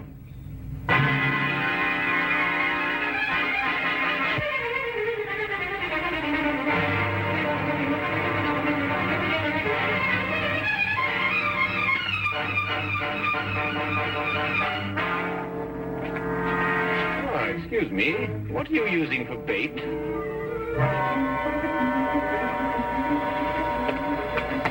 Oh, would you mind holding this? Thank you. What clothes did you say the stranger was wearing, McCloud? A loud tweed topcoat and a white brimmed hat. Like these?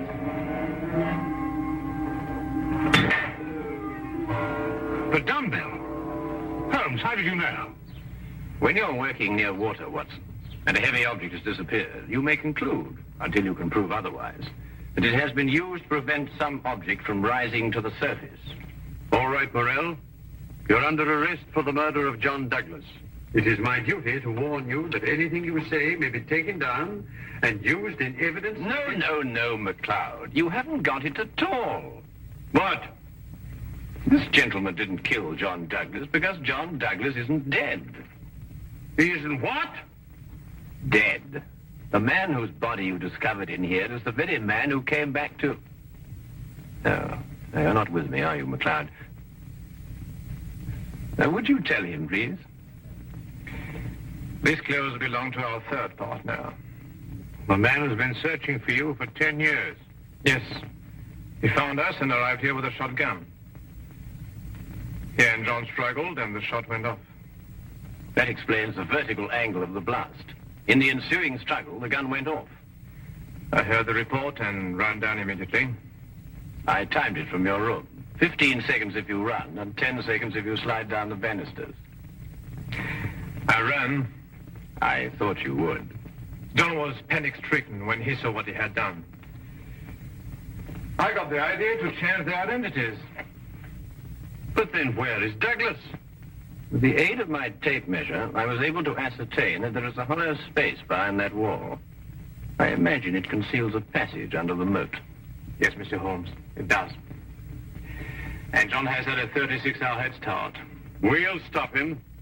I told him you would.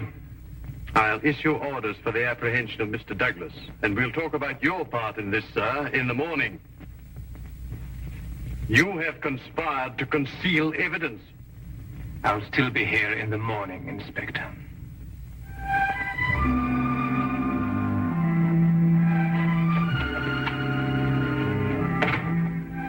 A very brilliant piece of deductions, Mr. Holmes. An excellent application of applied psychology. I haven't been tricked many times in my life. You must remember that the next time you become involved with murder. And you can now continue your fishing in a more normal manner. Fishing? No, I don't care for it, really. Unless it's deep sea, of course. Yes. But in the absence of an ocean in the immediate vicinity, I think we'd better start back Baker Street immediately. Well, now, there's a 9:13 or a 10:23. The 10:23 will hold us on the Tunbridge for a while.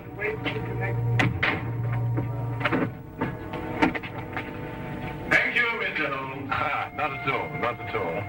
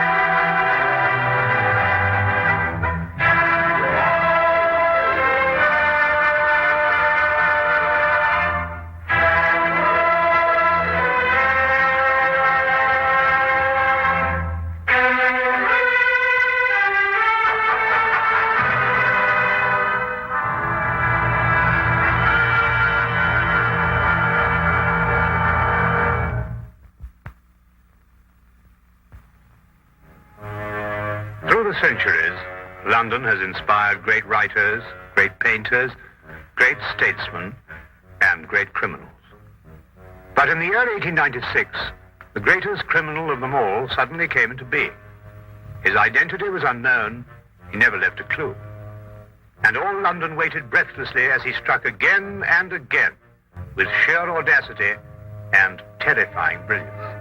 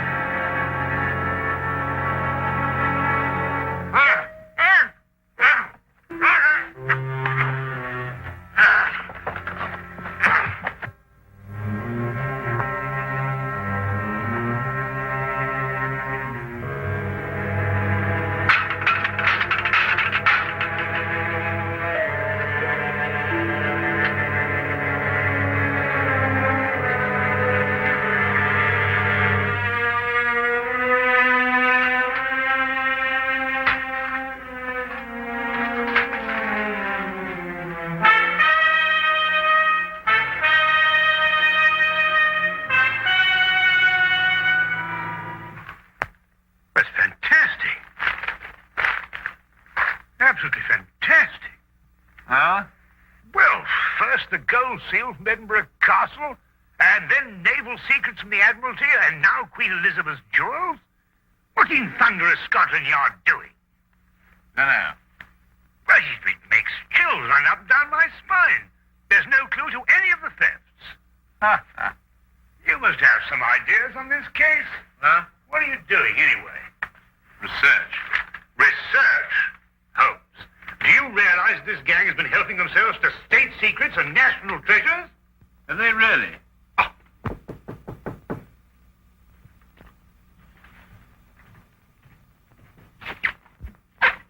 hello, Inspector. Come on in. Good morning, Dr. Watson. Is Holmes in? Yes, he is, but our communications seem to be faulty. Oh. There you are, Holmes. Oh, good morning, Lestrade. You're up early. Well, you'd be up early, too, if every government official in London were breathing down the back of your neck. And I must say that would make sleep rather difficult, wouldn't it? Holmes, I'll come straight to the point. I need your help. Indeed? It's these extraordinary thefts. Government stuff, you know. This man and his gang have evaded every trap we've set for them, and the Commissioner's demanding results. I gather that your position is somewhat precarious and you wish to secure it, eh? Well, all right, Holmes. You can put it that way if you wish. Well, Lestrade, you know, there's only one thing for you to do. To regain the confidence of your superiors, you must go out and capture this criminal yourself. Well, goodbye, Mr. Holmes. Bye, Lestrade. Good luck. Lestrade, if I can be of any assistance, please don't hesitate to ask me. Thank you very much, Dr. Watson. Good day. Good day.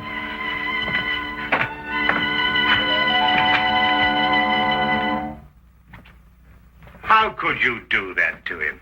He did everything but beg you to help him. Well, it's the Yard's job to solve these cases. Besides, I'm always giving him help. I should have thought if you wouldn't do it for Lestrade, at least you'd remember the security of England's being menaced by this criminal. Now, look, I know you're pressed, Holmes, but you don't seem to realize the... That's a special blend of tobacco, Watson. You wouldn't like it. I'm sorry, Watson. I didn't mean to upset you. Oh, no, not at all. You just startled me. Sorry. Really. I'm just going out for a walk in the fresh air. Oh, yes, well, goodbye, Watson. Enjoy your walk.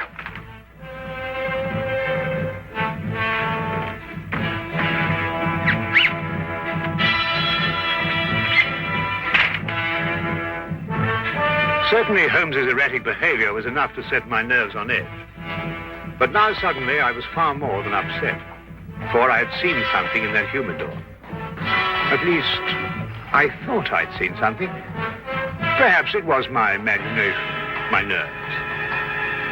But I could have sworn that mixed with the tobacco in the humidor was a diamond necklace.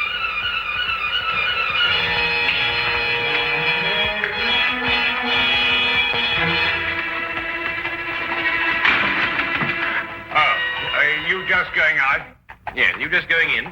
No, I'm just strolling about. Oh, that's nice. Well, I have an appointment. Oh, I say, would you like me to stroll along with you? Well, as a matter of fact, it's a private matter. I think I'd better go on my own. Oh, right. Well, will I see you for lunch? Most likely, yes.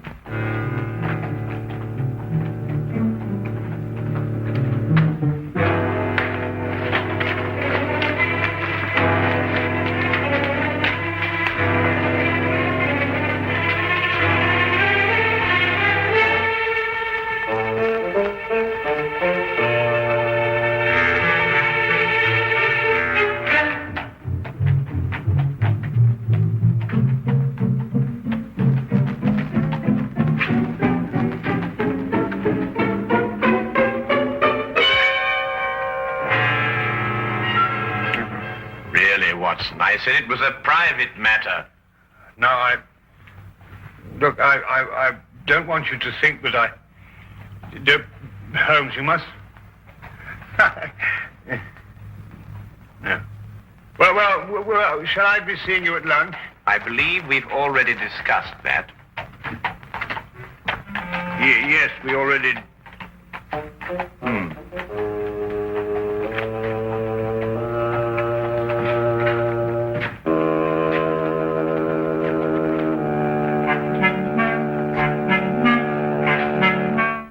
Holmes returned, he was kind enough to let the morning affair be forgotten, or apparently forgotten. Thank you, Watson. And I hope you won't mind if I take my cup over to the desk. I have a few things to look over. No, of course, my dear chap, do, please. His only reference to it was his remark about another private appointment that afternoon. I felt he gave a bit of undue emphasis on the word private. As for me, as terrible as the morning experience had been, it actually stressed the importance of continuing my investigation. One other thing was also made quite clear. I realized that if one were to match wits with Sherlock Holmes, one could not employ ordinary methods.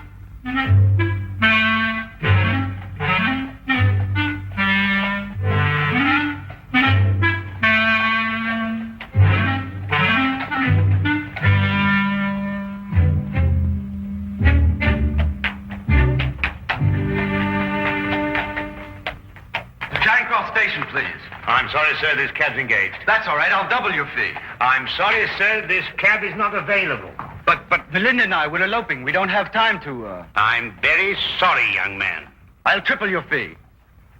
For the third and last time, young man, will you kindly go and elope with somebody else? Nobody understands us. Not your father or my mother, nor this cabbie. Come, Melinda, we will fight the world together. But we will prove our love. Number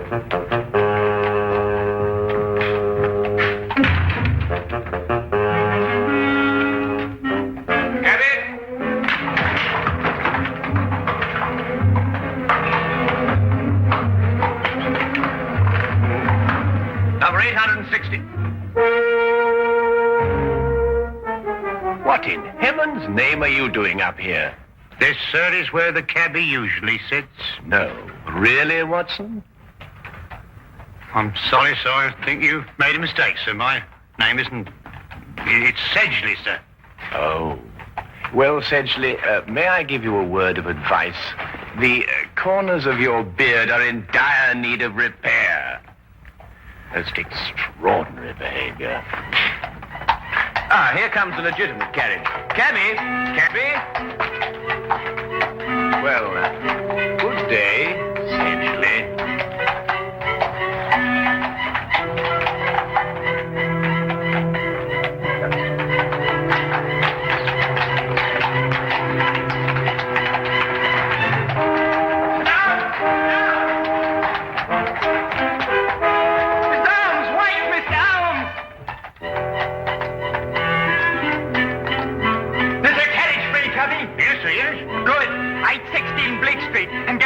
on, I gotta catch that gent what just took off. Get in, sir. 816 Bleak Street. Right you are, sir. Right?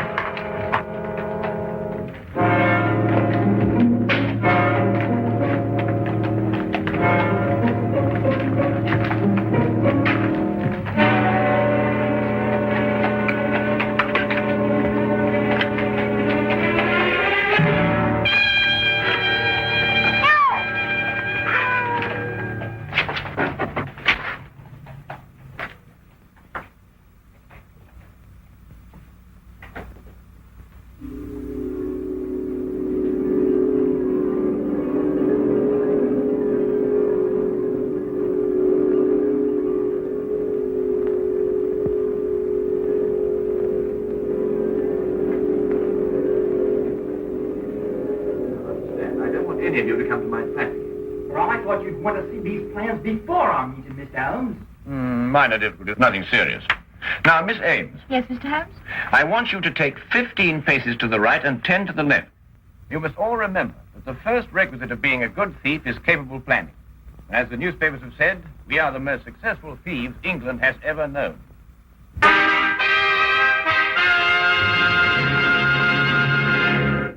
And now, we return to the case of the neurotic detective.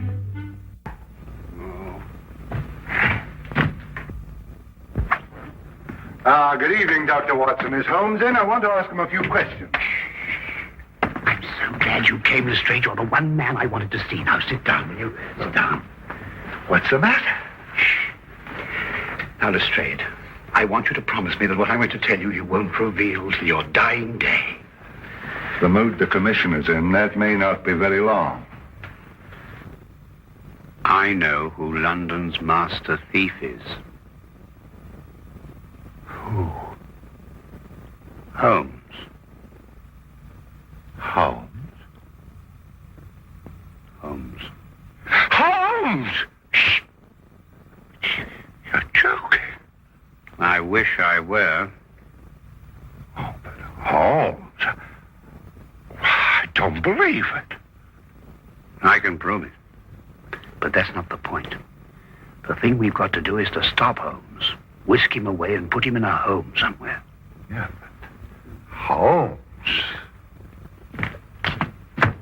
Oh, hello, Lestrade. I didn't know you were here. Oh, I just happened to be in the neighborhood. Oh, good, good. Watson, I wonder if you could, look, can you fix this confounded thing? It keeps on popping up at the bank. Hang on. I thought you hated formal affairs. Well, people change, you know, Lestrade. People change. Well, come on, Watson, hurry up. I want just a second. Very important to do this, you know. Very important affair. There you are. There you are. Good, thank you. Oh, Lestrade, tell me, how's that big case of yours getting on? Oh, fine. Terrible. We haven't a clue. Oh, I say, flowers. Yes, I'm escorting a rather beautiful young woman tonight. Rather picturesque, don't you think? Well, good evening, gentlemen. Well, enjoy yourself. Good night. Thank you, Watson. Thank you, Lestrade.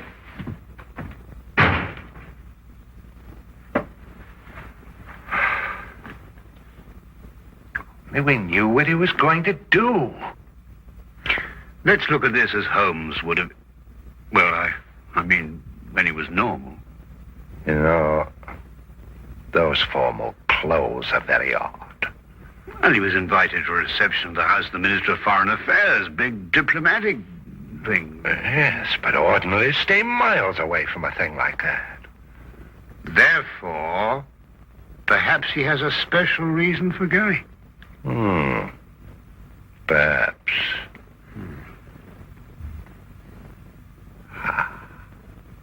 Yeah?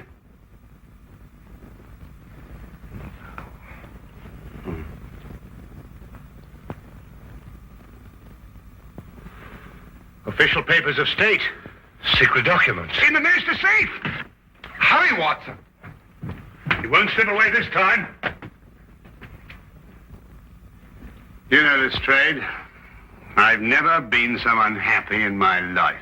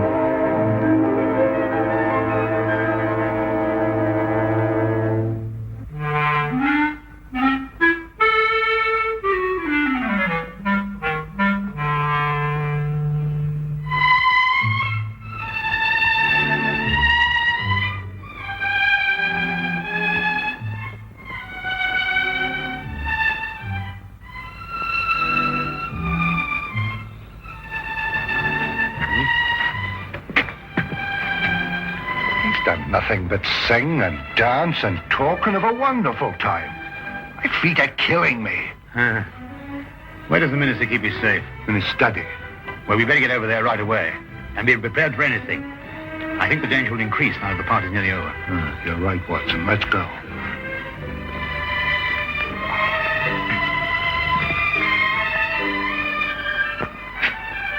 Wilkins. I didn't see Mr. Holmes anywhere, sir. But his young lady left in a carriage, all by herself, sir. Yeah, no time to lose. Dr. Watson. Yeah? I want you to hide behind this curtain here. And, Wilkins, what's in here? The cupboard. I want you to stay in here and come out when you need it. Right, sir. I'm going to stay in the hall. We'll get Holmes no matter what he does. Right. Right.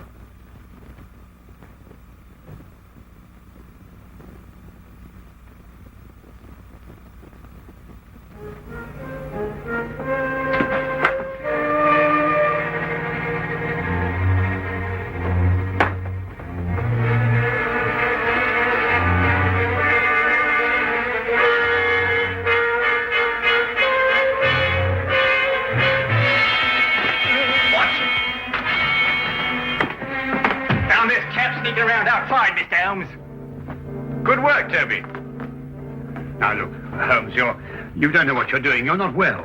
You'll never get away with this, Holmes.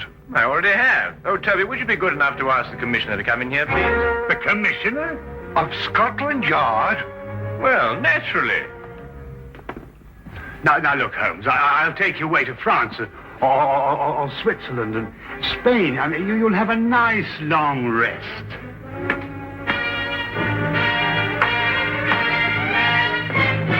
There you are, Commissioner. Splendid work, Mr. Holmes, splendid. Commissioner? You too? What are you talking about, Lestrade? And put your hands down. You're not in any danger. Yes. Mr. Holmes, all Bristol knows you a tremendous debt of gratitude for this magnificent service. Service? Dangers? What on earth are you talking about? There had been a great deal of unrest in recent months regarding the adequacy of the measures employed to guard many of our national treasures and government secrets. It was discussed in the various ministries and at the Yard. It was finally decided that we would put ourselves to a test. Mr. Holmes was hired. Working for Scotland Yard? But Holmes, why didn't you tell me? Because the only true test could be obtained by keeping the utmost secrecy. Every personal reaction had to be genuine. The men from Scotland Yard were told nothing because they too were being tested. It was essential that everyone believe these thefts in order that the test could be accurate and worthwhile. And the reactions were most amazing at the Yard. And to think, Watson, you didn't trust me. Oh, I say, look here, Holmes. No, Holmes, but you've got to listen to me, please. I mean, get my point of view. I mean, for all I knew, the whole British Empire was at stake. Well, yes. You have a point there. Come along, Sedgley. Oh, really, Holmes? Sedgley?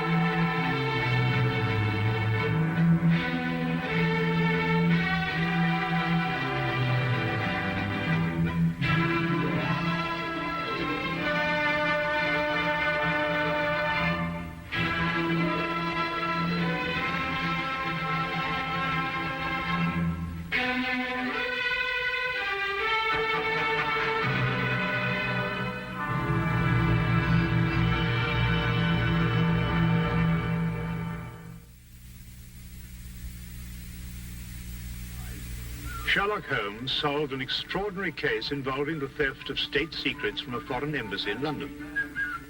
Holmes' work virtually saved the throne of the Balkan monarch, King Conrad. In appreciation of this service, both Holmes and I were extended, and eagerly accepted, an invitation to join a royal hunting party at the Sovereign's Lodge, deep in the forest of his Balkan kingdom.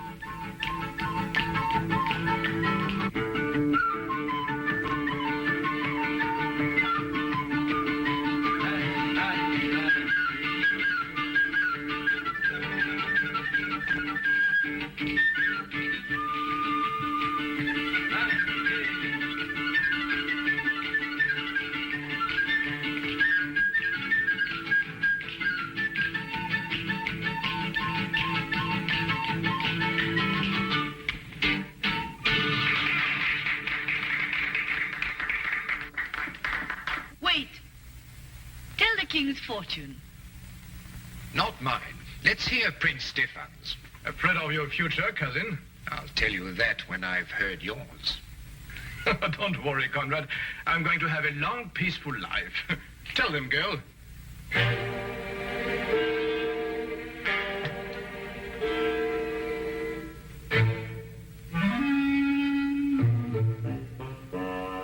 Come now, Stefan. Don't take it so seriously. No, just a bit unnerving, that's all. Not some sort of joke of yours, was it? I'm afraid not. I imagine the girl is genuinely frightened, Prince Stefan. She's rushed out, leaving her money on the floor.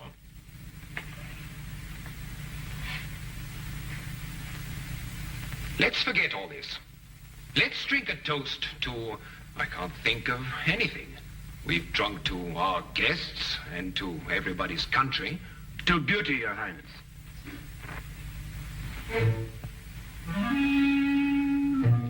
You were as thoughtful as ever, Count Magor. Your second payment, Count Magor. Stefan. Remind you of the wonderful times at Monte Carlo?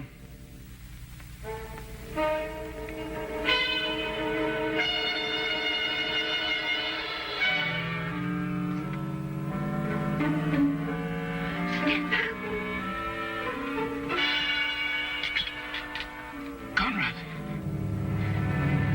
Conrad!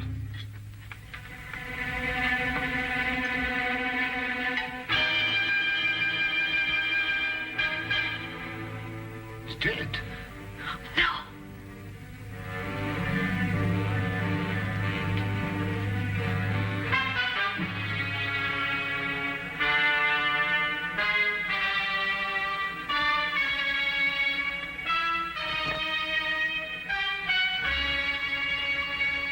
Yes, poison. But you can't tell what kind without a post-mortem. Watson, do you think it could have been in his wine glass when we drank that last toast? Yes, could have been. Have to be very quick acting. Indeed, it seems almost incredible that one could murder so quickly and so smoothly in front of so many witnesses. You know, Holmes, I've come to the conclusion that these people are raving mad. I haven't had a quiet minute since we first came here. The question, Watson, is who had the greatest motive? Even the king is capable of it, if the reason were great enough. Come in.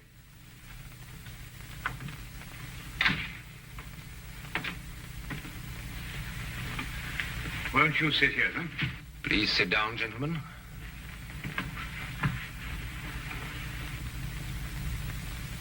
Great shock. Terrible.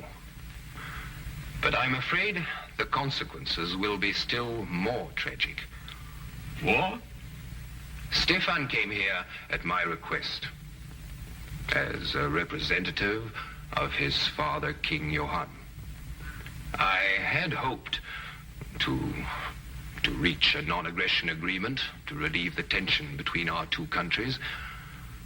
However, it seems that King Johann is more interested in finding an excuse for war than in preventing one. And now, of course, he has his excuse. Plus a genuine fury. King Johann is arriving tomorrow to take his son's body back home. I must be cleared of all suspicion before he leaves this lodge tomorrow. Mr. Holmes, will you help me? I can only promise to try, Your Majesty. But I believe I should warn you that the speed and cunning of our murderer may place other lives in jeopardy before we see the end of this affair. Why was Prince Stefan's wine glass taken to the kitchen and washed? I set it aside, but the servants picked it up with the other glasses. An analysis will serve no purpose now, Your Majesty. Have you any more questions to ask Count Magor, Mr. Holmes? No, Your Majesty, none at present. You may go, Count Magor.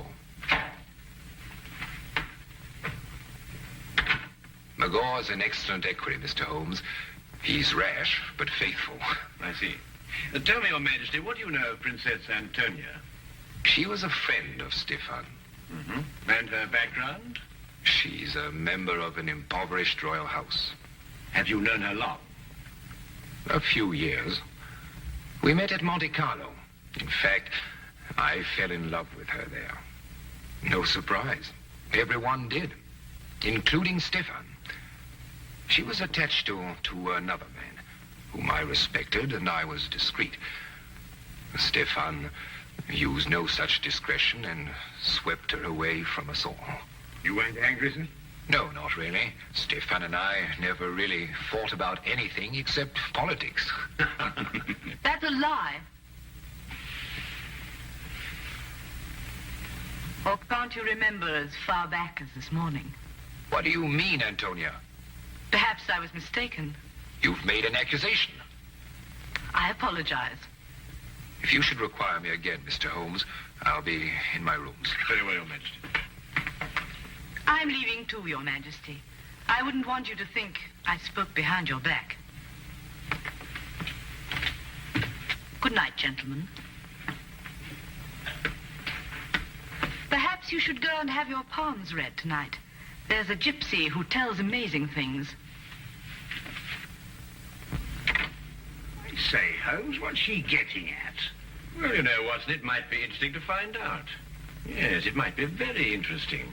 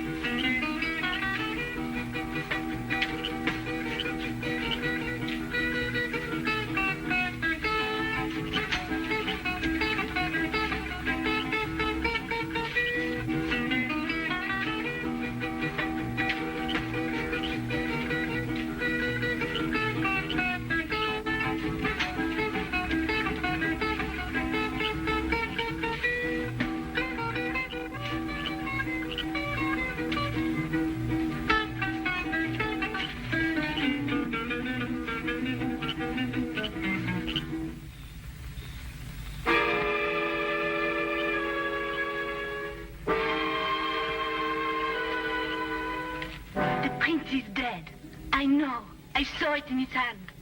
Did you see anything that wasn't written in the hand? I see the two men quarrel. The king and the prince. I was waiting in the kitchen for the time when I would be told to dance. But as I go to a door, I see the two men preparing to fence.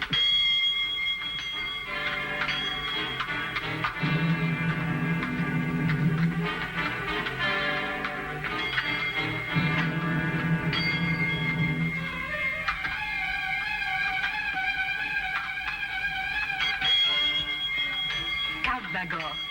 10 gold florins on Prince Stefan. Taken, Princess, and as good as one. Quick with your parry, Stefan.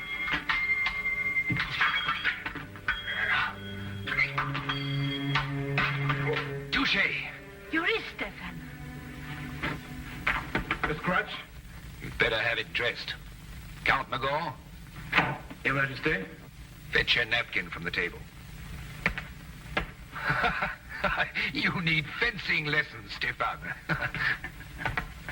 Your reflexes have slowed down. I may need fencing lessons, but at least I need no lessons in sportsmanship. What do you mean? I was off guard. A true sportsman doesn't riposte when his adversary is off balance. I won't forget that remark, Stefan. And I'll see that you remember it too. Gentlemen, Mr. Holmes and Dr. Watson will be back from their walk any moment. Then I did not look any more. Thank you. You've been very helpful. I think that friendly match this morning warrants some close investigation. Come, Watson. Tell me, Your Majesty, who suggested the fencing match between yourself and Prince Stefan? Princess Antonia? And where are the epées? There? Would you mind if I had a look at them? No. Thank you.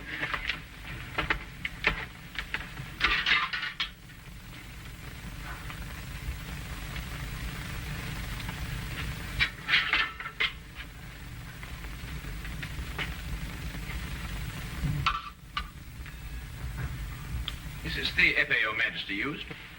Yes. Did you have the choice of weapons? Yes. I note that the tip of this epée has been dipped in poison.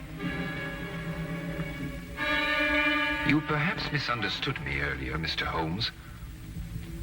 My request and your orders are to clear me, not convict me.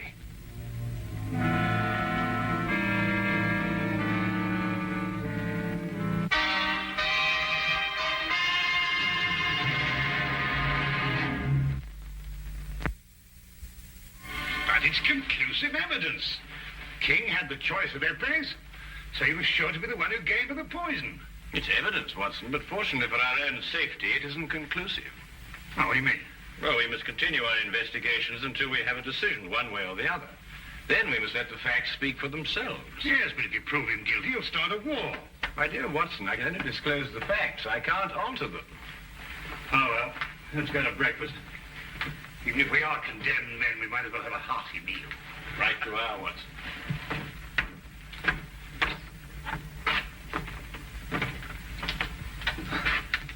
Yes, that's true. Go back. Do you remember what you called me in Monte Carlo? A vagabond princess. An ambitious royal tramp. You wanted just one thing for yourself. A throne. I still want one. Conrad, I saw you with the epées yesterday morning, before you fenced with Stefan. Oh, the hilt of one of them was loose, and I haven't told Mr. Holmes yet, and I won't. If what? Your throne's an attractive throne, and I've been told I'm not an unattractive woman. You could have had it without blackmailing me. I was ready to marry you at Monte Carlo when you chose Stefan. I've loved you ever since. You love? Tell Mr. Holmes anything you want. Conrad, I didn't know. Get out. Get out.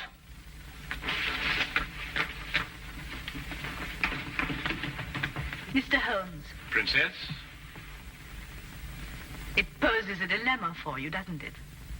You Englishmen are so honorable. Are you willing to sacrifice your honor for him?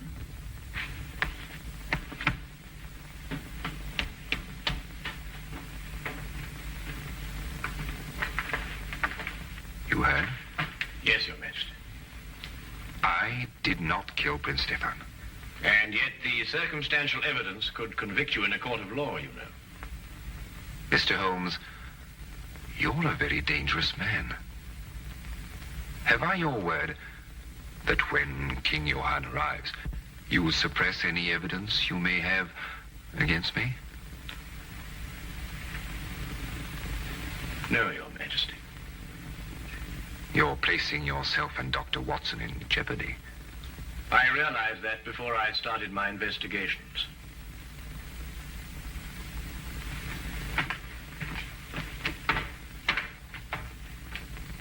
Count McGoohan. Your Majesty? See that Princess Antonia is confined to a room. Mr. Holmes and Dr. Watson are under arrest. But look here, Your Majesty, we're British subjects. At the moment, that is not too important.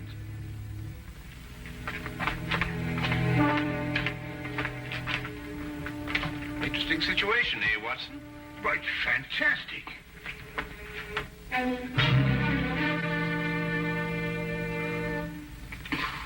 Why, blast it, Holmes, they can't throw us into prison like this without a charge or a reason. I'd wager they could. Well, they have. That's what I mean. Why else should he ask you to investigate the case for him, Holmes? You couldn't help but find him guilty. We haven't found him guilty, Watson. It's only circumstantial evidence. Yes, but you yourself said that was enough to convict him. Yes, but we've missed the most significant point. The motive. Mm-hmm. Well, perhaps it just isn't obvious. Who gains the most by Stefan's death? Well, no one. Exactly. And who loses by it? Well, now, let me see. Princess Antonia loses a throne.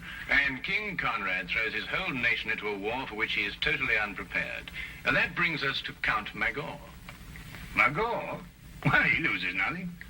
Mm-hmm. It would appear so, wouldn't it, Watson? What have you got on your mind, Holmes? Watch for the guard, Watson, and tell me when he comes this way. Right. Watson, do you remember what Stefan said just before he collapsed? No, I don't remember, except that he... Well, he was rather overshadowed by the death. But he threw the gypsies' money to Magor and then said something about a second payment. God. What's that in your nose, Watson? Eh? Ah. Very neat, eh? Oh, look, and another one behind your ear. That's two. Really, Holmes, this is no time for palm tricks. I think you're quite right, old man. Here. Come. Like the trick? Nose? Uh-huh. Yeah? Uh-huh. Yeah. Yeah. See? There's the coin. You take, hand. Huh? Good. Mm-hmm. Now, huh? Here? Here? Yeah?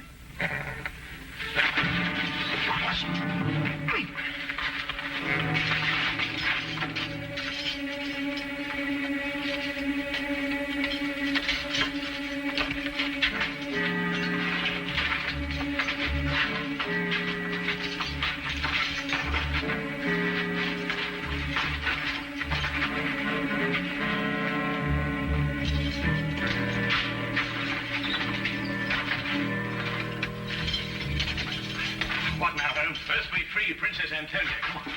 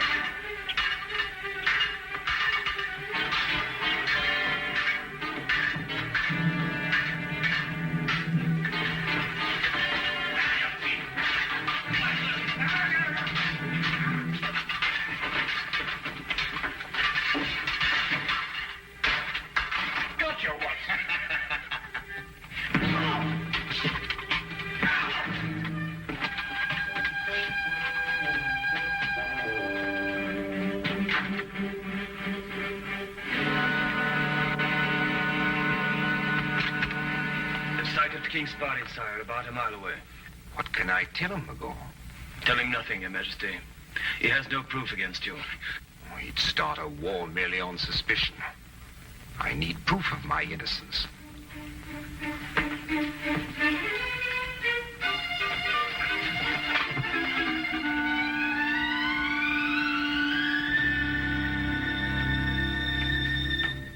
Count Magor? Yes. But, Holmes, he's not involved in all this? He could have put the poison on the épée. No.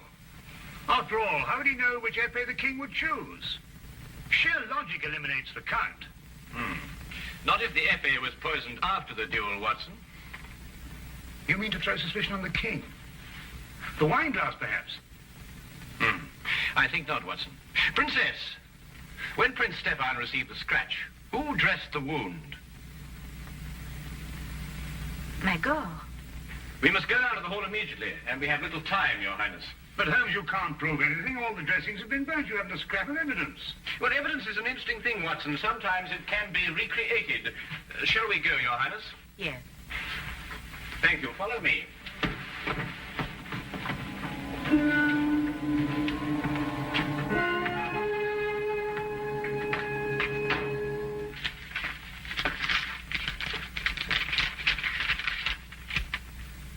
Johann has issued secret orders for mobilization to take effect from the moment he recrosses the frontier. He's determined to have war and he can't be dissuaded. Are you quite sure of that, Count Magor? If King Johann had been confronted with the truth, there would have been no cause for war. Would there, Count? Why draw your sword, Count Magor? We are unarmed. Put up your sword, Count Magor. What truth, Mr. Holmes? They're wasting time, Your Majesty. So they'll be free when King Johann arrives. Not at all, Count. We happen to have discovered the last scrap of evidence that we needed. It completely vindicates Your Majesty. What is it? Will it convince King Johann? I believe it will. We have found the container that held the poison. What are you talking about, Holmes? We've found it, Watson. Haven't we, Count? Defend yourself, Mr. Holmes. Return the button or defend yourself. Put up your sword, Count Magor. I'll count to 3, Mr. Holmes. What is in this button, Count? Nothing. Oh, nothing, eh? Then you shouldn't mind very much if I do this with it. On guard, Count. No, what's the matter? I'm defending myself. I say there was poison in that button. You say there wasn't. If you're right, you shouldn't mind a little dueling scratch. No, don't. Drop your sword.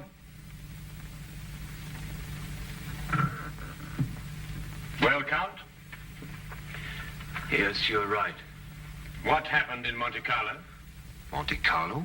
Yes, Your Majesty. That was where Stefan got some sort of hold on him. What was it, Count? I cheated at cards. He caught me. He took my honor and the woman I loved.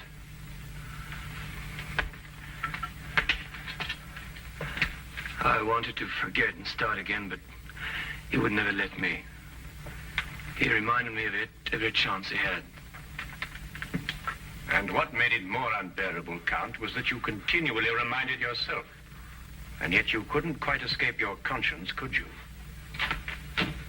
King Johann and his party are entering the grounds, sire.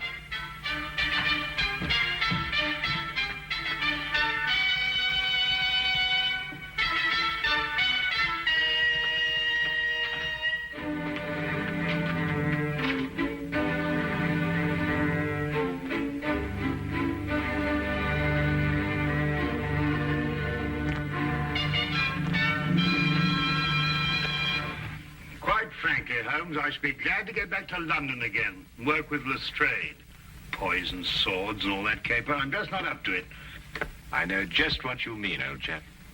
Oh, Holmes, I didn't care to mention this before, but did you know that Count Magor was noted for his swordsmanship?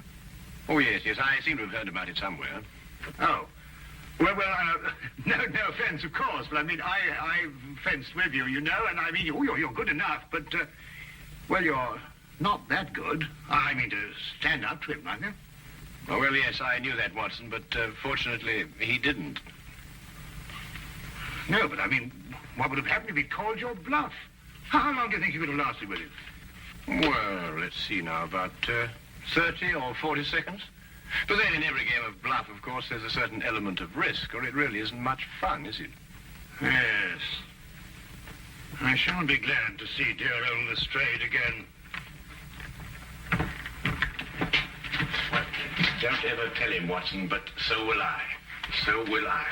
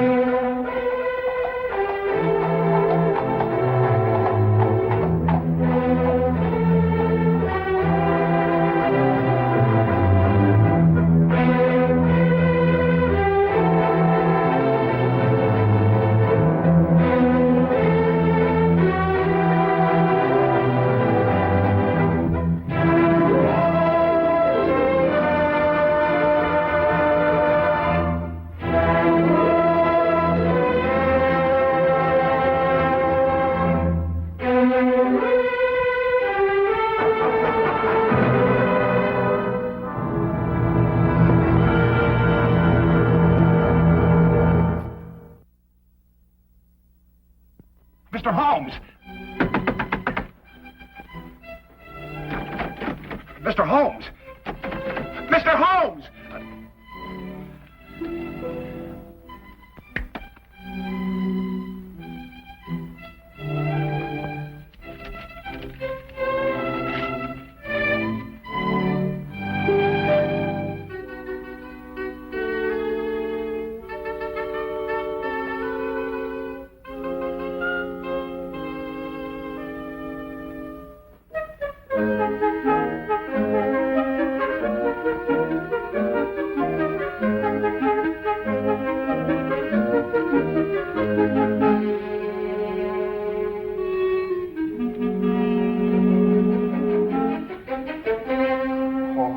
May the saints above see fit that he comes back in time.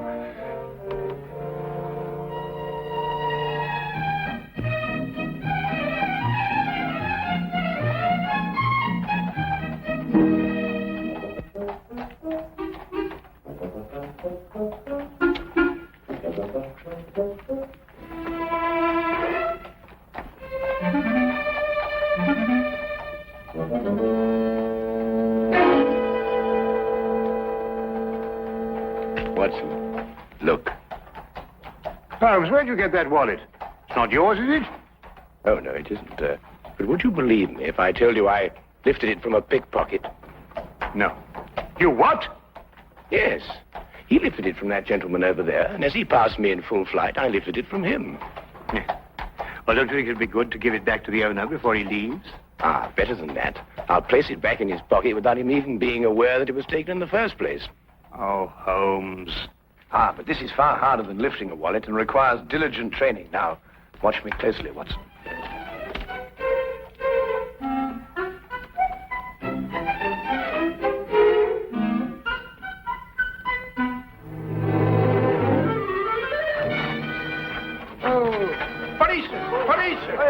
Watson!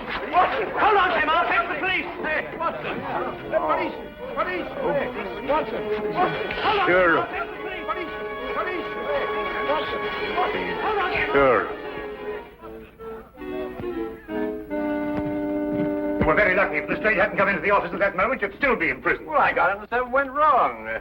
Probably a little more practice was all I needed. I suppose you haven't considered the other alternative. Of behaving like a perfectly sane, normal human being. Instead of going absolutely mad all over the... What on earth? Well, who is he? An Irishman by the colour of his shirt and the shamrock in his buttonhole. I'd also conclude that he was a typesetter by the ink-stained condition of his fingernails. Look, Holmes, that's neither here nor there. The man is in our flat. Do you know him? I've never clapped eyes on him before in my life. Hey! Hey! I don't like to disturb you, but... Hey, what time is it? 4 o'clock. Oh, good. We've still got 8 hours. Look, if you're a human being at all, you'll be helping me, Mr. Holmes. My name is Watson. Oh. There's Mr. Holmes. Mr. Holmes, my name's Brian O'Casey. A man of propriety, poor as I am. Oh, and Mother, forgive me. I wouldn't be breaking in here this way at all, only I'm the most desperate of men. Yes, so I gathered from your note, Mr. O'Casey. You obviously shoved it under the door, ran away, and then returned, fearing I might have overlooked it, eh? Oh, well, the cat might have run off with it. Or a wee mouse. Oh, we haven't got a wee mouse here. Oh, well, you know what I mean. I didn't want to be missing you. Not with £8,000 at stake. So I came back here and I let myself in so that I'd be waiting for you. Yes, well, that's most understandable, Mr. O'Casey. Now, perhaps you'd like to sit down and have a rest. Oh, thank you very much. Do you know something? My heart's beating like a trip hammer. Yes, I expect it is. You were saying something about £8,000.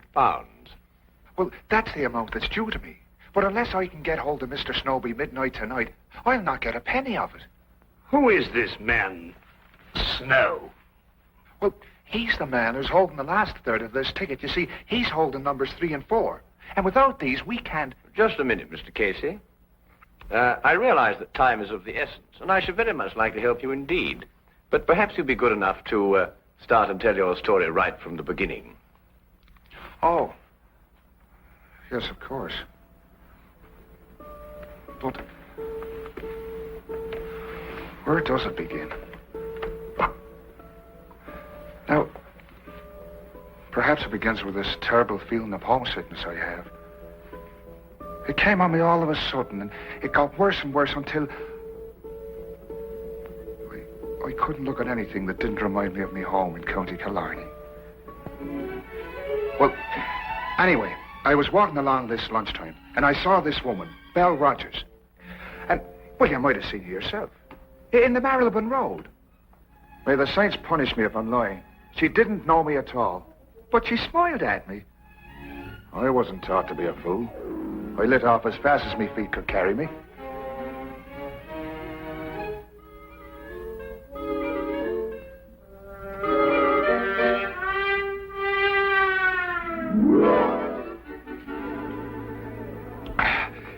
Another glass of stout, please.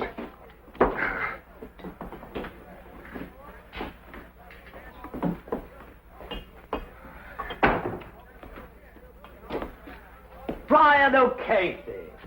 I saw you in front of the bakery shop just now, but you got away before I could get your attention. Oh, hurry, Albert. What was the big rush?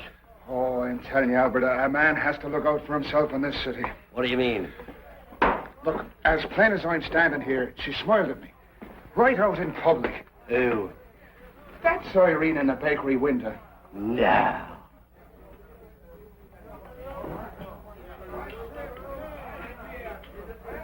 Twice. What's the name? Well, how the devil would I be after knowing that? You mean you didn't find out? Well, can't you see, man, that's exactly what you wanted me to do. Oh, I find good luck. Good luck, you say? Huh. Now, look here, Albert Snow. I don't mean any disrespect to your country, but the fact is, I've been saving me money for one reason only. And that's to get back to Ireland as soon as possible. And no temptress with a honey tongue is going to flamboozle me out of it. Okay, so you may be doing the poor girl an injustice. Ah, but look, the fact is that she smiled at a perfect stranger. And in a certain way. Now, look, no woman is going to do that unless she's interested in getting a poor fool's money. Now, stay close by me. She's followed me here. Oh, there you are. I didn't think you'd run off when I smiled. What do you want? What do you want with me? It's in the window you belong. I only want to talk to you. Ask her to sit down.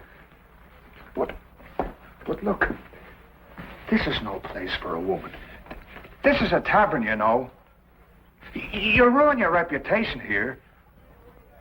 People won't buy the cakes you make. I'll only be a moment. Right here, Miss, Rogers. Miss Rogers. Del Rogers. Now, there's a name for you. Beautiful. My name is Snow. Albert Snow. This here's my friend, Mr. Brian O'Casey. How'd you do? Come on, Brian, sit down. Oh. All right.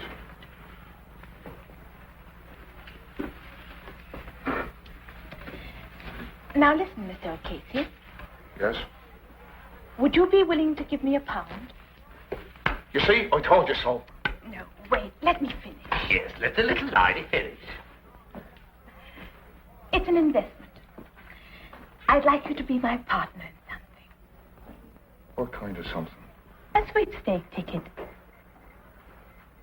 A sweepstake ticket? Yes. I've got one, and I'd like you to buy half of it from me. I don't understand any of this at all. Call it superstition, Mr. O'Casey. You see, I noticed you were an Irishman from the bakery window. That four-leaf clover in your buttonhole. And since everybody knows the Irish are lucky, I'd like an Irishman to be my partner. Well, it isn't for a woman to be gambling. Oh, perhaps not. But think, if we win, we'll divide £24,000. Aye, and if we lose, which is much more likely, I'll be out £1, which is half a week's pay. Now, wait a minute. I've got an idea. Why don't the three of us share a ticket? You can afford that much, can't you, Casey? It'd be going against fate to turn down a gesture like that. Fate? It's kismet, Casey. But I've never won anything in my life. But all the better. The law of averages is on your side. Do you have the ticket with you, miss? Yes.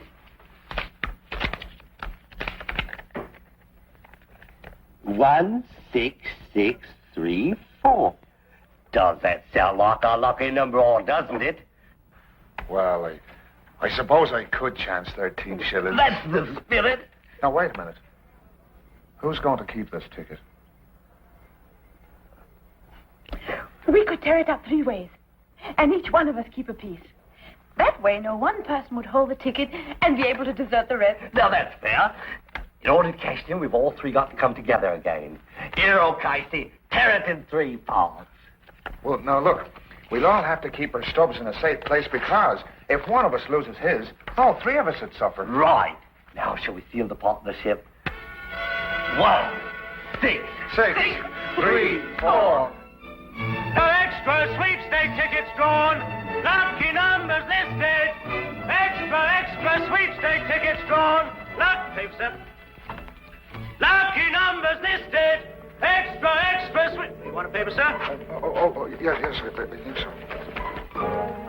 Extra sweepstakes tickets drawn. Lucky numbers listed. Get your midday paper. Please be here. I know other people want to win as much as I do, but I'm hoping so much to see the shores of Ireland again. 16634. Oh.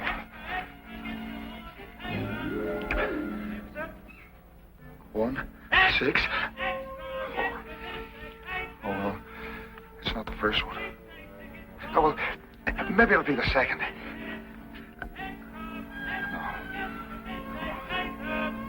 No. Take it easy, Brian, boy. There's still 5 more numbers.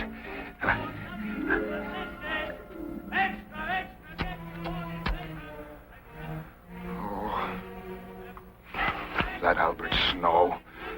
I was mad to let him talk me into this. Kismet. Fate. I'm going to be owed 13 shillings. That's what my fate's going to be. Oh.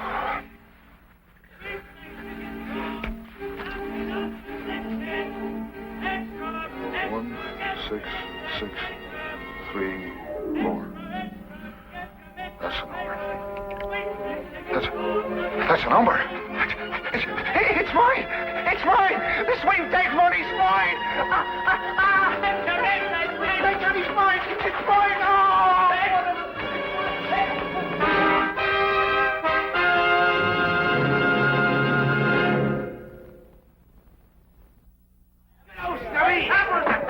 Albert Snow, look! Our ticket's been drawn!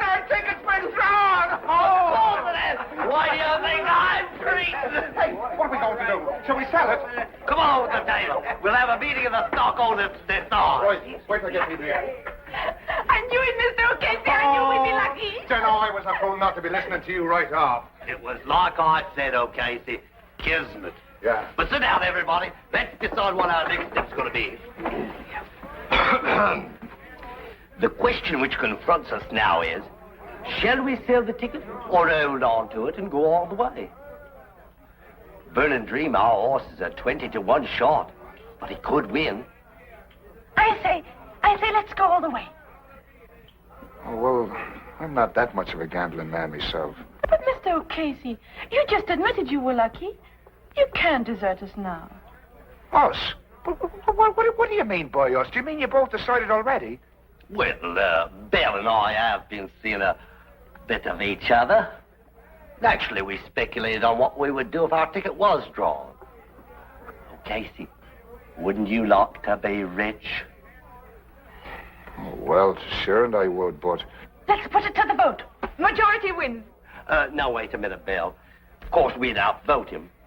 But I think in a case like this, since we're all friends, a decision like this should be made unanimously. How about it, O'Casey? Come in with us. The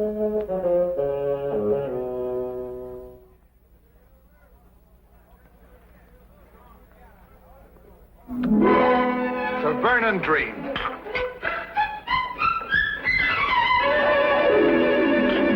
Hey, waiter, I'll have another beer. As long as he's paying for it.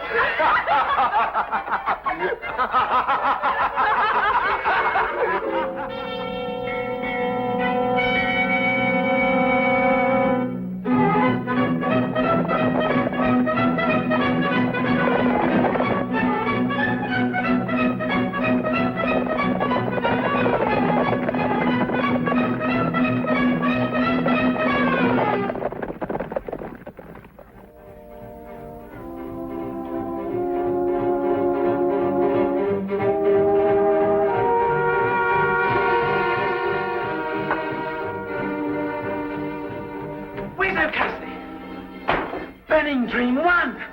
Burning Dream 1!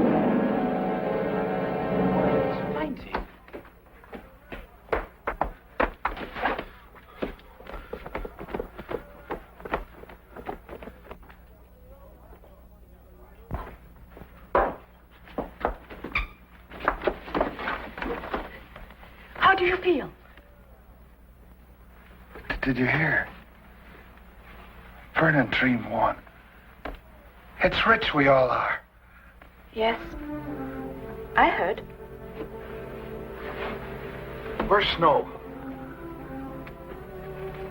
I don't think he's coming. What do you mean he's not coming? He's got a third of our ticket. He has to come. I've been looking for him since last week, when he broke an appointment with me. Mr. O'Casey, he's disappeared.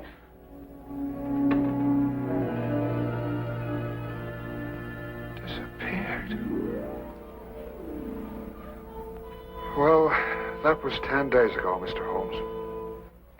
And disappear he has. Right off the face of the earth. And a third of the ticket along with him. I see. And now you only have until midnight to find him, eh? Well, that's when the ticket becomes invalid. At midnight tonight, on the dot. Yes. Well, that's serious indeed. I should say so. Well, look, do you think you can do something to help us? Oh, I was told if anyone could perform a miracle, 'twas you. Well, that's a little exaggerated, but I'll do my best. Where can I get in touch with you, Mr. Casey? Well, you'll be finding me at the Golden Coach Inn tonight. Miss Rogers and I decided to stay there until closing time, in case Albert should turn up. Oh, good. Well, I'll look for you there, then. Right, thank you very much. Oh, Mr. Holmes, I noticed you playing with those cards, and it didn't miss me glance that you made one disappear. Yes. Well, it's not very difficult to know once you've got the knack. Oh, I imagine not. Only, I reckon the lights ought to be kind of low, because I saw you put one right there. Oh, yes, that's right. Yes, well, a good day, Mr. Casey. Good day, Mr. Holmes, sir.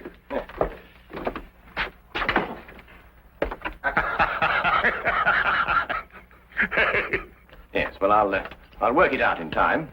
Why don't you give it up altogether? I was referring to the disappearance of Mr. Snow. Oh. Where are you going? We are going to the baker's shop to see Miss Rogers, Watson. About what? It's almost 5 o'clock, Watson. We have just 7 hours until midnight.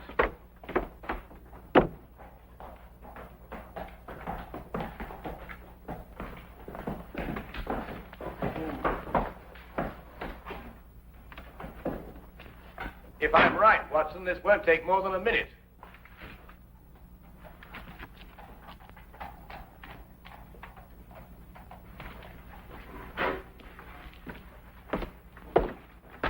Good afternoon. I'd like to speak to Miss Rogers. Is she here? She left this morning. Oh? Why? Don't ask me. When I arrived, she was gone. There was only a note from her saying she'd taken one of the 12-layer cakes, which she would pay for in the morning. Aha. Was it by any chance a white cake? One of my very best.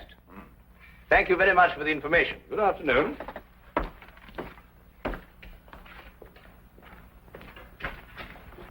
I was right, Watson. Drive on, cabby.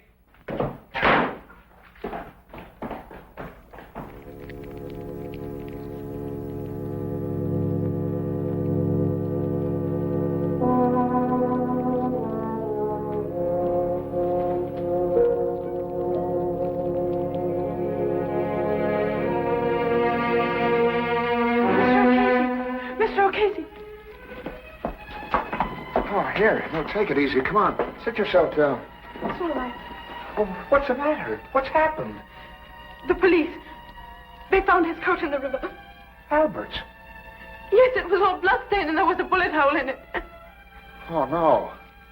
And the ticket's somewhere at the bottom of the river.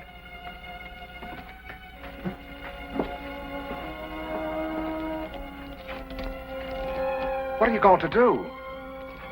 I'm going to throw my stub into the fire and watch it burn.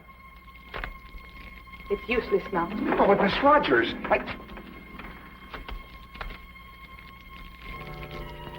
There. Now give me your stuff. It was my idea to split up the ticket.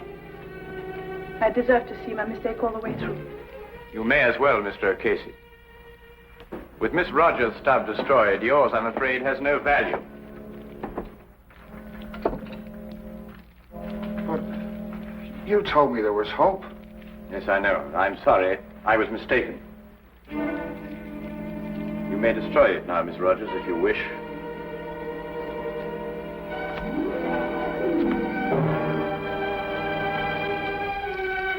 Now it's all finished and done with.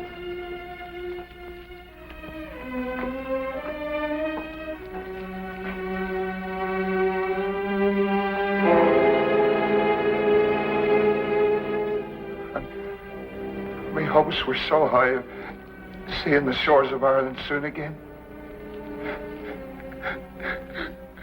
But now...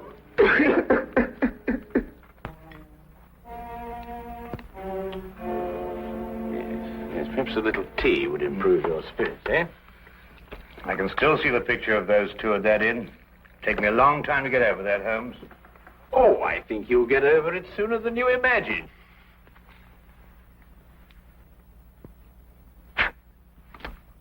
Holmes, what? Legerdemain, my dear fellow. The hand deceives the eye. This afternoon, after I left you, I palmed a piece of another sweepstake ticket on Miss Belle Rogers.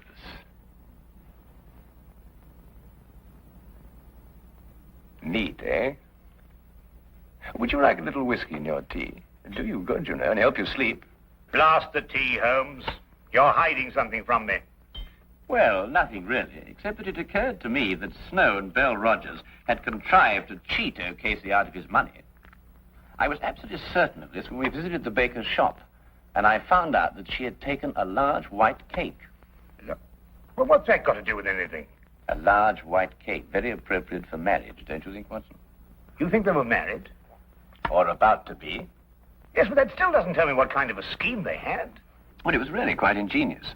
Snow would go into hiding, and at the crucial moment give the impression that he'd been murdered. Now, this was the cue for Miss Rogers to give up hope and throw her stub onto the fire.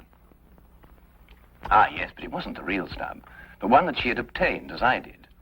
Now, very artfully, she would get O'Casey's stub from him and pretend to do the same. You mean she really kept O'Casey's stub and destroyed a dummy one? Exactly. Now, she and Snow would have had a complete ticket if I hadn't substituted a dummy of my own. Well, that's amazing, Holmes. Fantastic. Well, the whole thing makes sense now. Or does it? After all, you've no proof of anything.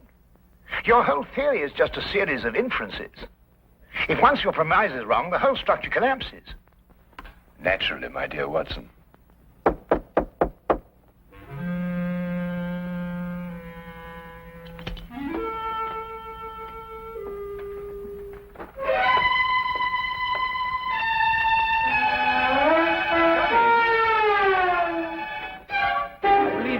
Miss Rogers, and this is the missing Mr. Snow. I think you'd better fetch O'Casey now, Watson. I can't predict what his feelings will be when he sees you, but you know what Irish tempers are. Why, say, Holmes? Yes? Don't you think that Mr. O'Casey's third share is worth at least half? Oh, yes. Yes, quite right, Watson. At least a half.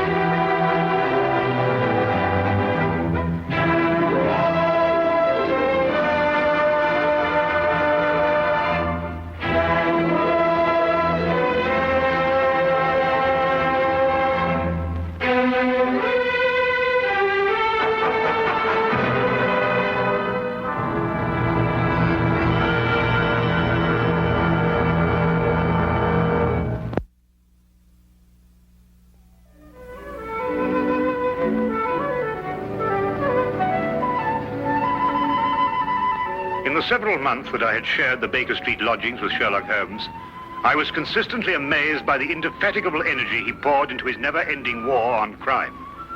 But my physician's eye could see the strain that perhaps another wouldn't have noticed. Thus it was one morning that I prevailed upon him to join me for a day in the country.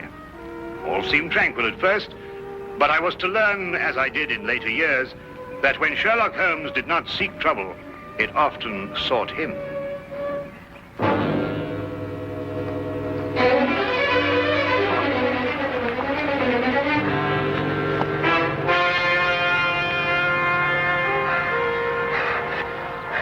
Help her. They may be coming. Steady now, we'll have you all right in a minute. What's happened to the young lady? Who are you running from? Stark. Carroll. They tried to kill me. Out now, Holmes. Perhaps we'd better get them to London, eh? My very thought. The young lady is uninjured, but she's suffering from a deep state of shock. Come along.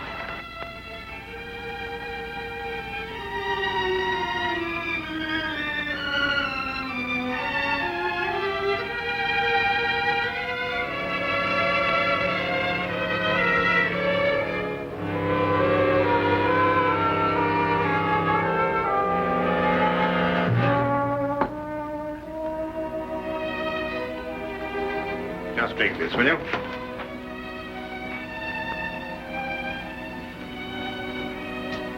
Better now? Much, thank you, sir. Will she be all right, Doctor? Oh, yes, I think so. Twice last night she saved my life. Who is she? I don't know. We only met last night. I'm afraid she's mute. What, deaf mute? No, she hears and understands perfectly. How did you meet her? Well, it all started yesterday afternoon. Seems an eternity since then. I was in my office, facing the realities of my professional situation. I suppose that everyone finds his first venture into independent business to be a dreary experience. After a year of it, I'd about decided to admit failure and seek employment with some recognized firm. It was at that point that I received a client. Mr. Hatherley? His name was Colonel Lysander Stark. Had I known then what horror he was bringing into my life, I would have strangled him right then and there. Frankly, Mr. Hatherley, the commission I have come here to offer you deals with a matter of extreme secrecy. I have gone to some lengths to acquaint myself with both your professional and your personal qualifications. Personal qualifications, sir? Yes. I know you to be an efficient hydraulic engineer, but also that you are a bachelor, an orphan, and that you reside here alone in London. Why, that's very true, but I'm afraid I don't understand. You shall when I explain the assignment. Do I have your word that our conversation will go no further than this room? Of course, sir. I shall respect your confidence. Excellent. Well, then. Does £50 for a night's work appeal to you? £50? I note by your expression that you suspect some illegality. Let me set your mind at rest on that score. Exactly what you want me to do? To repair a hydraulic press, Mr. Hatherley. A rather large hydraulic press. Well, that hardly seems unusual.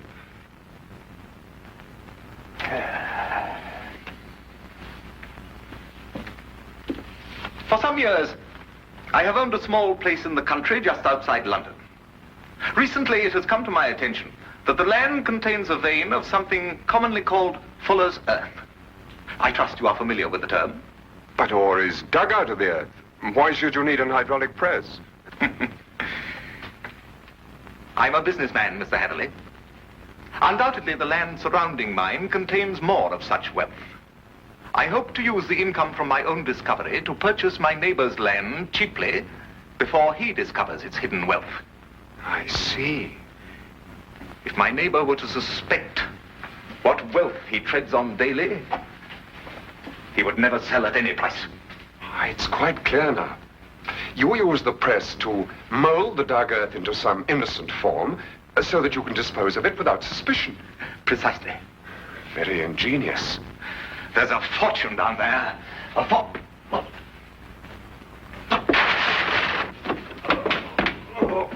Is anything wrong? What is it, Colonel Stark? Can I get you something?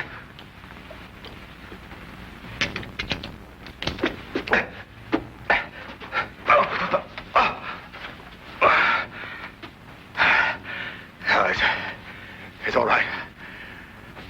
My heart. I oughtn't to get too excited.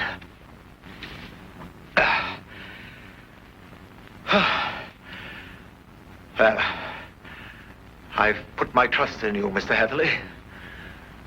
Do you accept the commission? When do I begin, sir? I promised to meet him that night. Last night, at Ayford Station. The time he suggested was quite late, 11:30. But he insisted that it would be less conspicuous. I freely admit that the money kept me from exercising a more natural curiosity at such bizarre proceedings. One point, sir. When we encountered you, admittedly you were in a highly nervous state, but you kept repeating that they were after you.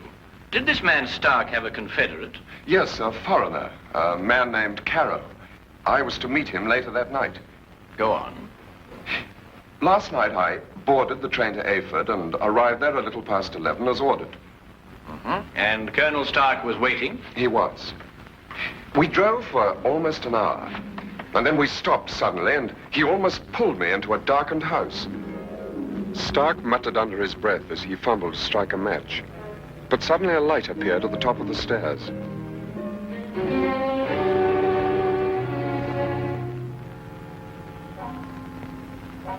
It was the first time I saw this young woman, gentlemen. Even in the poor light, beauty and fear were sharp in her face.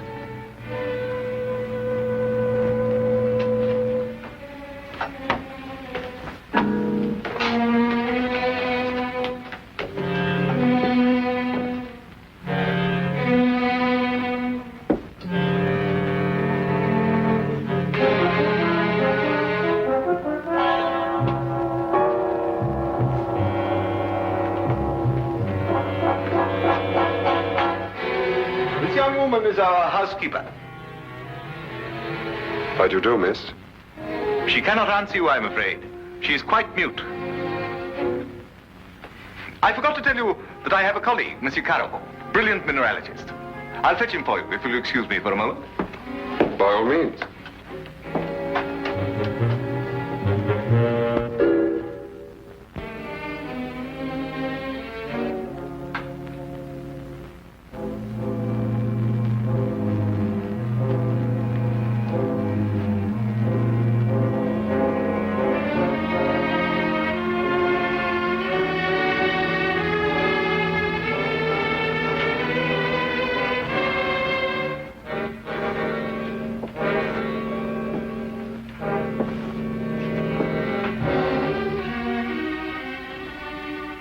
Is there anything wrong? You want me to leave? Why?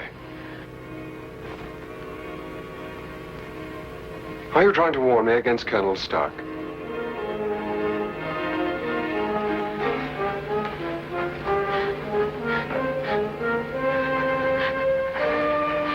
But why should I fear Colonel Stark? I only met him this afternoon.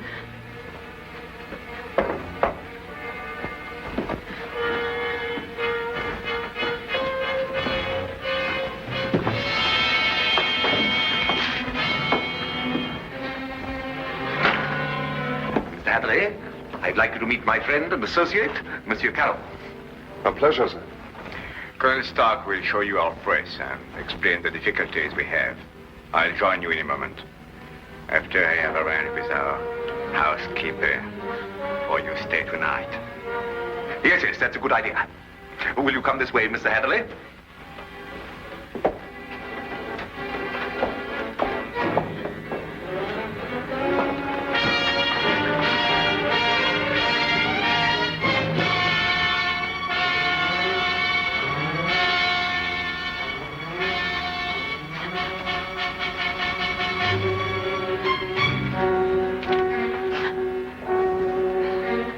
that you have learned better, my dear.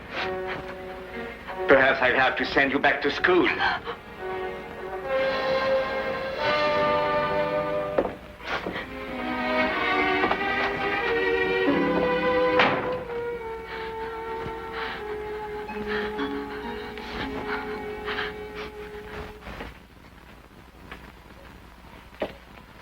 Yes, in principle, this is the standard hydraulic press. Though I must say I've seen few as large. Indeed?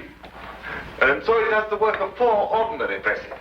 I think I told you that time is my greatest foe.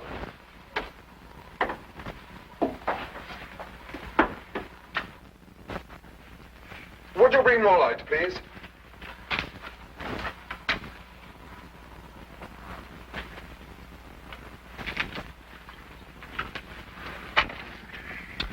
Wood. Concrete would have given you more support. Are these walls reinforced from the outside? Ah, Bruno. I was just about to explain to Mr. Hatherley that all the walls except the one he is examining are reinforced. However, there's no trouble with the walls. It's in the machinery. You'll hear it. Good. Just wanted to check up first.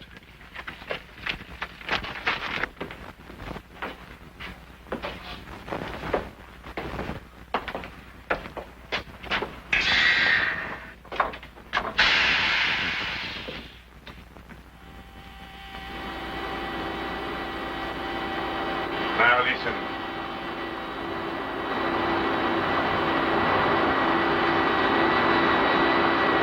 Know what it is? One of the cylinders is leaking fluid, cutting down your power. Turn it off and we'll have a look at the driving rods.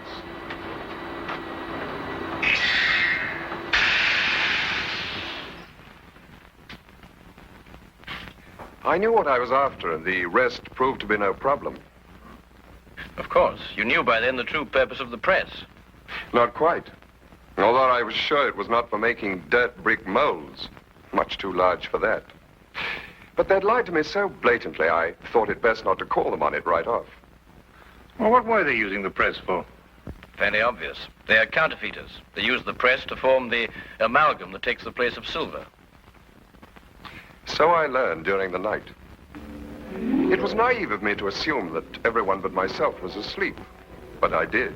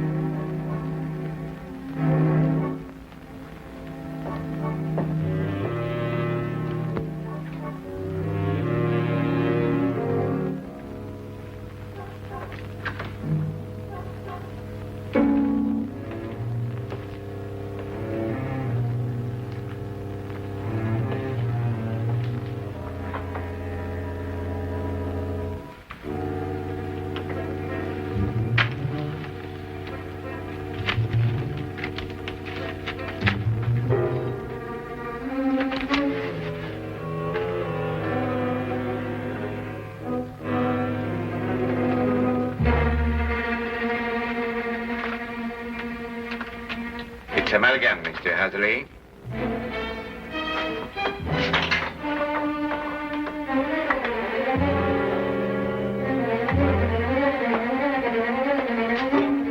Carol, open up! Let me out of here, Carol!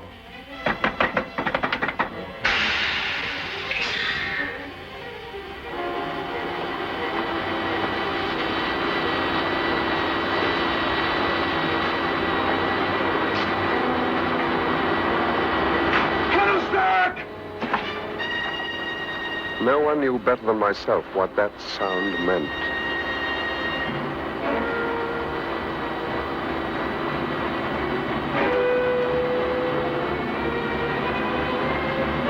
Caro had started the press. Within minutes, that cold ceiling would be down with a force capable of grinding me to a shapeless pulp. And there was no way in the world I could stop it.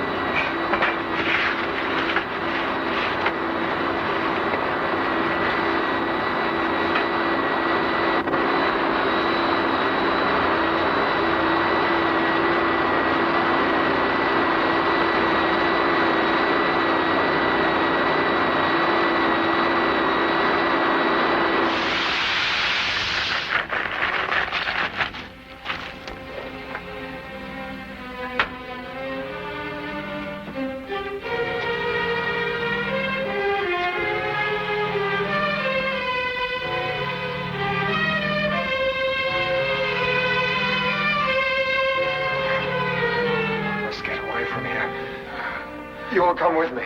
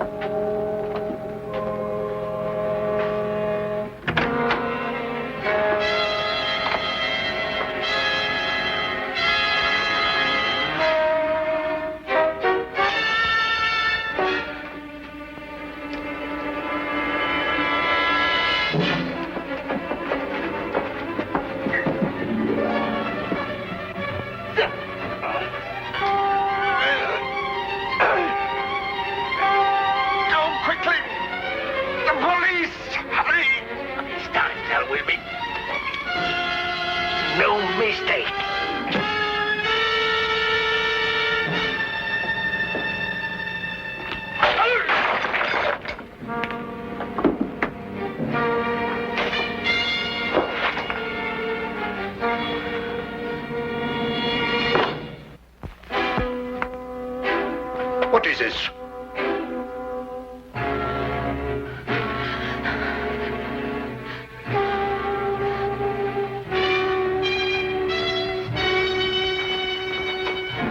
What's happened here? Bruno!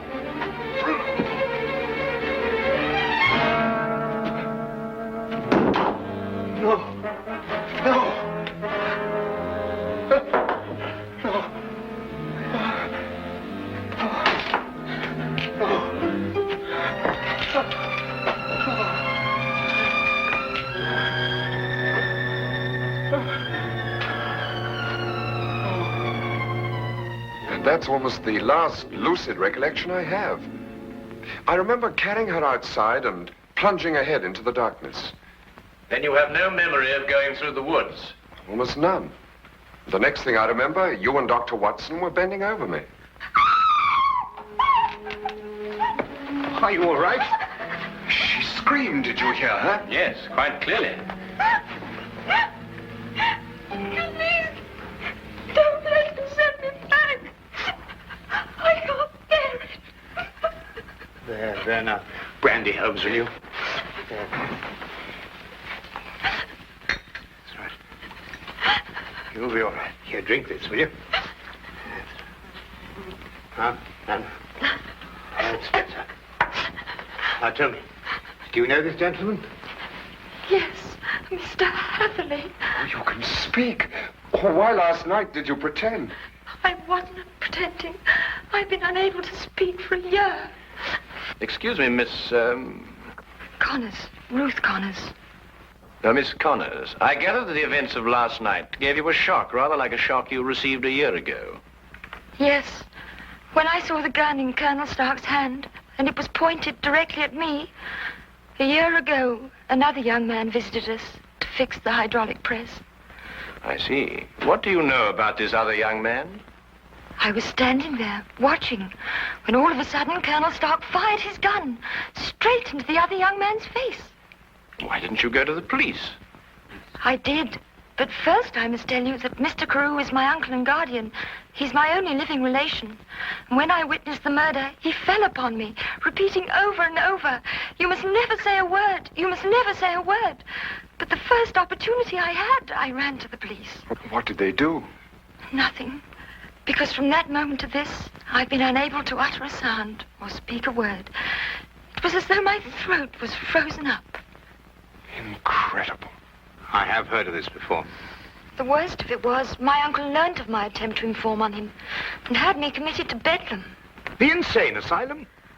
I spent 6 long months there, 6 horrible, unforgettable months before they released me in his custody. After that, he forced me to do his bidding by threatening to send me back. Send me back to school was the expression he used. Why, that's horrible. Very. And I think it's time we called in our old friend, Inspector Lestrade. If only to deal with this man, Carew. You're not forgetting Stark, are you? Oh, I expect we'll find his remains, Watson. The loss of his medicine undoubtedly saved England the cost of executing him. Well, come along.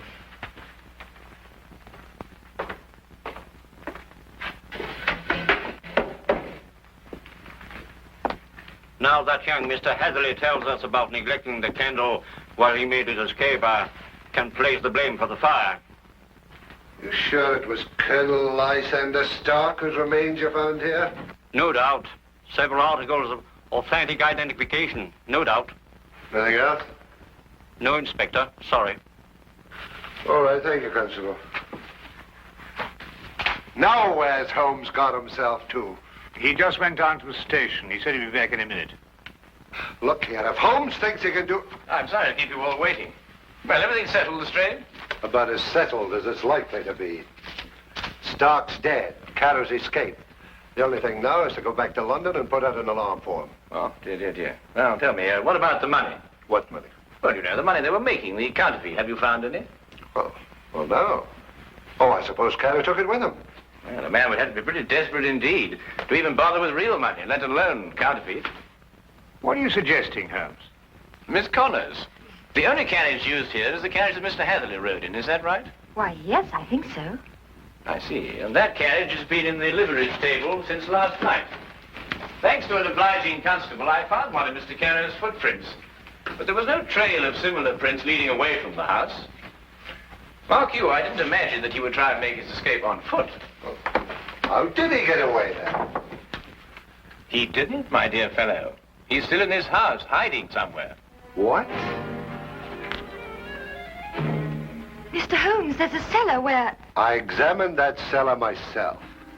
No, I mean the special cave they dug under the house to hide the money. And there must be an entrance from the house itself. Well, I wasn't permitted to know exactly where, but I'm sure it was in this room somewhere. Thank you. Well, let's try and see, shall we? I beg your pardon.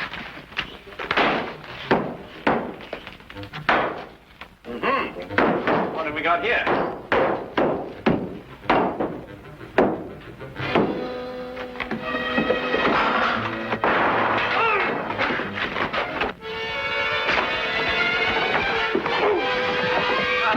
Very neat, Watson. Oh, there wasn't anything to it. Now then, what have we got here? Oh, just nicked me, Doctor. Nothing serious. Well, we'll have a look at it anyway. No. Some of you men lend a hand in here. That's that. I don't believe you'll have any more trouble with Mr. Carew. This has been a nasty business all round.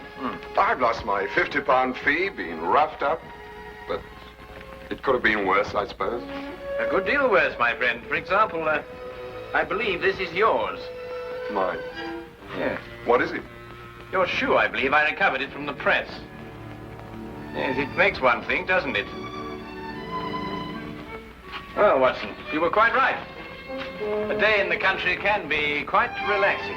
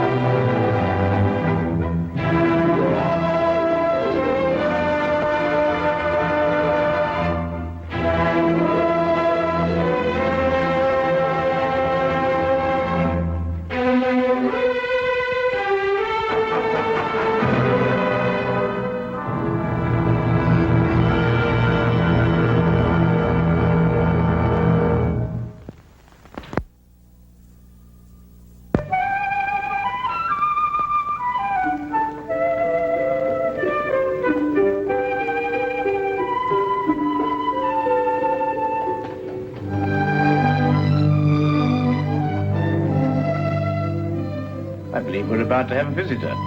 Oh, interesting type. And most unusual, I'd say.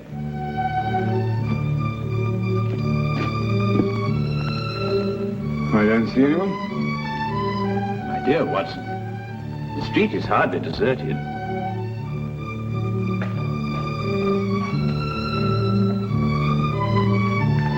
No, I don't mean that. I see one or two people, of course, but nobody appears to be interested in this flat. Watson, for the past 5 minutes, that young man has been summoning up courage to call on us. He's vacillated between doubt and decision, fear and fortitude. At last, fear is conquered. Fortitude is the victor. Well, I suppose you've deduced the whole thing. Who he is, what he wants, where he comes from. As a matter of fact, I haven't the least idea. But with so unusual a client, I fully expect a most unusual case. If he comes here. Wait. The first step.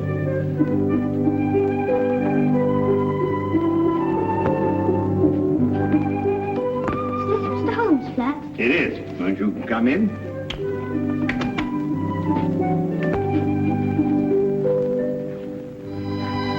Hello.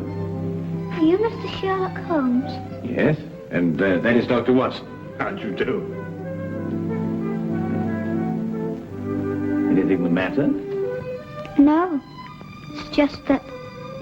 Yes? Well, I thought you'd be much stronger looking. Oh, well, I'm really quite strong, you know. I can tear dictionaries in half. Can you really?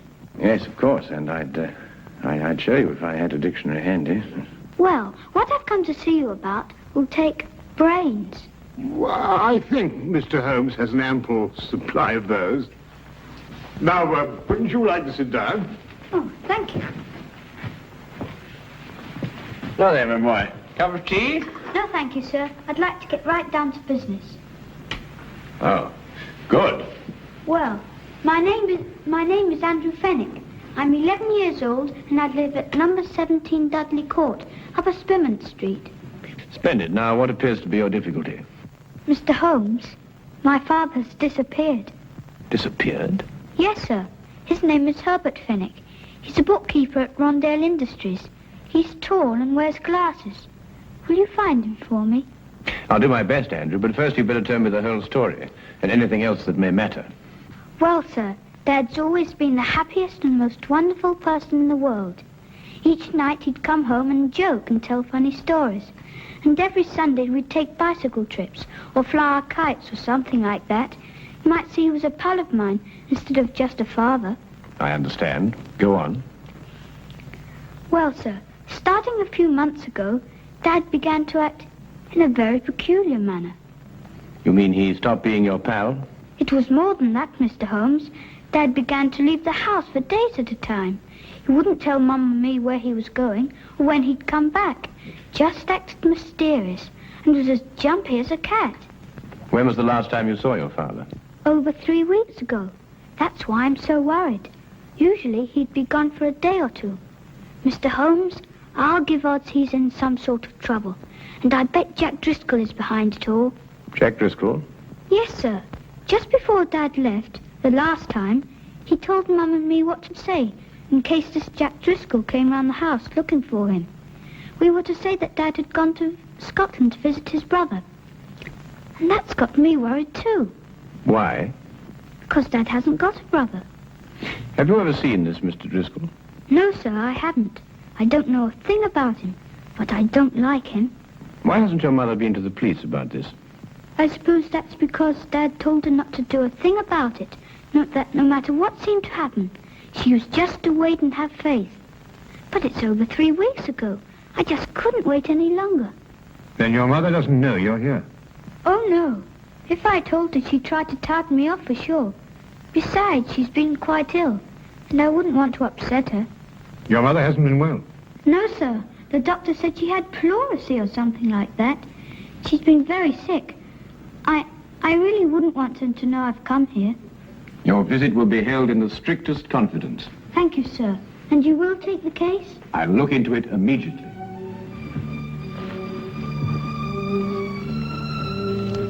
I hope this will be enough to retain your services. Oh, well, no, that won't be necessary, Andrew.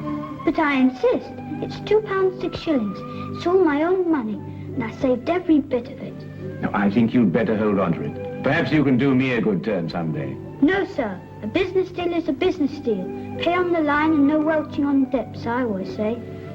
Very well, Andrew. It's a deal. But £2 6 shillings is far too much. I'll settle for £1. Really? £1 enough? Quite enough, Andrew. Thank you. Thank you, sir. I'll let you know as soon as I hear anything, Andrew. Goodbye, my boy. Bye, sir. Well, Watson, we'll find that boy's father if you have to search every gambling den in England. Gambling den? Yes, didn't you notice his clothing? Well, I suppose so. Nothing extraordinary there. On the contrary. The shoes were most expensive, but the coat was threadbare. The trousers came from the best haberdashery, and the cap was ancient, attesting to the father's streaks of good luck and bad luck. Yes, but that's not sufficient evidence to label Fenwick a gambler. Quite right, but there were other indications. Young Andrew's speech, if you may recall, was sprinkled with the peculiar jargon of the gambler. Such terms as touted off, I'll give you odds, and welching on a debt. The boy obviously learned from his father. I see. Further, I'd say the man's mysterious trips were to various sporting events held outside of London. Horse races, dog races, and so on. Yes, Holmes, but why should an apparently contented man like Fenwick suddenly turn to gambling? Well, my guess is that the mother's serious illness created a heavy drain on Mr. Fenwick's slender financial resources. He probably hoped for the gambler's classic killing. Well, Holmes, you've certainly answered everything. I'm afraid not, Watson. 2 questions yet remain unanswered. Where is Mr. Herbert Fenwick? And who is the shadowy Mr. Jack Driscoll? Where to, Holmes? To Inspector Lestrade's office. In this particular case, he may be just the chap to help us. Now, that's what a gambler would call a long shot.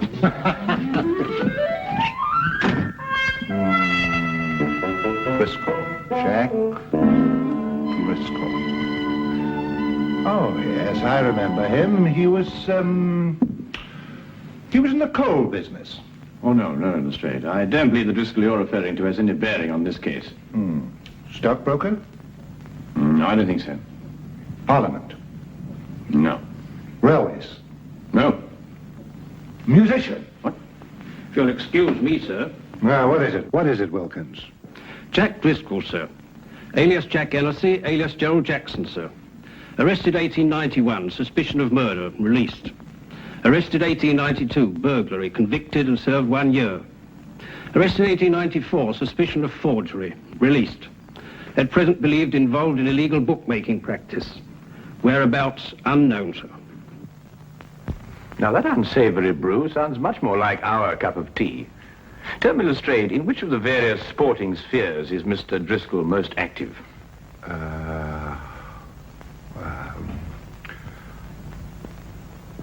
Rumour has it that Mr. Driscoll is concentrating his efforts on prize fight matches, sir.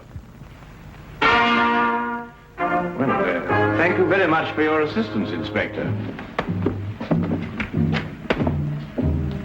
And you too, Wilkins. Good afternoon, gentlemen. Well, if I know you, Holmes, I suppose now we'll be attending a prize fight. Quite right, Watson. This very evening, hulking Harry Thornton meets Powerhouse Percy O'Noonan at Londonderry Gardens.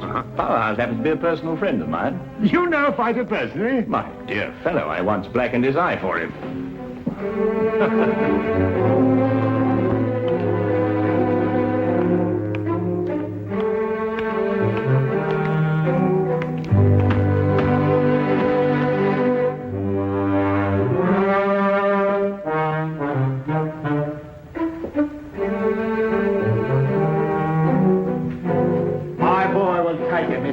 Because he thinks.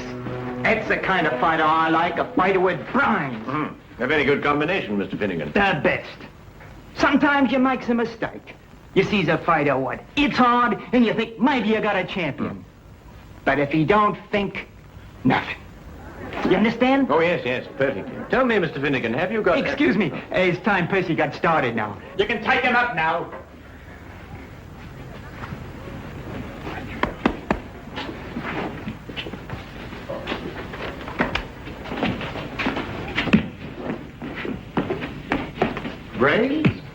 Oh, no, Watson, just a comparative judgment, you know. Well, I'll have to say goodbye to you now, Mr. Holmes, but thanks for dropping in. Not at all. Your boy was highly recommended to me. Who told you about him?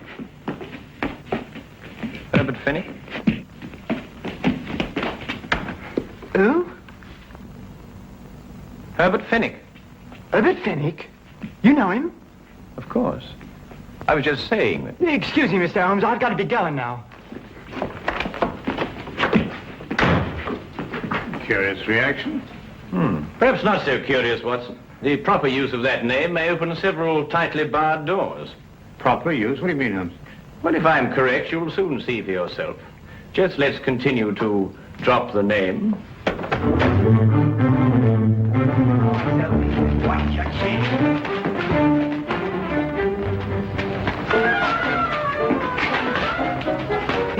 That's it now. Hold it.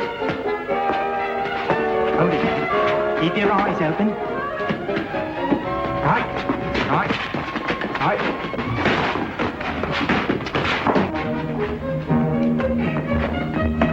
Watch it now, Percy. Watch it. That's it. That's it. Hold it now. Hold it.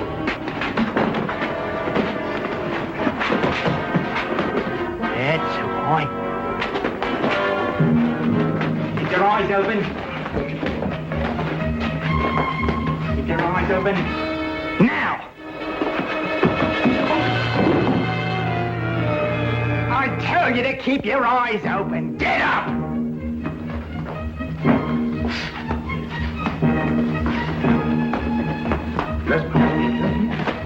Good old Herbert Fennick. I must remember to get his advice on next week's card. You know, it's a pity poor old Bert Fennick couldn't come with us this evening. Yes. Do you know what old Herbert Fennick told me this morning? No, what did Herbert Fennick tell you this morning?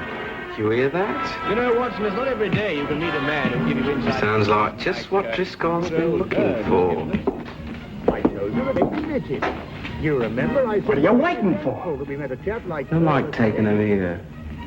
They might get roughed a bit later, then somebody says they saw him leave with us. Do you think the street would be any better? You know him? Mr. Holmes, the big one is.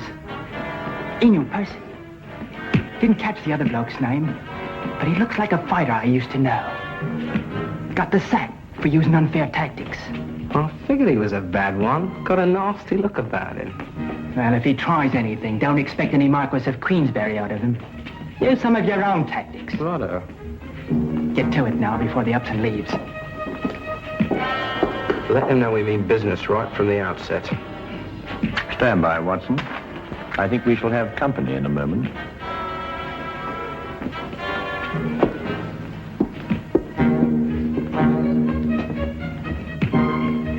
I beg your pardon? Herbert Fennick a friend of yours? Yes, but I don't see why. You come with us. Certainly not. Who are you? It will be much easier on you if you don't make a fuss. Where are we going? To see a gentleman who would like to talk to you about Mr. Fenwick.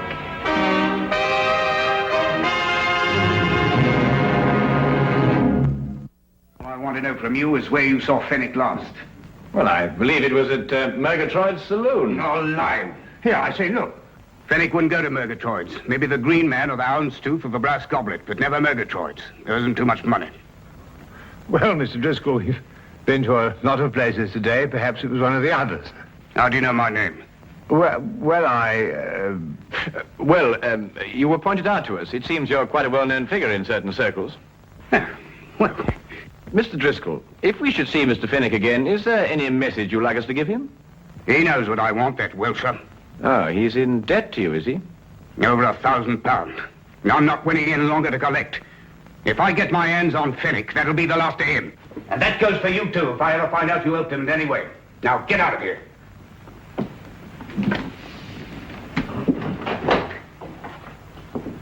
Good evening, gentlemen. People just don't have any manners anymore. And this is not the time to instruct them. Come, Watson. Well, I only hope we're going to a place where they appreciate proper behavior and the finer things of life.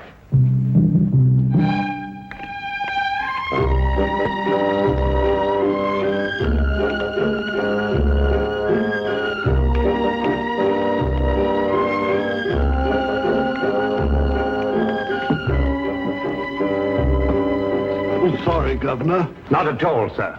Not at all. Oh, really, Holmes, we've been to the Coach and Horses, the Green Man, the King's Head. We've interviewed dozens of disreputable characters. Must we go through all this process again? I'm afraid so, Watson. It's the only place that we can obtain some further information as to Fenwick's whereabouts. No. Oh, barman. Yes, sir? 2 pints of mild and bitter, please. Oh, and some information. Mild and bitter's cheap, sir. But not the information, eh? Oh, no, sir.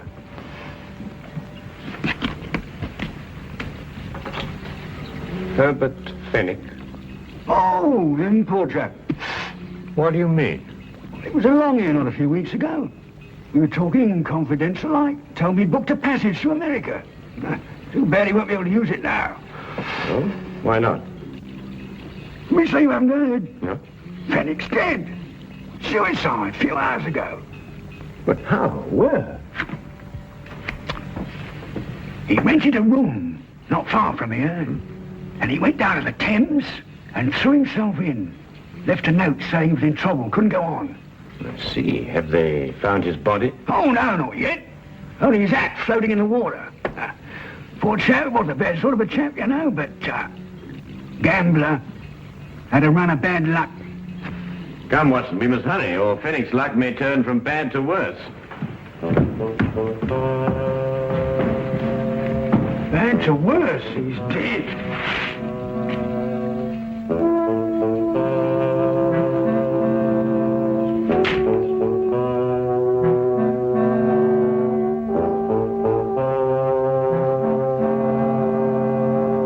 Well, there you are, Holmes. What more do you want?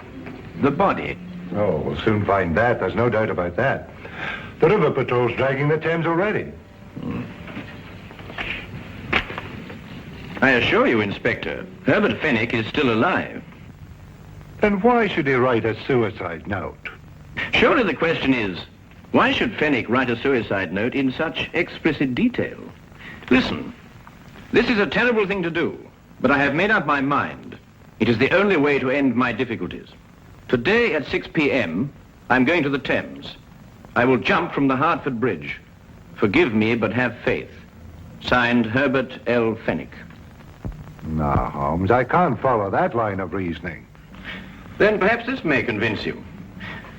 Take a look at that hatband with Fenwick's name on it. You'll notice that it's absolutely brand new. Whereas the hat, of course, is unmistakably old. You mean that, Holmes, that Fenwick here had his name put into his band in the last 2 or 3 days? Exactly. Merely a ruse to make people believe that he committed suicide. Yes, but why should a man say he's dead if he isn't? Well, to avoid his muscular creditors, for one thing. If they believed the reports of his death, they'd have no choice but to write him off as a total loss. Yes, but if he's still alive, somebody's bound to see him sooner or later. Not if he's made plans to go to America. All right, then. I'll have an alarm sent out to all the ships in port. I'm afraid, Lestrade, that'll be too late. Now, what do you mean? Because he has no money. He needs it badly, and he needs it quickly. And there's only one way in which he can cover both his needs. What way is that, Holmes? Robbery. What, do you think he'd take the chance? Of course he would. Fenwick's desperate. And in any case, there's very little chance when one considers that no one would suspect a dead man of committing the crime. Now, Holmes, what am I supposed to do? Warn everybody in London that a robbery's going to take place? Oh, I wouldn't go as far as that, Lestrade. I judge that Fenwick will strike at one of 3 places. The Wagon and Horses, the Green Man, or the King's Head. I say, Holmes, how can you narrow it down to that? Because Fenwick can feel certain that everyone in those places has heard the news of his death. Therefore, no suspicion could be directed at him. I don't know why I let you talk me into these things. Then you'll assign men to cover the Wagon and Horses and the Green Man? Yes, yes. Good, but there isn't much time. You'll have to get on with it immediately. All right. You know, sometimes you're worse than the commissioner.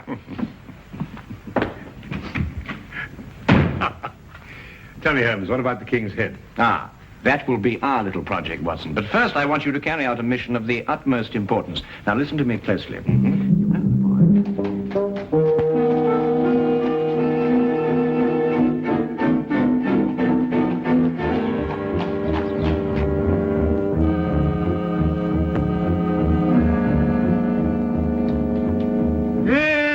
seen them come and go, big and small, happy and sad. And I tends to my business and keeps my hands clean. Ah, well, that's a splendid philosophy. Yeah? It's getting near closing time. Oh, yes, sir. So it is.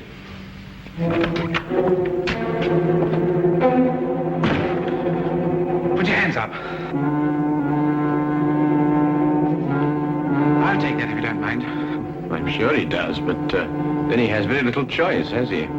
You, get over there. Go on, hurry up. You two. Go on.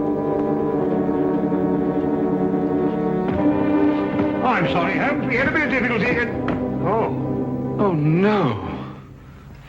I've got him, Fenwick. What?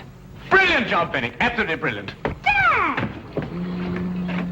What's the game? Let me go. Go on, sit down, you villain. Here, give me the gun. Now, not a word out of you. But not a word. Dad, is it really you? Of course it is, Andrew. Your father has been working on a special assignment for the Secret Service. Haven't you? Oh, Andy, my Andy. Now, you don't need to say anything, Mr. Fenwick. Your behavior is a model of a hero. Oh, take this man away. No, you listen to me. We'll have plenty of time for listening to you later. Well, who is he? What's he done? Who is he? Why, he's a spy working for a foreign government. Spy? Yes. Foreign government? And these, Lestrade, are the secret documents he was stealing from our Navy. Hey, that's my account book. A likely story, indeed. Yeah, let me see them. No, you certainly can't see them. They're even too secret for you. Now, wait a minute, Governor. There's been a mistake here somewhere. I'm just, Wilkins, do as Lestrade orders. Take this man away. Yes, Mr. Holmes. I'll be standing up behind the bar all day. Yeah, All come right, on, you. wait a minute. Let me say something. This is a crime. You see, Andrew, your father has been working on a most dangerous case. During the secret investigations, quite naturally, he couldn't tell you anything about his activities. However, I think that he can now remove his disguise. Yes, of course. Gosh, Dad, Mum and me were so worried. Your father is really to be congratulated, Andrew. You see, the Foreign Office chose him specially for this very important task because no one in the underworld would have suspected him of being connected with the law. Mr. Holmes, I don't quite know how to thank you. Well, Fenwick, now the job is done. Of course, you'll have to return to your old job and take up the strings of your old life again. But if I know you, you'll work hard, meet all your obligations, and carry on like the splendid citizen you are. That's just what I'm going to do. I'll never leave my family again. Then good night, Mr. Fenwick. And good luck. Come on, Andy. Let's go home. Oh, Andrew, I've just remembered something. Here's your pound bag. Golly. Come on, sir. Stray, I just had a sudden thought. I think perhaps you'd better release that bartender. He must be getting rather upset by now. Holmes, either you've gone insane or I have. No more insane than usual. After all, everyone is entitled to make a mistake. Scotland Yard does sometimes, you know. I'm at least entitled to one. Good night, Inspector.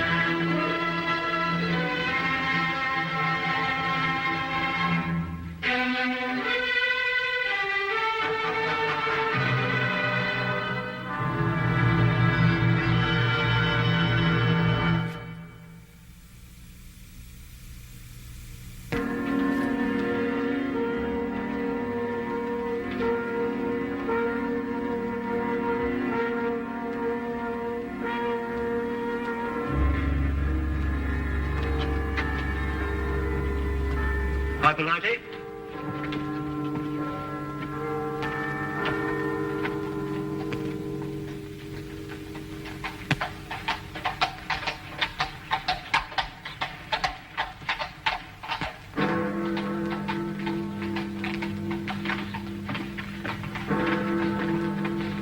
Good evening. Oh, you gave me a proper scare, you did. Rather light for a young lady to be out by herself, isn't it? Oh, you mean the thistle killer? 1 killing a night in the last 5 nights. He may be out again tonight. Oh, makes you shiver. I wouldn't talk to any strange gentleman, I wouldn't. And if one spoke to me, I'd run. Or scream. You're a sensible girl. Would you like a sweet? Oh, thank you. The caramels are very good.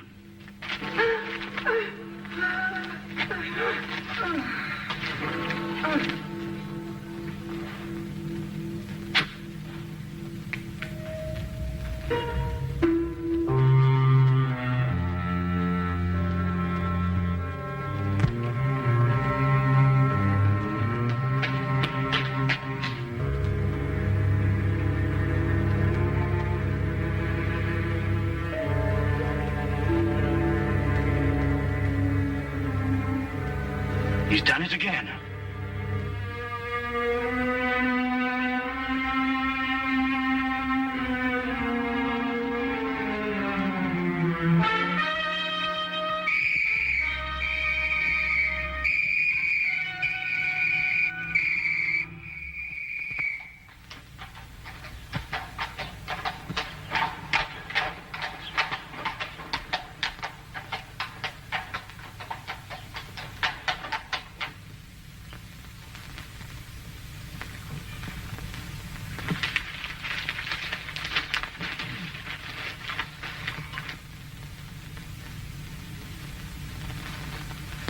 Pass the jam, would you, Watson? No, thank you. Any interesting news in the Times? Says here that some American claims to have found a cure for the common cold. That's nonsense, I don't believe it.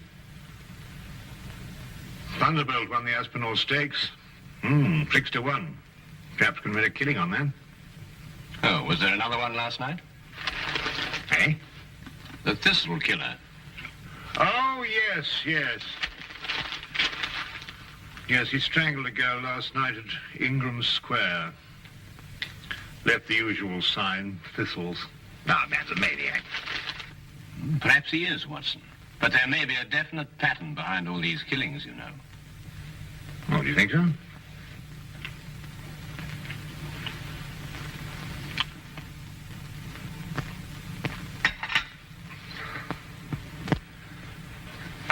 Look at that map, Wilkins. From one end of London to the other. He's got something on his mind, sir. Oh, you really think so, Wilkins? Of course he's got something on his mind, you idiot. He's got killing on his mind. When's it going to finish? Where's it all going to end? I've looked up the statistics, sir. There are approximately 459,000 young women in London between the ages of 16 and 25, sir. That's a comforting thought, Wilkins.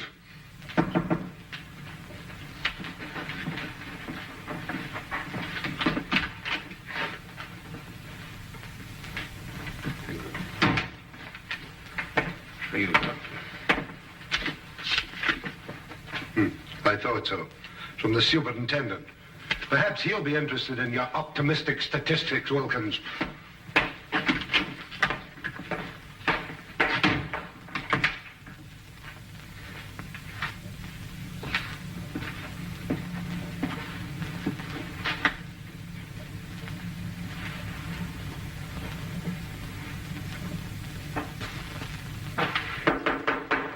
Come in.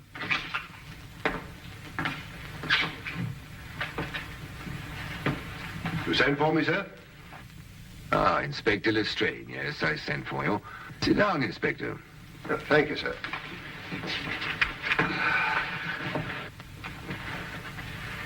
Not working too hard these days, I hope? Well, sir, I'm used to hard work. Then give me a sample of it. Stop these wholesale murders. 6 women, Lestrade, in 6 successive nights. A man's making a charnel house out of London. What's the Yard doing about it? Well, sir, we have men in duty all over London, you know. Well, how does he slip by them? How does he get away? Sir, it's almost impossible to cover a city the size of London. He'll strike again tonight. Sir, there are 459,000 young women in London between the ages of 16 and 25. I don't care if they're 459 million. Stop him. Portland Lane, Harris Street, Ovington Court, Napier Street, Evans Lane, and Ingram Square last night. Where will it be tonight? Sir, he's the whole of London to pick from. It's almost impossible to anticipate him. He doesn't choose his places. They're haphazard. You know, there's nothing haphazard about this man, Watson. He's choosing each locality with a plan. What plan? Well, that's our problem. Tell me, Holmes, why does he drop thistles onto his victims? And why 3? And I think they're symbols, Watson. Just as his killings are symbolic. Mm-hmm. Do you think he knew his victims? I doubt it. No, there's another motive, a deeper plan behind it all. I think we know all the facts. We only have to read them properly. Well, sir, he knew each of these girls. That's the link. That's what I'm working on. How do you know that, Lestrade? We issued a warning to young girls not to speak to strangers, to scream or to run as soon as they were accosted. Yet not one of them has done either. In fact, in 3 of the killings, footsteps showed that they walked beside him, that they knew him, that they trusted him. And the girl last night had accepted a caramel from him. Yes, sir, and of course a young lady will never accept a sweet from a stranger. Then find the man they all know in common. Yes, sir. Oh, by the way, Lestrade. Yes, sir? There's a chap named Sherlock Holmes. Ever run into him? Holmes, sir? Sherlock Holmes? Yes, yes, the name is familiar, sir. Yes, I have run into him on occasion. Deduces things, they tell me. Clever. You might call him in. Unofficially, of course. He's an amateur, sir. An amateur can't do worse than we're doing. Yes, sir.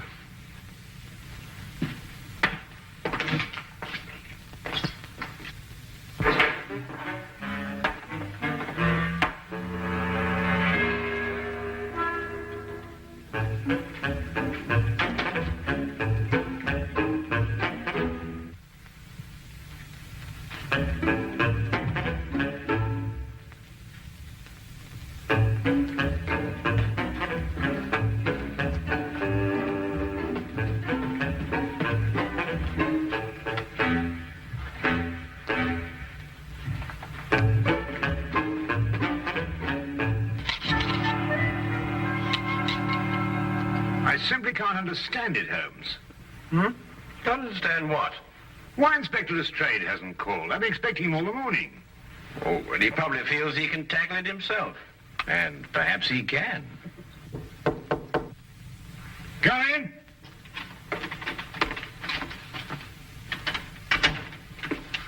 Good evening, Dr. Watson. Holmes. Good afternoon, Lestrade. Dr. Watson's been expecting you. No, he has he? Well, you're here, aren't you? Well, as a matter of fact, someone at the Yard did suggest that I might, well, as a matter of fact... Who? The superintendent. Holmes, this man's a ghost. I've men everywhere. I've warned everybody. Still he kills and no one sees him. Map of London, Lestrade? Yes, I've marked out all the places where he's killed. Oh, yeah. That's interesting. Most interesting. We're starting here with Portland Lane, Harris Street, Ovington Square, Evans Lane, Napier Street, Ingram Square. I take it this is the sequence of the killings, Lestrade. Yes, I've tackled it from every angle. Concentric circles, triangles, squares, north, south, east, and west. There's just no pattern to these killing zones. Oh, but there is, Lestrade, there is. But he's challenging Scotland Yard to catch him. Challenging us? Yes, he's playing a game with you.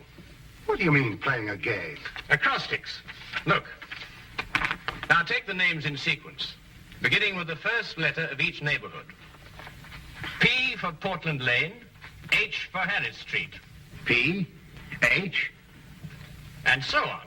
O, E, N, I, and what's the last letter? Why, the only one that fits, of course. X, and so you have Phoenix. Phoenix? The legendary bird that rose from its own ashes, symbol of immortality. No, I know he's a maniac. Him and his thistles, all three of them. Well, the thistle's the national flower of Scotland, Lestrade. You should know that. And there are 3 feet in a yard. Scotland Yard! Well, it shouldn't be hard to deduce where he plans to strike tonight. The last letter is X. Xenia Lane leading into Xerxes Park, here. Then we have him. It would appear so, wouldn't it?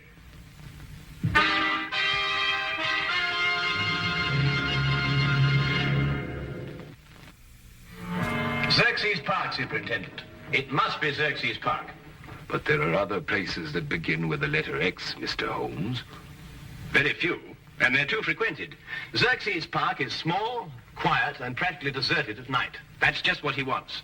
All right, Xerxes Park, then. Lestrade? Yes, sir?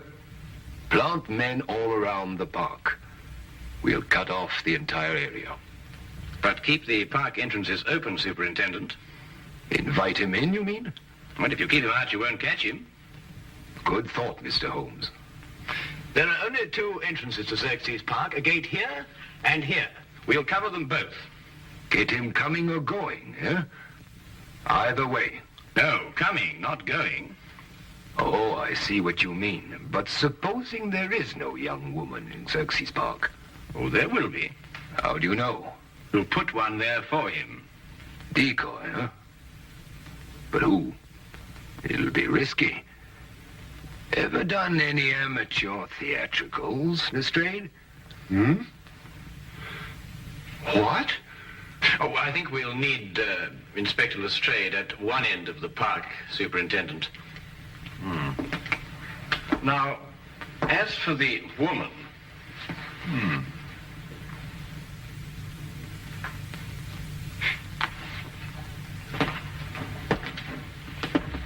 No. One of our police matrons might volunteer. But explain the risk fully to her, Lestrade. Well, armor too, sir, just in case. I'm not sure a gun will be enough, Lestrade. We could arrange a signal with her so she could let us know the moment she's accosted. Excellent, Watson. As soon as we get the signal, we can close in on him. All right, Lestrade. Pick the best men we have. Yes, sir.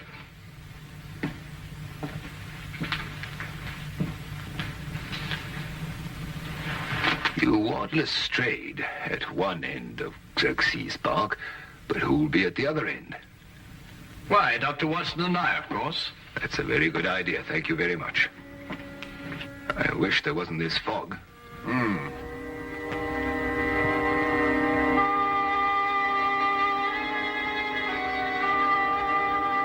Uncover it with this, Miss Crowley. But don't take any chances. I'll be at that end of the park, and Mr. Holmes and Dr. Watson will be at that end. Ah, Holmes, Dr. Watson. This is our decoy, Miss Colley. How do you do? Good evening, Miss Colley. Oh, well, what have we got here? A sending key, eh, Lestrade? Yes, it's a telegraph set going to both entrances. Quite ingenious, my dear fellow. But tell me, what are your signals? One short click if a man approaches Miss Colley. If he speaks to her, she keeps her finger pressed on the key. If he just passes on his way without speaking, then 2 short clicks. Show Mr. Holmes how it's done, Miss Colley.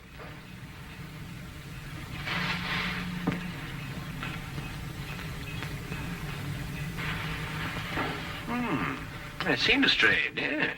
Quite ingenious, really. Now, if a young lady passes along and wishes to go through the park, then we'll have a policeman escort her. Congratulations, Lestrade. You thought of everything. Thank you, Dr. Watson. Well, good luck, Miss Colley. And the same to you, Inspector.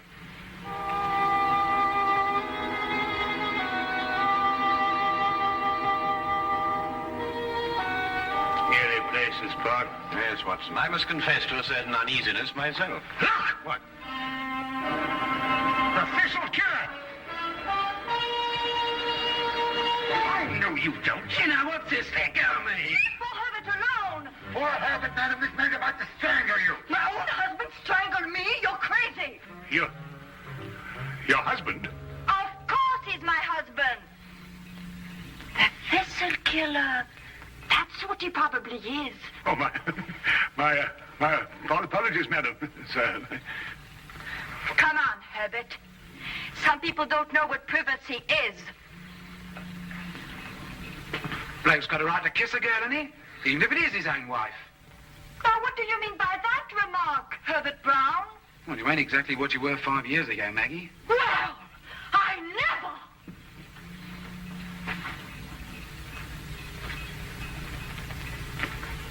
I say, old man, that was, it's hard to think to leave the wife. Put me big foot in again, I did. Hey, Maggie!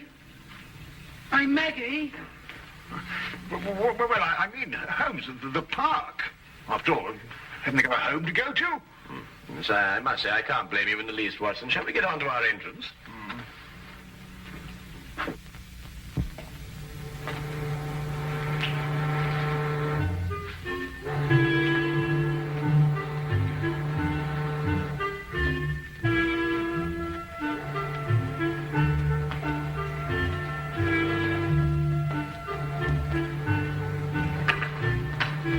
Chilly night, sir. It'll warm up quite soon, Wilkins. May even get too warm for comfort.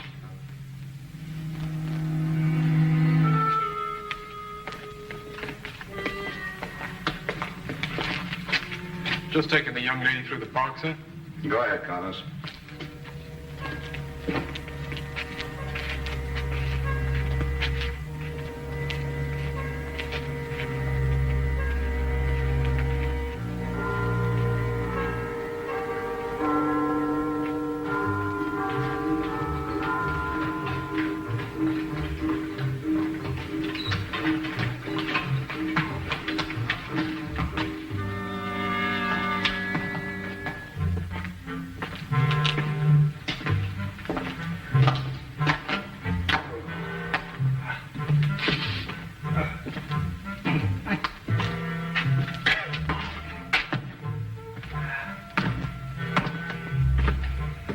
This is nerve-wracking, Holmes. Well, it may not be long now, Watson.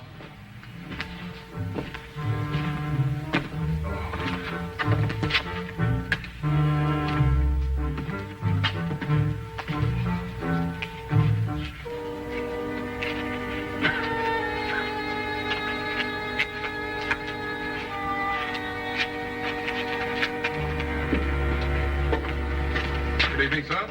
Good evening, Constable.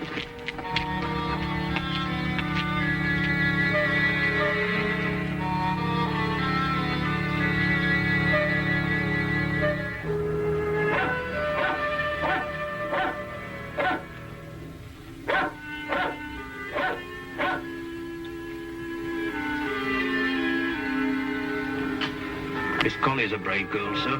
Shouldn't like my sister taking on the risk that she is. Couldn't use your sister, Wilkins. This is a job for professionals like us, not amateurs. Are you worried about Mr. Holmes and Dr. Watson, sir? I'm worried about Mr.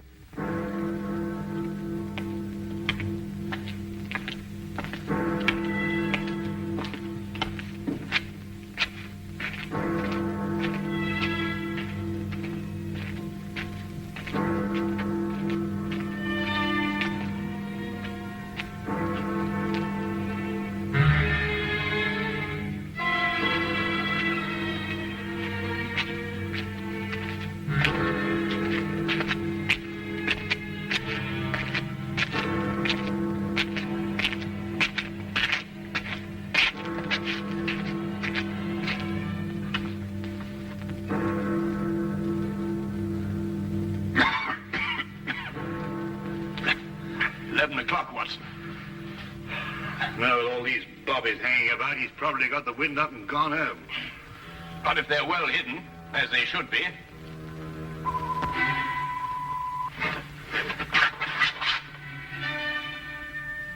Someone's approaching Miss Colley. Shh. Wait for the next signal. Evening, sir. Oh, it's William, Constable.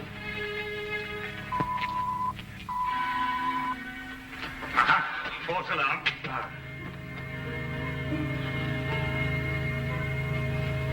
I'm glad you're taking me through the park, Constable. I'm only a visitor here, you know. It's so scary. Very sensible, miss. Especially these nights. With that horrible thistle killer loose.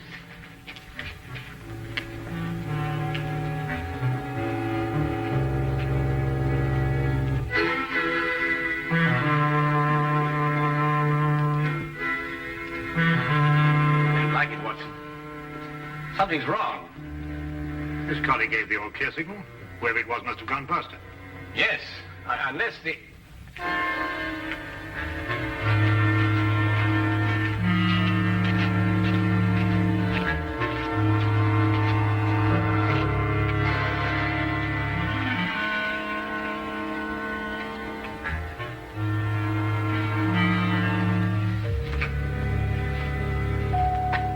Any strange men talk to me, I'd run or scream. Just like the papers tell you to. That's a sensible girl. It's very foggy tonight. Would you like a sweet? Oh, thank you, Constable. Try one of the cannibals. They're good.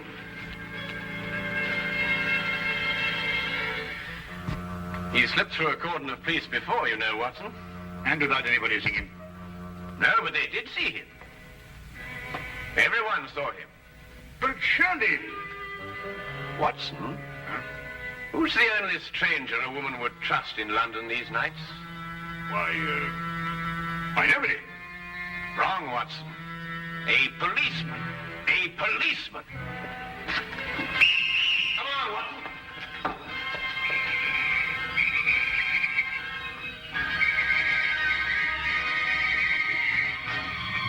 Where is he, Constable? Which way is he going? Oh.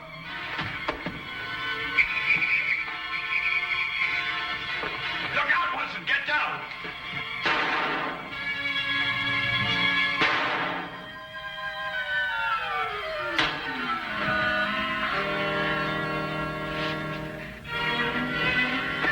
You all right, sir? I'm all right. See her go.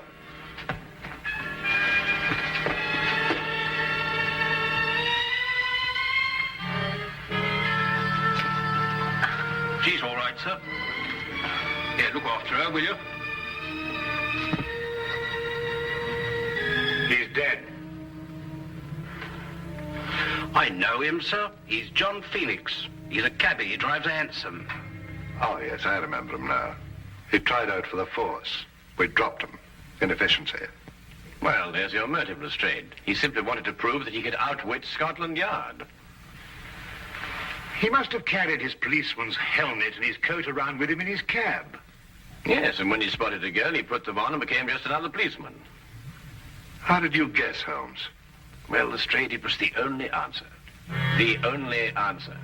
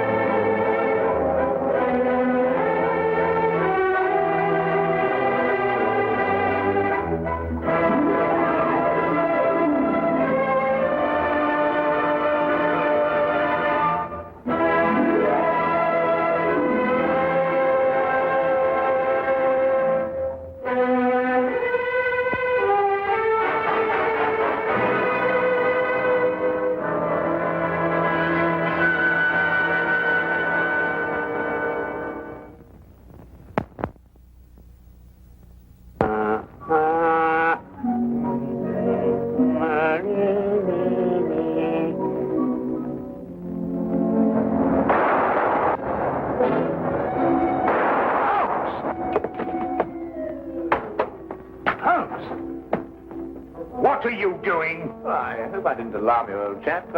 I'm just taking gun prints. This is the end. This time you've gone too far, Holmes. You can't turn this place into a shooting gallery. Gun prints. Have you ever seen a gun print? I've never even heard of a gun print. You'll kill somebody one of these days, Holmes. Parliament ought to pass a law against people like you. Well, of course, gun print's just the name I've given it. Actually, it's the marks on the bullet left by the rifling in the gun barrel. Ah! Yeah, would you like to look at these two bullets under the magnifying glass? You'll observe that they have different markings, because they were fired by different guns. I'm not interested, not in the least interested. The police will be here in a minute. But you should be interested, Watson. You're interested in saving lives, aren't you? Of course, but... Well, look, this very little experiment may very well save a life someday. How can firing bullets Now, from here wait a minute. Take the case of a man who is accused of murder. I'd rather not. The prosecution claimed that the bullets were fired from his gun. They probably were. The man was guilty. I can see it all. Yes, but if it can be proved that it was impossible by the markings, that an innocent man's life could be saved. That's all very well and good, Holmes, but this flat is not the place to conduct these sort of experiments. How would you like it if I started to practice my surgery in the bathtub or on the kitchen table? Could you manage it in the bathtub, do you think? No, I give up. And now, if you're not keeping this appalling smell for experimental purposes, I will, with your permission, open the door. Holmes, I told you. I knew you'd gone too far. Now you have shot somebody. Well, if I have, I shall have to certainly correct those guns for drift. That's fantastic. He seems to have some breath in him still. No fault of yours that he has. Now, help me with him before somebody sees him. Really, firing off revolvers, brewing poison, frightening people. It's more than a man can stand, Holmes. Really, more than a man can stand. Am I wounded badly, please? I'm a poor man. I can't afford a hospital. No. You'll be all right in a minute. You've just fainted from something. Something, you say? Didn't you hear what happened? I was outside, about to knock at your door, when suddenly I was attacked. Someone turned a revolver loose on me, bullets flying everywhere. I tried to fight back bravely, but there were too many of them, 6 or 7 at least, all firing guns. I'll get you a glass of brandy. Oh, thank you. You'd better call the police. They may try it again, whoever they are. Maniacs and foreigners, I'll be bound. No. You're quite safe now. Those shots came from my revolver and were fired into that wadding over there. You mean you were the one who... Yes, I was just carrying out a little experiment. I must apologize for any shock I may have given you. And no one is after me? And not to my knowledge, Mr. Wilson. Here, will you drink this, huh? Oh, thank you. You called me Mr. Wilson just now. How did you know that was my name? Well, it's on your collar. Very shrewd indeed, you're noticing my name like that. In fact, you've got exactly the kind of mind that could help me to unravel my mystery. That is, if you're willing to lend a poor man a hand. Oh, yes, I owe you at least that. What is the mystery? But perhaps you'll get a better idea of what it is if you read this first. There, it's in the wanted column. Read it for yourself. To the Red-Headed League. On account of the bequest of the late Ezekiah Hopkins of Lebanon, Pennsylvania, USA, there is now another vacancy open which entitles a member of the League to a salary of £4 a week for pure and nominal services. All red-headed men who are sounded apply in person on Monday at 11 o'clock to Duncan Ross at the offices of the League, 7 Pope's Court, Fleet Street. But what on earth does it mean, the Red-Headed League? It is a little off the beaten track, isn't it? I assure you, I felt the same way as you when I read it. A vacancy for what, I ask? I'm a dealer in second-hand merchandise, and I believe in giving value for value received. And it certainly struck me as odd that somebody was prepared to give £4 a week for nothing. But young Spaulding took a different view of it. Oh? Who is young Spaulding? Vincent Spaulding. He's my assistant, and I couldn't wish for a nicer young man. I see. Now, suppose you tell me the story as it happened, right from the beginning. From the beginning? Yes, of course.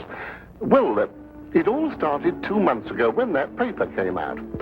I was in the shop at the time. I'm there practically the whole of my time. I'm a widower and I've got little else to do. When young Spaulding came back from lunch. Mr. Wilson? If you only knew how I wish that I had red hair like you. Huh? Don't believe it or not. Here is another vacancy for the League of Red-Headed Men. A league of what? Red-Headed Men. Surely you've heard of them, haven't you? Oh, I'm afraid I don't get about as much as some of you young people do. I should have thought everyone would have heard of the League of Red-Headed Men. Well, at least everyone who was eligible. Now, a man like you, if he were accepted, could make himself a nice little nest egg without hardly lifting a hand. Vincent, I've told you before, there's one thing you've got to learn in life. Nobody ever gets anything except by the sweat of his brow. Value receives value. What is this Red-Headed League? Take a look at this paper yourself. How I wish my hair would change color, really I do. What a nice little nest egg I'd make for myself. Well, this doesn't make sense to me. No? Will you see the name? Hezekiah Hopkins? Yes. Oh, he was an American millionaire. Very peculiar in his ways. He was red-headed himself and had great sympathy for all red-headed men. So when he died, he left an enormous fortune in the hands of trustees to make life easier for all red-headed men. Oh, really? Yeah, red-headed men. Uh-huh. Now, I couldn't apply even if I wanted to. I've got the shop here to look after. That's the whole point. The work don't amount to anything. Absolutely nothing at all. It need not interfere with a man's other occupation. Well, even so, probably millions of men would apply for it. No, this is limited to Londoners and to grown men. You see, this American started off from London and I suppose wanted to do the old town a good turn. And then again, I hear it's no use applying unless your hair is a real fiery red. Huh. Do you think my hair is red enough? I've never seen any redder. I could use the money. There's all sorts of repairs I could do, and... Vincent, I'm going to investigate this league. Lock up the shop. You're coming with me. Yes, sir.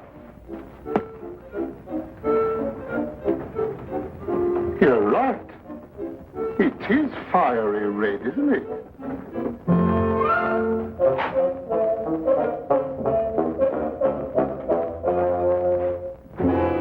Just let me handle everything. All right. Stand back, everybody. This is Mr. Hopkins' son. Go on, step back, or he'll see that you don't get interviewed at all. Mr. Hopkins. Yes. Thank you for applying, Mr. Emerson. Your name will be kept on file, and in the event you are chosen to fill the vacancy, I'll get in touch with you immediately. Thank you, Mr. Ross. I do hope I win. My family and me could do with the money. We shall see what we shall see, Mr. Emerson. Thank you so much.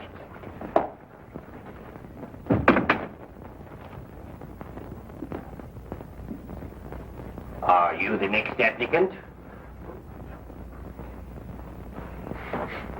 Yes, this is Mr. J.B.S. Wilson. Your search is over. He's willing to fill the vacancy. Will you sit down, Mr. Wilson?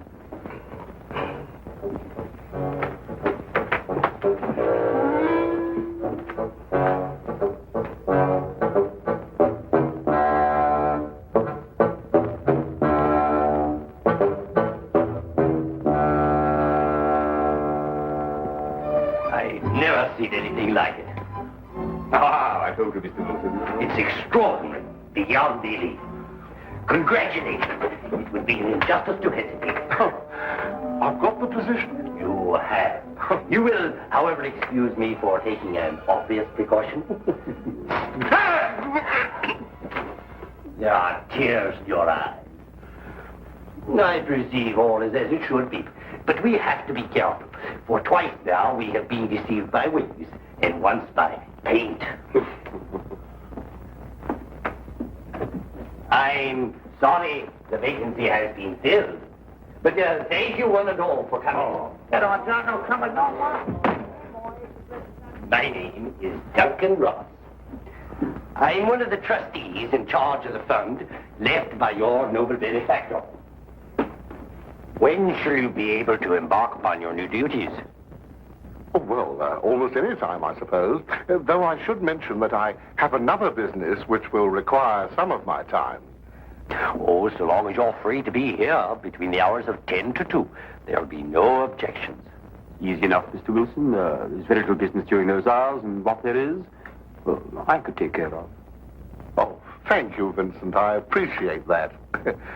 And what is the work? Copying the encyclopedia. The Encyclopedia Britannica.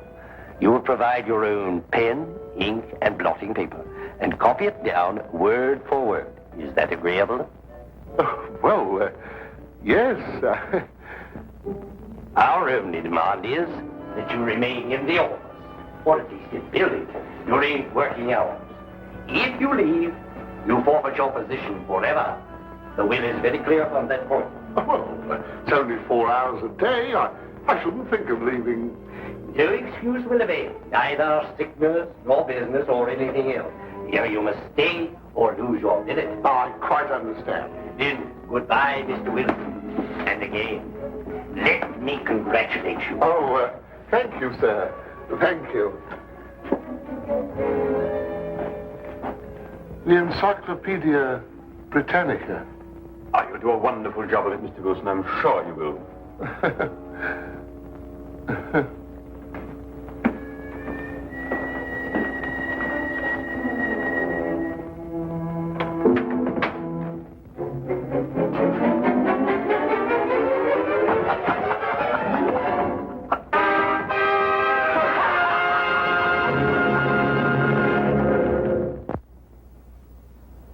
Now, we return to the Red-Headed League. The first word was Arkham. At the end of 8 weeks, I'd finished the A's and begun the B's. For this, Mr. Ross rewarded me every Saturday with 4 golden sovereigns. Yesterday morning, however, I got a staggering blow indeed.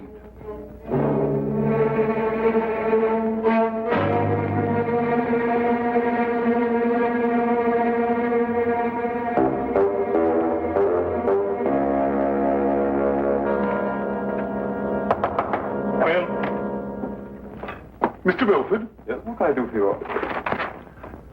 What's happened to Mr. Ross? Mr. who? Mr. Ross! Duncan Ross! In office number 4. He's gone. What's happened to him? Ma'am, let me look him up in my files.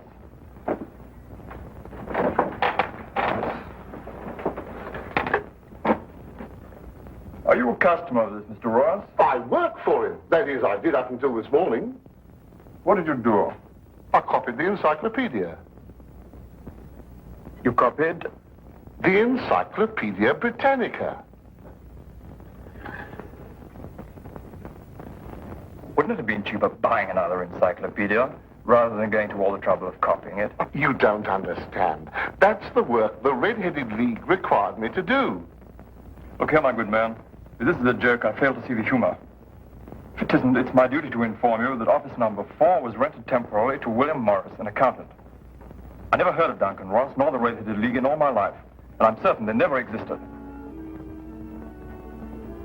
I got the home address of William Morris, but when I arrived there, it turned out to be a factory making ladies' unmentionables. No one had ever heard of William Morris or Duncan Ross. My word, you really were on a wild goose chase, weren't you? After that, I didn't know quite what to do. The whole experience was so embarrassing, I could hardly make myself tell it to Spaulding.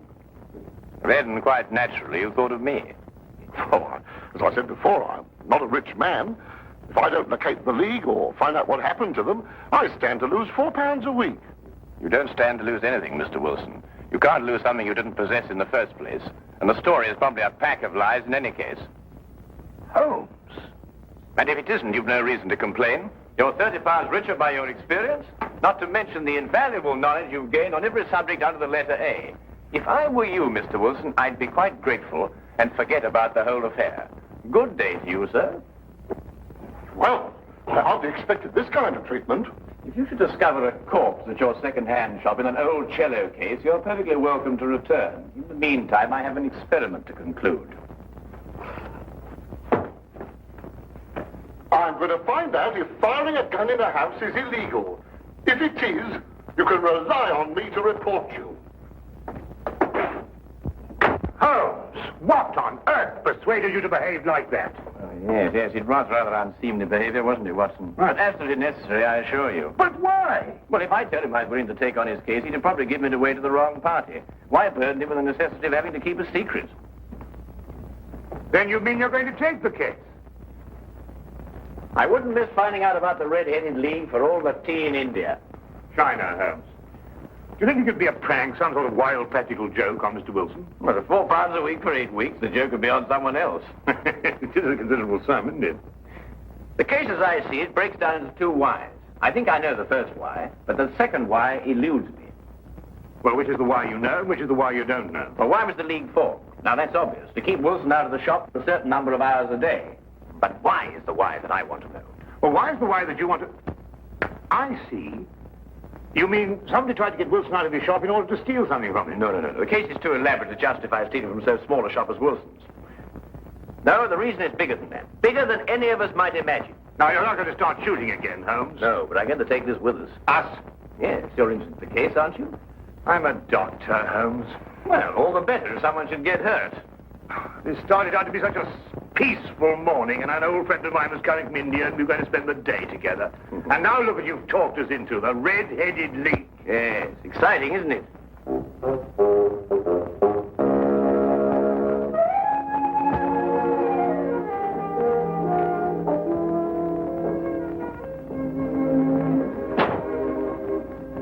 Seems to be nobody's here. I wonder where it could be. I'll be right with you, gentlemen.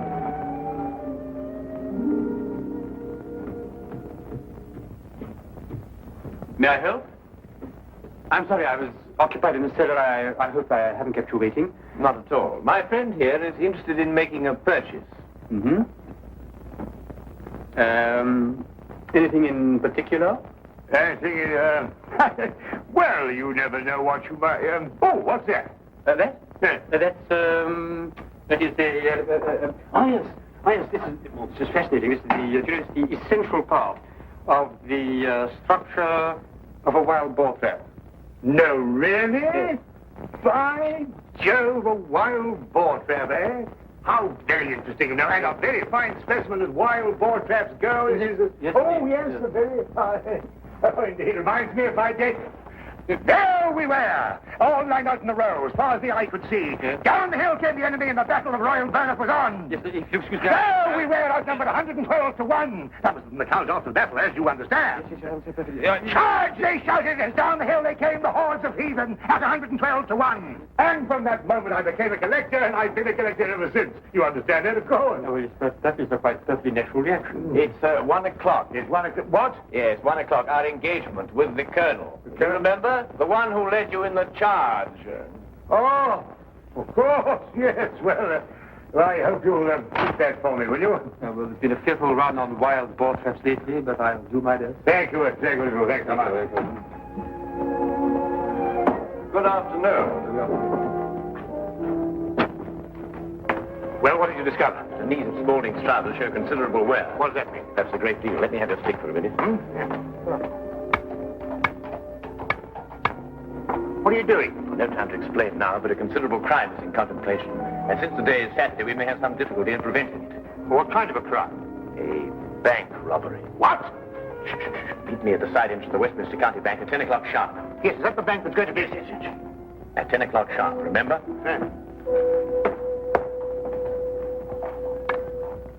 The basement vaults of the Royal Westminster Bank, as you can see, they are impregnable.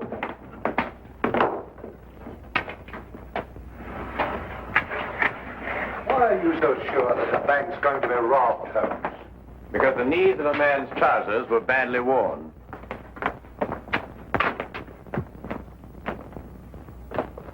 I can't see how they can possibly get in here.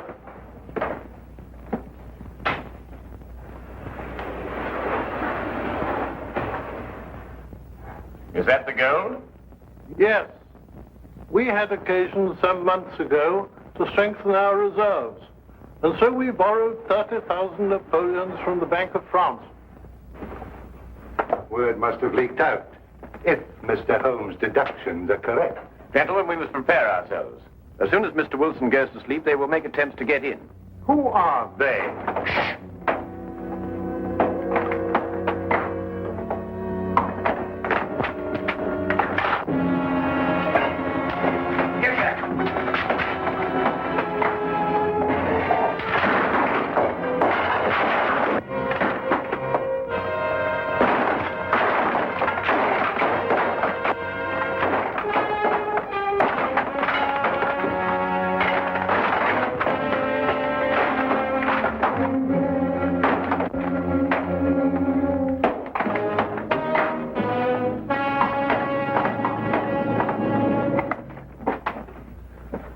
It's all right. Hey, jump!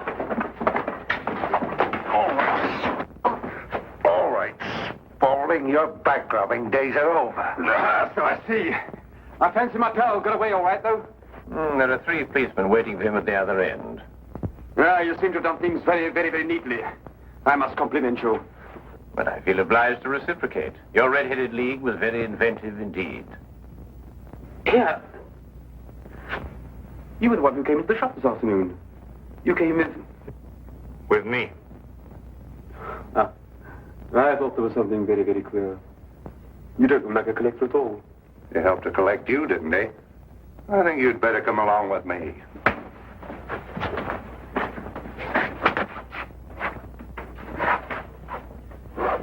I don't know how the bank can repay you, Mr. Holmes. I've been more than amply repaid, Mr. Merriweather, by having one of the most unique experiences of my career. However, there is one thing you could do for me. Name it. Well, it's... Anything, Mr. Holmes? I'm a regular depositor at your bank, Mr. Merriweather, and I should be eternally grateful if you could do something about your pens. I've yet to find one of them that works. Come along, Watson.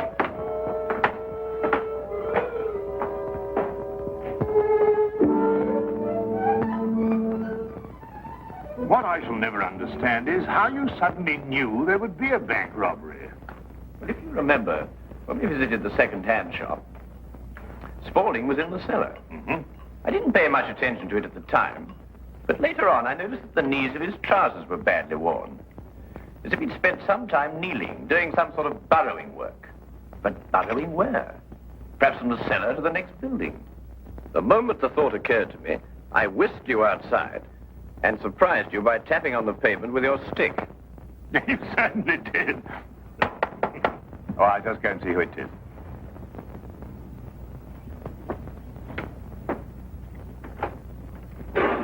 Hello, come on in, Inspector. Good evening, Dr. Watson. I hope it's not too late to make a call. Of course not. Come right on. Well, I saw the light was on, and I just thought I'd drop in. How are you, Inspector? Now, make yourself at home. Oh, Have a chair. Thank you very much indeed. Cup of tea? Yes, please. Well, by the time the newspapers come out with a report of your exploits tomorrow, Holmes, you'll be a hero.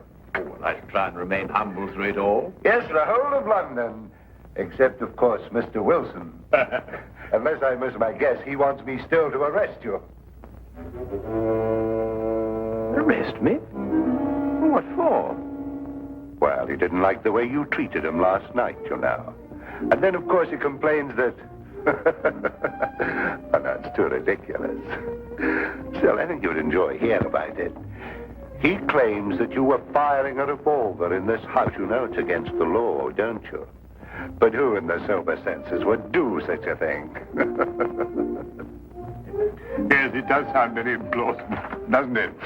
Yes, that's exactly what I told him. I mean, people just don't do things like that, do they? No?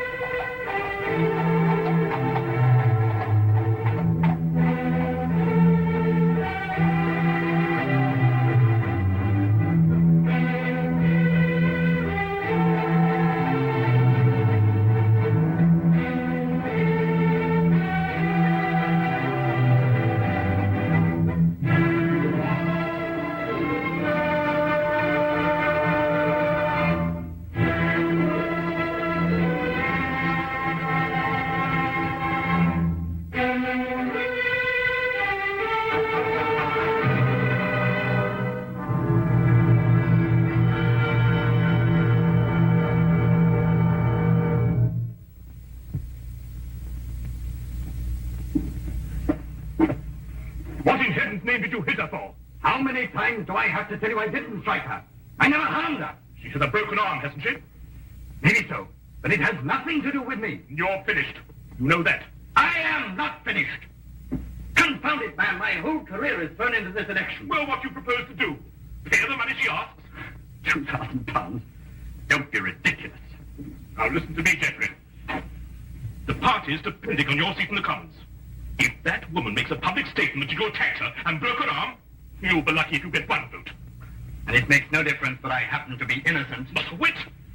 In your position, an accusation is just as damaging as a conviction.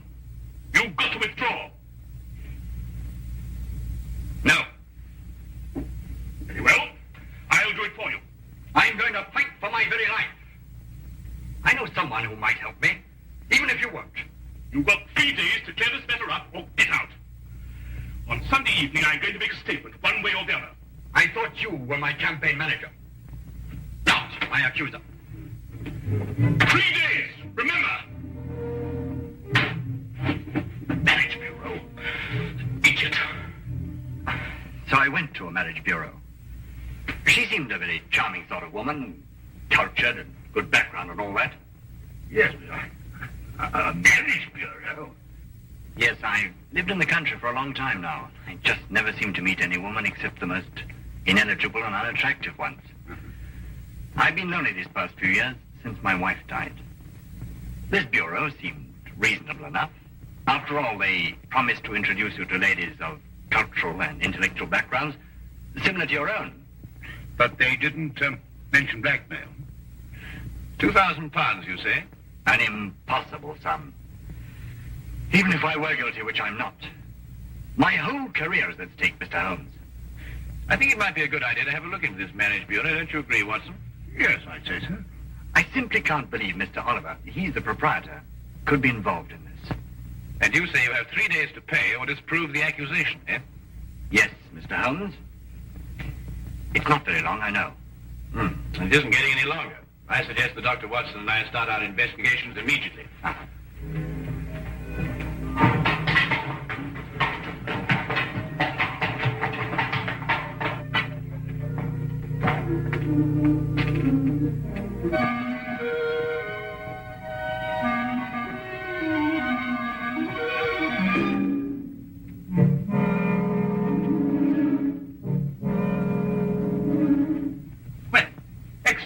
Everything seems to be in order. Now, I'm afraid I shall have to put the same questions to you that I put to your friend. I realize they're rather personal, but it's the only way we can be certain that all clients are protected and properly matched. Yes, right, I can understand that. Now, about your financial situation. This is all routine, you understand. Yes, I suppose it is. My personal income is in the vicinity of £3,000 a year. Well, that seems quite ample. That's quite apart from Aunt Agatha. Aunt Agatha? Yeah. She's worth thousands of pounds. Hundreds of thousands. And you're the heir? Next in line. A favorite, too. Well, I have been since I was...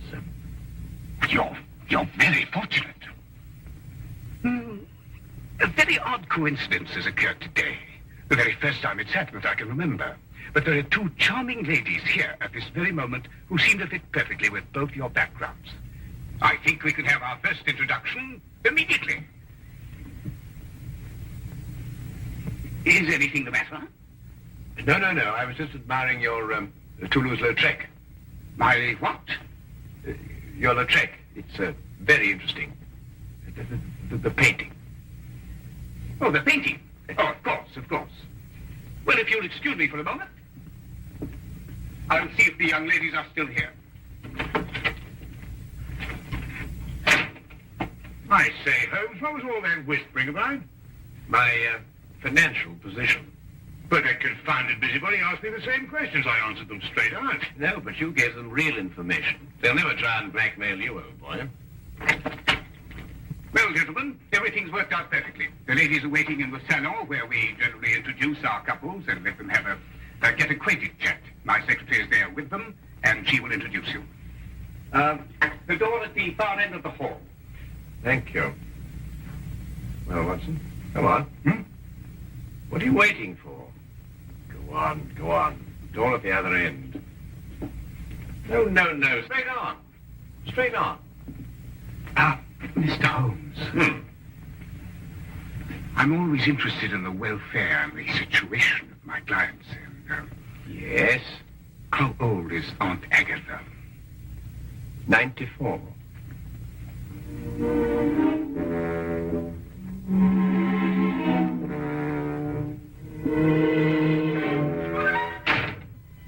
Tell me, Miss... Pamela. Pamela. Oh, that's a charming name, perfectly charming. Now, tell me, Pamela, do you prefer living in the country or do you like living in London, huh? Oh, I like living in the country then. Do you really? Well, so do I, as a matter of fact. I love the country. The thing I like most about the country, I think, is the early morning ride. Really? Yes. Do you ride? Oh, pity.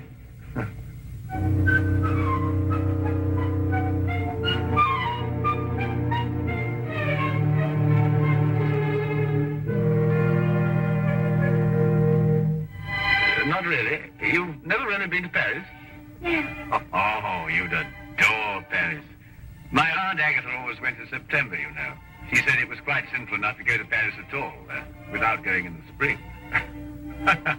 That's very funny. Oh, I'm so sorry. I hope I haven't shocked you. Oh, no, of course not. Oh, good.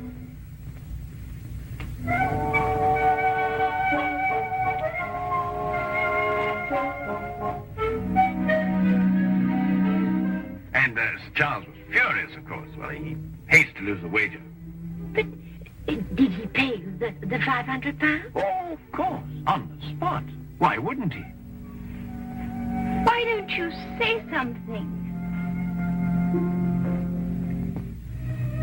You have very pretty eyes. Oh, you're a romantic one. Oh.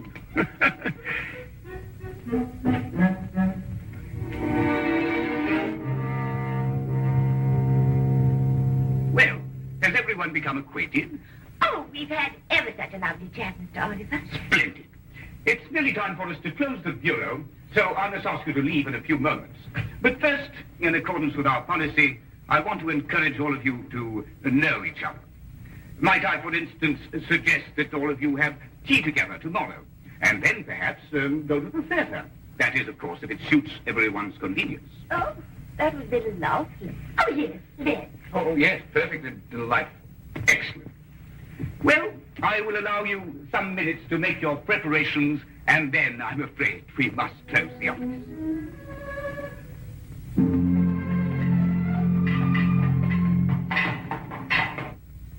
Well, I've seen it through, Holmes. What do you make of it all? Nothing I didn't expect to. We were merely planting seeds, Watson. Planting seeds? Yes, it's my theory that if Oliver and the others are blackmailing, they're choosing their victims pretty carefully. However, I hope that at tea time tomorrow we'll be able to obtain more evidence in support of my theory. The trouble is that our client can't wait very much longer.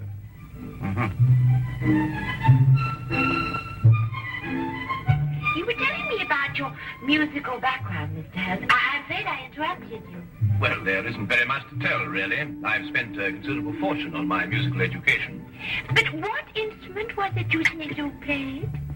The violin, my dear. The violin. At times, rather brilliantly, I've been told. Oh, dear, do be careful.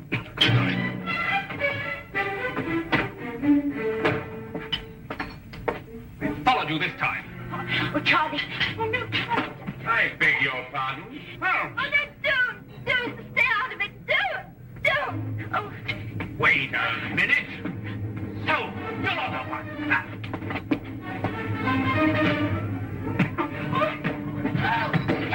Oh, Charlie. What have you done to him? The police. Somebody get the police. He's my husband. This man will soon settle you. But this is outrageous. You don't understand. But it's true. They're married. And he was trying to break them up. I know his type. In here, Constable. There's your man. Holmes, why don't you say something? You can't let a thing like this happen to you. We've fallen very neatly into their trap. Don't you agree, Watson?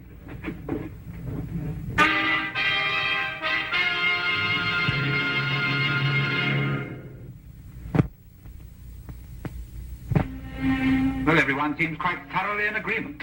Except, of course, your friend here. These other witnesses are in full accord. And the testimony of the proprietress of the tea shop supports them.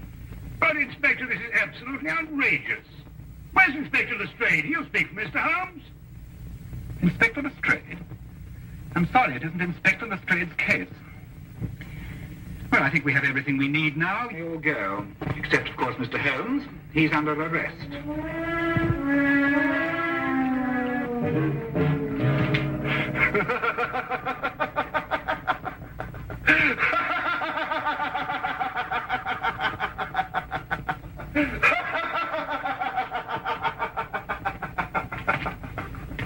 All my life I waited for something like this. Assault and battery. You should stick to your magnifying glass. Oh, hello, Lestrade. By Jove, I'm glad you're here. Oh, I was just seeing our more dangerous criminals were properly guarded. You were right, Holmes. Oliver called on me and told me that for £4,000 this case would be quietly dropped. Why, he's insane. He's not insane, wasn't he? Just greedy. No, he's insane. He kept on saying that he was sure Aunt Agatha would fix it. Aunt Agatha? £4,000? What are you talking about? Well, I'm not sure myself. Well, listen, Watson, now that we know where to look, we can take them quickly. Only you've got to let me out of here, Lestrade. Oh, what's the matter, Holmes? This is one of our more comfortable jails. Oh, listen, Lestrade, a man's life is involved in this. Jeffrey Bourne, candidate for Parliament. He's been blackmailed by the same group. We can stop them now, only you've got to let me out of here. Well, I didn't know it was serious. This isn't my case. I'll have a word with Mason. He's senior arresting officer in this job. He's the only one who can let you out of here without a court order. I'll see him right away. Well, hurry up, Lestrade. Jeffrey Bourne has only got until 7 o'clock tonight. But you will release Holmes. No, I won't answer that. Now, look here, Mason. I've known Sherlock Holmes for a very long time. I know him as a valuable colleague. If he says this marriage bureau is a fake, if he says they're blackmailers, then undoubtedly they are blackmailers. But there is no case of any kind against the Marriage Bureau, Lestrade. If one arises, I'll investigate it. But I will not jeopardize my position by taking such a step without cause. As for Mr. Holmes, he has been formally accused, and the number of witnesses more than justify an arrest. All right, Mason. But this is outrageous, Lestrade. Didn't you explain? Everything, Dr. Watson. Right. I'll handle this case myself. You, Dr. Watson? Unless you care to come in and help me. Well, I'll do what I can, of Look, course. Watson, there's only one thing to do. You must break into Oliver's office, go through his private files and everything. There must be further evidence of their activities. I break him? That's against the law. Look, maybe I could get a search warrant. Oh, how soon, Lestrade? Oh, it's a pity this is Sunday. Certainly not before Monday. Not with Mason here. Yes, but look, Jeffrey Bourne only has until 7 o'clock. Yes, but breaking and entering, that's a crime. Have you any idea what the penalty is for that? Yes, if I remember correctly... Thank you very much, Holmes. I'd rather not know. Excuse me.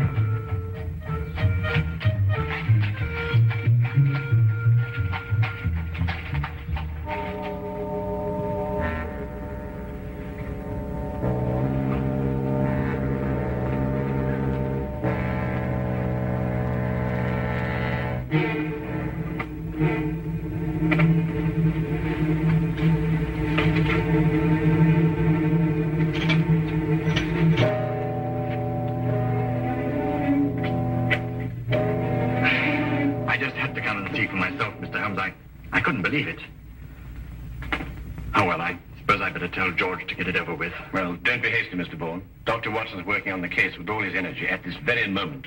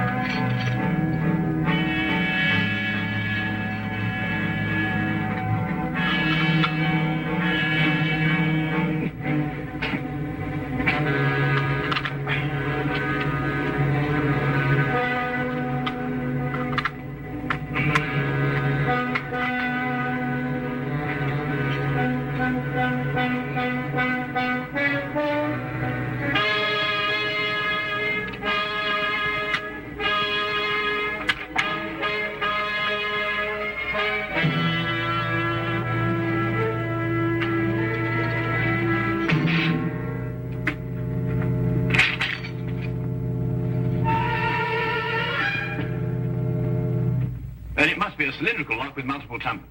And that's quite a different story. Each of the tumblers operates at a different height.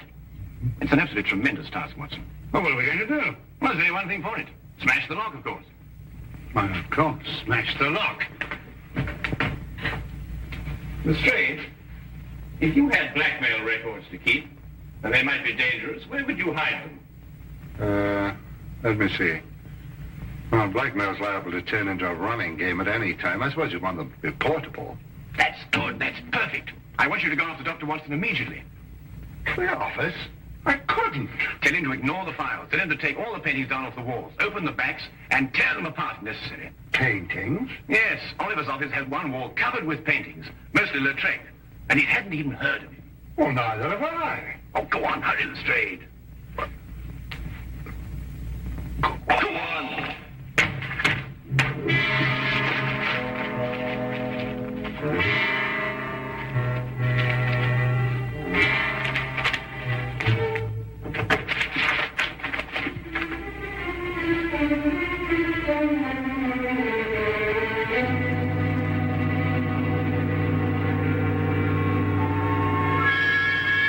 Hello, what are you doing here? But you gave me a start. I gave you a start. Look, Holmes says not to bother anymore about the files. What? No, he says try looking behind these pictures. Looking behind... Here, you try that. Nonsense.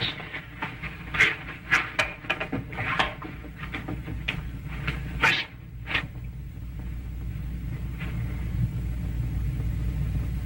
Really, Lestrade. This is nerve-wracking enough without you beginning to hear things.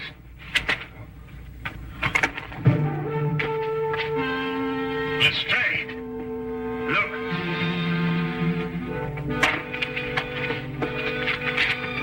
That's it. I just spoke to Mr. Holmes. He said he'd be sure to have something by 6 o'clock. I hope so, Jeff, for your sake. I hope so. Your eyes are not so pretty.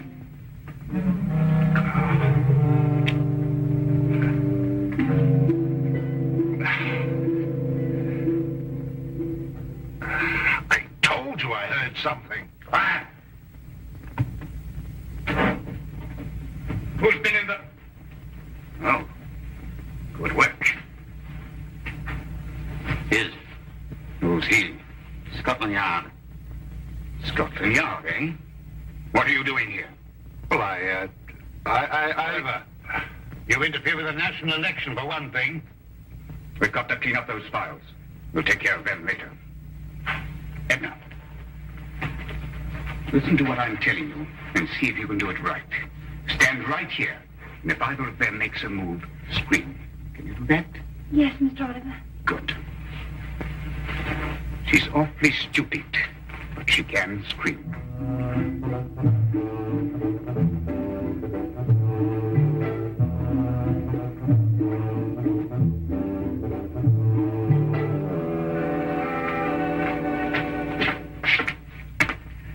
All right, Mr. Holmes, what's the meaning of this message? It refers to a blackmail gang operating through a marriage bureau. I've heard that accusation before, but so far I've seen no evidence to support it. Inspector Lestrade has evidence? Inspector Lestrade? Yes, he's already set out for the marriage bureau to make a clean arrest of the entire gang. But it isn't Inspector Lestrade's case.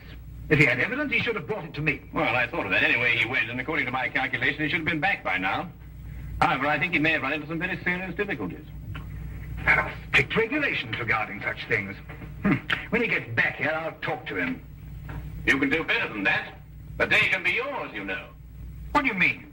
Go to the marriage bureau yourself and take charge. After all, it is your case, you know.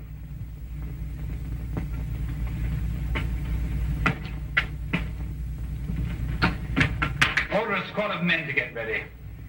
Have them meet me at the side entrance in 5 minutes.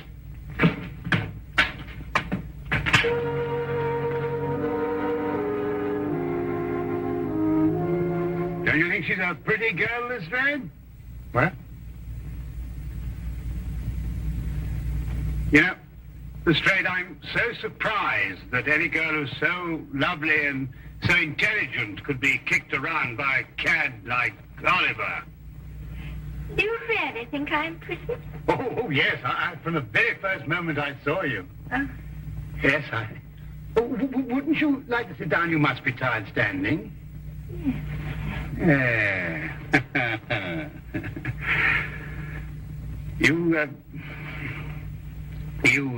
Yes? You have the most lovely hair. Oh. Really, it's... I wonder... My hands are awfully uncomfortable. If you could be a dear, ease them a little, could you? Oh, something amusing? I know I'm stupid, but not that stupid.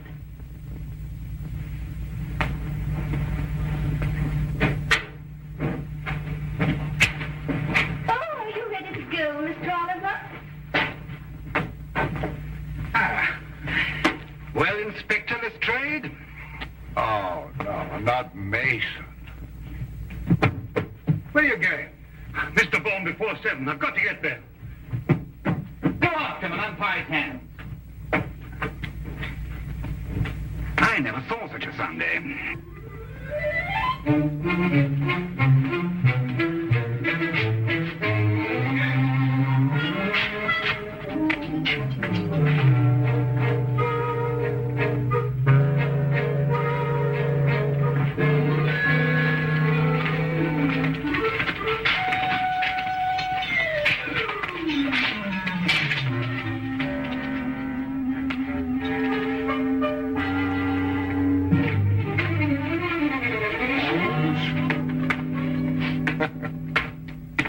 You told Inspector Mason. I know, Lestrade, but I had to get you out of there somehow. I was better off as I was. Well, I considered that, but despite the injury to your pride, you know, it's best that way. I know nothing of the kind. It was only a matter of a few moments before Dr. Watson and I had the situation completely under control. Well, you must tell me the story. In the meantime, now that the criminals have been arrested, please let me out of here. Oh, I'm terribly sorry. But this is Inspector Mason's case. I couldn't possibly interfere with another colleague's affair. Oh, no. Oh, Lestrade!